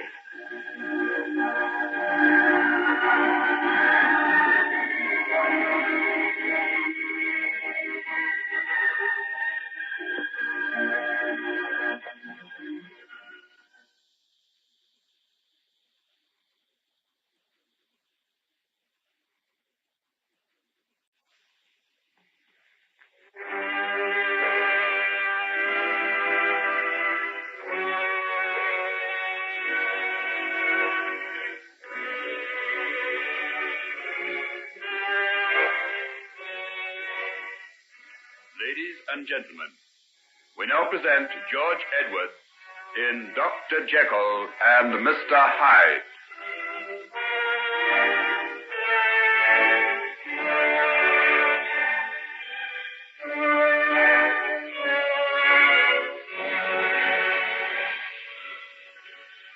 Why, Margaret, where are you off to? Hugh. Oh, don't stop me now. Let me go, please. But there's something the matter. Why, you're crying, Margaret. Just let me go. There's nothing you can do. Are you quite sure? Let me find you a cab or something. I can't leave you like this. Won't you tell me what's happened? It's... Oh, I'm so ashamed of myself, crying in the street. Everybody's turning to look at me. Oh, forget about that. You just tell me what's the matter. You've got me very worried. There's nothing to worry about. It's just that I met Henry and it rather upset me. Oh, Hugh, I'm so glad it's you I met. You're so comforting. Well, I'm jolly glad of that. Because you look as though you're in need of a little comfort. Why, look, here's the little tea shop. How would you like to go in there for a while? Looks nice and cozy. You can sit there and tell me all about it. All right. Let's go then. Good girl.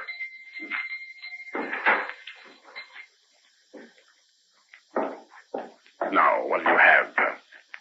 Tea and buns? Oh, tea and anything. Just so long as I can sit here for a while and get control of myself. Oh, you'll do that all right. Come along now. Tell me all about it. Oh, it's silly of me. I suppose I should have known. But it's the one thing I never dreamed of. What is? That Henry should have fallen in love with someone else. What? That's it. Who told you this? He did. I've just left him. We've been sitting in those little gardens at the end of the street. If anybody had told me but you, Margaret, I'd said I was dreaming. Then you don't know anything about it? Absolutely nothing. He's never said anything to you? Well, I knew he had some strange sort of idea after his illness about not getting married. Yes, I know that. We had a long talk about 3 months ago. He told me then that he felt he had no right to marry me or any other woman. He spoke as if there was some sort of blight on him, as though some terrible thing had happened that set him apart from all other men. But I thought he'd got over that. He's been tons better lately. Had 1 or 2 remarkable successes in his work, and that seemed to do him no end of good. Yes, he is looking better. But perhaps that isn't only due to his work. What do you mean? Well, if there's this other woman... I can't believe it. Then why would he say it? Goodness only knows. I've been Henry's best friend for a long time now. I've given up asking why about him. Here's our tea. Good, sane, honest tea. We'll have a cup or two of that, and then you can tell me the rest of the story. I think you know most of it, Hugh. Ever since we've been children, Henry and I seem to accept the fact that one day we'd be married. Oh, but perhaps I was wrong. I might have thought he cared for me, and all the while... Nonsense. I know how Henry felt about you. There's never been anyone else. I don't believe there ever can be. Then who is this other woman he's talking about? I don't know. But the first chance I get, I'll ask him. No, please don't. Yes, I will. I can't see you going around with so much unhappiness in your eyes and not do something about it. I don't think you'll be able to do much about it, Hugh. Confound the fellow. I'd like to wring his neck. Dear old Hugh. Drink your tea while it's hot and tell me all about yourself and Nancy. When are you going to be married? At least let me enjoy the thought of your happiness. Well, all being well, we plan to take the plunge in about a fortnight. So soon? Of course. I'm forgetting that I've been away for ages. Where are you going for your honeymoon? Nowhere original. Believe it or not, we're going walking through the lake country. It should be marvelous up there now. But anywhere it should be marvelous. On a honeymoon. Oh, sir. I'm sorry. What a clumsy ass I am. What do I want to go talking about that for? You didn't. I asked you. I'm the one who's the fool, Hugh. Henry made things perfectly clear to me ages ago. I deliberately sought him out today and forced him to tell me what he did. It serves me right. I should have had more pride. Oh, pride be hanged. I admire you for doing it. Must have taken a lot of courage. Not one woman in 1,000 would have done it. That's nice of you. I feel I need a little of that sort of thing. My vanity's had rather a bad time, you know. Vanity, nothing. If Henry's mad enough to prefer someone else to you, that's just his bad judgment. I wonder who on earth she can be. I don't know. But I'll find out just as soon as ever I can.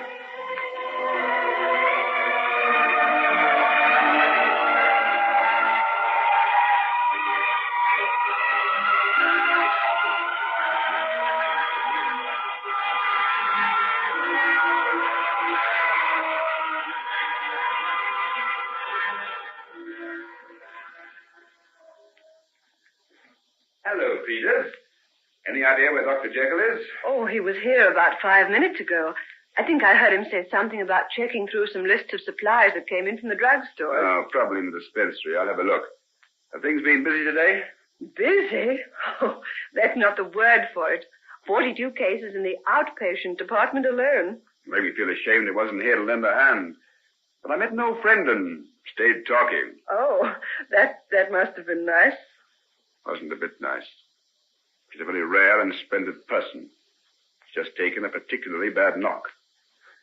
Sometimes human souls need little attention as much as human bodies, Peters, my dear. I'm sorry. I don't apologize. I know what you must have been thinking. You look terribly tired. Can't you finish up and go home? There's a good hour's more work to be got through here, and then at least half a dozen people to be visited before I get home. Henry and I flatter ourselves we do most of the hard work around this clinic. But if we didn't have you to carry on where we left off... Now, listen, none of your blarney, Dr. Lanyon. Save that for Nancy. Oh, by the way, she left a message for you. She couldn't wait till you got back, as she had to go and have some dresses fitted. She wants you to meet her at Marble Arch at 5 o'clock. Oh, I'll have to hurry then. Oh, don't go without seeing Dr. Jekyll. I know he wants to discuss something with you. Good old Peters. You forget nothing, do you? Yes, and that's what I get for it. Good old Peters. Why, Peters, dear, what's the matter? What do you think's the matter? Just because I work here like a cart horse doesn't mean that I've got no further ambitions than a load of straw. Ambitions? Of course, I know there's neither honor nor glory here. That's not what I mean. I'm not talking about material things. What is it, then? Oh, I suppose I'm a stupid old maid, but somehow the sight of Nancy going off this afternoon to have her wedding dress tried on, looking so happy and so pretty, and me left here to dress leg ulcers and carbuncles. Peters, darling. Oh, don't take any notice of me. I'm sorry. I'll get over it. I'm tired, I suppose. Of course you're tired. You'll have to have a holiday. I'll speak to Henry about it. Don't you dare. Don't you ever dare mention what I've just said to you, or I'll walk out of this place and I'll never come back again. Well, I'll be... Hello there. I say, what have you been saying to Peters? I met her running along the passage as though all Nick were after her. It's what she's been saying to me, rather. But she doesn't want that discussed, so let's forget it. All right. By the way, where have you been? We need you rather badly down here this afternoon. I was talking to Margaret. Margaret? Where did you meet her? Not far from the place where she'd been talking to you. Henry, what's at the bottom of this breach between you two? I told you months ago. You're a sick man, then. You made you believe there might have been some reason for your not getting married. But those weren't the reasons you gave Margaret this afternoon. What do you mean? Did she? She told me everything. Henry, old man, it isn't true, is it?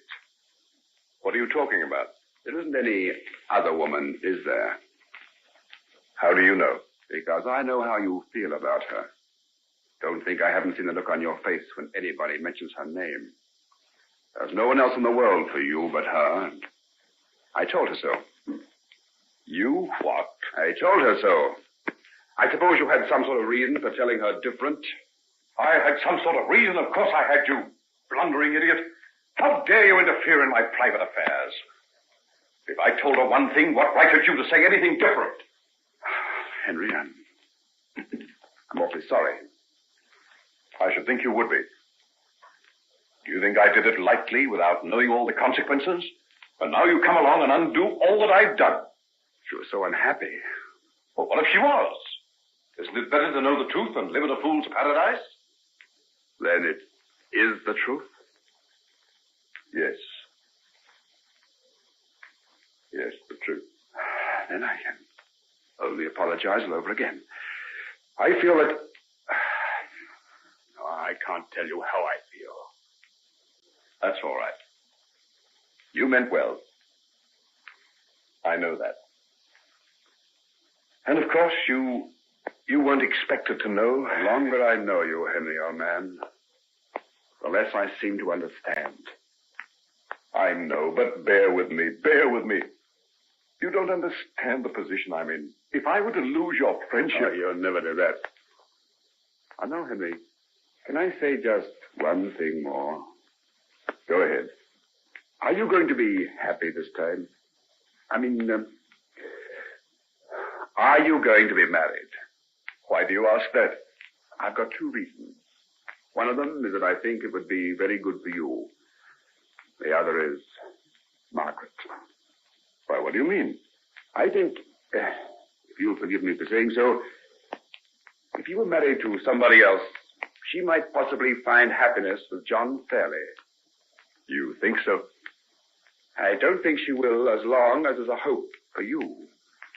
Yes, I think you're right, I'll ask the lady if she'll marry me. I'll do it right away. Do I know her? Very well. Very well indeed. Excuse me, Doctor, but I find I can get away sooner than I expected. Oh. Do you mind if I go now? Come in, Nurse Peters, and shut the door. Yes. I've got something to say to you. I told you that you knew her, Hugh. Well, here she is. What?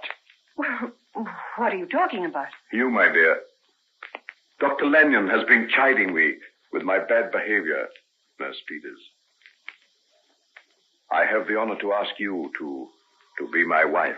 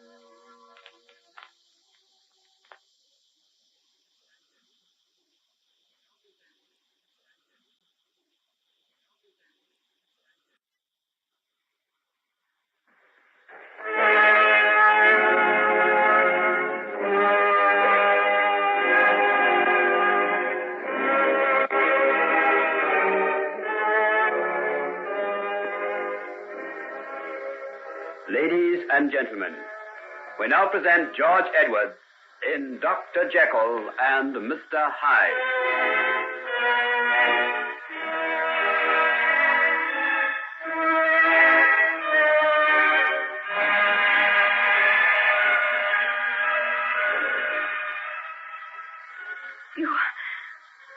You what? Is it so astonishing?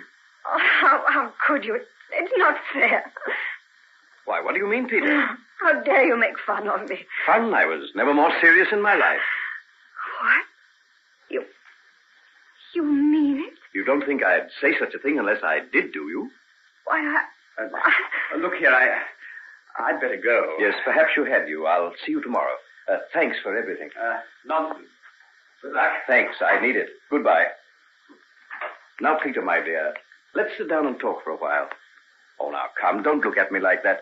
I can't help it. I just can't believe you're serious. Oh, how am I going to convince you? Why did you ask me like that? Yes, it was wrong of me, I'll admit that. Well, let me do it all over again. Now, sit here beside me and give me your hand. Why, it's cold and trembling. And you're turning your face away. Now, don't tell me you're going to cry. All right, I'll spare you that. They might be tears of joy, you know. Might they? Do you really care for me so much, then? I think you know the way I feel. Then would you put up with me? Why are you doing this? You haven't changed. I've been working with you for years now. I know just the way you feel towards me, and it isn't love. Might it not be a great need of you, my dear? Need of me? A plain, dull, unexciting nobody, and you with all you've got. I'm the most poverty-stricken being in the world, if you only knew it.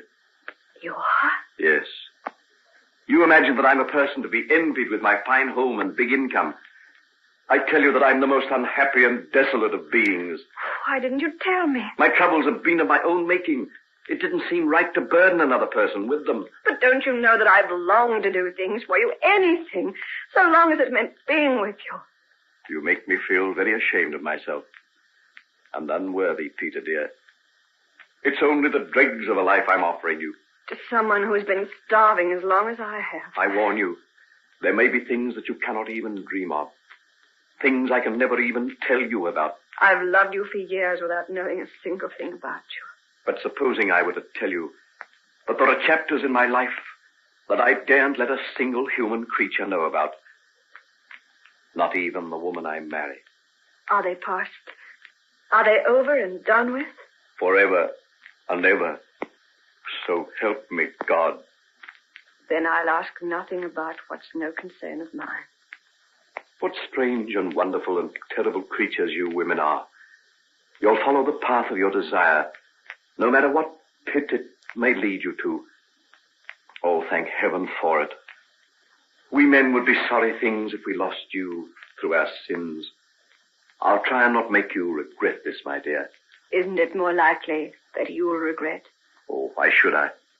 Because you still love Margaret Utterson. Oh, that's not so. Oh, yes, it is. Don't think that I'm reproaching you. I know that things are over between you. But you haven't forgotten her. And never will.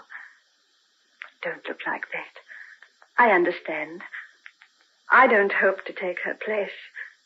But the fact that there's room for me in your life as well is more than I'd ever hoped for. Oh, Helen, my dear, what can I say to you? You're the finest, the truest person I've ever known.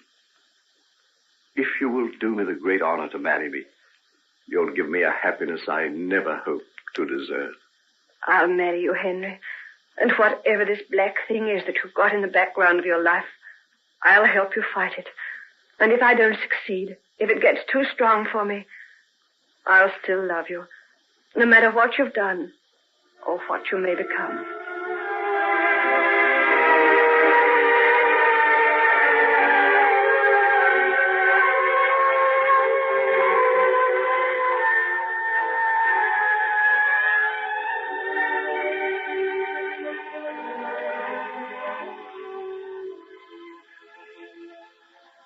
You, William, do you take this woman, Nancy, to be your wedded wife, to love and to cherish in sickness and in health, for better or for worse, till death do you part? I do. And Nancy, Ruth, do you take this man, Hugh William, to be your husband?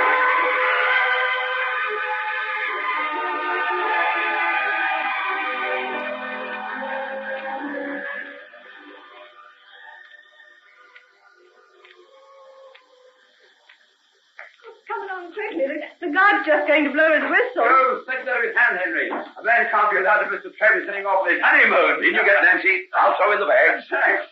Where the dickens is that porter? Here you are, sir. Have you come to fit fine? I got it off the traffic jam. Oh, Lord, where's my wallet?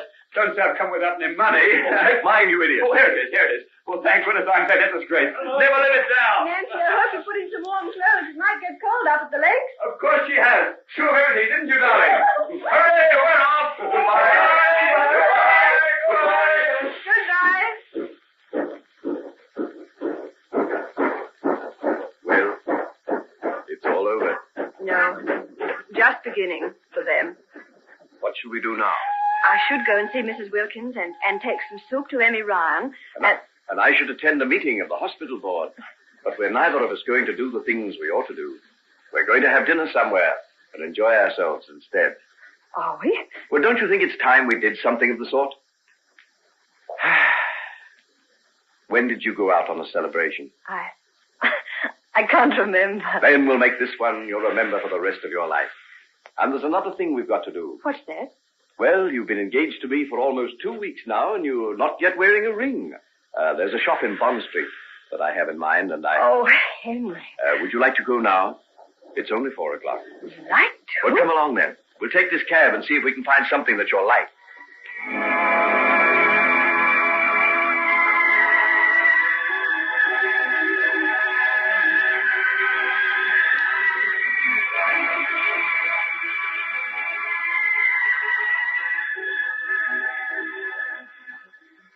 Now, you're quite sure you like the sapphire one best? Oh, quite sure. Sapphires have always been my favorite stone, and it fits so perfectly, just as if it had been made for me. Perhaps it was. It certainly looks very nice on your hand. If you're quite satisfied, my dear. Oh, I'm more than satisfied. I just adore it. You couldn't have anything better, sir. That's a perfect stone. Here's my card, then. Will you send the account to me at this address? Certainly, Dr. Jekyll. And if ever you'd like us to send you round some necklaces or other pieces of jewelry... I'll let you know. Good afternoon. Good afternoon, sir. Good afternoon, madam. Good afternoon. And now, what do you say to a little drive around the park before we go and have dinner somewhere? I'm wondering when I'm going to wake up. This can't be me, Henry. Well, I feel a little that way myself. I haven't felt so happy as I do this moment for, well, I can almost say years. I feel terribly like Cinderella. Oh, but you're only going for a ride in a handsome cab, not a fairy coach. I wouldn't change it. Not for all the fairy coaches in the world. Fresh flowers for sale. Fresh flowers for sale. Oh, look. Look, Henry. Yes, there's an old woman there selling lilac. Let me buy you some. It'll match your dress. Oh, but what will I do with it? Well, just carry it for a while till you get tired of it and then throw it away. Throw flowers away? Oh, I couldn't. All right, we'll go and call on your old Mrs. Wilkins and give them to her. Henry, how much champagne did you drink at Hugh and Nancy's wedding? Not enough to account for the way I feel now. Something's happened to me. I feel as though a great load has rolled off my soul. You know, you look happier than I ever remember you doing before. The curse has lifted from me, Helen. I'm a free man. Fresh flowers for sale. Lilac from the country. Buy a bunch of lilacs. Wait here for me. I'll just slip across the road and buy out her entire stock. Mind you don't get run over. I don't think you're quite responsible just now. Take care. All right. Even standard! Even standard! Press through in the Addison murder case. 2,000 pounds reward offered for the capture of Edward Hyde. Even standard!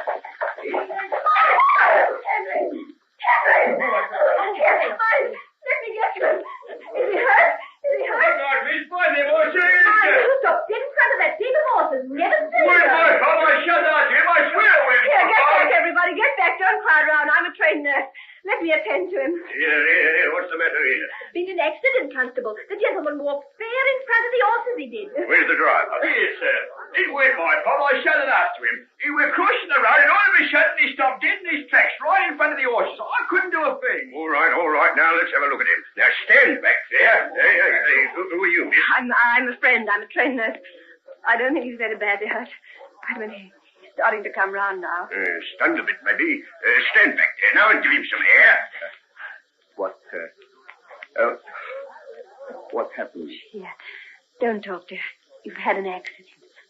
Just lie still. I was crossing the road and something made me stop there. I remember. It was the newsboy. Get me a paper. Get me a paper. Henry, lie still. You must lie still. I must see that paper. It's all right. I tell you. I'm all right. I was only stunned. Henry, keep still quiet. Get up off the ground. There's nothing wrong with him at all. Where's the paper boy? Hey, boy. Give me a paper. Henry, are you sure you're not hurt? No, I'm not hurt. Oh, let's get away from this crowd. Let's get away, I say. Not so fast, sir. I got to get a few particulars. What for? Why, what do you want to know? Your name and address, sir. Now move on, everybody. Move on. Go on. Now make it lively. You are the Evening Standard. Evening Standard. Fresh clue in the innocent murder case. The Evening Standard. £2,000 reward for the capture of Edward Hyde. £2,000 reward.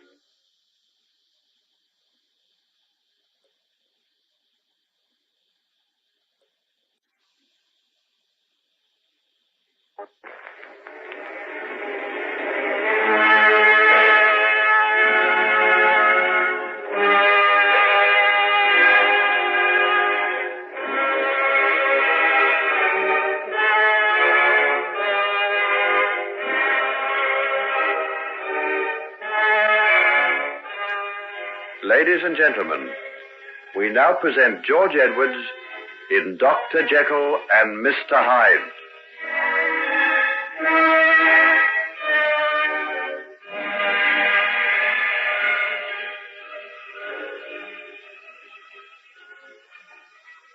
Lord save us, Miss Peters.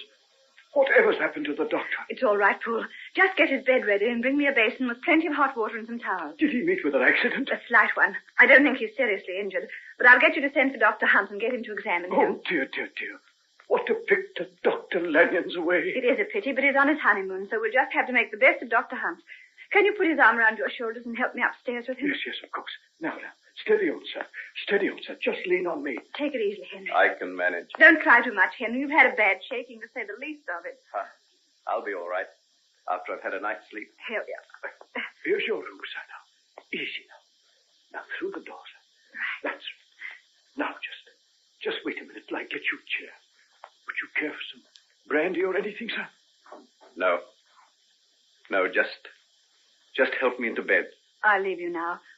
Poole, call me, will you, as soon as you're ready? Yes, Miss Peters. Thank you. By the way, miss, could I have a word with you outside? Yes, of course. Just wait a minute till I close the door. What is it? There's 2 men waiting downstairs to see the doctor. From Scotland Yard, they said they were. You mean detective? Yes, I guess it must be something to do with the man Hyde. Did you see the evening papers? Yes, I did. You go back to the doctor and don't say a word to him. I'll go down and see them right away. Oh, what are you talking about? I'm coming, sir. Coming, sir. Good afternoon. Are you waiting to see Dr. Jekyll? Yes, we are. I'm Inspector Davidson from Scotland Yard, and this is Mr. James. Well, I'm afraid you can't possibly see him just now. He's met with a slight accident, and until the doctor sees him... Is he seriously injured? I don't think so, but he can't be upset in any way. This is very urgent. Why is it? It's in connection with the murder of Mr. Alfred Utterson. As you know, we have every reason to believe that it was committed by a man named Edward Hyde. He was an associate of Dr. Jekyll's, and we've come into possession of fresh evidence that proves that he came to Dr. Jekyll's house the night of the murder and was admitted by a side door that leads to the doctor's secret laboratory. That's not true. Henry, what are you doing down here? Oh, I don't want to worry you, Dr. Jekyll. You're not worrying me. What do you want? We want to know if you were aware that Edward Hyde made use of that door into your laboratory the night of the murder. Edward Hyde did not come in that door. Whoever told you so was a lie. Henry, try not and get so excited. Excited? Why, what are these men trying to suggest? Do they think that I would conceal such a fiend as this man Hyde? We know that he was in the habit of coming to your place, Doctor. That was before I fully realized what kind of man he was.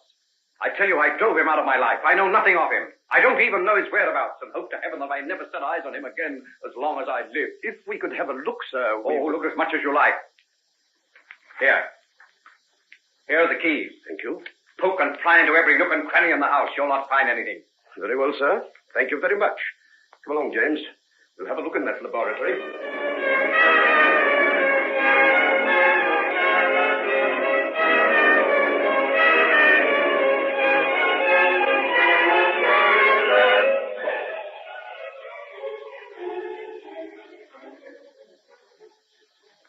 Henry, they've been gone some time.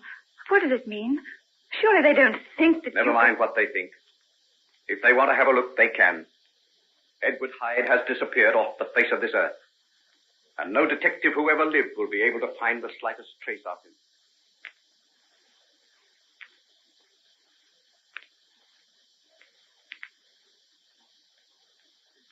Henry, dear, are you sure you'll be all right sitting here in these gardens all by yourself? Yes, of course I will. I've got this book to read and the sun to warm me. I'll probably go to sleep. I won't be any longer than I can help, but I must go and see one or two of our patients. I know you must. Tell them I'll be back on the job again tomorrow. Oh, by the way, if old Harris is in much pain, you can increase the dose of morphia just a little. I'll leave it to you to decide if he needs it. Yes, I understand. I'll come back here for you. I shouldn't be longer than an hour. You'll find me waiting here for you. Goodbye, my dear. Goodbye. Lovely day, sir. Mind if I just rake up these few leaves from round your feet, sir? Oh, not at all. Go right ahead. First sign of autumn, they be. Though you'd never think it to feel the warmth of that sun on your back. Make a lot of extra work, don't they? All one to me, sir. I've been in charge of this part of Kensington Gardens for 39 years now, and spring, summer, autumn, winter, it don't make no difference. Every season has its own charm, I always says. Hey, will you just look at them children running all over the borders? Hey, get off their edges, you young rascals, or I'll be after you. Get away there.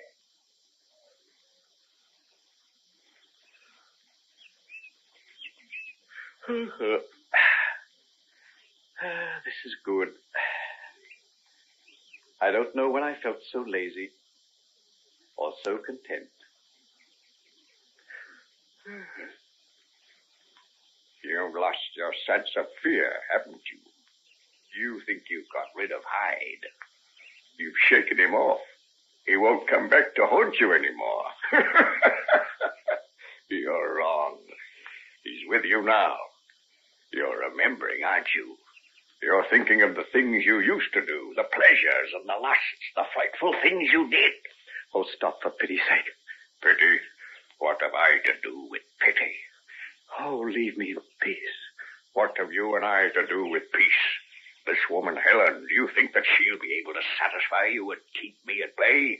Have you forgotten the women we knew in Limehouse? That negress in the Sailor's Tavern? That Eurasian woman on the waterfront? The one who tried to knife me and who'll carry a scar across her face till she goes to the grave? Those were the days and nights when the blood raced through your veins like lava. Not the sluggish stream that lulls you off to sleep today. I'm happier this way. There's no such thing as happiness for you, Henry Jekyll. You forswore peace and happiness in the first moment you lifted that fatal draught to your lips and called out of the depths of your immortal soul the creature that was Edward Hyde.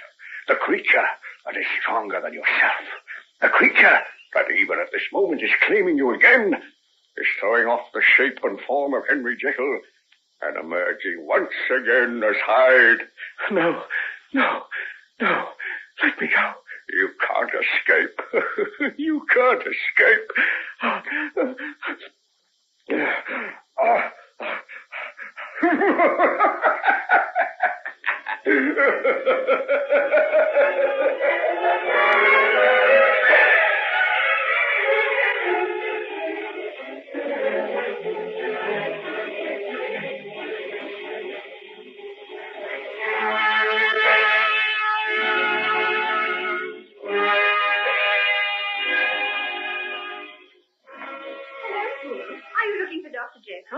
Yes, Miss Peters. A telegram came, and I thought I'd better bring it across to him. Well, he's sitting over there behind that little clump of trees. Come, we'll find him. But I looked there, miss. I don't think he's there. Oh, then he can't be very far away. Perhaps he's taken a little walk down the path. I've been longer than I thought, and I expect he got tired of waiting. Well, I've been here close on half an hour, miss, and I can't find him anywhere. I wondered if he'd go home and pass you somewhere on the way. That's quite possible. Maybe I'd better go back. Yes, do. I'll look a little while longer, and then I'll go back to the house, too. It's getting rather cold now. I don't think he'd stay outdoors much longer. Perhaps that gardener over there might have noticed where he went. Yes, I'll go and ask him. Did you notice the gentleman sitting on that seat behind that clump of trees, Gardener? A gentleman, miss? Wearing tweeds, youngish looking, with the white hair? Yes, that's him. Do you know where he went? Oh, I was wondering the same myself. I was talking to him and just went off to shoo away some children off the borders, and when I come back, he'd gone. Oh. How long ago was that? Oh, upward of 2 hours, I'd say. I seen him come here with him, and it weren't very long after you left. That's funny. Didn't you see him go? No, I didn't. I was away not more than 5 minutes or so, and when I come back, there weren't no sign of him. Oh, I wondered if he'd go for a walk. Oh, I didn't see him. As a matter of fact, there's been no one along this way but one queer-looking customer who comes shuffling along with his head down, and that was about an hour ago. Come to think of it, I seen him sitting on that seat where your friend were. Did you? What was he like? Oh, hard to say, miss. Little he were. Queer shape, too, and you never seen such clothes. Must have been 2 sizes too big for him. I took him for a tramp and went to ask him what he was doing here, and I tell you straight, miss, the look he gave me fair froze the blood in me veins. Look? What sort of a look? Hard to describe. I've never seen the like of it before. Ugly, vindictive. Like as if he'd been glad of an excuse to fly at me throat. Oh, where did he go? Straight out through the gates. The last I seen of him, he was getting into a cab, and the driver seemed as though he wasn't going to take him at first, and then the little cove must have said something to him, for the fella touched his hat pretty smart-like and drove away. What a funny thing. I don't know why it is, but even to hear you talk about him makes me feel queer. Oh, if you'd have seen him, miss, I tell you, I haven't got over it yet. I'll be right glad when the time comes to close up the gates and make tracks for home. Fair got on my nerves, he has. Shouldn't like to meet him after dark, and that's the truth. I only got one look, and then he put his hat down over his eyes and turned away. He didn't seem to want me to see it. And no wonder, I say. Well, perhaps he's quite harmless after all. To judge by the looks of him, there's nothing that he wouldn't be capable of, even murder. Why, strike me pink. What's the matter? I know who he is. What? I recognize the description. There's £2,000 reward for him. What are you talking about? That chap was Edward Hyde, the murderer.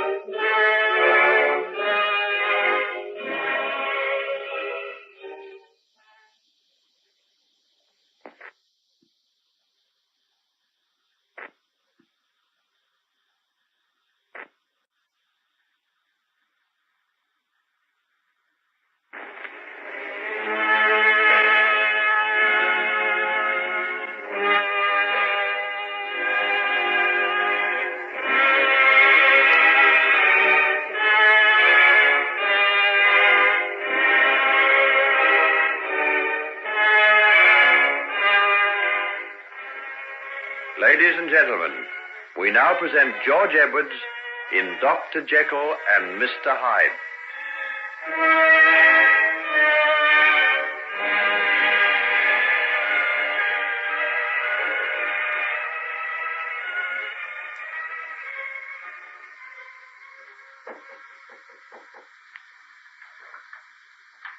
Oh, Miss Peters, I'm that glad to see you.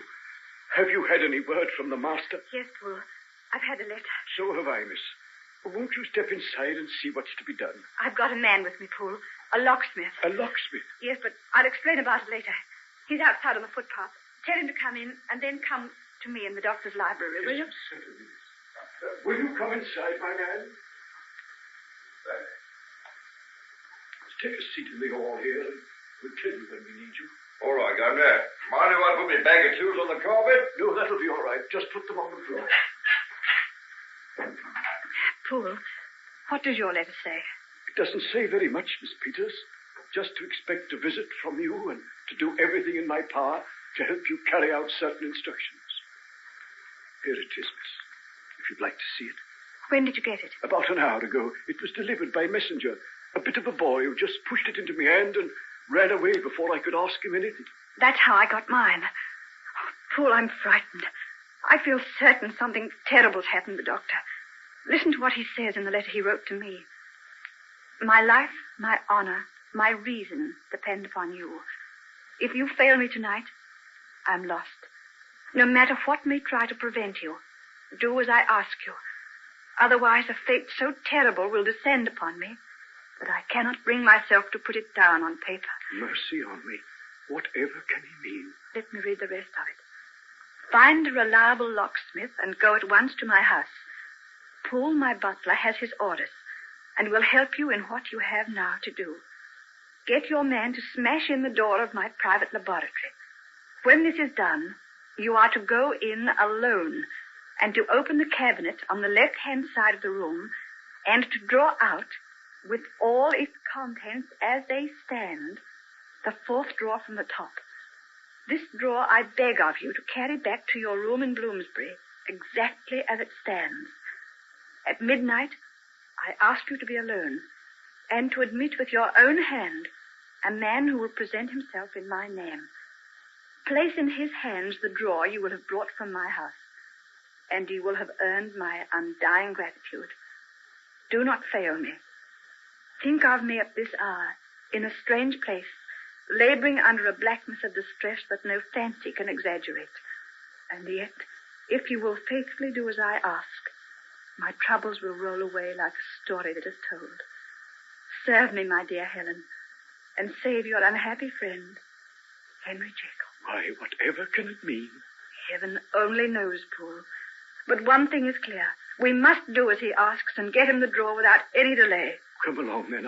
I'll tell the man and we'll go out to the laboratory. Have you got a lantern? I'll get one. I think I'd also better get an axe. That door is very thick and strong. Oh, then get it. It's now nearly 10 o'clock, and I've got to be back in my room by midnight. There's no time to be lost.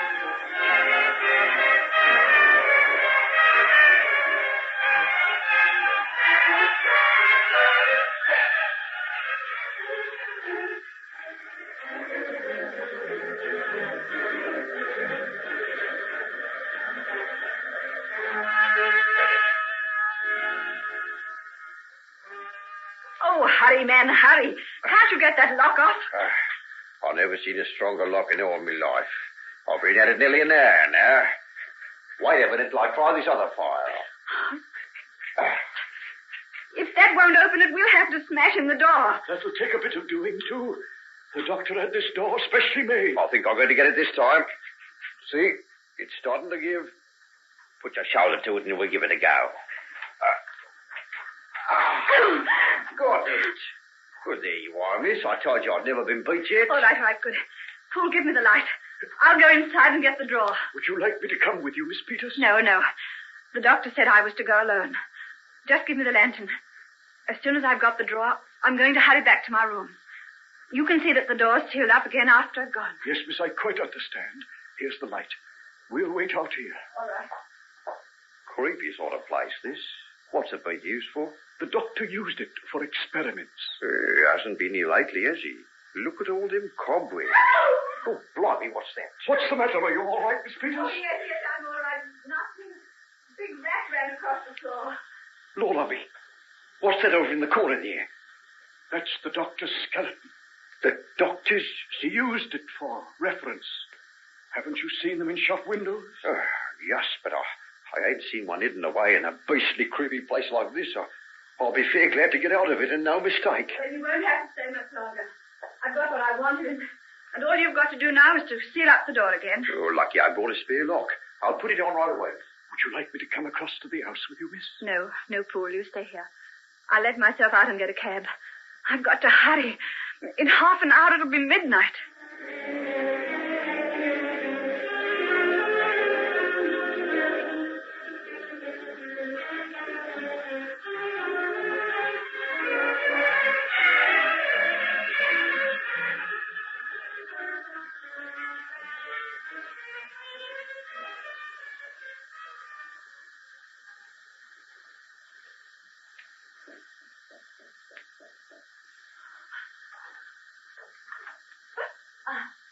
Are you from Dr. Jekyll? Yes. Where is he? He couldn't come. Have you got it? You mean the drawer? Yes, yes. Yes, it's here. Give it to me. Well, you have to come inside. My room's on the second floor. Yes, yes, I know. Let me in and shut the door. Quickly, quickly. Isn't that a policeman coming along the street shining his bullseye on the doors? Yes, it is. Let me in and shut the door. Is everyone asleep? Yes, I think so. Then take me upstairs. No, I'd rather that you waited here. Don't keep me here arguing. Take me upstairs and into your room. Some fool may come blundering out here. Do as I say. How dare you talk to me like that? I'm sorry. I apologize. You must forgive me. It's on account of my anxiety. You don't understand. But my friend, Dr. Jekyll... He's ill? Desperately ill. If I don't soon take him the contents of that drawer, it may be too late. Oh, then come at once. I shouldn't have kept you waiting a moment. Can't I come with you? Surely I can do something to help him. He only needs the contents of that drawer. But if he's so ill... No, be guided by me. Keep away from him. Very well, if you're so sure. Here's my room. Come in and I'll give you what you want. Where is it, for pity's sake? Tell me where it is. It's here, under that sheet. Is that what you came for? Yes, that's it. I was afraid there might have been some mistake. It's all there. The powders, the tincture, and the book containing the formula. What's the matter? Are you ill? You look like death. When a man has faced the horror that I have, you can't begin to imagine what it means to see these things. They are all that stands between heaven and hell. I cannot begin to thank you for what you've done. Well, then you must tell me where Henry Jekyll is. I insist. I'm his fiancée. I've got the right to know. No, I cannot tell you. Then you'll not take that drawer away till you do. Give it to me. Give it to me. I say, oh, by heaven. You can't. You can't. Who's that? I don't know. Is it anyone for you? Not at this hour. Open the window and see who it is. Who's there? What do you want? I want you to open this door. Who are you? The police. The police? Ask him what he wants. What do you want? I have a warrant for the arrest of Edward Hyde. We trailed him to this house. He went in this door not 5 minutes ago. No, it's you. You're Edward Hyde, the murderer. Don't let them in. Don't let them in. If you do, it's the end of Jekyll, too. What am I to do? What are you to do? Oh. Have you a measuring glass? Yes. Give it to me. Give it to me. Quickly. Quickly. Here it is. Turn up the light so that I can see to measure out a dose of this tincture.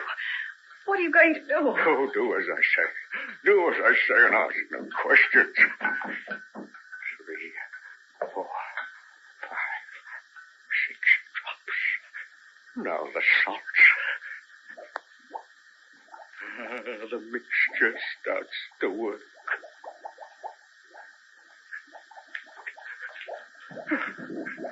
Curse them. They'll have the whole house roused. Hold them off for another few minutes, and then they can do their worst. What are you going to do? What's in that glass? You're not going to drink it. I'd have done anything to avoid this. I've got no choice. That knocking on the door downstairs is a summons to the gallows. There's only one way out. You're not going to kill yourself. No, I'm not going to kill myself. I'm going to be born anew. Hide your eyes, Helen Peters, for they are going to look upon a sight that will blast them with terror and horror that has never met the gaze of man before. They're coming. I must do it. Heaven have mercy on us both.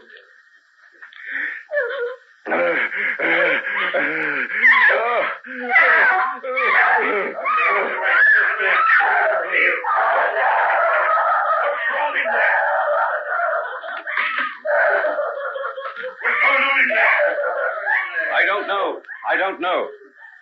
She got suddenly terrified when she heard the banging at the door. I've done my best to calm her, but she seems to be quite beyond control. And who are you? This is my card. I am Dr. Henry Jekyll.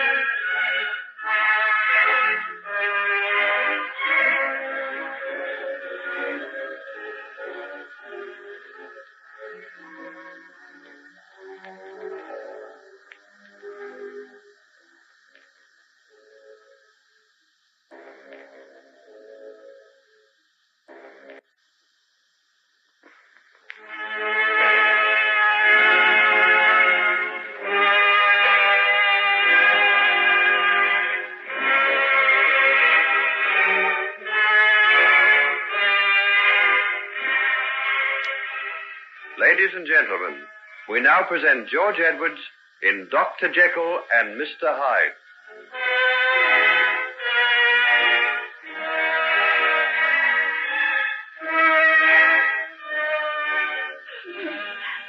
Dr. Jekyll? Well, what are you doing here?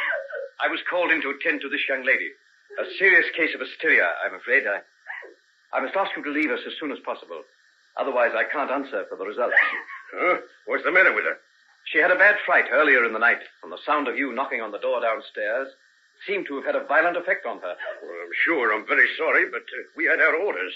We've got to search this place. A man by the name of Hyde. Edward Hyde, the murderer? That's him. He was seen in Kensington Gardens this afternoon, and it was reported to us. We traced him all over the place. First, he took a cab and went to a little hotel in Limehouse. We almost got him there, but he gave us the slip. Then he was seen down by the embankment, and last of all, we traced him here. Here? Yes, not 10 minutes ago, someone saw him creeping along this street and hiding in the doorway. Someone came out and let him in, and he hasn't come out since. We've got the police around here all round the place, and we know. Well, you can see for yourself that he isn't in this room. Do you want to look in the cupboard? Oh, I suppose we should, by rights. Then go ahead, but make it as brief as possible. I'm very alarmed at the condition of my patient here. I want to get her to a hospital as soon as possible. Well, it won't take 2 minutes, sir. It's just a matter of formality. Come on, Bert and Ted. You look in that other room. I'll have a search in here. All right, go there, Bert. Helen. Helen, dear. It's all right, Helen. Helen, can you hear me? Oh, please. Please don't cry like that. There's nothing to be afraid of. It's Henry. Don't you know me? Don't look too good, does she? No. I must have help, but I don't like to leave her. Do you think one of your men could get me some sort of a cab? I've got to get her into a hospital. Do you think she'll be all right, sir? Well, what do you mean? Well, she looks to me as though she's, what you might say, sort of lost her reason. Don't say that. Why, what do you know about her? She's had a bad shock and nothing more. She'll be all right if only you'll do as I ask and not stand there gaping. Oh, I'm sorry, sir. No offense meant. I'll go down and speak to the sergeant right away. Helen. Oh, Helen, my poor darling. Oh, don't say I've done this frightful thing to you. Must the curse fall on every living creature that I love? Oh, heaven, not this.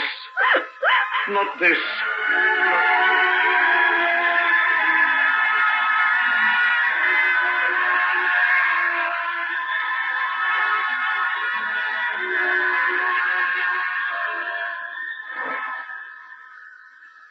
Here, I say.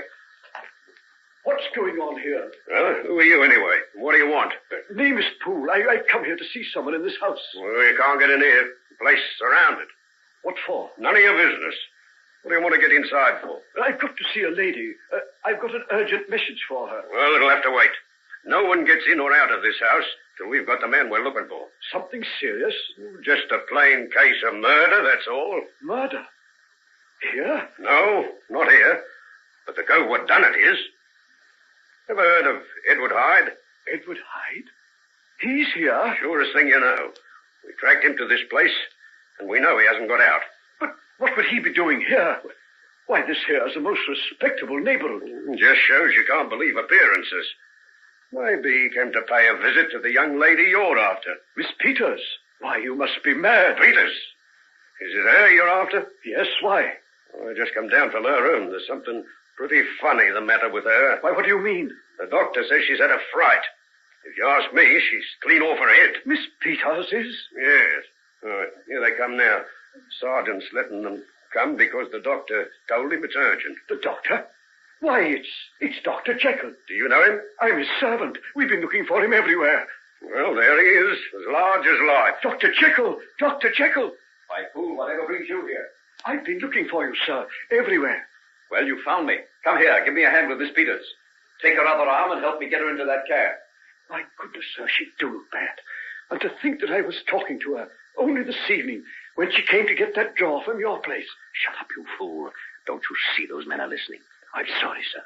Do as I say. Take Miss Peters' arm and don't say a word until we're through this court of police. Do you understand? Yes, sir.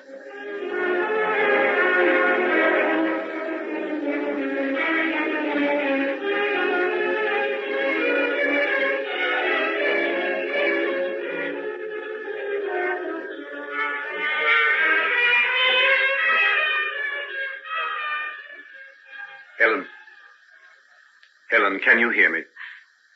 Yes? Open your eyes and look at me. Where am I? You're in my home. I brought you here 5 days ago. 5 days? I don't remember. Well, don't try to. You've been very ill, but you're getting better now. I'm taking care of you. Are you, Henry? What happened to me? Don't try to think. Just lie there and let me hold your hand in mine. But there's something I want to remember. Something terrible. It's there at the back of my mind, but I can't quite find it. You mustn't. If you try to think and upset yourself, I'll have to give you something to put you to sleep again. You wouldn't want me to have to do that, would you? No. What happened at the clinic? They're doing the best they can. Dr. Lanyon will be back from his honeymoon at the end of next week. And that will make things better. But who's looking after all the sick people? Now, you're not to worry about that. That's how you've made yourself sick. You've been working too hard. You've had a very bad breakdown. I have? Yes. And you've got to take great care of yourself. As soon as you're well enough, I'm going to take you away. How would you like to go to the south of France, or perhaps to Italy? Do you mean that? Of course I do. Now, you just lie there and don't talk. And think of where you'd like to go as soon as you get better. Will you stay here beside me? Well, I'll just go into the next room for a few minutes and have a word with your nurse. Then I'll come back. Don't be long, Henry. I feel afraid of something. I don't know what it is, but I don't want to be alone. I'll come back just as soon as ever I can. Now, close your eyes and don't worry, dear. I'll try. Oh, nurse. How long did she sleep this afternoon? About 2 hours, Doctor. And when she woke, you noticed signs of returning consciousness. Did she say anything? She asked for something to drink. Nothing else? She seems to be trying to remember something. That's natural. She's been unconscious for 5 days, don't forget. And there's bound to be certain gaps in her memory. Will you try to remember everything she says and report it to me? Yes, of course. She didn't mention anything about someone named Hyde. No, sir, nothing at all. Good. Let me have a look at the temperature chart. Yes, that's much better. Just keep on as you're doing and avoid all excitement. She must be kept perfectly quiet. I quite understand that, sir. And I think you can reduce the number of doses of... Quickly, she's had another relapse. Look, she's out of bed. Helen! Get away, honey, get away. I can see it all again. Get an injection ready, nurse. I'll manage her by myself. Helen, be quiet, dear. I Be can't. quiet. I'm not sick anymore. I remember everything. I remember how you came to my room. I can see you standing there, gripping the table. Your face, your hands, and your dreadful cry. You don't know what you're saying. You must be quiet. You must get back into bed. I'm not sick, I tell you. I can remember. You came to my place at midnight, didn't you? I opened the door, and there you were, crouching in the shadows. And the policeman with the lantern. Be quiet. This is all part of your sickness now. You've glimpsed it all. No, I haven't. I saw it with my own eyes. I saw you measure up the liquid and put it in the little white powder. And all the while they were knocking on the door, and you were terrified. And you turned to me with your face ghastly pale, and the perspiration running down your cheeks. I can see the way your mouth was open, and you gasped for breath, and then you drank. Oh, I can see it all. Nurse, have you got the hypodermic ready? You can't stop me from speaking. I won't have you drugs. You can't keep me here. Helen, be calm, be calm. You must be calm. Don't you know what you're doing? You'll make yourself ill again. Let me go, let me go. I won't stay in this house. I saw you. I know what happened. I know what you are. Yes, Doctor. Hold her arm while I give it to her. We've got to get her calm No, again. let me go. Don't touch me. Don't come near me. You're Edward Hyde. I saw you. I saw you with my own eyes, I tell you. Whatever she said. It's the wildest form of delirium. Take no notice. It's not. I saw it. He drank down the medicine and I saw him change. I saw him change right before my very eyes. Hold her, nurse, steady. That's right. Oh, thank heavens for that. There, she'll soon be quiet. Quiet! I'll never be quiet. I'll never be quiet again. Helen, don't you understand that this is just a dream? It's not. I swear I saw it happen. Thank heaven. She's growing quieter. Come and help me lift her into bed. The worst time she's ever had. Yes. It's very serious. If there are many more of them. Do you think her mind might be permanently affected? It may be. There. Poor soul. He's gone to sleep. We'll see how she is when she wakes. If she's no better. Will you be somewhere near? Yes. I've canceled all engagements. I won't leave her. No one must attend her but myself, as long as she persists in this mad delusion that I am Edward Hyde.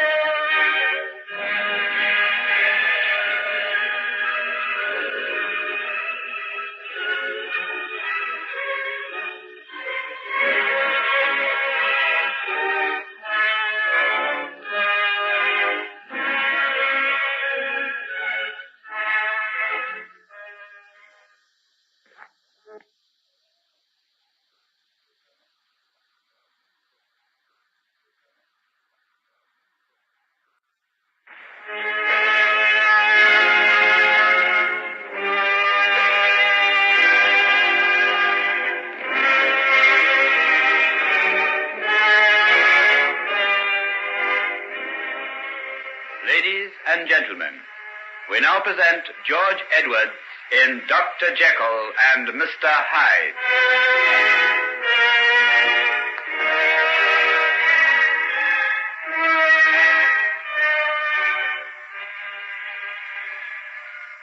But, Doctor, why can't I see her? I've already told you, Mrs. Peters, that your daughter has had a most serious breakdown. She has to be kept absolutely quiet. If you were to go in and cause one of her attacks of hysteria, I really couldn't answer for the consequences. I can't believe it somehow. She was perfectly well when I saw her that evening. We had supper together. She was worried over you, of course, but as soon as she got your note... Did she tell you what was in it? No. She just read it and said she'd had to go to your house at once and get you something. She didn't say what it was. I think she said something about some medicine. Oh, is that all? That's quite right. I was working on an emergency case and needed a special drug. She went off right away, and that's the last I ever saw of her. I just can't believe it somehow. Mrs. Peters, you must believe me. These things are very terrible, but Helen has been working under terrific pressure for a long while. We never know when the break is going to come, but when it does... Doctor, she'll get well again, won't she? You don't think it might be permanent? It's too early to say, but with quiet and constant care. Couldn't I help to look after her? I'd do everything you tell me to. I can't bear to think that strangers are with her when her own mother... Perhaps in a little while it might be possible. But just at present, only the most skilled nursing And will... she was so happy. If you could have only seen her face when she came and told me you'd asked her to marry you. Oh, please don't speak of that. You can imagine how this terrible sickness of hers affects me. I know. This is the grief we share in common, Henry. Oh, you don't mind if I call you that, do you? Of course not. As Helen's mother, you have every right to. She told me so much about you. And I'd look forward to the time we'd meet. I never thought that it would be like this. I won't keep you any longer. You've got more than enough to do. If you'll just let me know how she is and when I can come and see her. I'll do that the first moment I think it will be safe. Now come. Let me show you to the door. Would you like me to call you a cab? Oh, no. I haven't far to go. I'm staying with my sister, and she lives quite close to here. Good. Then I can easily get in touch with you if it's necessary. Mama! Good gracious. What's that? I'm afraid you'll have to excuse me. It's Helen. She must be having one of her attacks again. Will you show Mrs. Peters? Yes, Dr. Jekyll. This way, please, madam. But, Doctor, let me... No, you must go at once. I'll have to attend to her myself. Goodbye. This way, please, madam. This way. Here, stop. Where are you going? I'm going upstairs. But you can't. The doctor's orders. I don't care what the doctor said. My child is up there sick, and she's calling for me. It'll take more than you to keep me away from her. Get out of my way. But Get out of my way, I said. Oh, Dr. Jekyll will be very angry. If you were in my place, what would you do? If I were in your place, madam, I would do exactly as you are doing. So help me, I would. Thank you. And now, will you let me pass?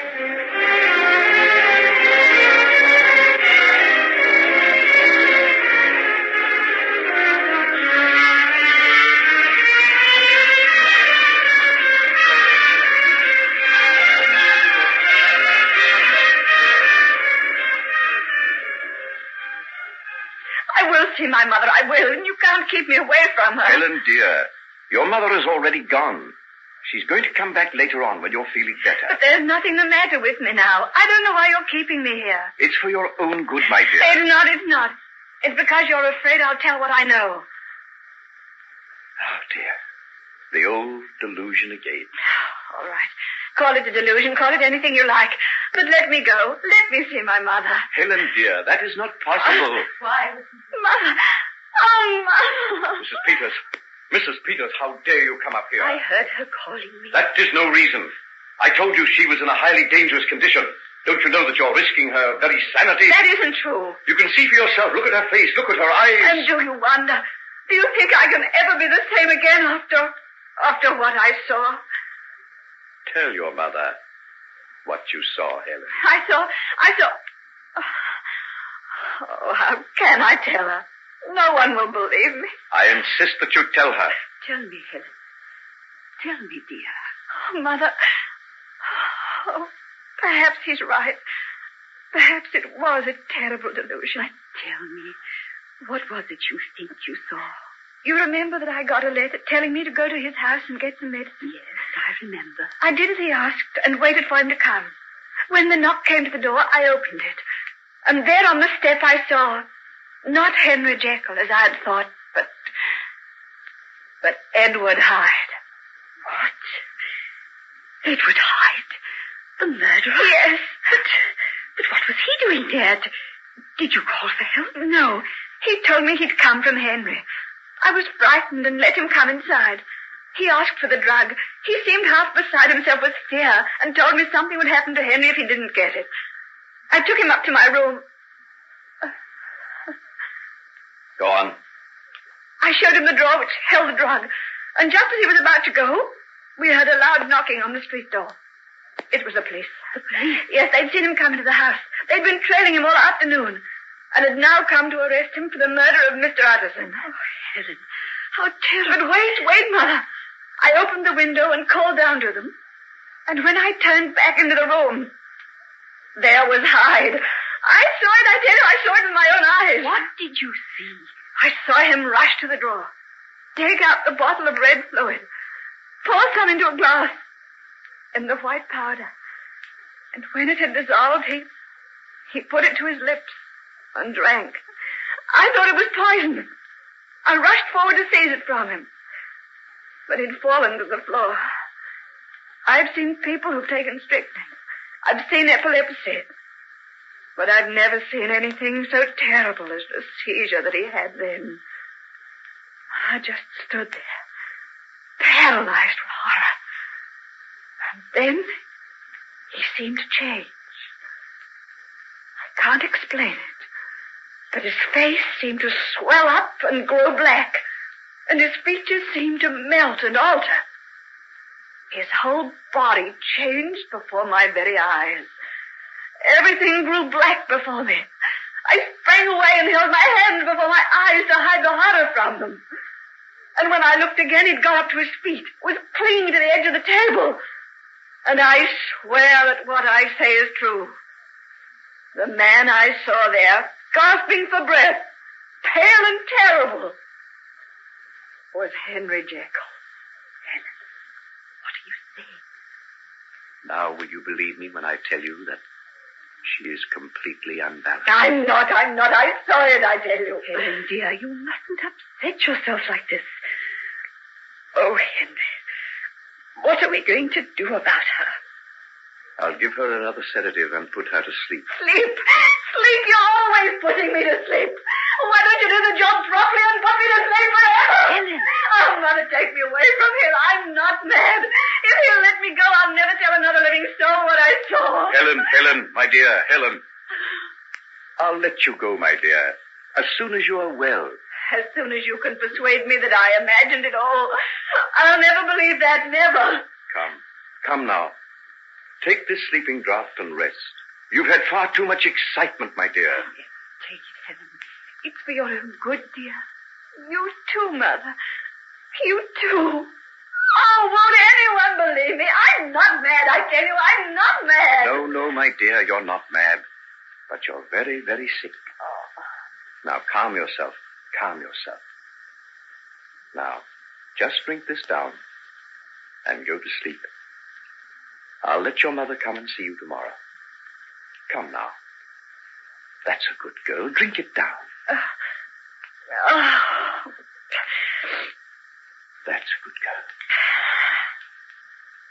We'll leave you now, my dear. I want to have a little talk to your mother, and then I will come back. Now, will you be all right? Yes, I'm all right. Nurse will look after you. Come, Mrs. Peters. Oh, Henry, this is terrible.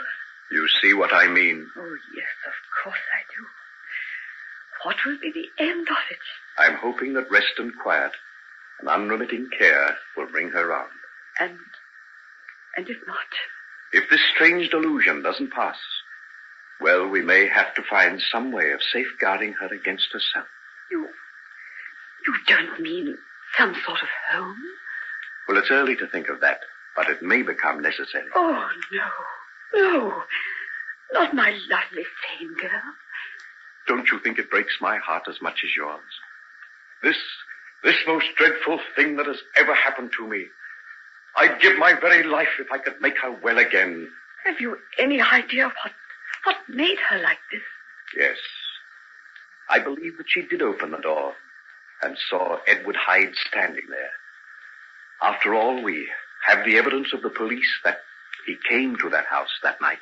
And do you think he did something to her? I think that the shock and terror of seeing him there may have unbalanced her. So that's another crime against the name of Edward Hyde. I wonder, is there any punishment terrible enough to fit the sins of such a man? There is a punishment awaiting Edward Hyde. That will be more terrible than anything that you could ever imagine. With every hour that passes, it is creeping on him, and he knows, as I do, that there is no escape.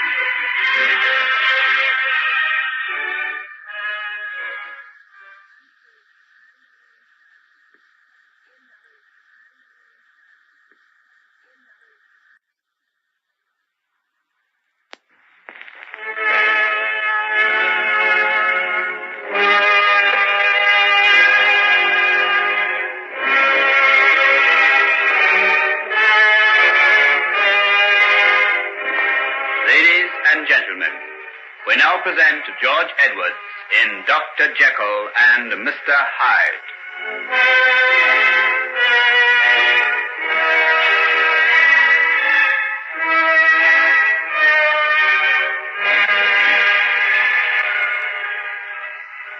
Three more doses, and then the end. Either I must remain forever hidden from the sight of men, or go out and meet my punishment on the gallows. Oh, it's impossible. It can't be true. Oh, I used to say that too, but now I know there's no escape. At any hour of the night or day, I feel the horrible shuddering that warns me of the coming of Hyde. If I fall asleep, I always wake as Hyde. He creeps on me if I leave myself unguarded for a moment. He plays the most fiendish tricks on me. I have no peace, no soul of my own.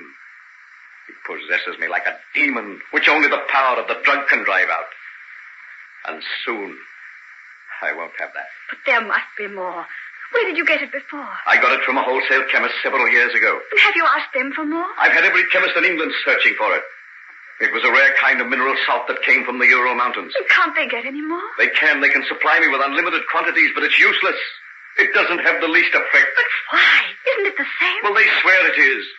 I can only conclude that the first lot I had was imperfect. In some way that no one knows anything about. There was another element mixed with the essential salts. What it was, I haven't the slightest idea. But it was that mysterious, unknown chemical that gave me the power to split myself in two, and without which I am lost. You mustn't give up. We'll find some more. But when? The amount I've left will last me at most another 2 days. And that's only if I remain awake the whole time and never relax my vigilance for an instant. Oh, Henry, my dear, my dear. When the end comes, Helen, the thought of your bravery and loyalty will be the last thoughts to sustain me. Nothing could have been more fine, nor nobler than you. But I'm afraid for you. You must go. I can't tell you of the baseness of the creature I become when Hyde possesses me. There are thoughts of you, but... Oh, don't let us speak of that. One thing is certain. You must go. You mean now? Yes, now, at once. At any moment I may cease to be the man you know. I can't leave you alone like this. Oh, don't ignore what I say. You must go. I insist on it. Pack your things. I've already told my coachman to have the carriage waiting for you. He'll take you to your mother's house. Tomorrow he'll call again and take you to the train. I'll make all the arrangements for you to stay at my house in Norfolk. It's yours. I've made out the deeds. I want you to live there as long as you like. But I Don't say anything. There's no time for explanations. I've done what I could in the little time that's left. It comforted me a little to feel that I could provide for you and make you free from want for the rest of your life. And now you want me to go? You must. This is farewell. It has to be. Goodbye, my love. Think of me. And pray for me. Day and night. And if you send for me, no matter when or where... Never. I forbid you to come. You must never come near me. It would be Hyde who sent the message. After tomorrow, there shall be no more of Henry Jekyll this side of eternity.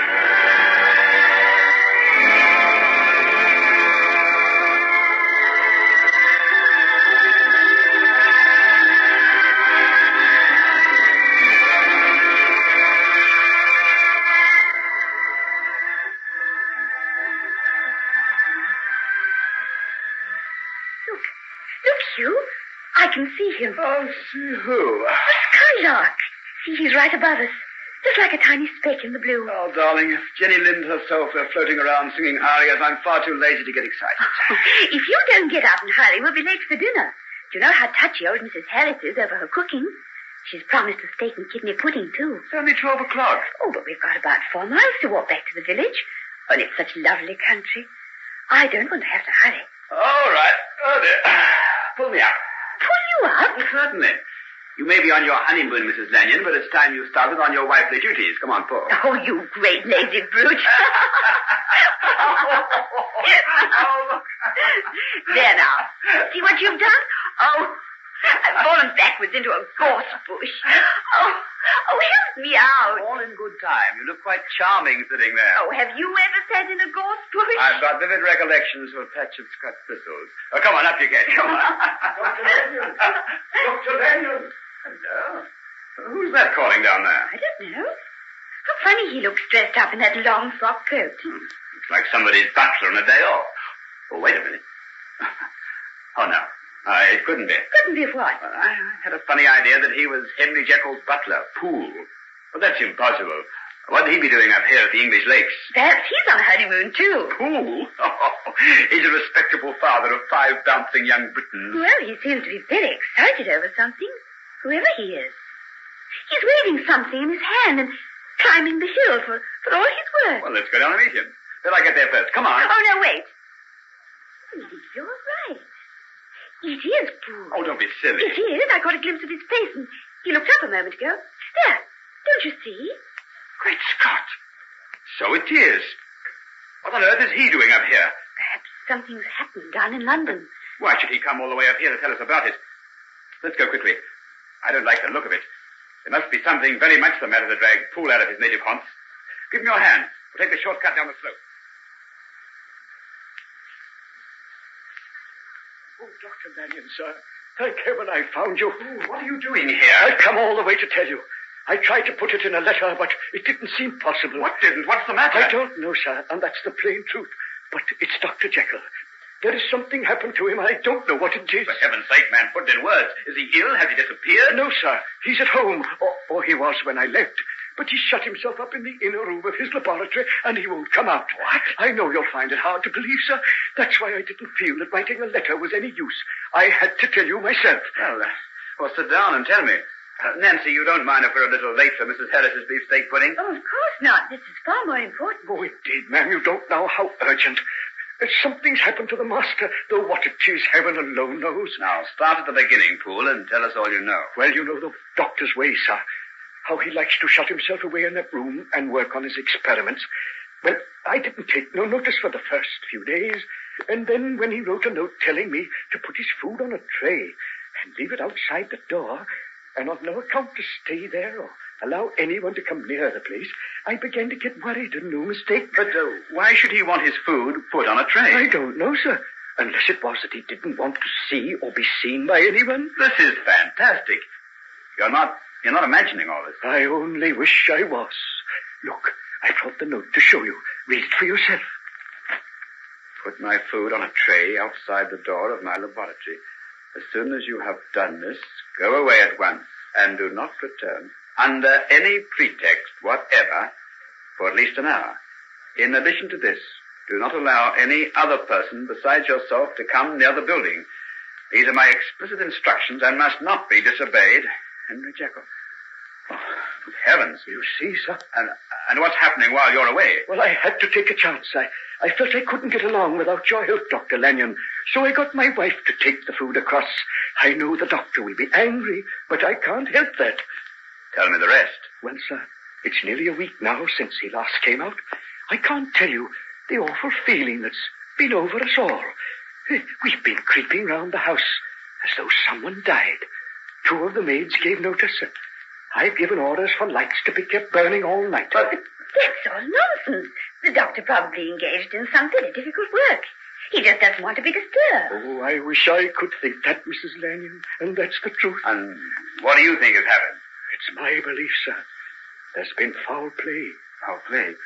What on earth do you mean? Oh, I daren't name it, sir. But I beg of you that you'll come back to London right away and help me find out. Of course I'll come back with you. But tell me what you mean. All this sounds like some sort of nightmare. That's just what it is, sir. The sort of thing that makes you wake up in the night in a cold sweat of fear. I tell you, sir, there's not one of us who'd venture across that courtyard and into the little building after darkness falls. Not if you was to give us £1,000. But why? Why? Wait till you've heard. Though I hope for your sake that you never will. Well, heard what? The dreadful cries and the moans that come out through the door. All this week, him or it or whatever it is that hides in that room has been crying night and day for some sort of medicine and cannot get it. Every time I go there with the food, I find sheets of people lying waiting for me. Every one of them telling me to go to some chemist to try and find the drug he wants. Have you got one of those notes? Yes. Here it is. This is written in the doctor's hand. I'd know it anywhere. That's true, sir. And what happens when you take it to the chemist? Oh, they're sick of the sight of me, one and all. They tell me they've sent what he asked for, but he returns it, saying it's not the right sort. Don't you see what's written at the bottom of the note I've given you? For God's sake, find me some of the old. Yes, it's a strange note, but it was written by the doctor, and that proves he's still alive. He was when it was written. But what does that tell us? Dr. Lanyon, I've seen him. Seen him? What do you mean? It's the belief in my heart that there's been murder done. Murder? That can't be possible. Dr. Lanyon, I pray with all my heart that you are right. But I'm mortally afraid. The creature that I saw that day in the shadows of the laboratory was none other than the man who murdered Mr. Utterson 6 months ago. The dreadful Edward Hyde.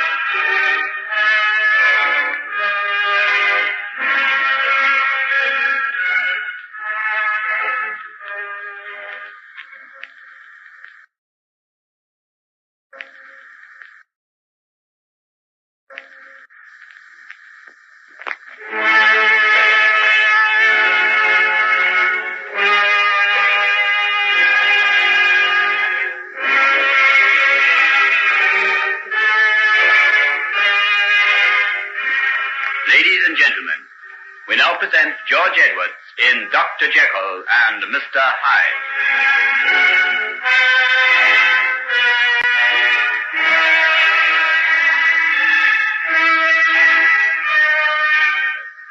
I tell you, sir, I'm making no mistake. The hideous creature I saw scuttle up the stairs and through the laboratory door was Hyde. I'd know him anywhere. Haven't I had to wait on him when he came to stay in the doctor's house? Don't doubt you, fool, but what on earth is he doing in Dr. Jekyll's laboratory? The man's been hunted in every corner of the kingdom. There's £2,000 reward offered for his capture. How could Henry Jekyll hide such a creature? I would never have come up here if the need wasn't desperate. Oh, I've been driven half distracted, sir. What with the worry of Dr. Jekyll and the poor people coming ringing at the door asking for him. What poor people? The people from the clinic, sir. They're lost without him, and that's the truth. Oh, it'd fair wring your heart, it would, to hear the way they plead for him to come and look after their sick. But what's happened? Isn't Nurse Peters still down there? Nurse Peters, sir? The poor young lady's been too bad herself to look after anyone. Nurse Peters? What's been the matter with her? I don't rightly know, sir. But Dr. Jekyll brought her to the house a week before he went into the laboratory. No one saw her but himself, and the nurse had to look after her. But from what I heard, it seemed as though, well, she seemed to be partly out of her mind, sir. What? Why, you must be crazy. Helen Peters out of her mind and Dr. Jekyll murdered? What sort of crazy yarn is this? Oh, I know, sir. And that's why I came all the way up here to see you. If I'd put it in a letter, you'd never have believed me. I don't believe you now, that this couldn't have happened. Where's Miss Peters now? The doctor gave orders that she was to be taken down to his house in Norfolk, sir. I saw her just before she left. Oh, she looked mortal bad, sir. And the saddest look I ever saw on any woman's face. She seemed in a sort of a dream. She just walked down the stairs and out of the door and never said a word. Oh, stop. If you tell him any more, I'll believe I'm going mad, too. Has the whole world tumbled to pieces? Oh, we need you, Dr. Lanyon. Someone's got to come and try and put things right. I'll come. I'll come right away.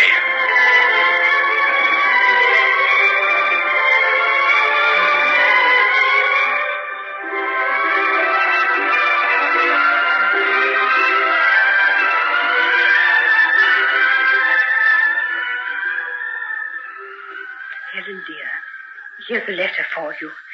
Do you feel well enough to read it? Yes, Mother, I'll read it. That's a good girl. You're looking ever so much better today. A few weeks of this lovely country air should make you quite well again. Do you think so, Mother, dear? I wish I did. Read your letter, and we'll go for a little stroll out in the garden. You never saw anything like the delphiniums and the roses, and they'll make you better just to see them. Do you know, there's the dearest little pony cart and an old fat cob in the stables. I was talking to the head groom about it this morning. How would you like to go for a drive through the park? The trees are looking lovely. Just the ferns, the little tinge of ferns and faint tinge of the autumn. Why, dear, what's the matter? Is there bad news in the letter? No. You may read it if you like. What is it? Why, it's some sort of document. A deed of gift. Yes, from Henry. He's given me this house and the parklands and all the land. He told me he was doing that before we said goodbye. Helen, dearest, don't cry. You mustn't upset yourself. This was done to make you happy, not to cause you any pain. Happy? No, I don't think Henry expects me to be happy. My darling, I wish I could tell you what... I wish you could tell me what happened between you. Is it so final? If ever I saw a man with mortal grief on his face, it was Henry Jekyll the morning we left to come down here. Though I'm sure he loves you. Oh, please, Mother, please. If only you knew how it tortures me to hear you say that. Sorry, dear. I won't say it again. We must regard him as dead. None of us will see him again, ever. Is he stricken with some dreadful illness, dear? Yes. An illness so dreadful, so terrible, that my mind can't bear to think of it. And yet I can't help myself. I sit here thinking of him alone, facing that dreadful doom. And I can't do anything. I can't even be with him. But can't anything be done? Aren't there doctors? Nothing, and no one can help him. Do you think I would have come away if there'd been any hope? Oh, then don't let's talk about it anymore. It only upsets you, and if nothing can be done for him... Come, we'll go into the garden. Would you like a shawl to put round your shoulders? Mother, I'd like to go alone. Do you mind? But are you strong enough? Of course I am. There's nothing the matter with me physically.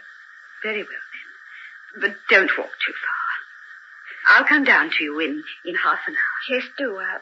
I'll be down under that beech tree at the end of the lawn. I think perhaps I'd better wear a coat. It might turn cold. Yes, do. Now take care of yourself. I will. Goodbye. Why do you kiss me like that? I'll be seeing you in half an hour.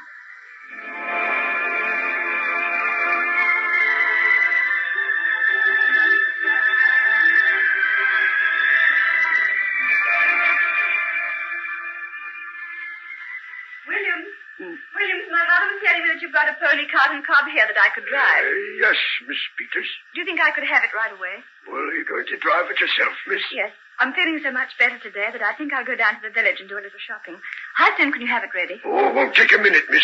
The old cob's in the stable now, and I'll have one of the boys harness him right away. Good, I'll wait. By the way, I can reach the main road by going through that gate over there, can't I? Oh, yes, miss. But there's a better road if you take the one that goes right past the house. No, I'll take this one. I don't want to pass the house. And hurry, will you? I don't want to be too late getting back. Oh, certainly, miss. Harness old Rory into the pony cart.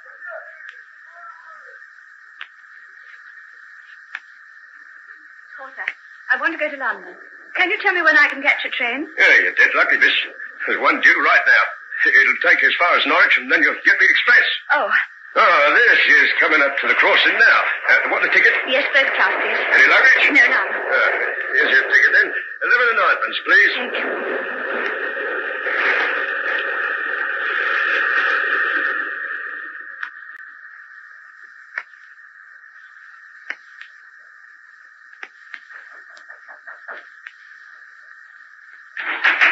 Yes?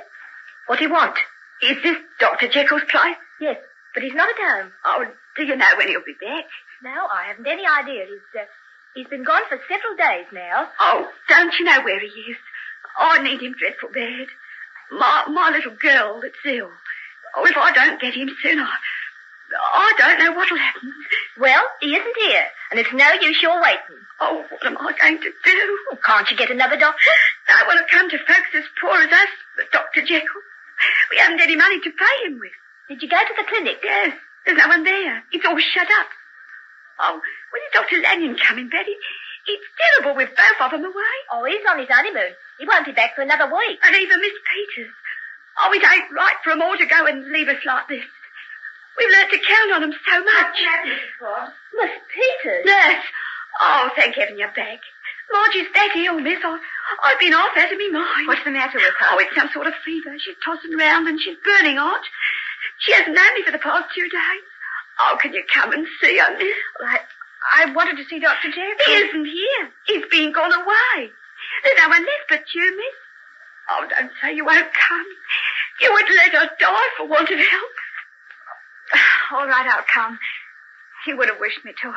Nellie, can I come inside and get some things? Yes, miss, of course. Mrs. Forbes, you go back to your child. I'll get something to eat and some medicine and come over as soon as ever I can. Oh, heaven bless you, miss. You don't know how wonderful it is to see you back again. My cab's still waiting. Here, take this money and get the man to drive you home. Keep your little girl warm and give her plenty to drink. I'll come see her in half an hour. Oh, thank you, miss. Thank you a thousand times. Nellie, can you get me something hot to drink? I've come a long way. Oh, you're feeling better, miss? Yes, I'm all right. Nellie, when did you see Dr. Jekyll last? Well, none of us has seen him since the day after you left, miss. Did he go away? No. Oh, I didn't like to tell that woman, but he's locked himself up in the building at the back of the house. Oh, Henry, my poor darling. And does he never come out? No, miss. Not for anything. You're not thinking of going to see him, miss? Why? Well, we've had orders to keep away. No one's allowed near the place except when there's food to be taken across. No, I'll not go there. I'll do what I can to keep on with his work. There are sick people in need of him. I don't think I can help him, but I can help them. And that is my duty. Are you well enough, miss? Well, of course I am. There are times when one must forget oneself, Nellie. And this is one of them. Now, will you please get me some food and show me where the doctor keeps his surgical bag and medicines? This is what he would wish me to do. I know. And as long as I have strength, I'll do it.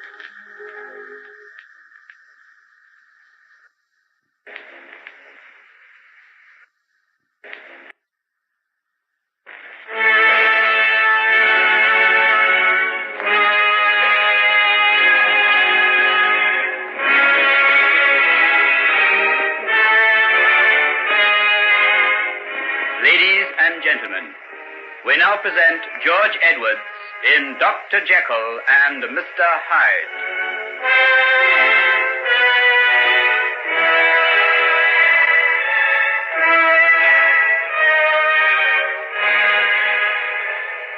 Let me see now.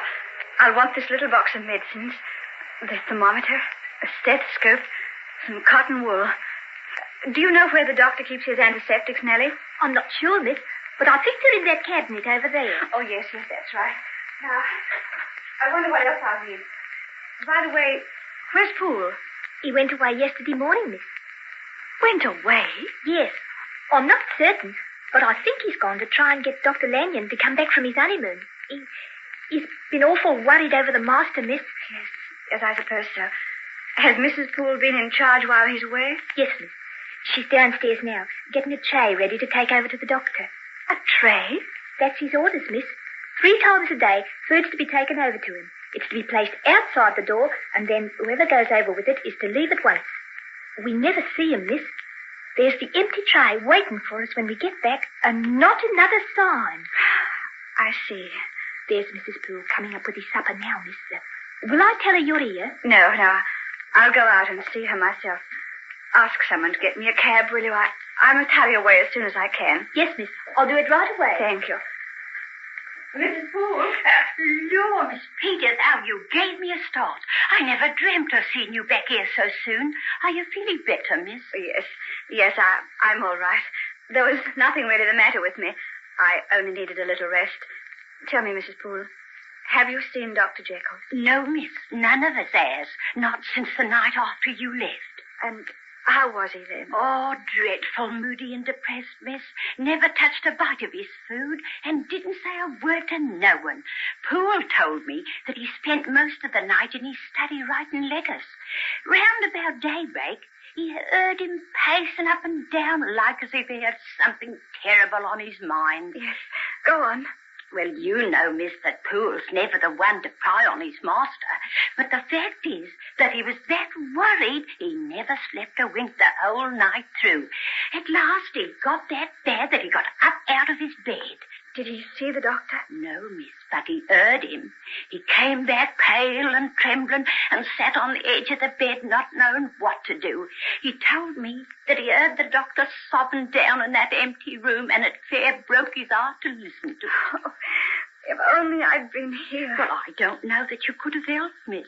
It wasn't long after that we both of us heard him slam the door that leads to the courtyard at the back of the house. Then we heard his footsteps going over the paving stones and the sound of his key in the lock of that building where his laboratory is. I don't know why it was, miss, but the both of us held our breath. There seemed to be something strange about the sound of his footsteps dragging slow and terrible across them stones. And then the door shut, and there was silence. And there's not been any one of us has set our eyes on him from that time on. Oh, Miss Peters, what do you think's come over him? I don't know, Mrs. Poole. I don't know. But we must do as he says. Leave him alone and hope and pray that it will pass. Will you come out with me now? I daresn't go alone. I always get one of the maids to come with me. Why? What are you afraid of? Wait till you hear. Hear what? Come with me now and listen for yourself. It's time I took this food across. I daresn't be a minute late. All right. Wait a minute. I'll open the door. Listen to that wind. Oh, I hate this courtyard, always damp and never gets the sun. Look, the sky's quite bright, but it's dark in here already. Mind where you're going. Them stones are full of owls. Look. What? Oh, it's him, sitting at the window.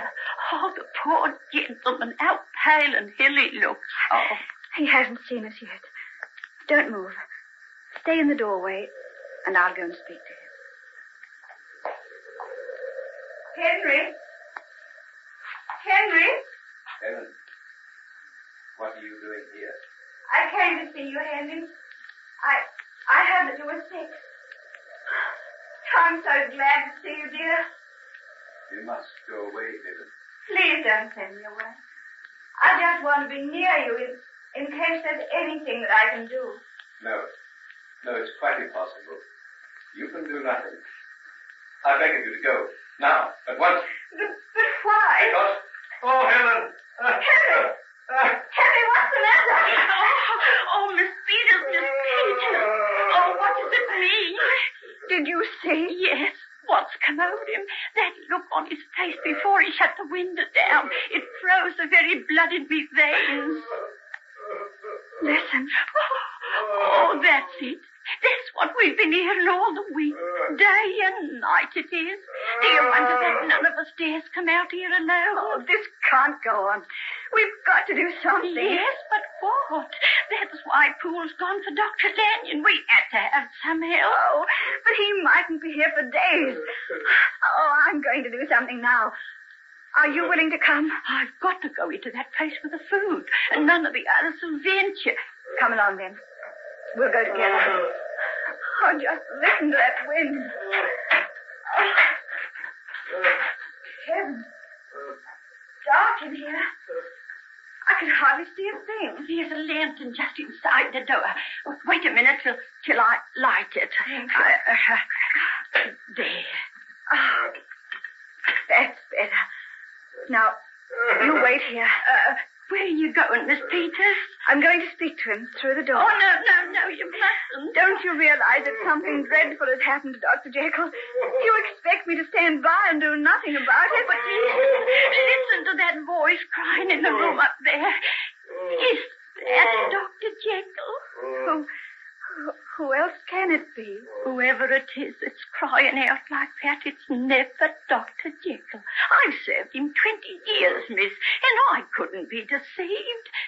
There's someone else in that room with him, but who it is and why he stays there is something that I dursn't even guess at. All the same, I'm going to speak to him. You wait here and I'll go up the stairs alone. Oh, I wish you wouldn't, miss. I do indeed. Henry, can you hear me? Who's there? It's Helen. Henry, won't you see me? Go away. But Henry, I wanted... Go away. How dare you come here? I told you not to come. Go. I want to help you. You must let me in. Help me, you? You poor, weak, trembling thing. You think you've got it in your power to do anything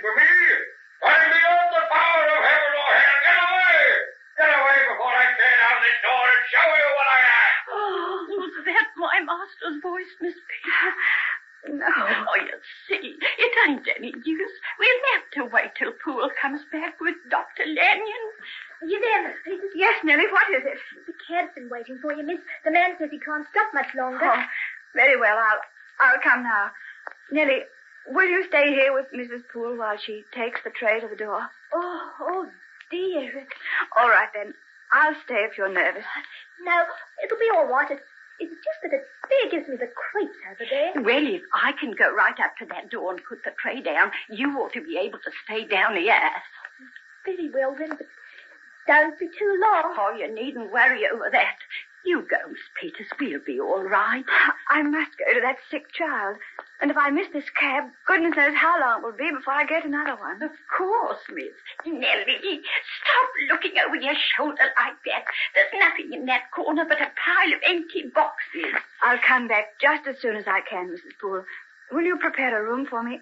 I'll stay here until Dr. Lanyon gets there. Yes, Miss, that I will. And I'll be right glad to have you with us. I'll be back about 11 o'clock, I suppose. And you'll find me sitting up. I'll have some supper ready for you. Thank you very much. Goodbye. I'll go back to the house.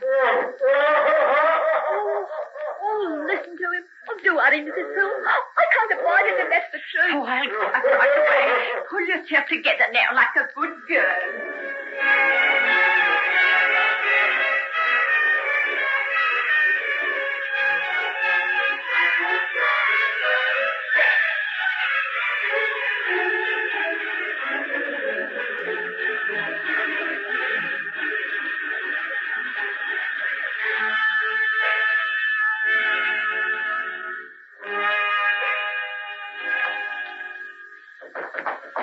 Open this door.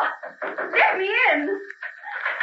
Oh, I'm sorry, miss. What have you got this door locked for? We always keep it locked when we get in calling office. Who are you? Oh, I'm the kitchen boy, miss. What are you doing up here in the main house? If you please, miss, all the servants have been coming up here at night. The servants' doors at the back. We hear him two guns playing there. I see. Well, I suppose it's all right. Mrs. Poole's letting us sit round the fire in the big entrance hall. It helps to keep our spirits up. Oh, there's nothing to be afraid of. The doctor's very ill, that's all. And there's no... Millie, what's that?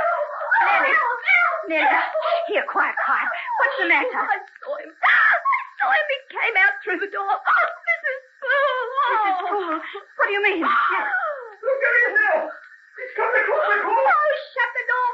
Shut the door before he gets to... Oh, look at him.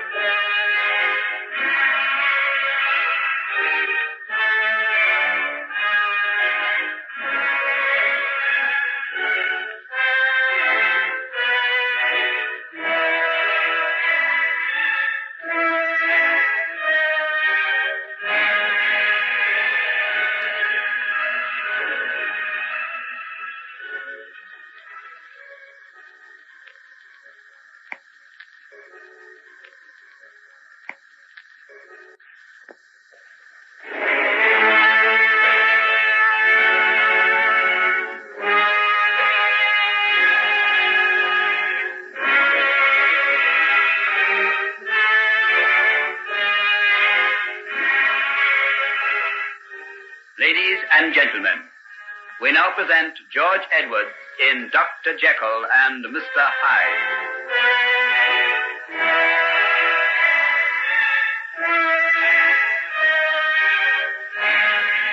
Nellie, what's the matter? Oh, look through the window. Can't you see him? There.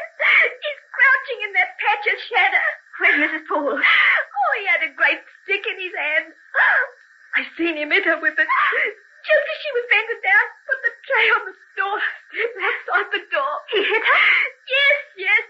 Oh, never made a sound. Just fell forward on her face. And then he seen me. And he gave a sort of an awful cry. Oh, don't let him get in here. He won't. We've got the door bolted and barred. But we can't leave Mrs. Poole out there. Miss Peters, it ain't no use of anybody going out to risk their lives for her. What do you mean? He killed her. He killed her right before me very eyes, he did. Billy, stop it. Get back to the entrance hall, all of you. Someone get some brandy. She's going to faint. Thomas, help me carry her here. Hey, what's the matter? What's happened here? Oh, Dr. Lanyon, thank heaven you're here. What's the matter? I don't know. Something terrible has happened out in the laboratory. Wait till I get these people calm down. Listen, everybody, all of you. Go back to the kitchen. If there's anything you can do, I'll send for you. But you must keep calm. You understand? Yes. Good. Off you go then. Now, we'll take care of Mary. And none of you to move out of the kitchen unless I tell you to. Understand? Yes, What's happened, Dr. Lanyon? What's happened? I got held up paying off that cab. I don't know yet. Will you take charge down the kitchen? There seems to be a danger of hysteria. Yes, sir. Certainly, sir. Where's Mrs. Poole? What's the matter? What are you looking at me like that for? Where is she? Nothing's happened to her, has it? Tell me, someone, tell me. Poole, come in here. Dr. Lanyon, get Thomas to help you carry Nellie in, too. She's coming right now. But tell me. Poole, we don't know. There's been an accident. Nellie's the only one who saw. Saw? Saw what? They were both out in the building where Dr. Jekyll is, and I think that he came out. Who came out? Who? Not him. Not Hyde. Oh, for pity's sake, not Hyde. Hush, man, you mustn't cry out like that. Let me go to her. We can't leave her alone with that fiend. Oh, Sarah. Stop him! Don't let him go. It isn't safe, I tell you. You must wait. You've got to think. Oh, let me go. Let me go. Don't you know it's my wife? All right. We'll go together. But first we must arm ourselves. Where does the doctor keep his pistols? In the top drawer of that cabinet over there. Good. Well, they're gone. Gone? That means he's got them over there. You mustn't go unarmed. Armed or not, I'm going. My wife is over there in that building with that creature out of hell. I'm going to her. If it's the last thing that I ever do. Poole, listen to me. Nellie says that she's beyond the reach of help. She is. Beyond the reach of help. You don't mean... Yes. Nellie, can you tell him? Take this brandy. Try to be as calm as you can. Yes, Miss Peters. What is it, Nellie? What happened? He opened the door just as she bent down with the tray. She never saw him. I got a glimpse of his face in the light, and then he raised the stick and struck. And it was Edward Hyde? Yes, Edward Hyde. Oh, Lord, have pity on her. We saw him out in the courtyard. What? He's come out of the laboratory? Yes. Then we'll act quickly. The man's a dangerous homicidal maniac. We've got to get him before he commits any more of his terrible crimes. What will you do? By rights, we should call in the police. Oh, no, not that. My dear, what's the matter? Oh, don't you know what that means? It's the gallows for him. And was there ever a man who walked this earth who more richly deserved to die in such a way? You don't understand. You don't know what you're saying. Helen, you'd never have pity for such a one as Hyde. But is it only Hyde that you're condemning? You mean Henry, too? Yes. Don't you know that there's some deep and dreadful bond between the two? Helen, have you thought what might have happened to Henry, too? Has he been shut away with this monster all this time and still not come to any harm? He's all right. He's alive. I saw him not half an hour ago. He spoke to me. Are you sure of this? Certain.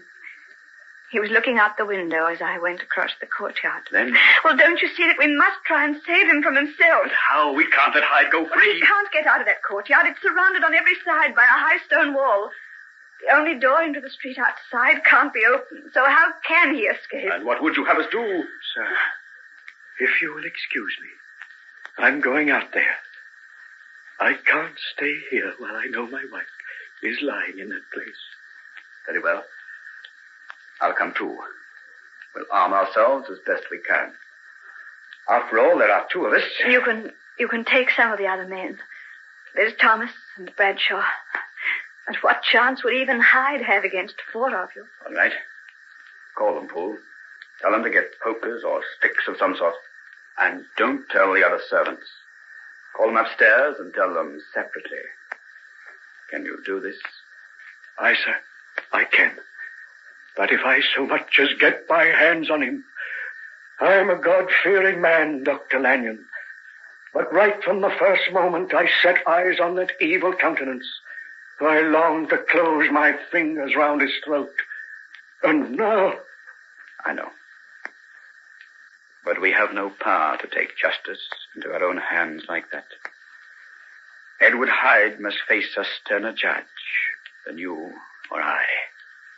For his sake and for mine, I pray I don't get near to him.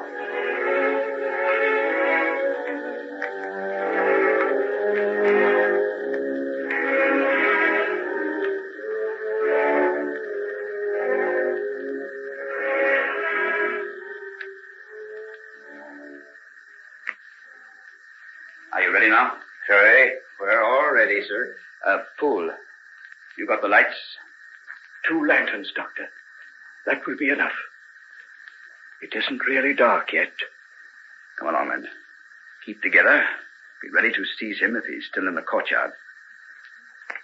Thomas, you can open the door. Yes, sir. He's not out there. No. Although he might be hidden in one of those shadows. What a dismal place this is. Always full of shadows. Look. There's a light in the upper window. And that's his shadow. Pacing up and down. Up and down. Yes. You're right. But is it Hyde or Dr. Jekyll? Take a look, sir. Note the size of him. Yes. That's a smaller, lighter man than the doctor. It's him. It's Hyde. I've seen him too often to be mistaken. Very well, then. Let's go into the building. I say, keep that lantern shining well ahead there. Oh, yes, sir.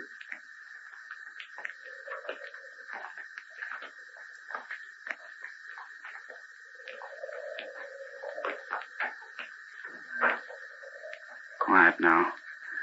Poole, you'd better stay here with Thomas and let Bradshaw and me go ahead. You mean, sir? It might be better that way. It's all right, sir. Don't worry, sir. I'm man enough to face what may be coming to me. Very well, then, Poole. Follow me. Oh, Lord. Look at them rats. The size of rabbits. Look. What's that up there? It's her. Poole, are you sure you wouldn't rather wait to let me go up the stairs to see? No. I'll face it, sir. I'll come. Very well. Come along.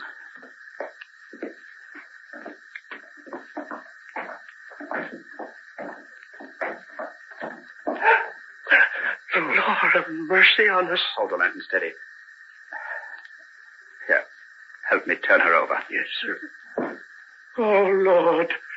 Lord. Just look. Oh, Sarah. My Sarah. Poole, you mustn't give away like that. Oh, Lord. It's him. Don't let him out. Whatever you do, don't let him out for mercy's sake. Quiet. Who are you in there? I'm Henry Jekyll. Then come out. It's Lanyon here, Henry. You've got to come out of there. I can't. Henry, I demand to see you. You know there's been murder done out here on your very doorstep. You've got that man in there with you. You're hiding him. Have you gone mad? Yes, I give you fair warning. Nothing can excuse you. You must and shall come out and hand this beast over to justice. If you don't do it of your own free will, then we'll force the door. Oh, you, for pity's sake, have mercy. If you could look on this poor woman lying at our feet, you'd have no mercy in your heart, either for the fiend who murdered her or the man who gave him shelter. I give you one more chance. No, I'll not come out. Very well, then. We must smash the door.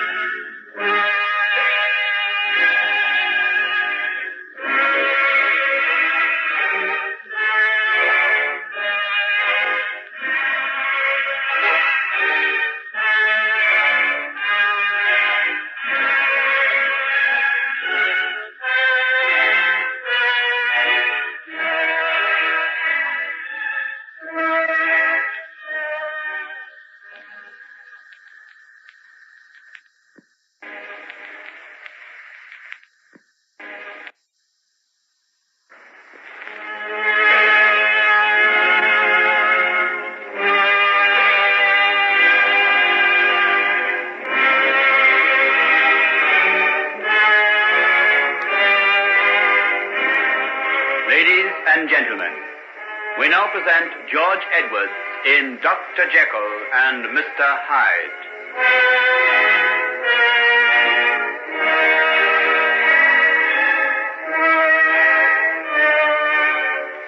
You're not Henry Jekyll. The voice isn't his. The words aren't his. What have you done with him? He's here with me. Then let him come out. No, he could never come out. I'm giving you fair warning. You leave me no choice but to break in the door. Oh, have you no pity? Can't you let me stay here in my agony? No, come out of here at once, Joseph. Pity, you fiend. Did you have pity on my wife? Let her go, fool. There's no point in talking anymore. What shall we do, sir? Shall I get an axe and break in the door? No, we can't do that. Things have got beyond our control now. We must call in the police. You mean because of... We must not touch her. Nothing must be moved. Could I stay with her, sir? Please? I can't bear to think of her being alone in this dark, dismal place. Are you sure you feel able to bear it, Poole? Now that the first shock is over, I feel calmer, sir. All the same, I think Thomas had better remain with you. Bradshaw and I'll go back to the house. I'll send someone around to the police station right away. Then I'll come back to you. Could we take one of those pieces of cloth over there? Just cover her up, sir. Yes. Thomas, come and help me. Oh, my poor girl. My poor girl. She did it because I asked her to. I should never have asked her. I'll never forgive myself. Never. As long as I live. There. That hides her from your sight.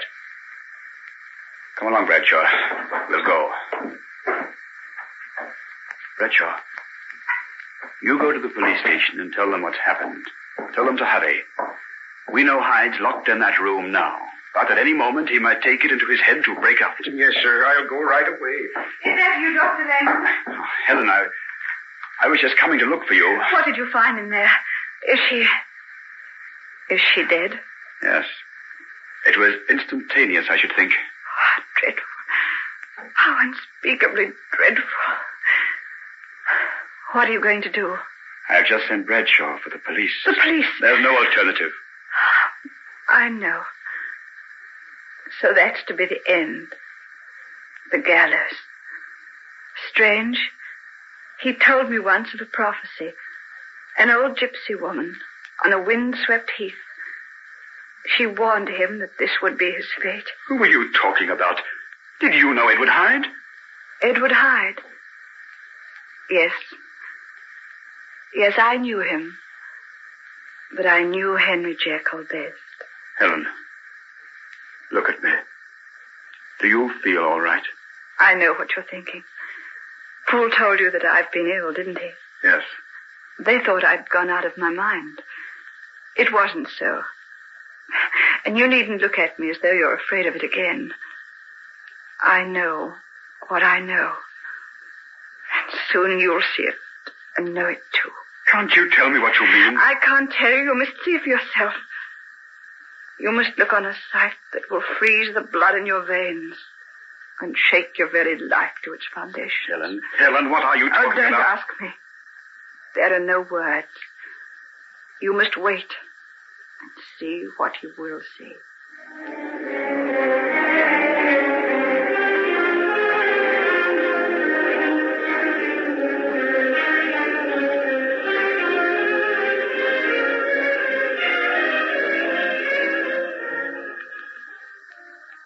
Listen, what's that? That's the police. They'll have every man they've got to surround the place. But there's something else. Open the window and have a look. Look! Just look at those people. Where did they come from? Goodness only knows. They're coming this way. Look, the police are forming a cordon to keep them back. How did they get to know? There only needs to be a whisper of the name of Hyde to arouse them to frenzy. I don't think there's ever been a man before who so filled the common people with loathing. Every man, woman, and child in England has heard of his crimes. Oh, I can't bear it. Shut the window. Don't let me see. There. That'll be the police. I'll go down and let them in. Will you wait here? Yes. Yes, I'll wait. I think you'd be wise to remain in this room. Things may be a little bit unpleasant downstairs. Do you think I can shut away the horrors of tonight by shutting the door? Oh, go. 1 or 2 more. What does it matter? If the end must come, let it be soon.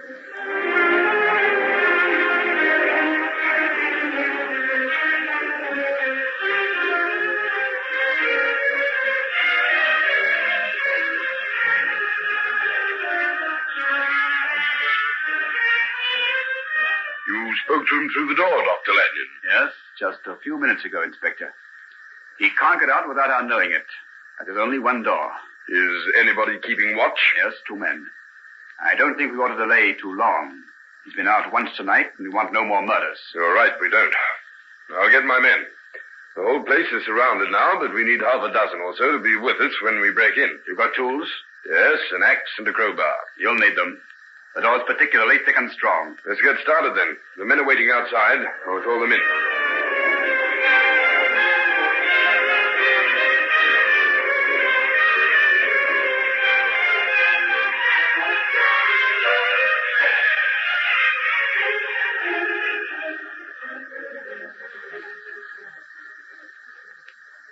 This is a strange-looking place. What was it used for? Dr. Jekyll was very interested in chemical research, Inspector. He has his laboratory out here. And he and that beast Hyde have been shut up together for the past week. As far as I know, they have been. But none of us knew about Hyde until tonight. What on earth could a fine gentleman like the doctor be doing with a brute like that? Heaven only knows. That's what I've been asking myself ever since I knew. Well, we'll soon find out. A lot of mysteries are going to be cleared up tonight, I fancy. Here we are. I'll open the door and let you in. Are you there, Paul? Yes, sir. Here. I've brought Inspector Martin and some of his men.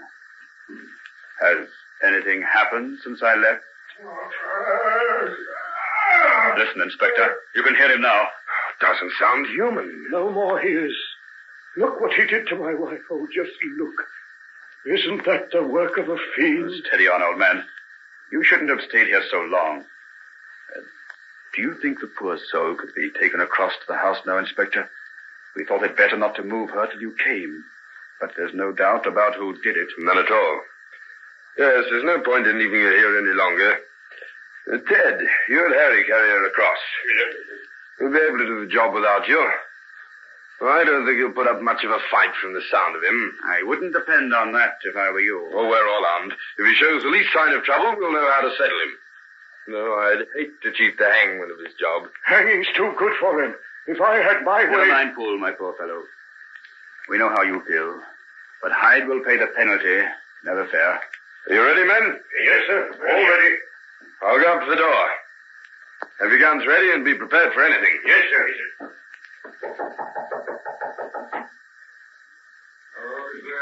Open this door in the name of the law. No. Edward Hyde, I command you to open this door and come out, or I'll give orders for it to be smashed down. No, I can't. I will count 3. 1, 2, 3. Come along, George and Bert. Don't waste time. Down with it.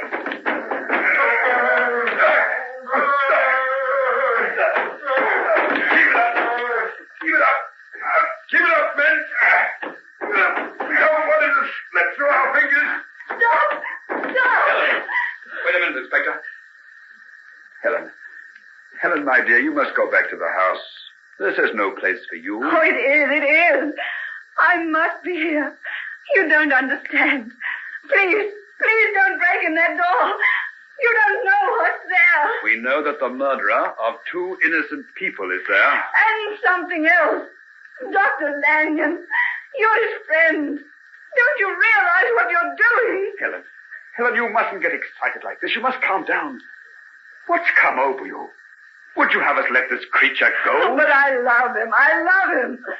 No matter what he's done or what he's guilty of. I love him. In pity's name, what are you talking about? Henry Jekyll. They're the same person. Jekyll and Hyde. If you destroy one, you destroy the other. Oh, can't you understand? What on earth she's talking about? I haven't got the faintest idea. Helen, please go back to the house. You don't know what you're saying. I do. Oh, won't anyone believe me? I saw it with my own eyes. I saw it. He came to my house. He swallowed the drug. And I saw him change. Dr. Lanyon, I think we'd better take her away, sir. This is how she was when the doctor was so worried over her. Yes, I can see that for myself. Helen, dear, I want you to do as I ask. Won't you go back to the house and leave this grim business to us? Heaven alone knows what we'll see when we do break in that door. I know what you'll see. You'll see a sight that will strike you dumb with horror, that will freeze the blood in your veins. But I must see it too. I've seen so much, suffered so much. I must see the end. Tell them to go on. I'll be calm. I know it has to be. Go on, men. Smash in the door.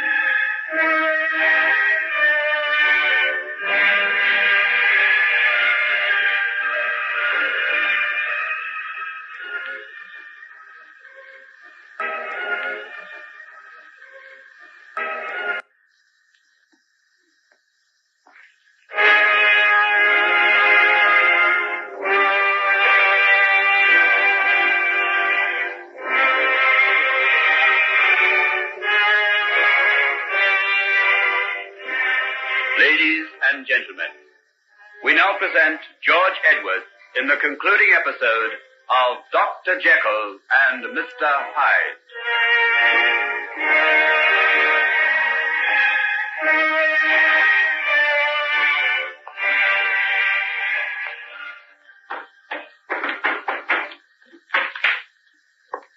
soon now. See the lock's beginning to give. Oh, Helen, won't you please go? There's nothing you can do. I can see the end. Please, you must let me stay. You must. Have your guns ready, men. Look out he doesn't try to rush through. What are they going to do? They won't shoot him down. Come on, Hyde, bring your gun. Come on, right in. Look, what's the matter? There, on the floor. Oh! I thought he would. Dead. But look, sir. That's not Edward Hyde. What do you mean? Don't you see, sir? That's a big man. Hyde was little more than a dwarf. That body lying there is Dr. Jekyll. By heaven. I believe you're right. Inspector, did you hear that? Yes. Come along. Let's go and make sure. Watch every entrance, men. It must be somewhere in the building still. Search it from top to bottom. Yes, sir. Yeah. What is it, Doctor? Is it murder? No. I don't think so. Don't you see that glass lying near his hand? Smell of almonds. The odor of one of the most deadly of all poisons. He knew what he was doing. We searched the old place, sir. There's not the slightest trace of Hyde. But that's impossible. We heard him in this room. He must have got out by some secret door. Are you certain he hasn't slipped through the cordon? No, there hasn't been the slightest sign of him, sir. There's a man stationed every few feet. If you'll excuse me, Doctor, I'll have to go and see about this. Yes. Yes. Go along. We'll stay here until you come back.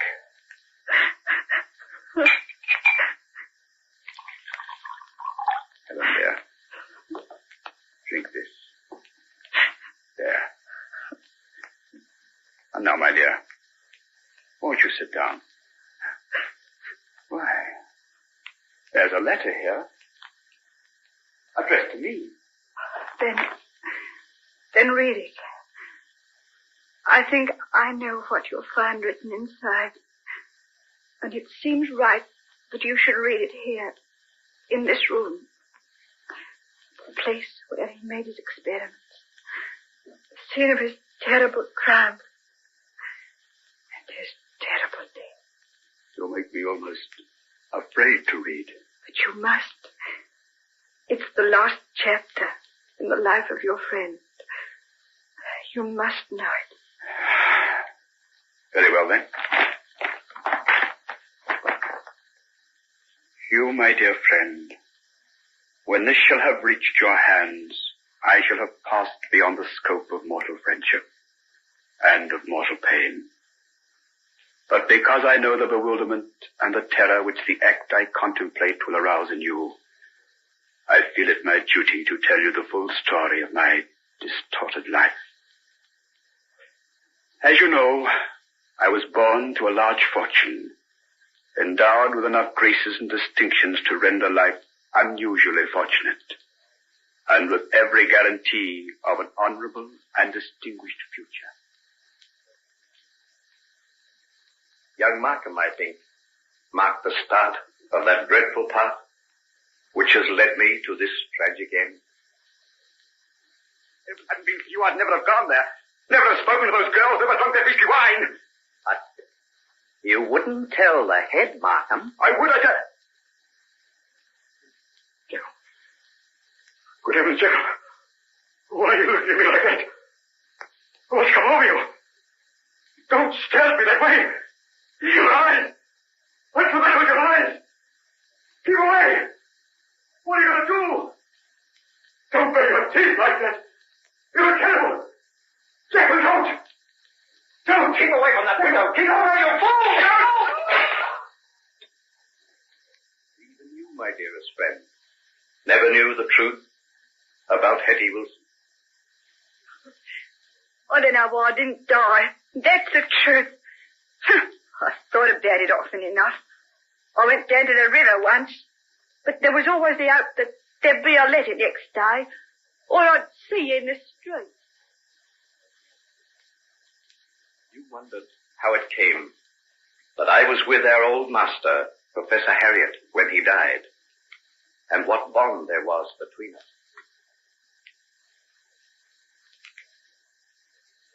final, ultimate test. Oh, but this is blasphemy. You're going to rip apart the veils that hide the human soul.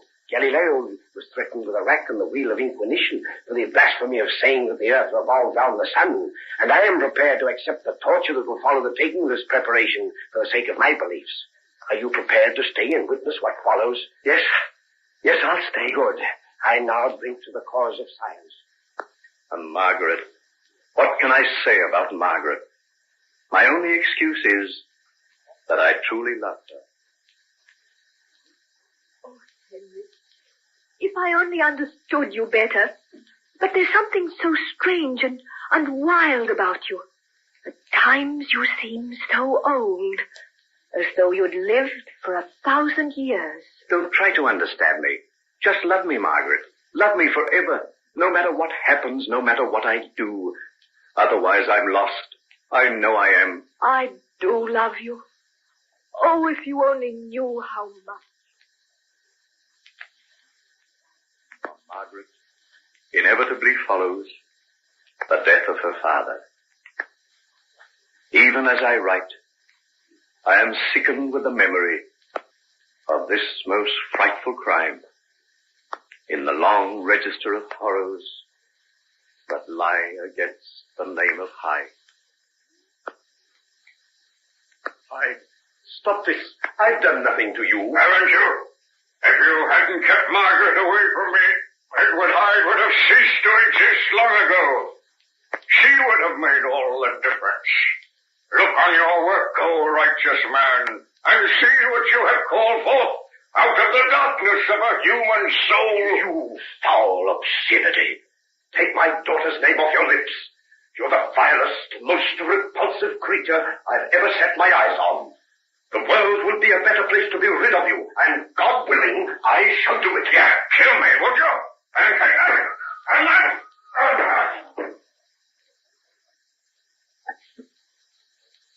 Helen. Ah, Hugh, my friend, what would we do without these brave, loyal women who have glorified our lives? Heaven knows, I knew how little I had to take from her, the rich treasure that she offered me. I'll marry you, Henry. And whatever this black thing is that you've got in the background of your life, I'll help you fight it. And if I don't succeed, if it gets too strong for me, I'll still love you. No matter what you've done, what you may have become.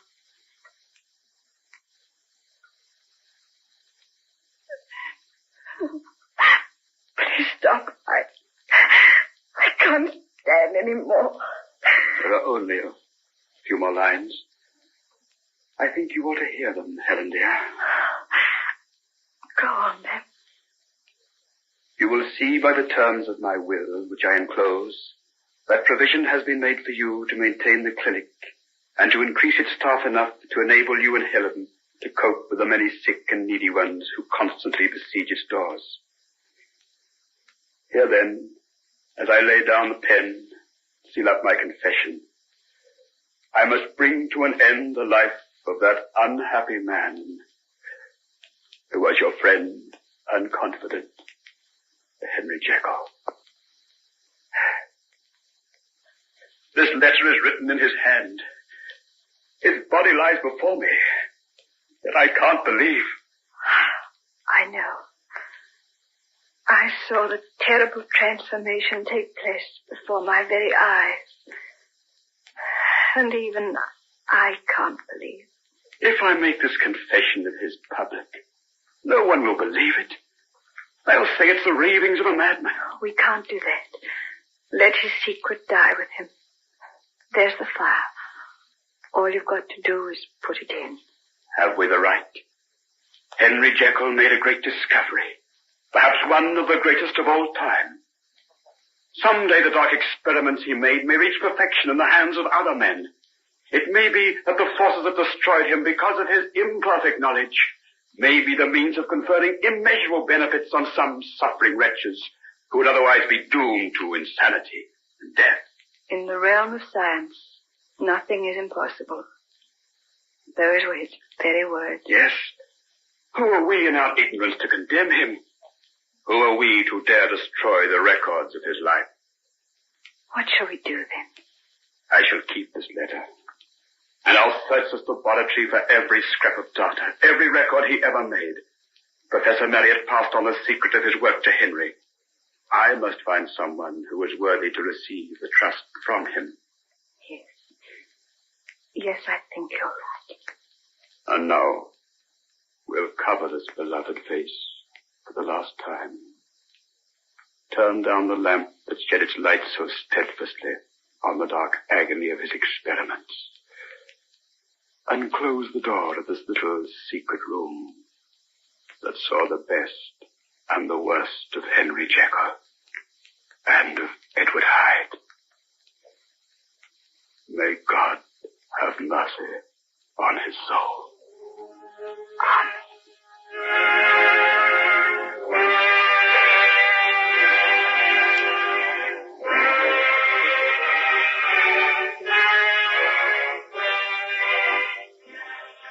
And so concludes Dr. Jekyll and Mr. Hyde, adapted for radio by Betty Rowland from the story by Robert Louis Stevenson, and a George Edwards production.